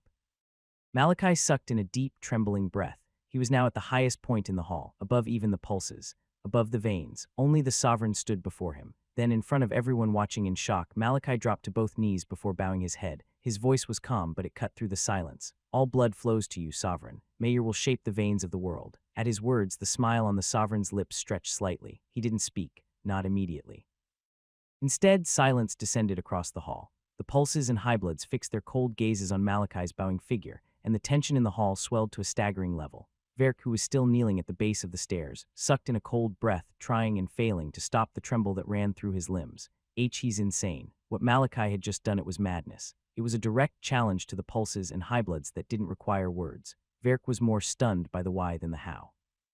Because he could feel it, every hint of the hate aimed at Malachi from the pulses, the veins, and the highbloods. With that single action, Malachi had sent a message to all of them. He was beneath no one but one here, not the highbloods, not the pulses, only the sovereign, and they wanted nothing more than to rip him apart for it, an unevolved trash. But unlike the veins, who had their pulses to mitigate the effect of the hall's oppressive air, Verk had nothing. He was the only blood champion in this hall, and he bore the full weight of the oppressive power. Nyx, meanwhile, hadn't moved an inch, but her clenched hands spoke volumes to how she was currently feeling. She could feel every ounce of Malachi's suffering, and it was clearly getting to her. Still, the focus of the entire hall remained on one boy, Malachi. He waited for a response. And then, finally, the sovereign's voice broke the silence. "Malachi." Instantly, everyone in the hall straightened like puppets pulled by invisible strings. All radiated nothing but respect. Malachi bowed lower. "Yes, sovereign, you arrived late." Why, even though they had flown on equilators directly instead of using carriages, they had still arrived later than expected. Malachi paused for a second before responding. "Yes, sovereign. After spending the night at Ironhold, we were ambushed by the Mogrim." A shift ran through the hall. The atmosphere turned cold. Some of the powers narrowed their eyes, others stayed still entirely. He might be trash to them, the weakest vein in the history of the clan, but he was still a direct descendant. The Mogrim had dared to attack one of them. Is this the truth? The voice wasn't the sovereign's. It didn't need to be. Only a high-ranking highblood or a pulse could speak without permission in a setting like this. All heads turned and landed on the figure who had just spoken. Drenos von Sanguin. He was the firstborn of Othric, the blood sovereign, and currently he was the one closest to succeeding the throne. Drenos was tall, broad-shouldered, his posture stiff. He had a sharp jaw, high cheekbones, deep red hair that fell straight behind his back, and calm, unreadable crimson eyes. His expression never shifted even for a second, composed, regal, but Malachi didn't respond. He didn't even turn to look at him. Major reason for this was that the question hadn't been directed at him. Instantly, Verk felt the stare, one of a pulse, sharp, piercing. He flinched visibly, then clenched his hands to steady himself. "Why, yes, first pulse," Verk said as respectfully as he could. "The Mogrim attacked us on our way to the clan." Gasps rippled as the expressions of many morphed into anger. Murmurs broke out through the hall. "Have we gone soft? Do the Sanguin look like a joke to them? They've forgotten who rules the West. We should wipe them out." The powers in the hall seethed with rage. Every mutter came with threats aimed at the Mogrim. During this, another voice suddenly rang out. "Do you know why they attacked you?" It wasn't loud, not cold either. It sounded soft, not what one would expect from the one who had just spoken it. As the heads of people turned, their gazes landed on another pulse. Varnal von Sanguin, the third pulse of the Sanguin clan. He was of average height, with a lean, sharp build. His blood-red hair was shorter on the sides and swept back neatly, styled with care. His crimson eyes had a softness that didn't match the air in the hall, and his smile, perfectly shaped, felt robotic, as if practiced over and over again in front of a mirror. Malachi knew this man. He didn't even have to turn. Despite the smile, there was no mistaking the truth of who he was: shrewd, calculating, and dangerously manipulative. But right now, only one fact stood above all others. And that fact was the most important to Malachi. He was Kana's husband. It was the same Kana who now stood behind him, biting down on her lips, visibly tense. This time, the question had been directed towards Malachi. Everyone waited for his response. But it never came. Varnal was a man neck-deep in the politics of the Sanguin clan. He could dissect a person's entire character with just a few exchanged words. That was how he became the shrewd, manipulative figure he was today, which was why Malachi was utterly sure there was no way he didn't know his wife. In fact, he probably knew her better than anyone. He knew what she had done, and now he was trying to cover it up. A trap. Those were trap questions. Malachi didn't know where they would lead, but he wasn't about to find out. He He stayed silent, letting the seconds stretch long and uncomfortable. Varnal's smile froze. Did he just get ignored? He opened his mouth to speak. Why were you attacked? Drenos's icy voice cut across the hall, filled with authority. He stared at Malachi with a narrowed gaze. While the other pulses were competing, vying for the title of heir, they were still figures of power and authority in their own right. For someone like Malachi, a discarded failure, to ignore a pulse. Drenos wouldn't let that slide. The people turned their eyes back to Malachi, waiting for his reaction. Silence. Malachi still hadn't spoken. He hadn't even acknowledged Drenos's words. Drenos leaned forward on his throne. The seat beneath him trembled under the weight of his aura. I will not repeat myself, boy. His killing intent began to bleed into the air, thick and suffocating. His eyes locked on Malachi, waiting, just waiting, for him to ignore him again. The few seconds that followed stretched like an eternity. The hall went completely still. In a clan where power was law, even the other pulses treaded carefully around him. And now a barely evolved child had blatantly ignored him. In this hall, before the very pillars of the clan, the disrespect would not go unpunished. Drenos's aura began to rise, about to explode and saturate the chamber, when a thick, calm voice rang out, Malachi. As the Blood Sovereign spoke, the tension shattered instantly as the whispers died down. Drenos narrowed his eyes but said nothing. He had no choice but to stop. The Sovereign had spoken. Yes, Sovereign, Malachi finally said, his voice steady. The Sovereign's gaze bore into him. You evolved despite your nodes being broken. How? Finally. Malachi clenched his fists, steadying his heart. The gazes of the pulses and highbloods instantly sharpened. Once more, the full weight of the hall's attention focused on him. This was the question, the one they had all truly come for. How had Malachi evolved? Meanwhile, Malachi's mind raced through a storm of thoughts. It finally came. He had known the question would come. He had been waiting for it since he stepped into the hall. It was the one that would decide everything, his future, his life. He couldn't afford to answer it wrongly. I have to be careful. That was his greatest concern. Nearly everyone in the hall was a bloom, and seated above them all was a zenith. He was surrounded by living lie detectors. Any lie, even a hint of one, would be torn apart before the words fully left his mouth, which meant he had to shape his words. Not lies, but not the truth either. Malachi couldn't afford anyone learning about the essence. He would be turned into a lab rat. A second passed and Malachi finally spoke. After I entered the pit, I just kept fighting, kept killing the darkness creatures I encountered. In the process of fighting for my life, I overused the devil's fruit until I lost consciousness. When I woke up, I realized my body could now hold Vita. The silence that followed was sharp. Malachi could feel it, the intense scrutiny behind every gaze, every breath. They dissected each word, trying to find the lie within, but there was none. Malachi had been sure to make it airtight. The highbloods began to murmur among themselves, clearly unconvinced. It was too simple. Just overloading your body with devil's fruits, that wouldn't make anyone evolve. That was simply suicide. It didn't make any sense. Malachi was hiding something, they knew it, but none of them could prove it. And more importantly, none of them could ask because the Sovereign had already spoken again. Interesting. His deep voice echoed calmly through the hall. Well, how you achieved it is irrelevant. What matters is that you evolved. I will expect great things from you. The Sovereign leaned back slightly. That will be all. The expressions of the pulses and highbloods froze. That would be all. They had come all the way here, gathered in full force, only for the Sovereign to end it like this. No interrogations, just a few words and done. Their expressions morphed into disbelief. But before their thoughts could spiral further, they were suddenly interrupted by Malachi speaking.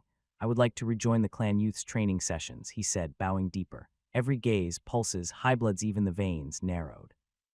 The clan's youth training was given to every Sanguin from an early age, even before their evolution.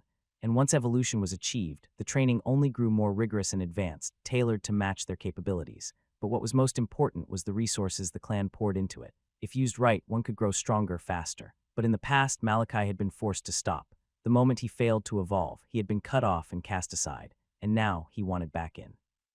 But before his words could even settle, a feminine voice rang out. Impossible. You're 2 years past the normal age for evolution, and you just barely made it. I'm willing to bet there's a drawback to your evolution. Whatever you do there will reflect on the other veins and stain everything we stand for. The one who had just spoken was another pulse, Marissa von Sanguin.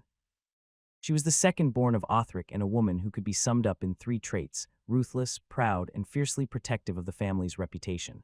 And because of that last fact, she bore an irreparable hatred for Malachi. He was a stain on that reputation, and she had always searched for a chance to erase him.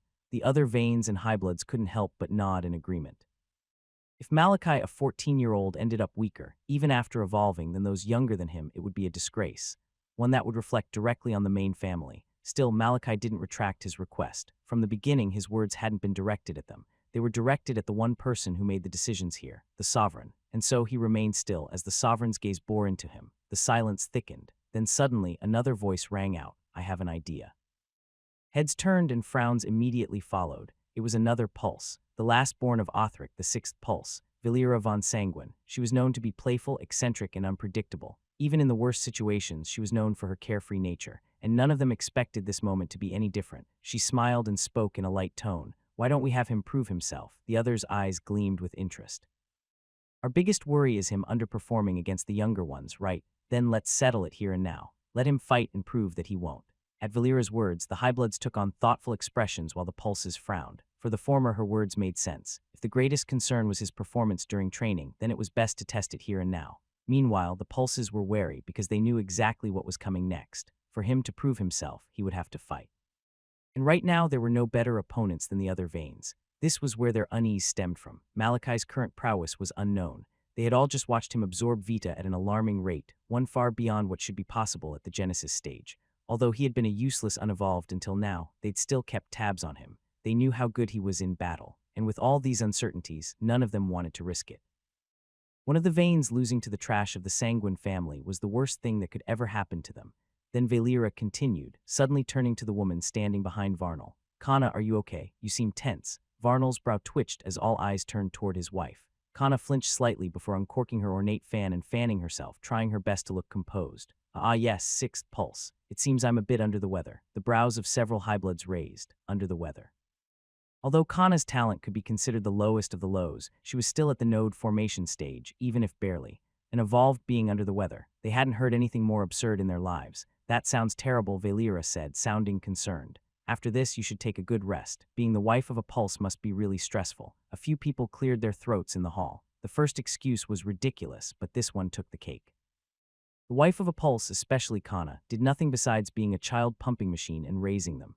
Does she know? Kana thought, her chest tightening, feeling panicked. She avoided all eye contact with Valera. Though the sixth pulse of the Sanguin family was playful and eccentric, many, especially the other pulses, had learned the hard way how clever and unpredictable she could be. She was a schemer. Suddenly, Valera clapped her hands together. "Ah, that's right, your guard, what's his name again?" Kana blinked. "Mine, Jorge." "That's right, Jorge," Valera beamed. "He came with you, right? I believe I saw him outside. He would be perfect for the job, wouldn't he, Valera?" Varnal's voice was calm but firm. As they turned to look, he was already facing her with a small smile that wasn't a smile, but those who knew him knew. He was angry. Valera tilted her head innocently. "Big cousin, I'm just trying to help here. We need someone to help test out the ninth vein, don't we?" "One of the veins would be a better fit," Varnal said. The frowns on the other pulses deepened. "Oh," Valera's smile widened. "Then would you let one of yours handle it?" Varnal's smile twitched. His fingers curled tighter around the armrest of his throne, but he said nothing. A few eyes widened. Valera had just checkmated the manipulator himself. "It's beneath them, right?" she said, turning to the veins, who were now staring daggers at Malachi. Then she spun back toward Kana. "Which is why I suggested we use Kana's thing." Her smile sharpened. "What do you say? Finish the job." Varnal's smile froze. Kana's eyes widened. "She knows." The thought echoed in both their minds. At their silence, Valera's smile turned dazzling, her gleaming teeth on full display. "Looks like they're in agreement." Then she turned and bowed slightly. "Dadsari, my sovereign, what do you think?" At Valera's question, all eyes turned toward the sovereign, waiting. For anything to happen here, he had to be in agreement. Without his word, nothing would proceed. And then, as the sovereign's mouth opened to speak, the hall fell into silence once more. Malachi bowed instantly. "Yes, sovereign, do you accept?" Malachi fell silent for a moment, weighing his options. Then he spoke. "As long as I get to continue the training." The sovereign gave a barely noticeable nod. "Good." Valera clapped once, beaming. Then she turned toward Kana. "You can bring him in now." Kana's body stiffened. She turned toward her husband.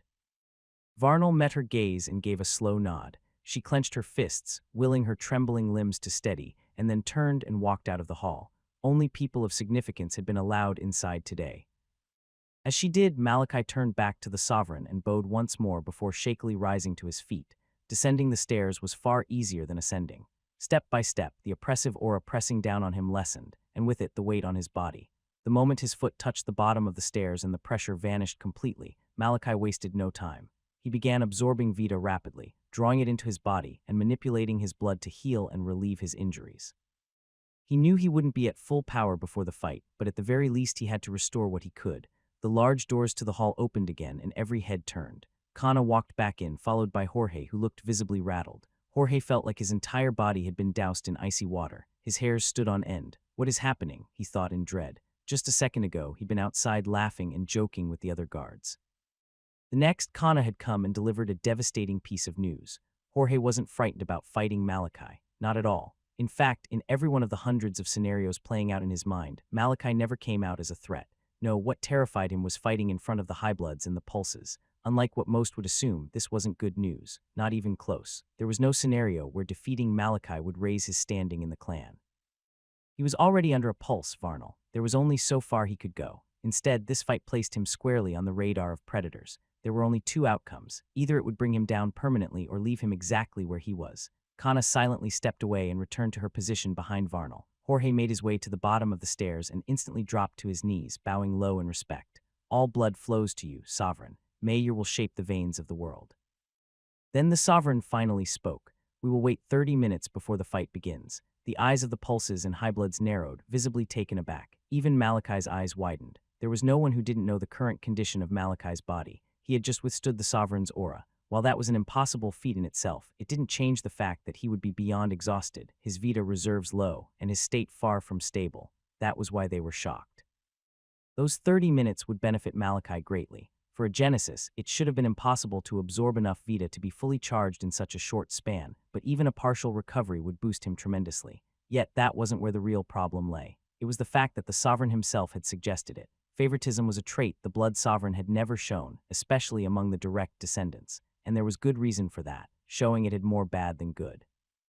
While the favored might gain temporary benefits, it painted a long-term target on their back. It made them the center of attention, the object of scrutiny, the symbol everyone else would aim to crush. The eyes of the Pulses, Veins, and Highbloods narrowed even further as Malachi bowed his head to the Sovereign, then calmly sat on the ground, crossed his legs, and closed his eyes. He was meditating.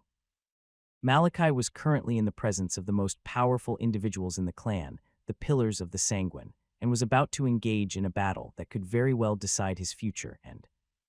He was meditating, the pressure resting on him intensified. Coldness radiated from the stares of the Pulses and Highbloods. Still, Malachi didn't even flinch. It was as if all their pressure, their aura, their intimidation meant nothing. His mind had already left the hall. Normally, there was no way Malachi would fully close his eyes and let his guard down like this. But this case was different. The Sovereign himself had given the order. Malachi didn't trust anyone in this hall.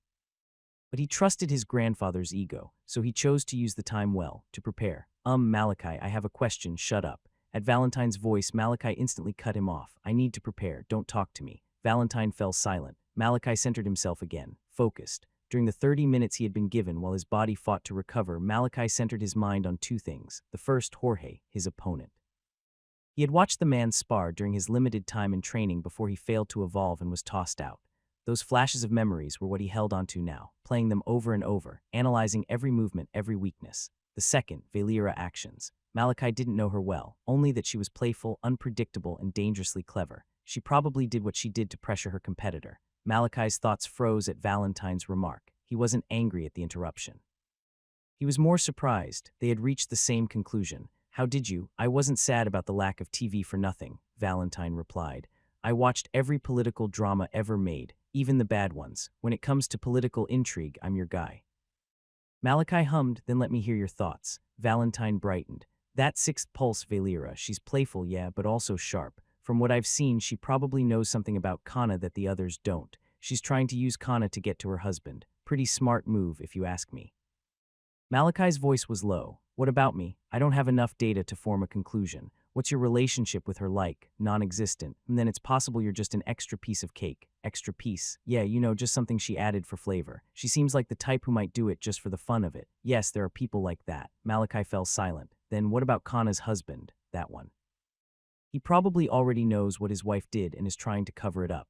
His question earlier looked like a deflection tactic, trying to steer the conversation away. You made the right call not to respond. Malachi remained silent. He was honestly a bit shocked. Valentine was insightful. It didn't show from his appearance or his actions. Not until now. Time passed by quickly, and the 30 minutes of rest time that the Sovereign had given ended. The time passed by quickly, and the 30 minutes of rest time that the Sovereign gave soon ended. As soon as it did, Malachi's eyes snapped open before he stood up from his cross-legged position. I feel better. He had instantly assessed his entire body and was relieved to find out that he had recovered his Vita fully. The density of Vita inside the hall was insanely high because of the powerful people present, especially the Sovereign. Because of that, he had been able to utilize the full extent of his Vita absorption rate. The small scene of Malachi completely recovering his Vita had sent another wave of shock through the hall. The pulses and highbloods were utterly surprised. At best, they had assumed Malachi would be able to regain half of his reserve, but never full. But once more, he had proved them wrong. After assessing his body, Malachi walked toward the middle of the hall and stood, gripping his scythe tightly. Throughout the 30 minutes, Jorge hadn't known what to do with himself, and instead of standing and mistakenly meeting the gaze of one of the pulses or highbloods, he had chosen to keep bowing.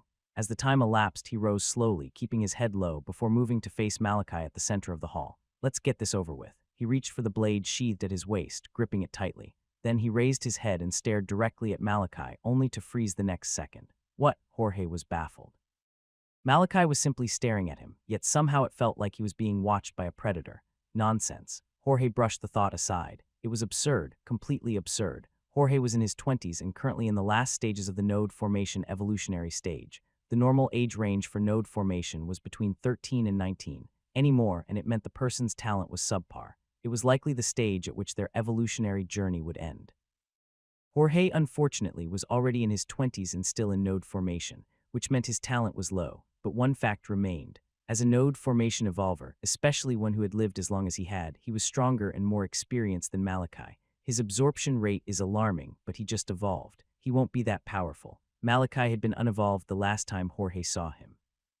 No matter what miracle he had pulled off, his strength and speed should still be in the Genesis stage. Jorge's assumption was right, which was why Selim. The people turned toward the sovereign who had just spoken, and in the next second the doors to the hall swung open.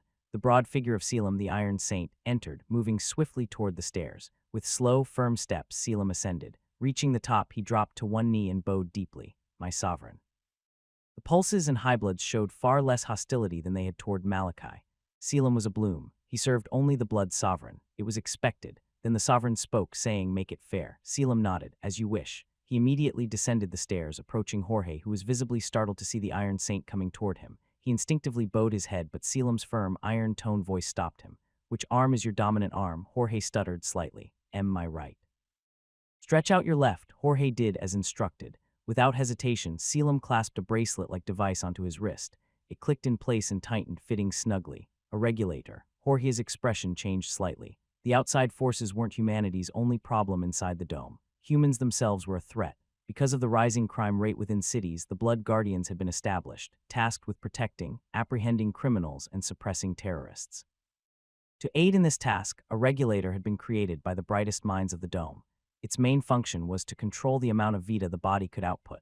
It prevented the user from absorbing or using more Vita than what had been preset in the regulator system. The upper Genesis stage. Jorge's face hardened before he relaxed once more. His strength and abilities had just been capped to the upper stages of the Genesis stage, but he still thoroughly believed this wouldn't be a problem. "I still have more experience," he reassured himself as he faced Malachi once more, settling into a stance. "I'll end it quickly." The entire hall focused on the duo. Nix and Verk had already risen from their bows and now stood quietly at the side, their eyes locked on the scene. While Verk felt nothing in particular about what was unfolding, Nix's eyes were filled with worry as she gazed at Malachi. The others in the hall, however, were a bit surprised at the lengths the sovereign had gone to in order to make the battle fair. Still, they watched silently. Will you be okay, Malachi?" Valentine's worried voice echoed in his head. Malachi responded without hesitation. "I will be, just don't distract me." "Okay, good luck," he responded. Malachi could feel the weight of all their stares pressing down on him, but the pressure only rolled off him like mist. His focus was on one thing, his opponent. He had replayed and dissected everything he had on Jorge in his mind, his fighting style, his habits, even his personality and behavioral patterns, and he had come up with a conclusive plan. Now that he knew Jorge was limited to the Genesis stage, and despite not being fully healed, it was more likely to work. It wasn't unique. In fact, it was extremely simple, almost frustratingly so, considering how much thinking he had gone through to reach it.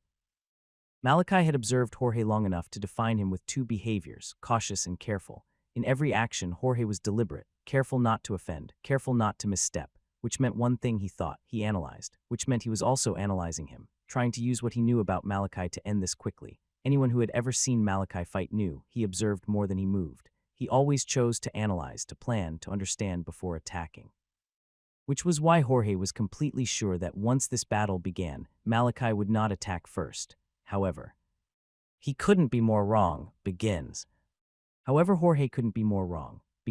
The sovereign's words had barely dropped before a loud bang shook the hall. Malachi blasted forward, legs moving left and right as he closed the distance in a flash. His scythe flashed, the curved blade screaming down toward Jorge's head. The expression of everyone shifted. Jorge's pupils dilated. Fast, too fast. He had anticipated many outcomes, hundreds of them, but there were none where Malachi moved this quickly, this fast. The sheer speed he currently moved made his heart feel like it was about to explode out of his chest. Still, Jorge wasn't some trembling amateur. He was a warrior, and warriors fought. His focus snapped into place. His fingers clamped around the hilt of his sword, drawing it in a flash to meet the descending scythe. But Malachi didn't miss a beat. He spun the staff in his grip, redirecting the scythe's momentum mid-swing. The blade twisted at the last second, slicing toward Jorge's exposed left. Jorge's instincts screamed like a blaring horn. He shifted, trying to shove himself to the right. But he wasn't fast enough. The scythe's edge kissed his thigh with a splut, spraying crimson blood into the air. A wave of searing pain surged through Jorge's leg, nearly buckling him. His expression twisted, but Malachi gave no room to breathe. In the next second, his leg whipped up like lightning, hurtling towards Jorge's chin. Jorge's eyes widened. He gritted his teeth, ignoring the pain flaring from his wounded leg. His lips parted. Blood flow. The word barely left his mouth before his body lit up. Crimson veins streaked across his skin, his eyes flushing a deep red as power surged through him. His head snapped back just in time for Malachi's kick to whoosh past his face, sending a gust that whipped his hair violently. Jorge was ready to strike back, but then he heard it. Another voice. Cold. Malachi's. Blood flow. Jorge's blood ran cold. The leg that had just missed him stopped midair, then descended with immense force before Jorge could even react. Crack.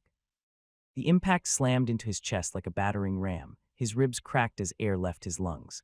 Blood erupted from his mouth as his body was sent hurtling backward. The hall fell silent, utterly silent. They had anticipated numerous scenarios, where Malachi would lose in a single hit, where he would struggle just to keep up. Many had even been generous enough to consider a scenario where he might win, albeit barely, and only after suffering blow after blow.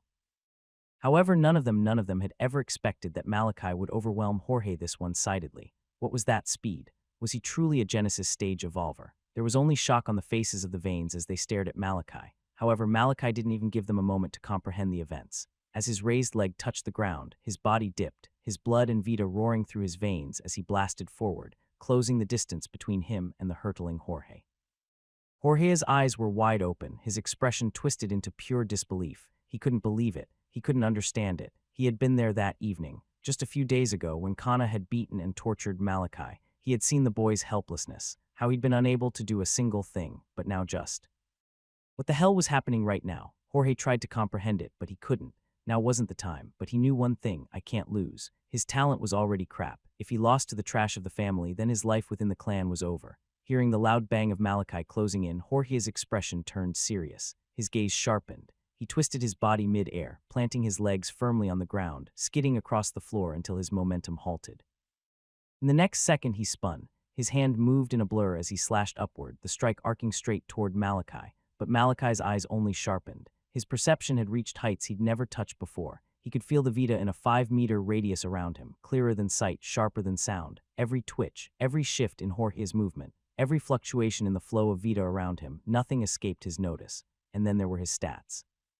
Malachi's passive strength and speed were beyond what any Genesis evolver could ever hope to reach in their entire lifetimes.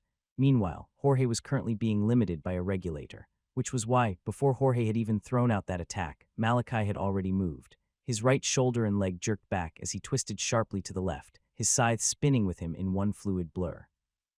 The motion ended in an instant, his momentum peaking as the scythe's curved blade came slicing toward Jorge's right temple.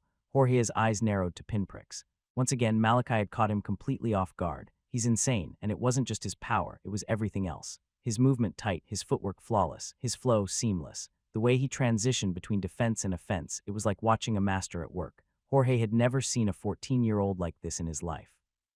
Have to stop it. The blade carved the air, appearing inches from Jorge's head. His left arm shot up, desperately intercepting it. His face contorted in pain as the blade tore through his palm. He had hardened the blood in his arm, but it wasn't enough. The scythe had pierced through it. Still, the force of the impact diverted the trajectory just enough for the blade to miss his head. This is my chance. Jorge's eyes gleamed. If he could close the gap, get inside the scythe's range, Malachi would be at a disadvantage. He clenched his pierced arm around the shaft of the weapon and prepared to pull. But before he could even blink, Malachi's head filled his entire vision.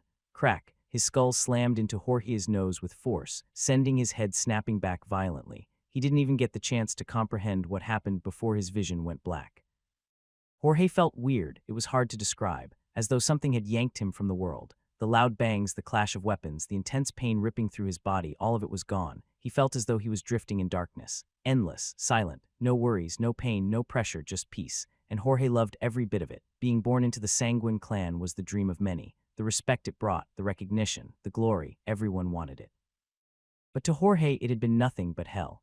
Honestly, he would have preferred to be born the son of a poor farmer, tucked away in some forgotten edge of the West. People only saw the glamour, the riches, the status. They didn't see the rot, the cruelty, the absolute horror of it all. The Sanguin were filled with the coldest people in the dome. Their view on life was transactional, like choosing a weapon from a rack. If it served, it stayed. If not, it was discarded.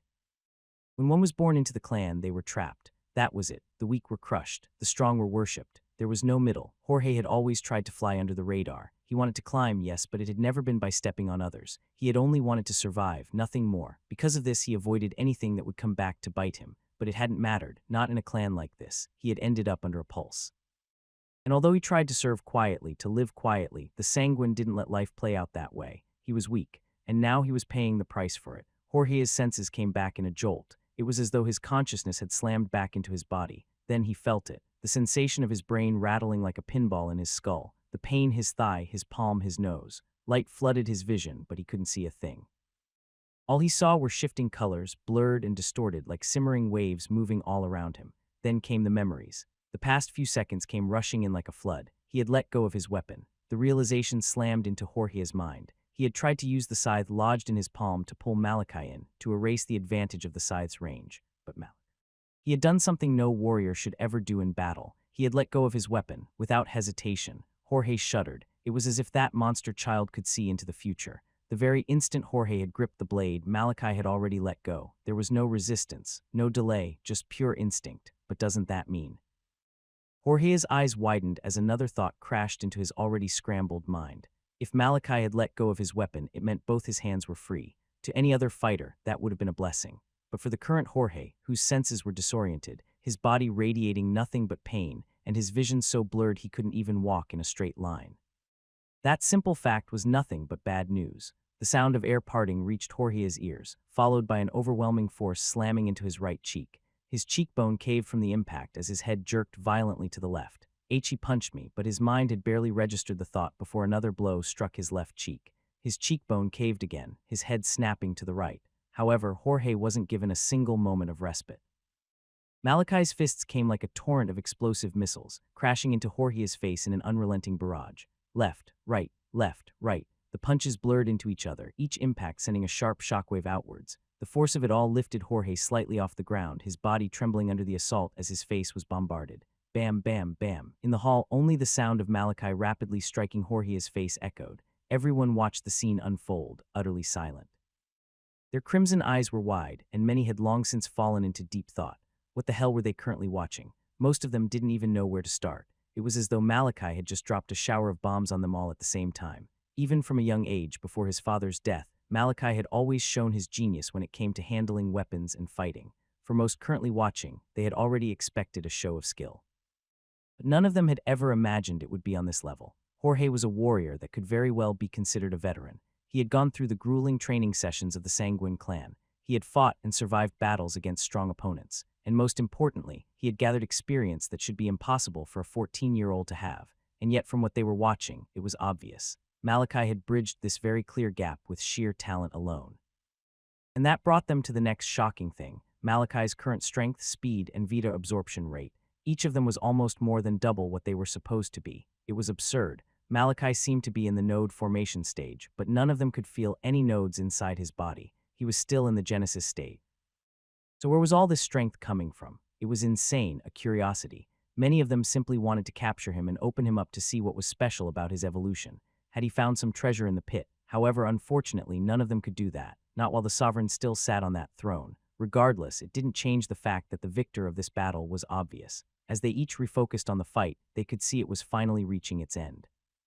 Malachi's unending barrage of punches had lifted Jorge off the ground, pushing him back as crimson blood sprayed through the air. Jorge felt his mind slipping more times than he could count. Any attempt to form a coherent thought was shattered the moment another punch slammed into his face. Regardless, despite the unrelenting barrage, one thought still found its way into his mind. I am going to lose.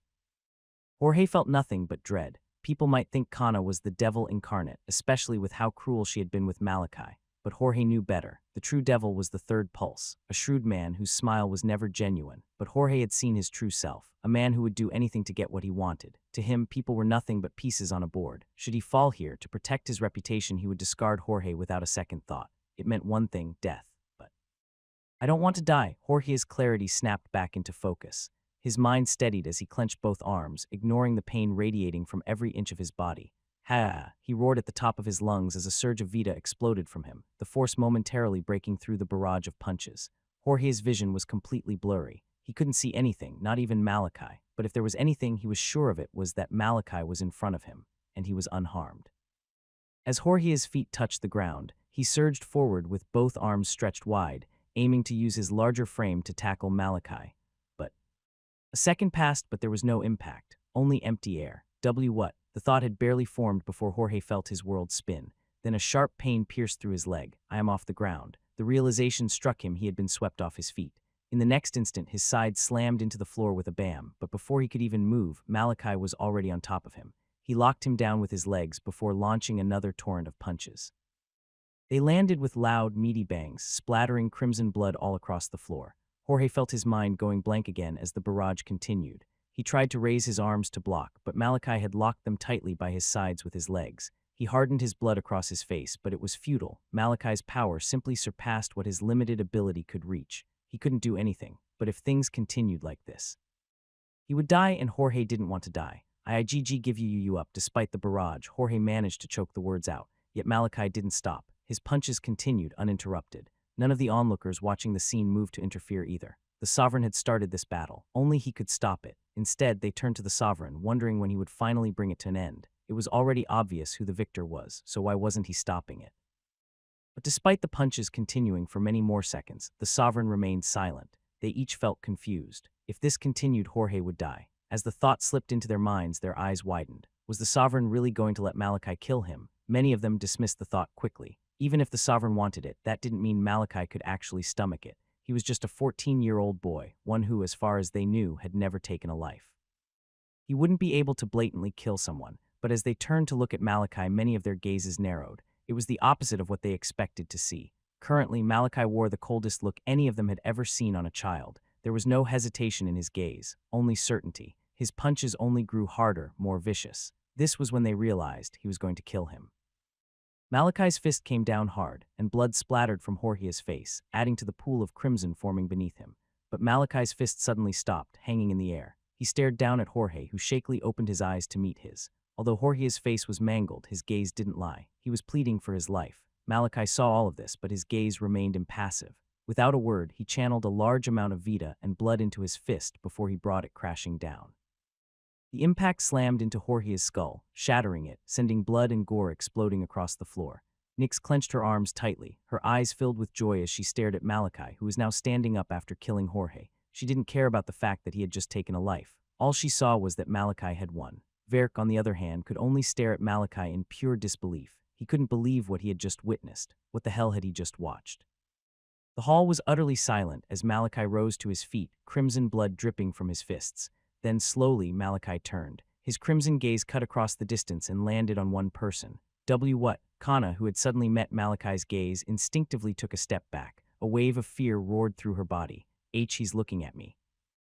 It felt as though icy water had been poured over her. A shiver crawled down her spine. Kana couldn't understand it. Malachi wasn't saying anything. He wasn't releasing any killing intent, but still.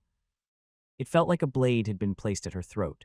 He killed him because of me. Malachi hadn't said a word, but looking into his eyes, Kana could instinctively tell. He had killed Jorge to send a message. A simple one meant directly for her.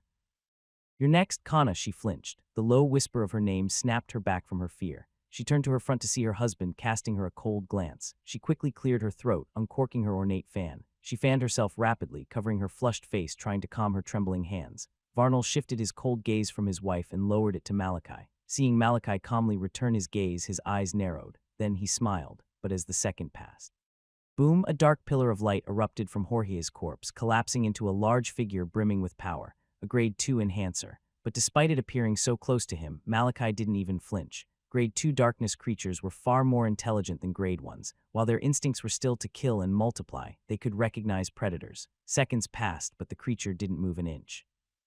It stood rooted in place, its white eyes trembling as it took in the overwhelming presences around it. Of all the places a Grade 2 could have formed, it had to be in a hall filled with the powers of the Sanguin clan. Its gaze slowly reached the figure seated at the top of the stairs, and its entire body trembled. Its legs turned to jelly, wobbling uncontrollably. Othric stared down at the creature silently. Then, with a single flick of his hand, the metallic scent of blood flooded the entire hall. Malachi's eyes widened. From beneath the creature, countless crimson spikes erupted, impaling it from every direction. Black ichor burst out in every angle, drenching the floor. A zenith. Malachi's eyes trembled at the overwhelming show of power, but his thoughts had barely caught up before the smooth voice of Varnal echoed through the hall. At the sovereign's overwhelming show of power, Malachi's eyes trembled. If it had been just him alone, he doubted he'd have been able to kill that Grade 2 darkness creature. It was an enhancer nonetheless. In fact, there was a high chance he would have ended up dead, but the sovereign he had killed the same being by barely moving. A zenith. The words thundered in his mind, but his thoughts had barely caught up before the smooth voice of Varnal echoed through the hall. Sovereign, I would like to make a suggestion, one that would greatly benefit the clan. The ears of everyone perked up. Those were some bold words. For Varnal to blatantly declare that, especially in front of the sovereign, it couldn't be a lie. Malachi frowned. He's up to something, he instantly concluded. What do you think? There was a brief silence, and Valentine didn't respond. Just as Malachi was about to speak again, I believe so too, Valentine suddenly said, his voice flustered and a little shaky. And I can bet it's related to you. Malachi paused, his gaze narrowing slightly. He decided to leave Valentine's weird behavior for later. Still, he wasn't the only one frowning. The other pulses were watching Varnal closely, their brows furrowed. Any achievement in the Sanguin clan, no matter how small, was a goldmine. Even a suggestion that helped the clan as a whole could skyrocket someone's status. The blood points gained from it were enough to set one for life. Depending on what it was, Varnal's ranking could shoot up. To them, that was bad news. Everyone waited, and soon the sovereign gave a slight nod, granting him permission to speak.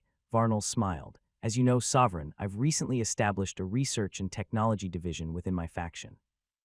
We're still new, but I can proudly say we've already gathered some of the brightest minds in the West. He paused and turned to face Malachi. The ninth vein has just shown us a spectacular performance. His battle sense, his reaction speed, truly top-notch. But I believe there's something that could benefit the entire clan. Malachi's expression shifted, but Varnal kept going. I couldn't help but notice a few odd things during the ninth vein's fight. He only just evolved a few days ago, yet his power and speed are well beyond what a newly awakened Genesis rank should be capable of. And we can all confirm that he hasn't even begun forming his nodes. A murmur spread through the crowd. That means, Varnal continued, he's reached this level despite still being in the Genesis stage. His strength far surpasses anything ever recorded for a Genesis. And let's not forget his nodes had been broken not long ago. He turned back to the Sovereign. Sovereign, I believe there is something unique about the ninth vein, something we've never seen before inside the dome. I propose the clan grants my division permission to examine him. His tone dropped slightly sharper. If we can find out what makes him special and replicate it, even partially, it could elevate our strength across the dome. Then he bowed slightly. All I ask is the chance to find the truth for the clan's benefit. At this point, the expressions of the pulses had turned ice cold. They stared at Varnal's smiling figure quietly. They had all had the same thought, but had decided not to pursue it. The main reason being that none of them had a research team in their faction yet. Unlike the Lucerna clan, the Sanguin were more battle-oriented than intellect-driven. Still, Varnal's suggestion made a lot of sense.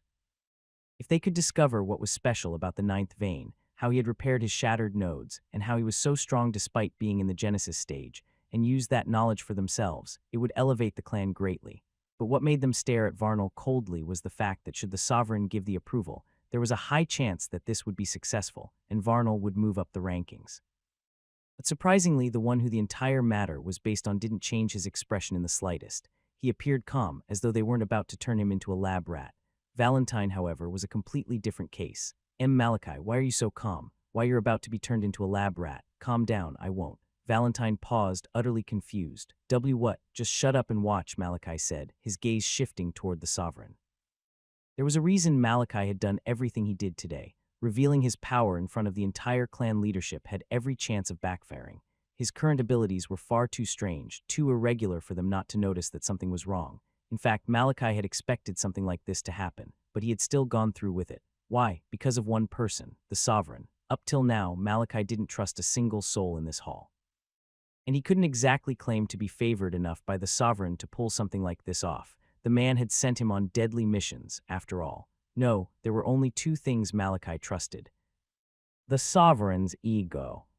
In his interests, the first was obvious, but the second was just as simple. Everyone knew it. The sovereign had always prioritized the advancement of the clan, and because of that, he treasured every one of his direct descendants, especially those with talent. This benefit had once extended to Malachi's father, back when he was still alive. The sovereign's interest had always been clear, which was exactly why so many eyes had been watching Malachi today. That fact was the reason Malachi had played all his cards. He showed everything: his talent, his power, his potential, all in hopes of catching Othric's eyes. It was a gamble, but one Malachi had taken without hesitation. Whether it would work or not depended entirely on the sovereign's response. And as Malachi fixed his gaze on him, the sovereign finally spoke. Just one word: number. The sovereign finally spoke. Just one word: no. At the sovereign's words, the expressions of many shifted. They each felt utterly shocked. Varnal's suggestion had truly been reasonable, although many of them had sensed a hint of his manipulative tendencies from the way he had packaged the whole thing, making it seem like it was entirely for the clan's benefit. It didn't change the fact that if it succeeded, it would be invaluable to the clan. The fact that the sovereign didn't even consider it. The gazes of the pulses and the highbloods suddenly widened as they all came to the same realization. The sovereign had taken an interest in Malachi. A frown appeared on Varnal's face as he heard the sovereign's response. But sovereign, why? Just as he was about to object, the sovereign suddenly rose. He had barely even risen fully when everyone in the hall felt it. Their eyes widened. The sovereign was about to stand. As the realization slammed into them, their bodies moved without hesitation. Every single person in the hall, from pulses to highbloods to the veins, even Malachi, Nyx, and Verk, all shot up from their seats before sinking down on one knee, loud bangs echoing across the room as they bowed their heads low. As the sovereign stood, his aura pressed down on them like a mountain, freezing them in place. He stood at the top of the platform like a god overlooking his subjects. The power of a zenith. Hear my words. His voice sounded like a decree. And as it echoed, every single person slammed a fist against their chest with a loud bam, responding in perfect unison: yes, sovereign. Their voices were filled with nothing but reverence. They awaited his words. From now henceforth, Malachi will be treated just like every other vein in the clan. Any disrespect towards him will be seen as one directed towards the direct lineage. He will be allowed to join the training sessions of the clan. Then his gaze shifted, and Varnal froze. Like a planet had slammed onto his back. Why, yes, sovereign, he responded quickly. The sovereign's eyes bored into him. You will not be using him or any direct descendant as a test subject. The direct descendants are the lifeblood of the Sanguin clan, its core. Any attack towards them is an attack towards the entire clan. His gaze shifted again. Selim, my sovereign, the Iron Saint responded instantly, bowing even further. Then the sovereign's tone turned sharp. His voice grew colder. Bring the perpetrators to their knees in front of me. By your word, Selim replied. Then the sovereign turned back toward Varnal. Is that clear? Yes, sovereign, Varnal responded with clenched fists. Just then the sovereign swept his gaze across the entire hall, his aura tightening its grip on them all. Is that clear? The response came instantly. Yes, sovereign, the sovereign nodded. And just as he was about to dismiss the meeting, Malachi's voice suddenly rang out from below. Sovereign. The sovereign turned and saw Malachi kneeling just like the others, head bowed. Speak. Malachi clenched his fists, fighting against the immense pressure from the sovereign's gaze before he spoke. I respectfully request an audience. At his words, the gazes of the pulses and highbloods narrowed slightly in their bows. An audience? What could Malachi possibly want to see the sovereign for? Their thoughts swirled as they silently awaited the sovereign's response. A few seconds passed. Still, the sovereign didn't respond. He simply stared at Malachi. Would he not follow through on his promise? Malachi's thoughts churned. He was relieved that the sovereign had denied Varnal's request and had clearly shown interest in him. But the moment that goal had been achieved, Malachi's focus had shifted to something else, something just as important. I have to see him and find out the answers. Malachi's fists clenched tighter. The seconds ticked by, and then finally, the sovereign responded. Achieve the first rank in the fresh blood ranking, and I will grant you your audience. The expressions of Malachi and the other veins shifted. The fresh blood rankings. While the Sanguin clan had a general ranking that comprised every single member of the clan, the leaders had seen the need to create additional systems, and among them was this one, the fresh blood ranking. Unlike the general list, this was made specifically for the next generation, youths from the age of 12 when they first evolved up until 20. It made the path to recognition a little more structured, a little more accessible for younger evolvers, and it separated the elites from the rest. Still, that didn't mean it was easy, not even close. Newly evolved members were forced to compete against 20-year-olds, those who had already carved out their names, honed their strength, and built up power over the years. Because of that, reaching the top, especially for someone like Malachi, who was only 14, was almost impossible. But that wasn't what made the other Vanes throw cold looks in his direction. It was the condition itself. The fact that the Sovereign had given him that condition could only mean one thing. The Sovereign believed Malachi could do it. Malachi's fists tightened further, his knuckles whitening, and then he responded through gritted teeth. Yes, Sovereign. Hearing this, the Sovereign stared at Malachi for a few seconds. Then he turned his head away and said, "You're all dismissed." Though he spoke the words, no one stood, not a single soul. They waited with their heads bowed, watching in silence as the Sovereign descended the platform and made his way toward the door at the side of the hall. As he stepped through and exited, the weight in the hall lifted. The immense pressure that had been pressing down on all of them vanished. As it did, Malachi didn't hesitate. He stood up immediately, gripping his scythe tightly. Without sparing a glance at anyone, he turned and walked straight toward the exit. He could feel their eyes, pulses, high bloods, veins, all of them staring and burning holes into his back. But he didn't care, nor did he freeze. He simply left the hall. Outside, the guards posted at the entrance whispered among themselves, eyes wide and voices hushed as they saw him step out. Malachi ignored every single one of them. He moved quickly, his feet crunching through the leaves as he cut across the forest path, weaving through the trees until he finally reached his manor. Silence greeted him, and he disappeared inside. Malachi walked out from the foliage of trees only to meet the desolate gates of his manor. It was just as he left it, barely maintained, empty and gloomy. Regardless, he didn't stop, making his way through the gates and reaching the main building. As Malachi approached the entrance, his steps came to a halt. He could hear voices, two women, talking. "I'm telling you, I saw him at the last banquet." The third, "Pulsa, he's so handsome it should be illegal." Jealous of his wife. Jealous is an understatement.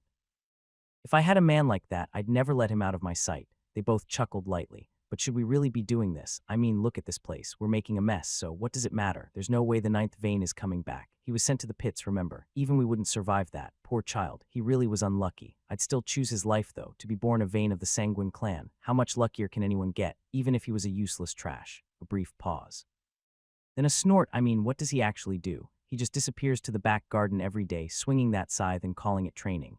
Meanwhile, everything he wants is handed to him on a silver platter. Look at us, too evolved, and we're still stuck serving him. But what about the Sovereign's missions? Those things are deadly. He still goes through a lot. He's escorted by a whole-blood champion. His life secured. That's not hardship. That's a royal vacation." Their voices grew louder.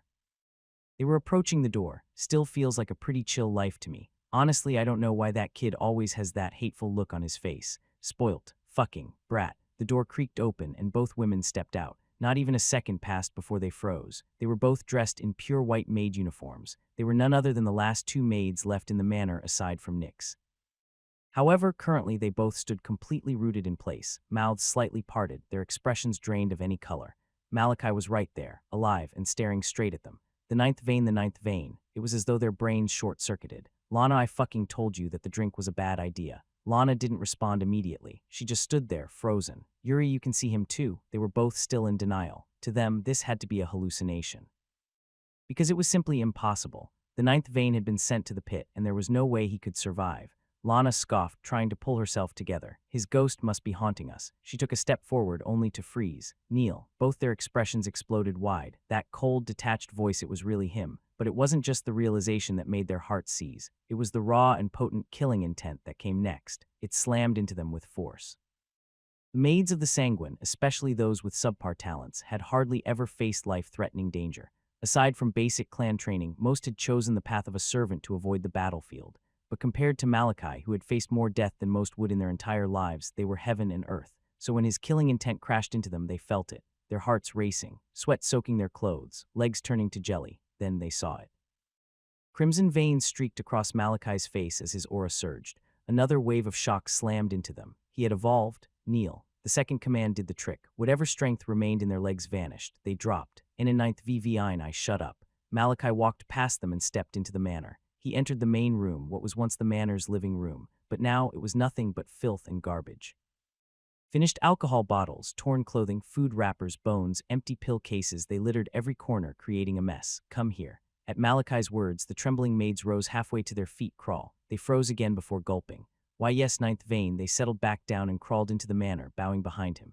"You will both clean this place, along with the entire manor." While in this form, their eyes widened. The manor might not be massive, but it was still expansive. Cleaning all of it on their knees wouldn't just be time-consuming, it would be torture. But Malachi didn't seem to care. You have 1 hour. He turned and walked over to an empty chair in one corner of the room. Lowering himself onto it, he stared at the duo. The moment they heard the absurd time given, the two scrambled, their expressions morphing into panic. Malachi simply sat there calmly as the maids scrambled around the manor, packing and cleaning the filth they had caused. They were both in the Genesis rank, and with Malachi's power above the Genesis stage, his aura had been too much for them.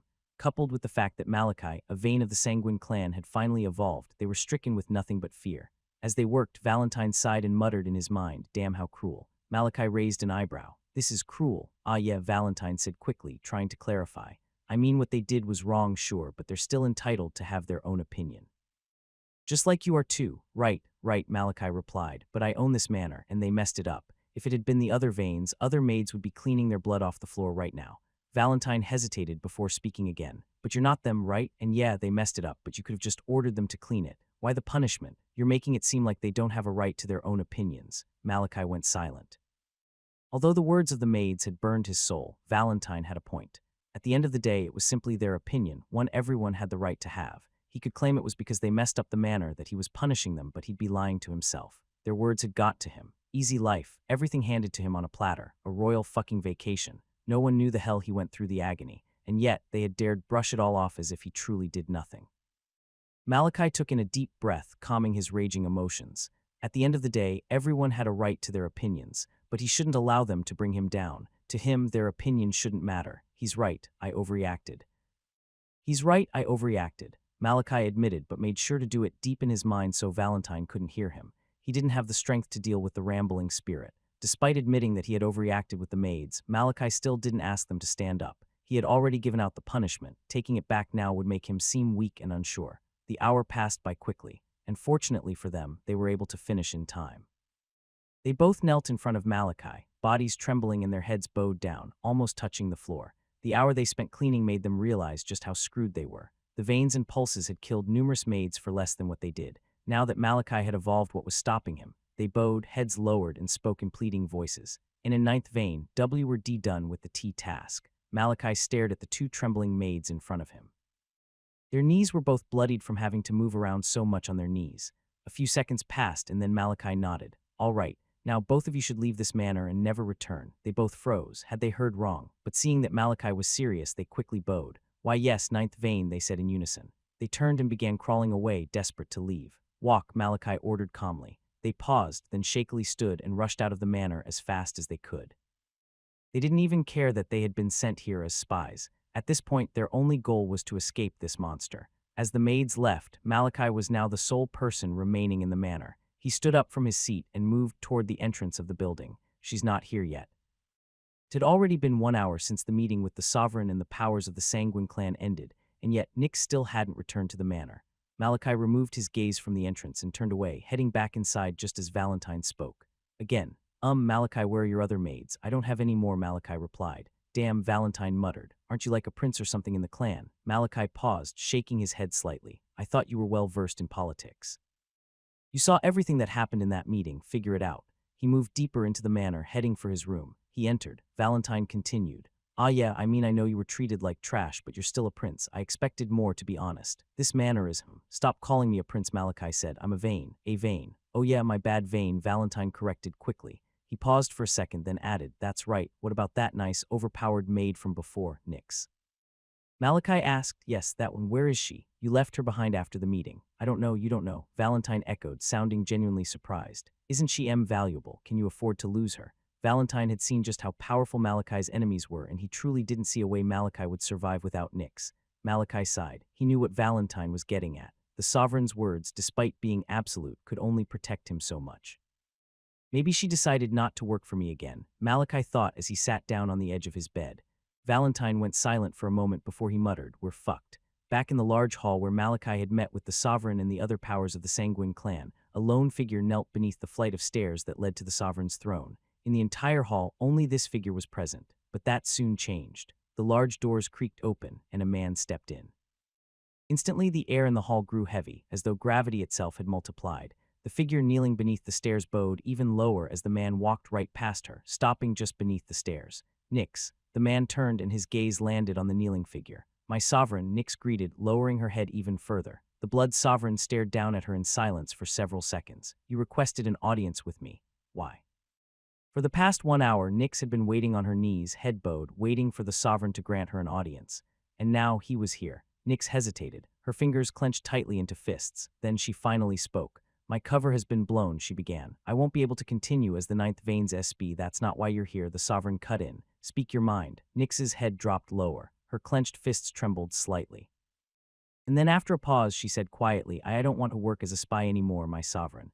The sovereign's gaze bore into her. He didn't respond immediately, and seconds passed. Then finally he said, as you wish. Just as he turned to walk away, and I want to protect him. The sovereign paused mid-step. He turned to look at Nyx once more. Is this the truth? Nyx nodded slowly, then spoke again, her voice firmer this time. I want to serve him. I want to protect him from anyone who tries to harm him. Even me. Nyx froze. I know, she stammered. But suddenly the sovereign burst into laughter. If anyone had seen him at that moment, they would have been beyond shocked. The blood sovereign laughing, but Nyx didn't look surprised. Her face was flushed red as though she had just been wronged. As the sovereign's laughter died down, he turned back to her. I apologize, Nyx, he said, smiling slightly. I'm just happy for you. I'm glad to see you found a reason to live again. Nyx bowed lower. Her expression turned solemn as memories flashed across her mind. The sovereign nodded and continued, all right, I'll allow it. You are free to pledge your loyalty to him. And Nyx, yes, sovereign, she replied immediately. Protect him. Nyx clenched her fists tighter, then nodded firmly. I will, sovereign, no matter what. The sound of firm footsteps echoed as a figure walked down the hallway. He was none other than Varnal von Sanguin. Varnal was a slender man, always well-dressed, with a handsome face that could make the hearts of many women melt. He always carried with him a smile that many had come to learn was well-rehearsed. Because of his jovial and charismatic personality, he was a people's person. In simple terms, the people loved him and he was well-received, which was why many would be beyond shocked if they saw the current look on his face. His eyes were cold. The ever-present smile that had become his trademark was gone, replaced by a twisted expression. There was no doubt about it. Varnal was pissed. Behind him, the sound of softer steps echoed Kana's. Her head was bowed low, her expression troubled. She bit down on her lower lip so hard it had already drawn blood. Her fingers clutched her fan with a white-knuckled grip as she followed behind. It looked as though she tried to appear as invisible as possible. Soon enough, they reached a large door and entered. The room they walked into was one clearly meant for the upper class. A massive king-sized bed stood at the center, flanked by carved mahogany drawers, velvet curtains, and chandeliers that bathed the room in a soft golden glow. As they stepped in, Kana quietly closed the door with a soft click but didn't move a step further. She remained frozen by the door, head still bowed low. Varnal walked to the center of the room, then stopped. He slowly turned around, his gaze like ice as it fell on Kana. Kneel. Kana flinched at his voice, clutching her fan tighter. Then, as though the command was law, her legs folded beneath her and she sank to the ground. Crawl. The word came sharp. Kana trembled, lowering her head even more. Her lips bled freely now and her teeth still pressed down as if she was trying to keep herself together. Then she obeyed, crawling toward him inch by painful inch. Varnal watched with a cold gaze as she approached. When she finally reached him, she knelt before him, head lowered. Look at me. She froze, then slowly, hesitantly, she began to lift her head. Wham! Before her eyes could even meet his, a hand engulfed her vision. The slap struck her cheek with force, jerking her head violently to the side and sending her crashing to the floor. Stand up. Kana's vision was blurred. Her ears rang nonstop. A slap from a bloom, Vita infused or not, was no small thing. Blood spilled from the corner of her mouth from just that one slap. But despite the pain, Kana didn't utter a single sound. She knew what would happen if she did. She used her trembling hands to push herself up and knelt again before him. Look at me. Tears streamed down her face as she shakily lifted her head again. Slap, another strike, another fall. Kneel. His voice was cold. Kana's entire body shook violently, her cheeks radiating nothing but pain. Tears flowed freely down her face. Still, she forced herself to kneel once more. Look at me, she obeyed. Slap. The third slap sent her hurling across the room, her body rolling on the floor. But this time Varnal didn't wait. He marched forward. Then came the kicks. Brutal, repeated, hard. You only had one job, he snarled. Just one fucking job. Be obedient. His foot crashed into her side. I picked you up from your trash family. You were nothing. Another kick. Do you know how much face I lost in that meeting? Another kick. Do you know what'll happen to my reputation if they ever find out it was you? Huh, do you? Another blow landed. Kana could do nothing but shield herself with her arms. Her body shook from the impacts, bruises and blood piling on her body with each passing second. Everyone saw Varnal as the charismatic and charming pulse with a permanent smile. While some knew how shrewd he could be, only Kana, his wife, knew the real truth, the real him. Behind that smile was a manipulative, narcissistic man who needed control like he needed air. She couldn't count the number of times she had been punished for falling short of his expectations. In the room, only the thuds of his kicks echoed. He's not stopping. A terrifying realization struck Kana as Varnal continued to vent his rage. Usually, after a few strikes and after releasing his anger, he stopped. But that didn't seem to be the case this time. His gaze was still cold, still filled with anger. He kept beating her without hesitation. Please, she finally whispered between the beatings, her voice barely audible through her choked sobs. Almost immediately, Varnal's foot stopped mid-air. As it did, he exhaled slowly, deeply, before letting out a long sigh. His gaze fell upon Kana, now lying crumpled on the floor. She was bruised all over. Blood leaked from several open wounds, dripping onto the polished floor beneath her. Her skin was filled with purple and red, but she still held onto her fan tightly. Without a word, Varnal turned and walked over to a nearby table. He poured himself a drink before drowning the contents in one swift gulp. Another sigh escaped his lips. Then he turned back to face her. Kana, his voice sounded different now, softer. Kana, who was still writhing on the floor, flinched the moment he spoke. Her body trembled. Her arms instinctively tried to shield her face. Varnal began walking toward her. His footsteps were quiet. "You always bring this upon yourself, honey," he said gently, almost with affection.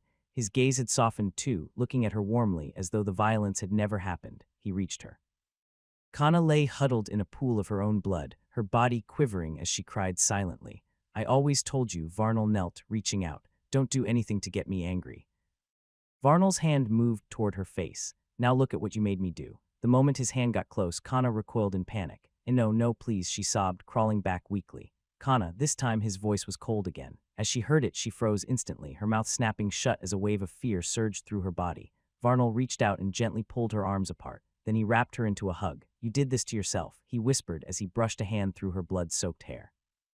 "This is your fault." Kana didn't respond. She just kept sobbing in his arms. "It hurts," she choked out. "It hurts, Varnal." Varnal's hand continued stroking her hair. "It's all right," he whispered softly. "The pain is only temporary. You'll feel good as new by tomorrow." But Kana still continued to cry. "It's all right," Varnal repeated, his voice sounding tender. "I'll make sure nothing happens to you." He pulled her closer. "I love you," he murmured. Kana froze just for a moment. Then her lips trembled. "I love you too," she whispered back. "Anything." At the question, a response came almost instantly. "Nothing useful, first pulse. It's only a repeat of the information we already have." A deep frown appeared on Dreno's face. He was seated in the office of his manor, located in the eastern quadrant of Crimson Hold. This was where the manors of each of the pulses were situated. The Vanes resided on the western side, while the south housed the vast training grounds, where all the youths of the clan underwent their training. It was also the residential quarter for warriors who chose to remain within Crimson Hold. The center and north, however, had the most important structures: the Sovereign's Tower, the council halls, the library, etc. The meeting with Malachi and the other powers had taken place in the evening, and because of that, many hadn't returned to their respective cities, choosing instead to remain for the night within the City of Blood.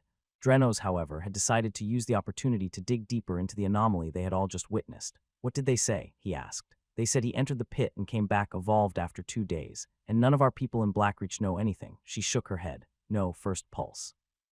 Dreno's clicked his tongue. "Useless," he muttered under his breath, but his focus immediately shifted again. "There's something different about his evolution, and we need to find out what that is." "What are your orders, first pulse?" Dreno stayed silent for a few moments, staring into the empty air. "Then send someone, discreetly. Have them enter the pit and explore. The answer may lie there." "As you wish, first pulse." She bowed slightly but hesitated. "What about the 9th vein?" Temperature in the room dropped. Dreno's eyes flashed. "It's too early to tell if he'll become a threat like his father." Valerian von Sanguin, Malachi's late father, had once been the 6th pulse before his demise, and yet, due to his unmatched talent and terrifying strength, his ranking had soared, overshadowing even the other pulses, including Dreno's, the 1st pulse. Back then, Valerian had been the obstacle, the one man everyone knew they had to surpass if they ever wanted a chance at becoming the sovereign. His death had been celebrated, but his legacy had not died. Malachi, many had hoped the son would never inherit the father's talents. They were relieved when he failed to evolve at age 12, and because of that their wariness faded. But now he had evolved through a method no one understood. The unease had returned in full force. Dreno's expression turned grim as a memory surfaced. Valerian's gaze, he has the same eyes. He remembered Malachi's gaze clearly when the boy had struggled up the stairs toward the sovereign. That same fire, that same defiance. Those cursed eyes, he hated them. Dreno's looked up sharply. The red eclipse. What do we know about her? Nyx's presence hadn't gone unnoticed during the meeting. After her emergence in the past, the red eclipse had vanished, but her face was well known, especially amongst the higher ranks.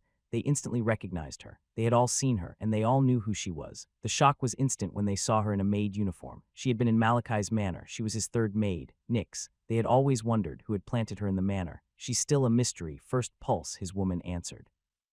We haven't been able to uncover any concrete information about her. None. What about her lifeguard? Drenos narrowed his eyes. Every citizen within the dome was registered from birth, each assigned a lifeguard that monitored their vitals. All of it was recorded in the Western Region's central database, located within the Sovereign's main building.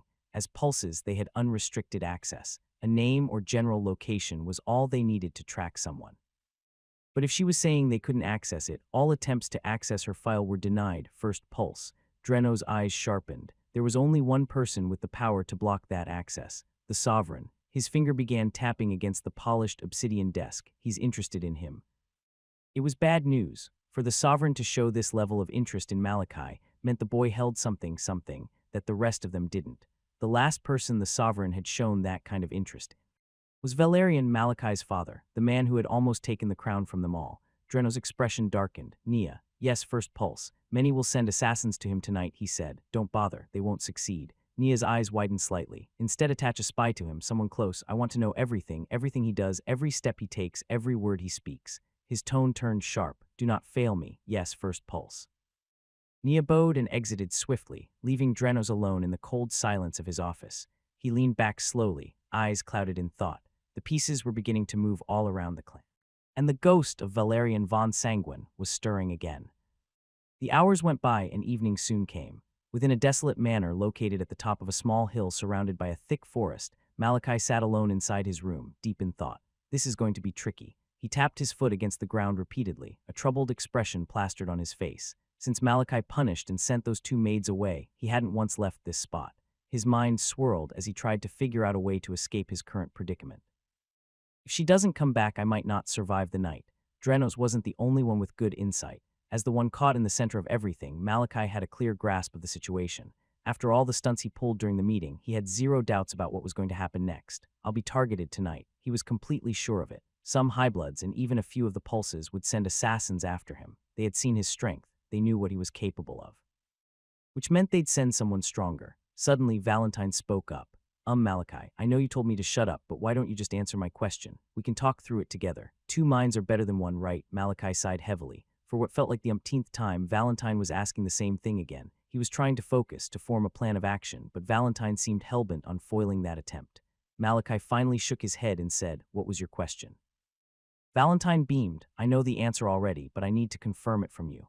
Your clan head gave the order to treat you like any other Vane, right? And said any disrespect towards you would be treated as disrespect towards him. So then why would they attack you now, especially this soon? Wouldn't that risk angering your leader? I thought you were good with political intrigue. It's very obvious. I am, Valentine said, but this is a bit different. I'm missing a lot of information. For example, how does your clan actually function? How powerful are the pulses, the veins, and those other people at the meeting, who were they? Plus, like I said, I'm trying to confirm something. Malachi exhaled. The other people are the highbloods. They're the top 100 in the clan rankings. The clan rankings, Valentine asked. Is that the one the Sovereign asked you to reach first place in? Malachi shook his head. No, that one is different. I'll explain later. To answer your question, yes, the clan head gave the order, and yes, no one can afford to disobey it. Then why? Valentine asked again. Because none of it will ever get back to them, Malachi said simply. Yes, they're the ones sending them, but without proof, how will anyone prove it? Valentine frowned. But isn't the Sovereign really powerful? I don't know the full scale of his power, but the distance between here and the meeting hall isn't far. Shouldn't he be able to sense if something's happening? He probably knows everything going on inside the fortress, Malachi admitted, but he won't do anything.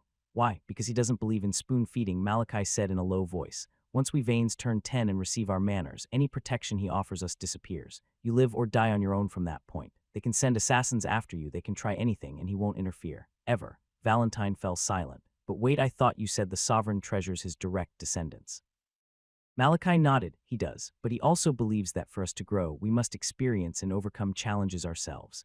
Valentine frowned. And this is the same for all the other Vanes. No protection at all. Then how the hell are all of you still alive? Malachi didn't answer right away. He understood exactly what Valentine meant. The Sanguin clan was the strongest clan in the western region of the Dome. Respected, feared, revered, but also well-hated. If the Vanes weren't being actively protected, then why weren't they all dead? After a few seconds of silence, Malachi finally responded. There are two reasons for that. First, most people don't believe it's worth it, considering the consequences. What consequences? Valentine asked. If any Sanguin direct descendant is killed, the sovereign will turn the entire dome upside down until the killers are found, Malachi explained. And I know what you'll ask next then, why are they still trying to kill you? I already told you, because it'll never trace back to them. He paused, then continued. Second, although the sovereign feels that way, the pulses are different. They make sure their veins are protected, watched over and guarded. Valentine nodded slowly. Ah, that's why, but he stopped, and he didn't continue. Malachi didn't say anything either. He already knew what Valentine had been about to say. His parents were dead, so the second reason didn't apply to him. Silence filled the room for a moment. I understand perfectly now, Valentine finally said. Good, Malachi replied. Now shut up and let me think. Valentine grinned in his mind. I might have an idea. Malachi's eyes sharpened. Are you sure? If Valentine truly had a way for him to survive the night and the nights that would follow, wanted to hear it. Desperately, because if Nix didn't come back by sunset, he was dead. Hoo, I told you I'm awesome, Valentine said, smug. Malachi glared. Stop wasting time and speak. Valentine cleared his throat. How well do you know all the pulses? Malachi's eyes narrowed slightly. He thought for a second, and just as he was about to respond, a sudden knock came at the door. His hand snapped to his scythe, gripping it tight as he rose from the bed and entered a battle stance. What? Valentine panicked. Are they here already? But Malachi didn't answer. He ignored him completely, his entire being braced for battle. If this was an assassin, then he was ready for his last battle. As the tension reached its peak, a voice came from behind the door. Ninth vein, it's me, Nix. Malachi froze. She came. His grip around the scythe loosened instantly. He straightened. Malachi approached the door to his room cautiously. Yes, he had heard Nix's voice clearly, but he was still wary. With enough mastery over blood, anyone could mimic a voice to sound like anyone they wanted. Go confirm if it's really her, Malachi said in his head.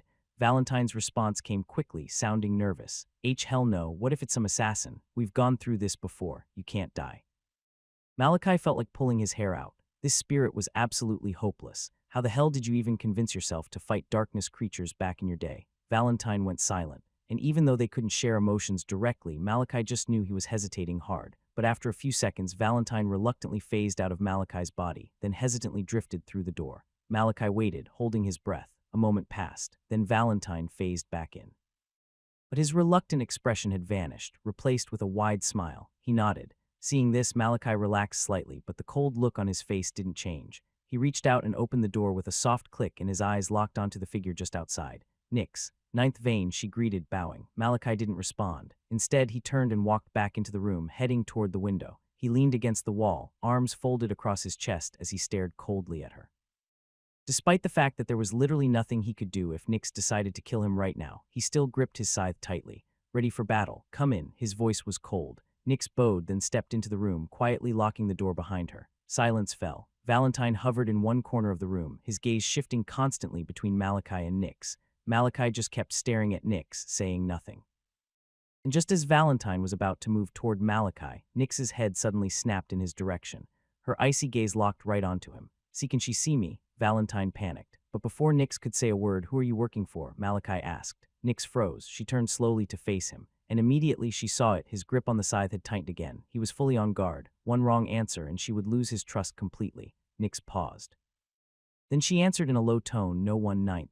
Malachi's gaze narrowed. He didn't speak right away. Then who are you working for? Nix's eyes widened slightly. Malachi's insight was sharp. After a second, she finally said it, the sovereign, as expected. Malachi's eyes sharpened. Nix had always been a mystery to him. Unlike the other maids, she never joined their gossip. Her expression was always cold. She never slipped, always acted like a servant. He had always suspected someone had planted her in his service but didn't know who. But ever since he discovered that Nix was a bloom, the list of potential suspects had narrowed drastically. At the very top of that list was the sovereign. And what about now? Malachi asked. I'm not working for him anymore, Nix replied. But you were before. Yes, you just walked up to him and told him you wanted to stop. Malachi asked, feeling guarded. And he let you go, just like that.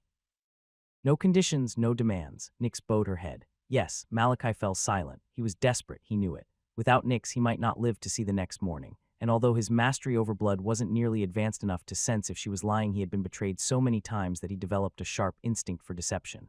Especially when it came to Nix, who wore her emotions on her face. Still, too many things didn't add up. Why would the sovereign let her go now?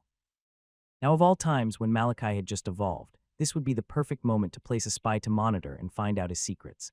The sovereign didn't rise to power through strength alone. He was sharp, ruthless. and he would have known that Malachi needed Nyx now more than ever. It just didn't make sense. Malachi shook his head. What mattered was that she wasn't lying. He could feel it. "So what's your plan now?" he asked, voice cold. "Why are you here?" Nyx clenched her fists. Her face turned troubled.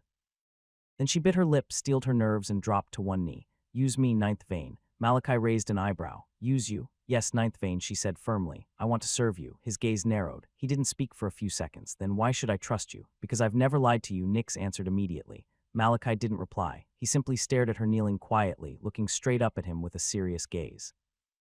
And although he knew she could kill him in an instant, all he saw in her eyes was warmth. "Why do you want to serve me?" Nyx froze. Her lips parted slightly, but no words came out. Silence descended once more in the room.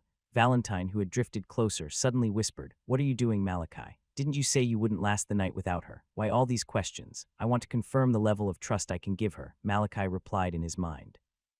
Valentine's expression morphed into confusion. "What does that even mean?" "Just shut up," Malachi said. He turned his focus back to Nyx, who was finally speaking. "Because you remind me of someone." "Who?" Nyx bit down hard on her lip. "I'm sorry, ninth vein, I can't say." Malachi stared at her for a long moment. Then he nodded. "All right, I won't push." He paused. "You still want to serve me despite my current circumstances?" "Yes," she answered without hesitation. "The pulses will come after me," Malachi warned. "Many will try to kill me. I'll be an enemy to the entire clan. And you still want to serve me?" "Yes," she said again. Malachi stared at her one final time. Then he nodded. "All right then, I accept." The room door closed with a soft click, and as it did, it was as if a heavy weight disappeared from the air. After their talk, Nyx had left, leaving Malachi alone with his thoughts. But unlike what one might expect as she left, Malachi suddenly exhaled heavily, trying hard to calm his trembling heart. He gazed down at his arm, still gripping the handle of his scythe tightly. His grip was slippery, damp with sweat that had gathered from how tightly he'd been holding it.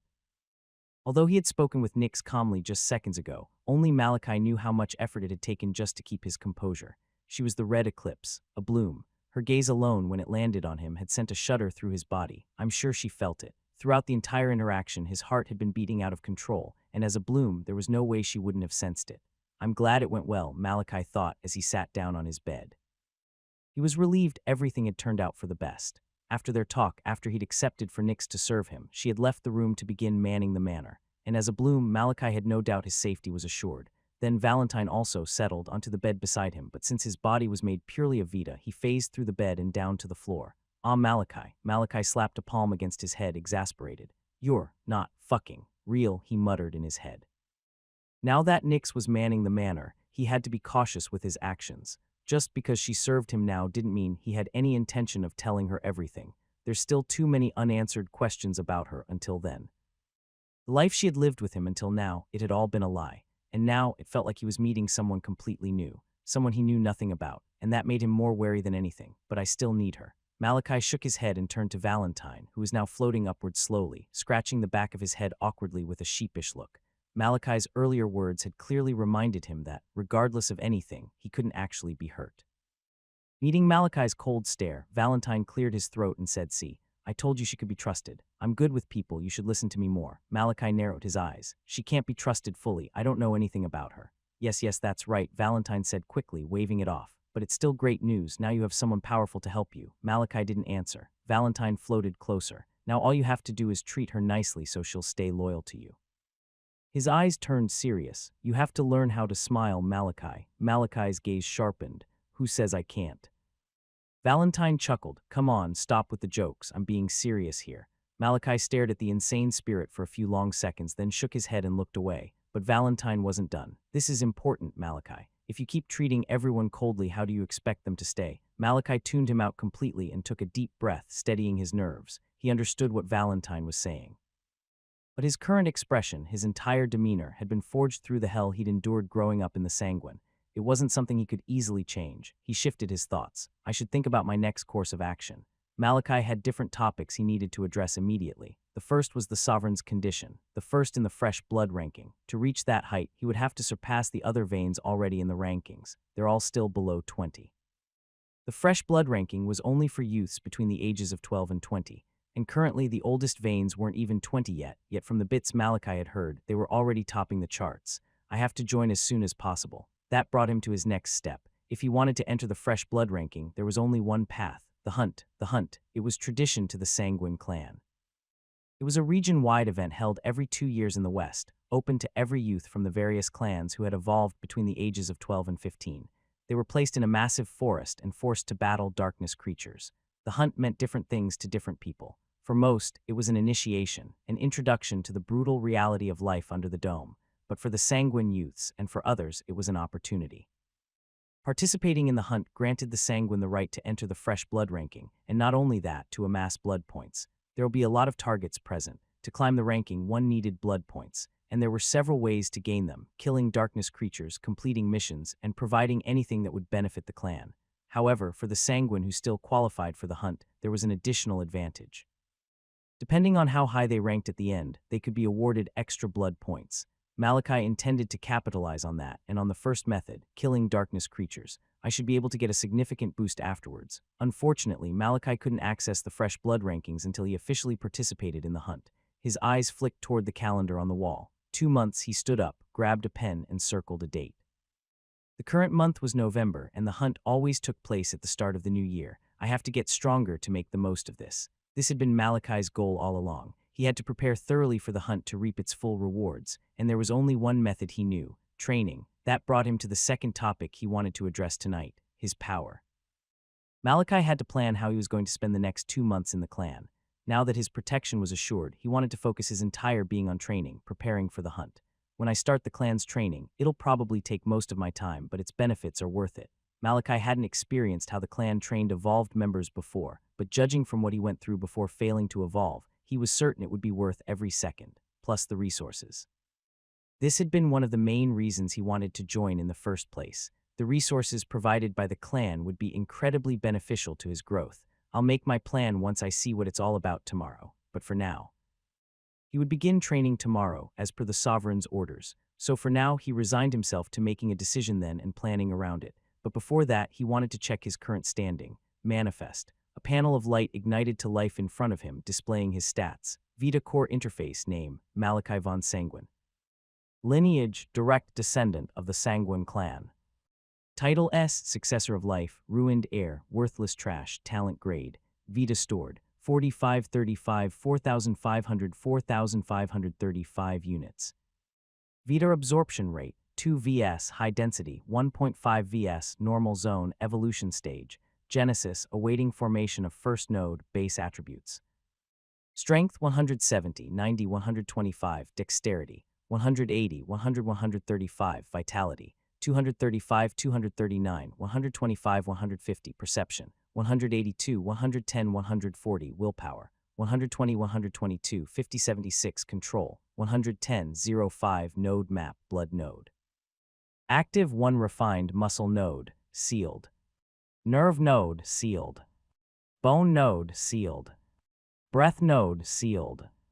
Digestion node, sealed. Synaptic node, sealed. Cellular node, sealed. Endocrine node, sealed. Immune node, sealed. Sensory node, sealed. Body node, sealed, opens when all primary nodes are awakened and refined at 100. Malachi gazed at his stats with a calm look. Valentine, who had stopped talking after realizing Malachi wasn't listening, floated behind him. Damn, you didn't even train and something still improved. Malachi's gaze stopped briefly on his vitality and will stats. They had both somehow increased, even though he hadn't actively trained them. It must be because of those instances. Malachi had barely survived his encounter with the Mogrim, and he had also withstood the Sovereign's aura. In both cases, he had pushed his body to its absolute limits. His vitality covered his endurance, stamina, and more. It was no wonder it had improved. As for with everything he had gone through until now, it was expected. Malachi soon took his gaze away and settled it on his Vita capacity. It also increased. Every evolver had the ability to passively attract and absorb Vita from the air. Ever since he evolved, Malachi had been doing exactly that, but he'd been wanting to figure out exactly how much the Vita he passively absorbed affected him. In the span of 2 days, his total Vita capacity had increased by 35 units. It wasn't a lot, considering his absorption rate was 2 vs in high-density areas, which in a sense meant that the Vita in his body should have increased by about 14,400 in 2 days, but clearly it didn't work that way. The only time the 2 vs came into play was when he used from his Vita reserve and needed to refill. 35 in 2 days, that's about a 10,000th of the normal. In simple terms, it meant that passively, his total Vita reserve was increasing at about 0.0002 vs. It was a rough estimate, but Malachi believed it was accurate. A question soon popped into his head, and he turned to Valentine. Hey, did you form any nodes in your body during your time? Valentine paused for a moment before he responded, yes. Malachi nodded. How much faster was it when you were actively training compared to passively? Valentine thought for a moment. I remember getting stronger faster when I was consciously training it. Malachi nodded again and turned away, just as I thought. What Malachi had just confirmed was simple. Although his total Vita reserve improved at 0.0002 per second passively, that number would change drastically when he actively absorbed Vita from the air and guided it to improve his body. Malachi decided to test his assumption. He sat cross-legged on his bed and closed his eyes. At first, he didn't try to absorb anything. He let his body do its work, passively pulling in Vita. He simply observed. After noting the rate, he switched. He focused. He felt the Vita in the air, and he drew it in. After a few seconds, Malachi opened his eyes with a satisfied expression. His assumption had been correct. The latter was mindless and would randomly improve his body slowly, while the latter was intentional, and he would be able to direct the Vita to its required location. With that, Malachi was content with his findings. He didn't try to absorb any more Vita. After everything he'd been through over the past few days, even he knew he needed rest. His body still felt rejuvenated, but his mind was another story. It needed a break. He headed to the bathroom to freshen up, removing his oversized jacket and swapping it for something more comfortable. Valentine, of course, made a fuss the moment Malachi took off his clothes, swearing multiple times that he wasn't a pedophile. Malachi ignored him. Once he was done, he returned to his room, slipped into bed, and a second later, Valentine's voice cut in. You're sleeping with that. Malachi sent a glance toward the large scythe resting against his arm beneath the sheets. What's wrong with it? He asked, You're asking me that. Valentine replied, exasperated. Who sleeps with a scythe? I'm just being safe, Malachi said calmly. I need to be ready to fight at any time. That's what you have your maid for, right? Valentine shot back, so you don't have to do weird things like this. Malachi didn't respond. Valentine groaned. You're still going to sleep with it no matter what I say, huh? Yes. Valentine sighed heavily. Talk about being paranoid. Malachi ignored him. His grip on the scythe didn't loosen for a second. He still didn't trust Nyx, not completely at least. And this was the only way he could feel safe enough to sleep. He stared up at the ceiling in silence for several minutes, his mind slowly drifting. The tiredness started to creep in. His eyelids felt heavy, harder and harder to keep open, and then they closed. He slept. To Malachi, it felt like a blip, as though he had only blinked. One moment he was sleeping, and in the next his eyes snapped open, the grip on his scythe instantly tightening. What was that? Malachi pushed the drowsiness out of his system and rose from the bed. He had just heard a noise coming from outside. What's going on? Malachi heard Valentine's panicked voice echo in his head. The chubby man had been startled awake by Malachi suddenly jolting up in the middle of the night. I hear sounds coming from outside. Malachi was already on his feet, gripping his scythe tightly. Ah, shit, not this again, Valentine groaned. He still hadn't recovered from the Ironhold incident, where they'd spent an entire night crammed inside a ceiling. Malachi didn't respond. His focus was already shifting. He reached for the side of the bed, grabbing his utility belt and strapping it on without hesitation. Wait, what are you doing? What does it look like? Malachi replied calmly. Don't tell me you plan on checking it out, Valentine said, his voice rising. Silence. Don't, he cried. That's literally how every horror movie starts. It's a well-known fact. Strange noise. You run. Malachi's tone was firm. Leaving the manor takes me straight into the forest. I'll be ambushed easily out there. Valentine kept whining, but Malachi had already tuned him out. He needed absolute focus. He did a quick check of his utility belt. Gun check, Vita mind check. Then his gaze shifted toward the door. Go check what's happening outside, he said, turning to Valentine. Valentine froze. Right. I can't die, he sighed heavily, like someone forced to clock in at a job they hated. Being dead meant he couldn't give any excuses. He reluctantly phased through the door and returned seconds later, pale, like the color had been drained from his face. What happened? Malachi asked. She's so scary, Valentine kept muttering while trembling behind Malachi like a frightened child. Is it safe? Valentine shook his head rapidly. No. What did you see? Valentine turned slowly, eyes wide. The devil. Valentine nodded frantically. What about Nyx? Malachi asked, narrowing his eyes. Valentine visibly flinched. She is the devil. Malachi tilted his head, confused for a moment, then the realization hit him and his eyes widened slightly.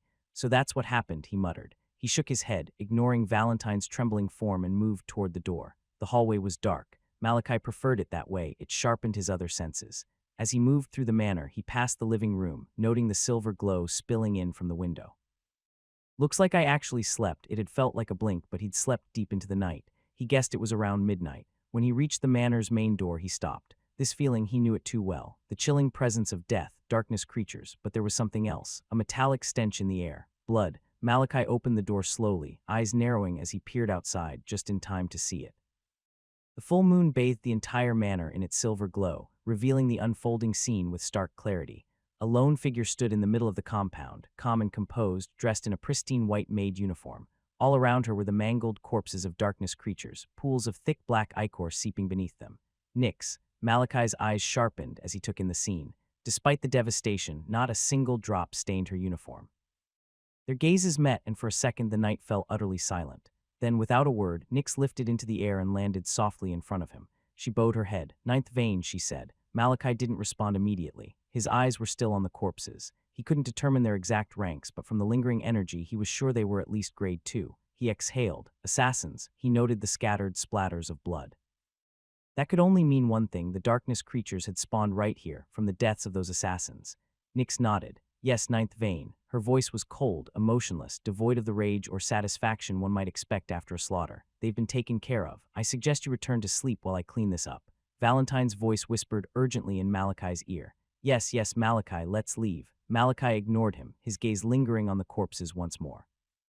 More than 10 assassins, at least at the node formation stage, had come for him tonight, and if not for Nix, there was no version of this story where he survived. Malachi gave a slow nod. All right. He turned and walked back to his room, Valentine trailing behind him, still visibly trembling. Inside, Malachi stopped in front of the full-length mirror and stared at his reflection. It's pointless. That scene outside had made one thing painfully clear. Against 10-node formation evolvers, there was nothing he could have done. If they had caught him asleep, he would have been dead before he even reached for his scythe. Which meant right now his life wasn't protected by his strength. It was protected by Nix. So then why had he been sleeping with his scythe? What protection did it truly offer when his survival no longer depended on him? He exhaled heavily, unbuckling his utility belt and placing it down. His eyes drifted to the scythe still in his grip. He stared at it for a few quiet moments, then gently set it on the bed before climbing in.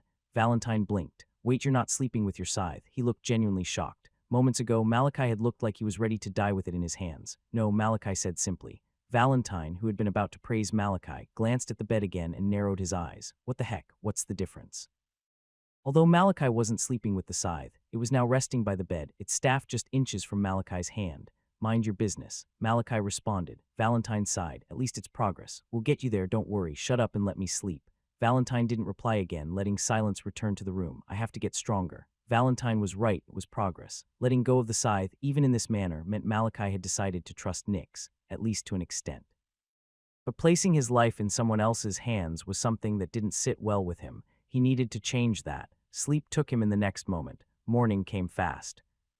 The morning air was cold. By 4 a.m., Malachi had already woken up from his sleep. He felt rejuvenated in both his body and mind. Malachi had never felt the effect of good sleep this well before. Because he had chosen to trust Nix, even if only slightly, he had been able to get the deep sleep he needed. As he woke, Malachi sat cross-legged on his bed, his eyes closed as he focused deeply. His system was already programmed to wake up early.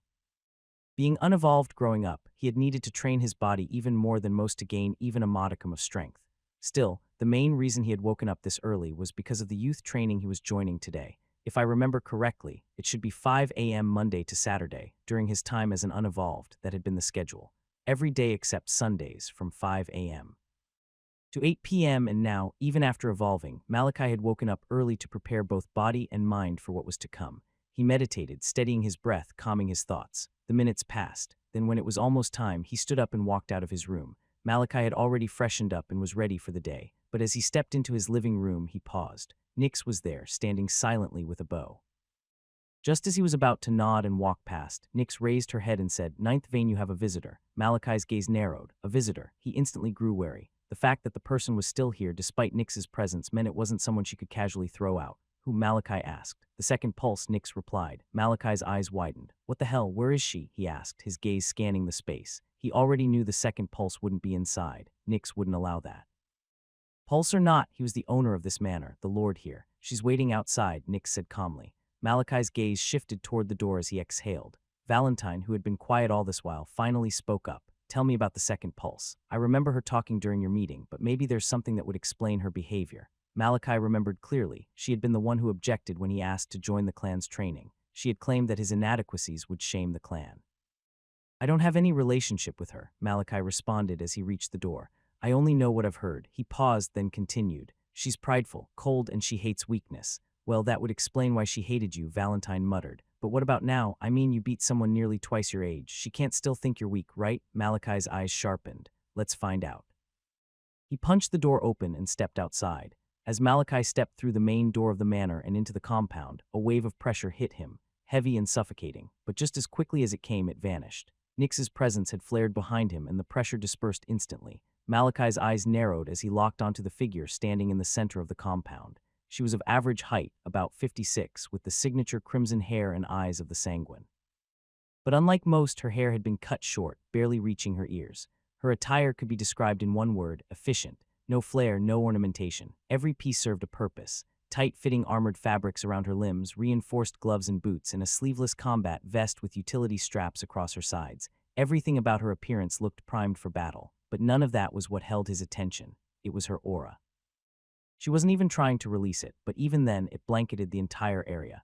If any being below the synergy stage entered this space, they'd be forced to their knees on instinct. Fortunately, Nyx was here to deal with that inconvenience. Malachi approached, then came to a stop a few feet away from her. The second pulse. Marissa von Sanguin. Marissa stared down at Malachi, who looked back at her calmly. In the Sanguin clan, a pulse naturally held more influence and standing than a vein.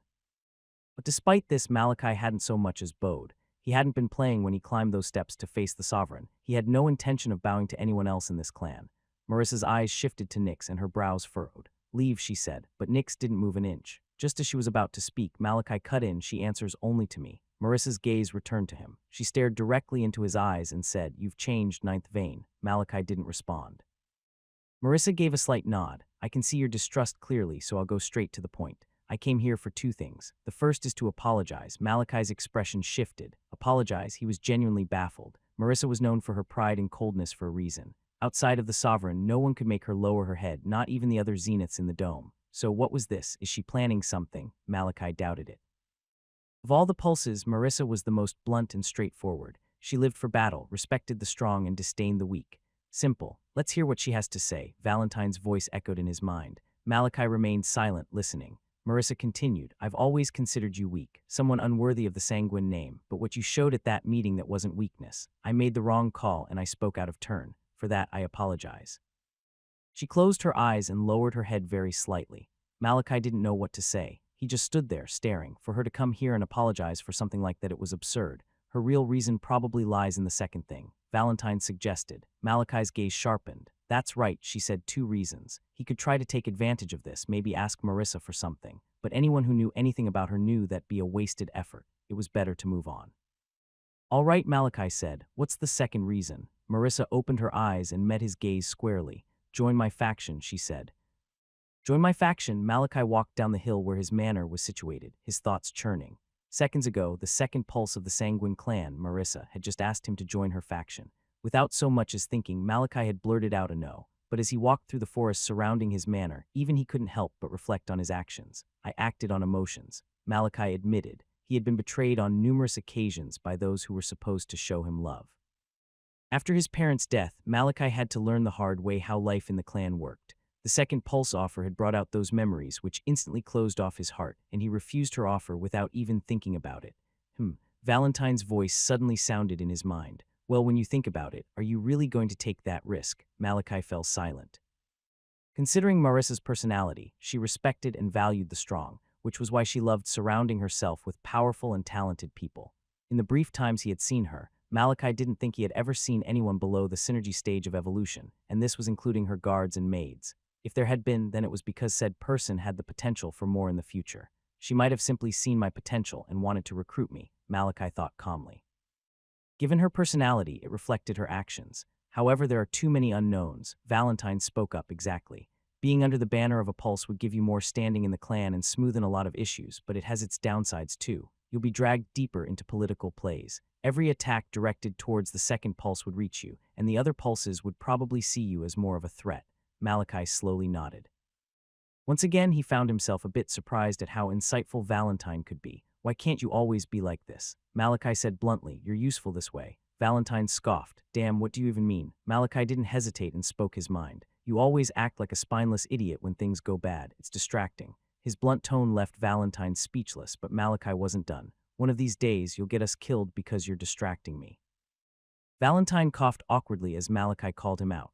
You're made purely of Vita, Malachi continued, voice cold. You can't die because you're tethered to life essence. Always remember that. You're going to need to change. If we're going to be together like this, you need to stop cowering or we'll end up dead for real. Valentine fell completely silent, unable to respond. Keep my words in mind, Malachi said. He didn't wait for a reply. He quickened his pace, sprinting through the forest. Despite appearing alone, Malachi could feel the piercing stare of Nyx trailing behind him.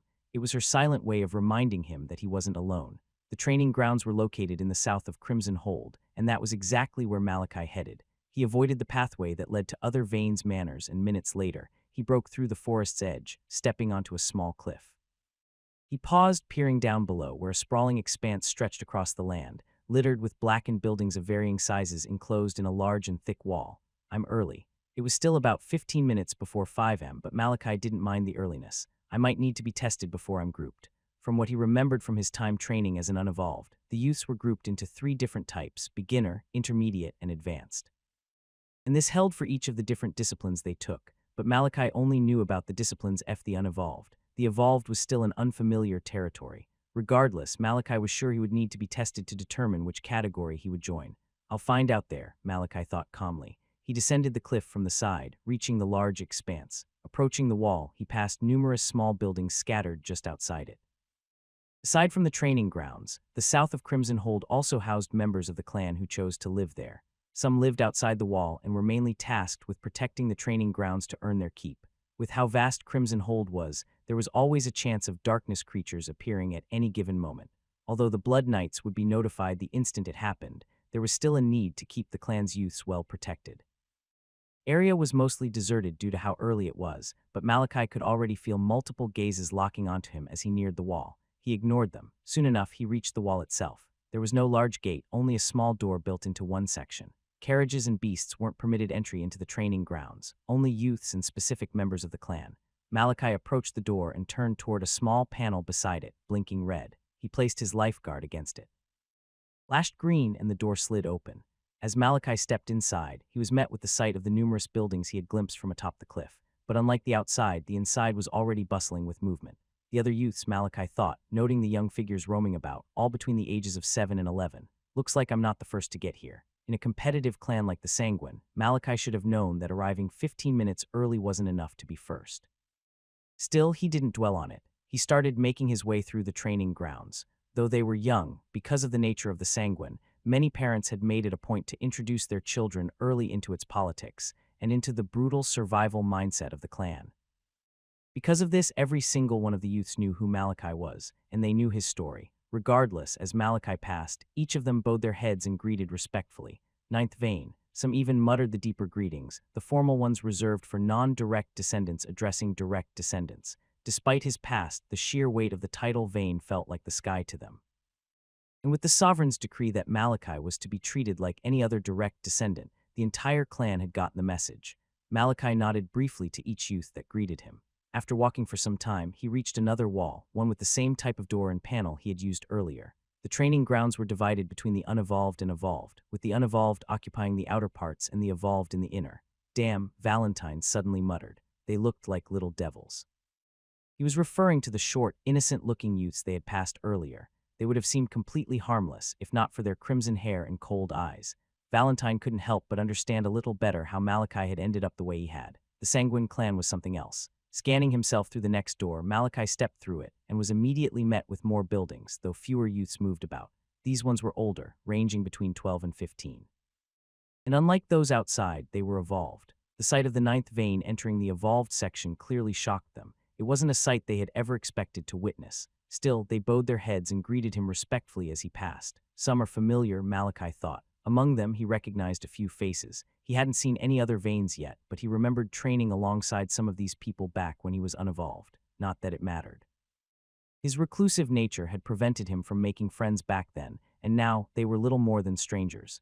Malachi's steps carried him toward the largest building, situated at the very center of the training grounds. All other structures were clearly built with it as the anchor. This should be the administrative building, Malachi thought. This was the place where the youths would be tested, categorized, and handed their timetables. The unevolved section had won too, and this was where his next steps would begin. He entered the building and immediately spotted a counter at the far end. manned by a sanguine man seated lazily, engrossed in a book. "Hello." At Malachi's cold greeting, the attendant lazily lifted his eyes from the book, only to freeze when he caught sight of Malachi's face. "A vein." The man immediately straightened up and bowed deeply. "Blood flows where you walk. May your blood burn brighter than the sun," he greeted. "As it should," Malachi responded calmly. A brief awkward silence followed before the attendant's eyes widened. "Ah yes, today is your first day, ninth vein. I shall fetch the head instructor immediately. Please give me 2 minutes." Malachi gave a short nod as the attendant scurried through a nearby door. Left alone, he used the time to quietly observe his surroundings. It was a plain room. The Sanguins, especially the Sovereign, had never been ones for aesthetics. Still, this section was clearly larger and richer in vita compared to the unevolved section. 2 minutes later, the attendant returned, but not alone. A man walked just ahead of him, radiating the overwhelming aura of a synergy stage evolver. "Blood flows where you walk. May your blood burn brighter than the sun." The man bowed as he approached. Malachi nodded in response, as it should be. The man straightened and spoke. "My name is Grinner. I am the head instructor of this section, ninth vein." Grinner had a slender frame, though his body was packed with muscle.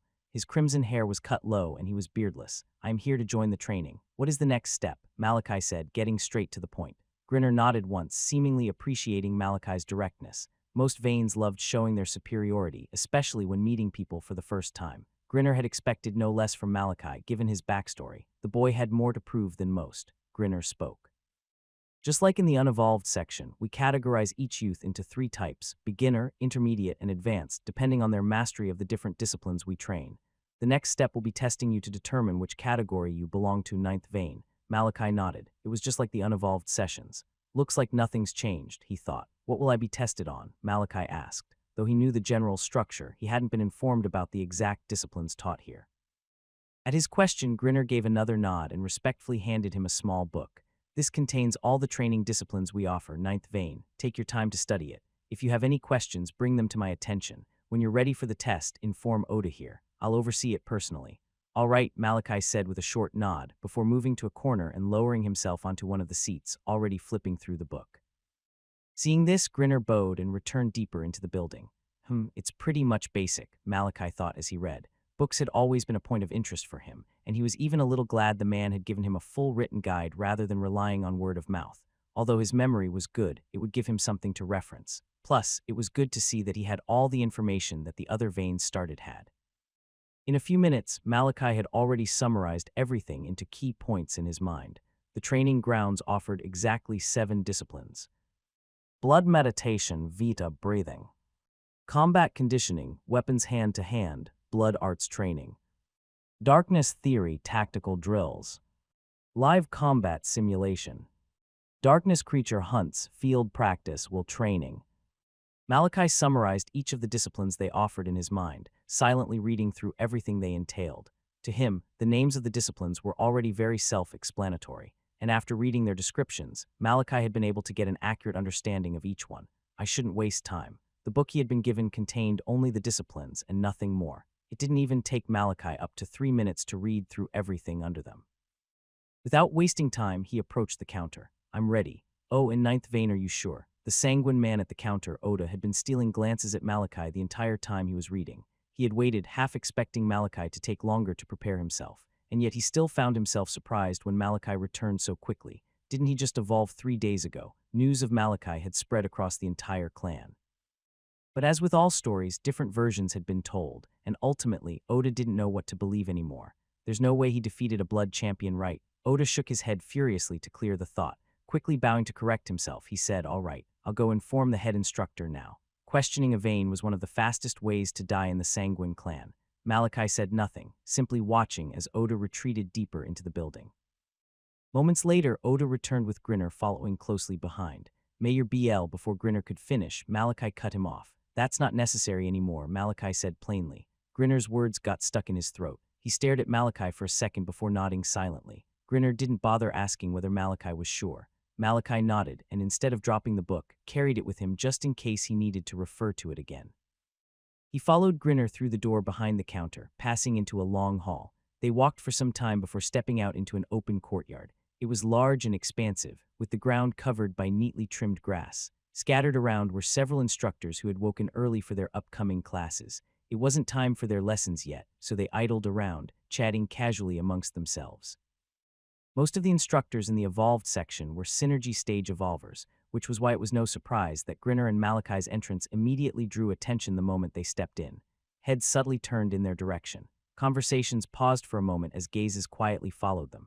Without paying them any mind, Grinner circled along the edge of the courtyard, leading Malachi toward a particular door. Still, all the instructors could see and feel was Malachi.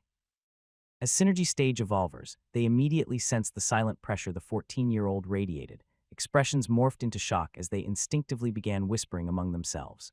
Grinner led Malachi into a room and said, "Ninth vein from the book I gave you. It was mentioned that we have a total of 7 disciplines."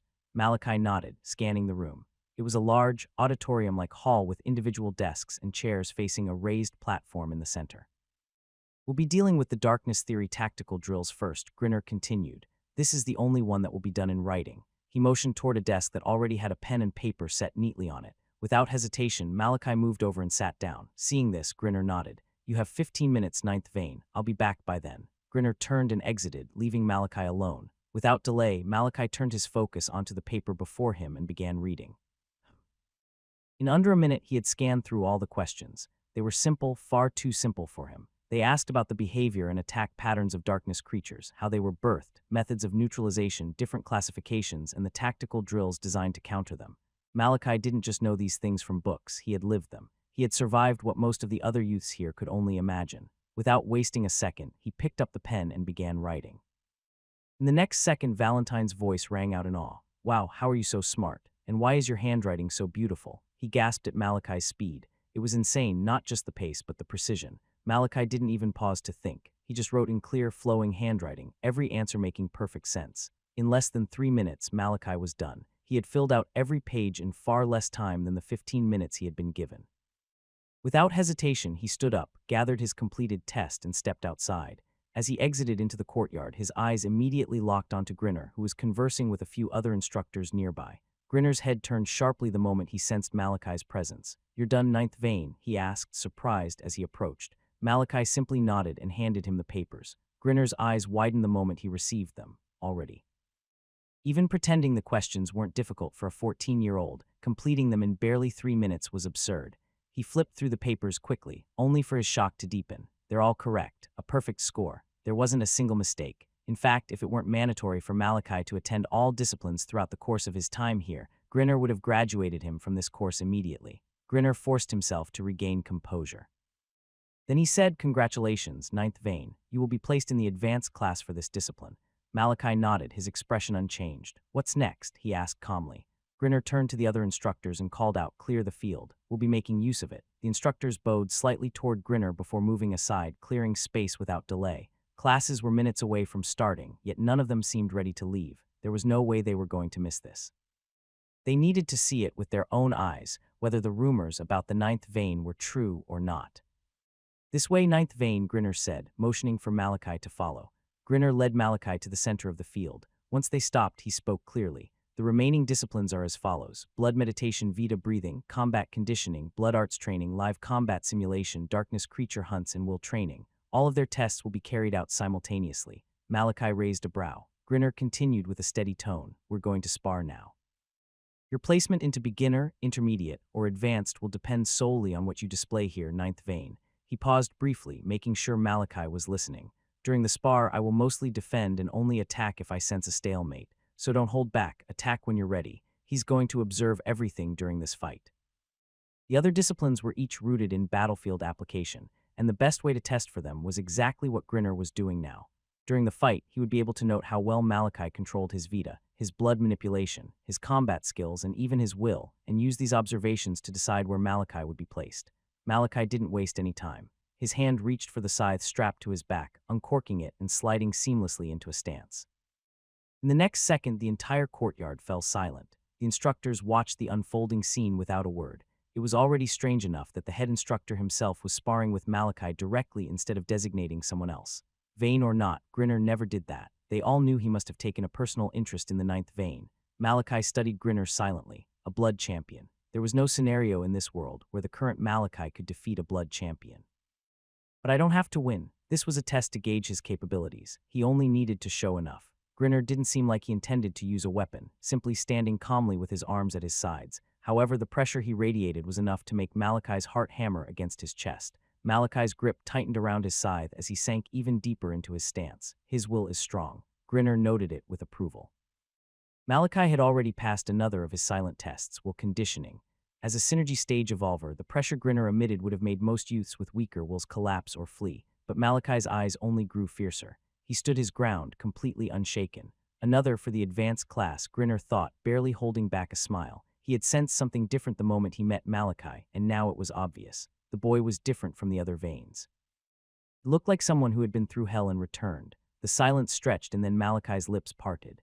Blood flow, a surge of blood ignited through his veins. His muscles bulged with sudden power, the ground beneath him cracking violently as he exploded forward with a burst of speed. The instructors watching from the sides gasped, their eyes wide in disbelief. Such speed. Wasn't he just a Genesis rank? The same thought flashed through Grinner's mind. But unlike the others, he was facing Malachi head-on. Malachi erased the distance in an instant, his scythe whistling through the air as he hurled it forward with his right hand, the blade aimed directly at Grinner. Grinner's eyes sharpened. My throat. He hadn't expected Malachi to go straight for the kill. Instantly, his arm, coated in blood, shot upward to block the scythe, but then his gaze flickered in the next instant.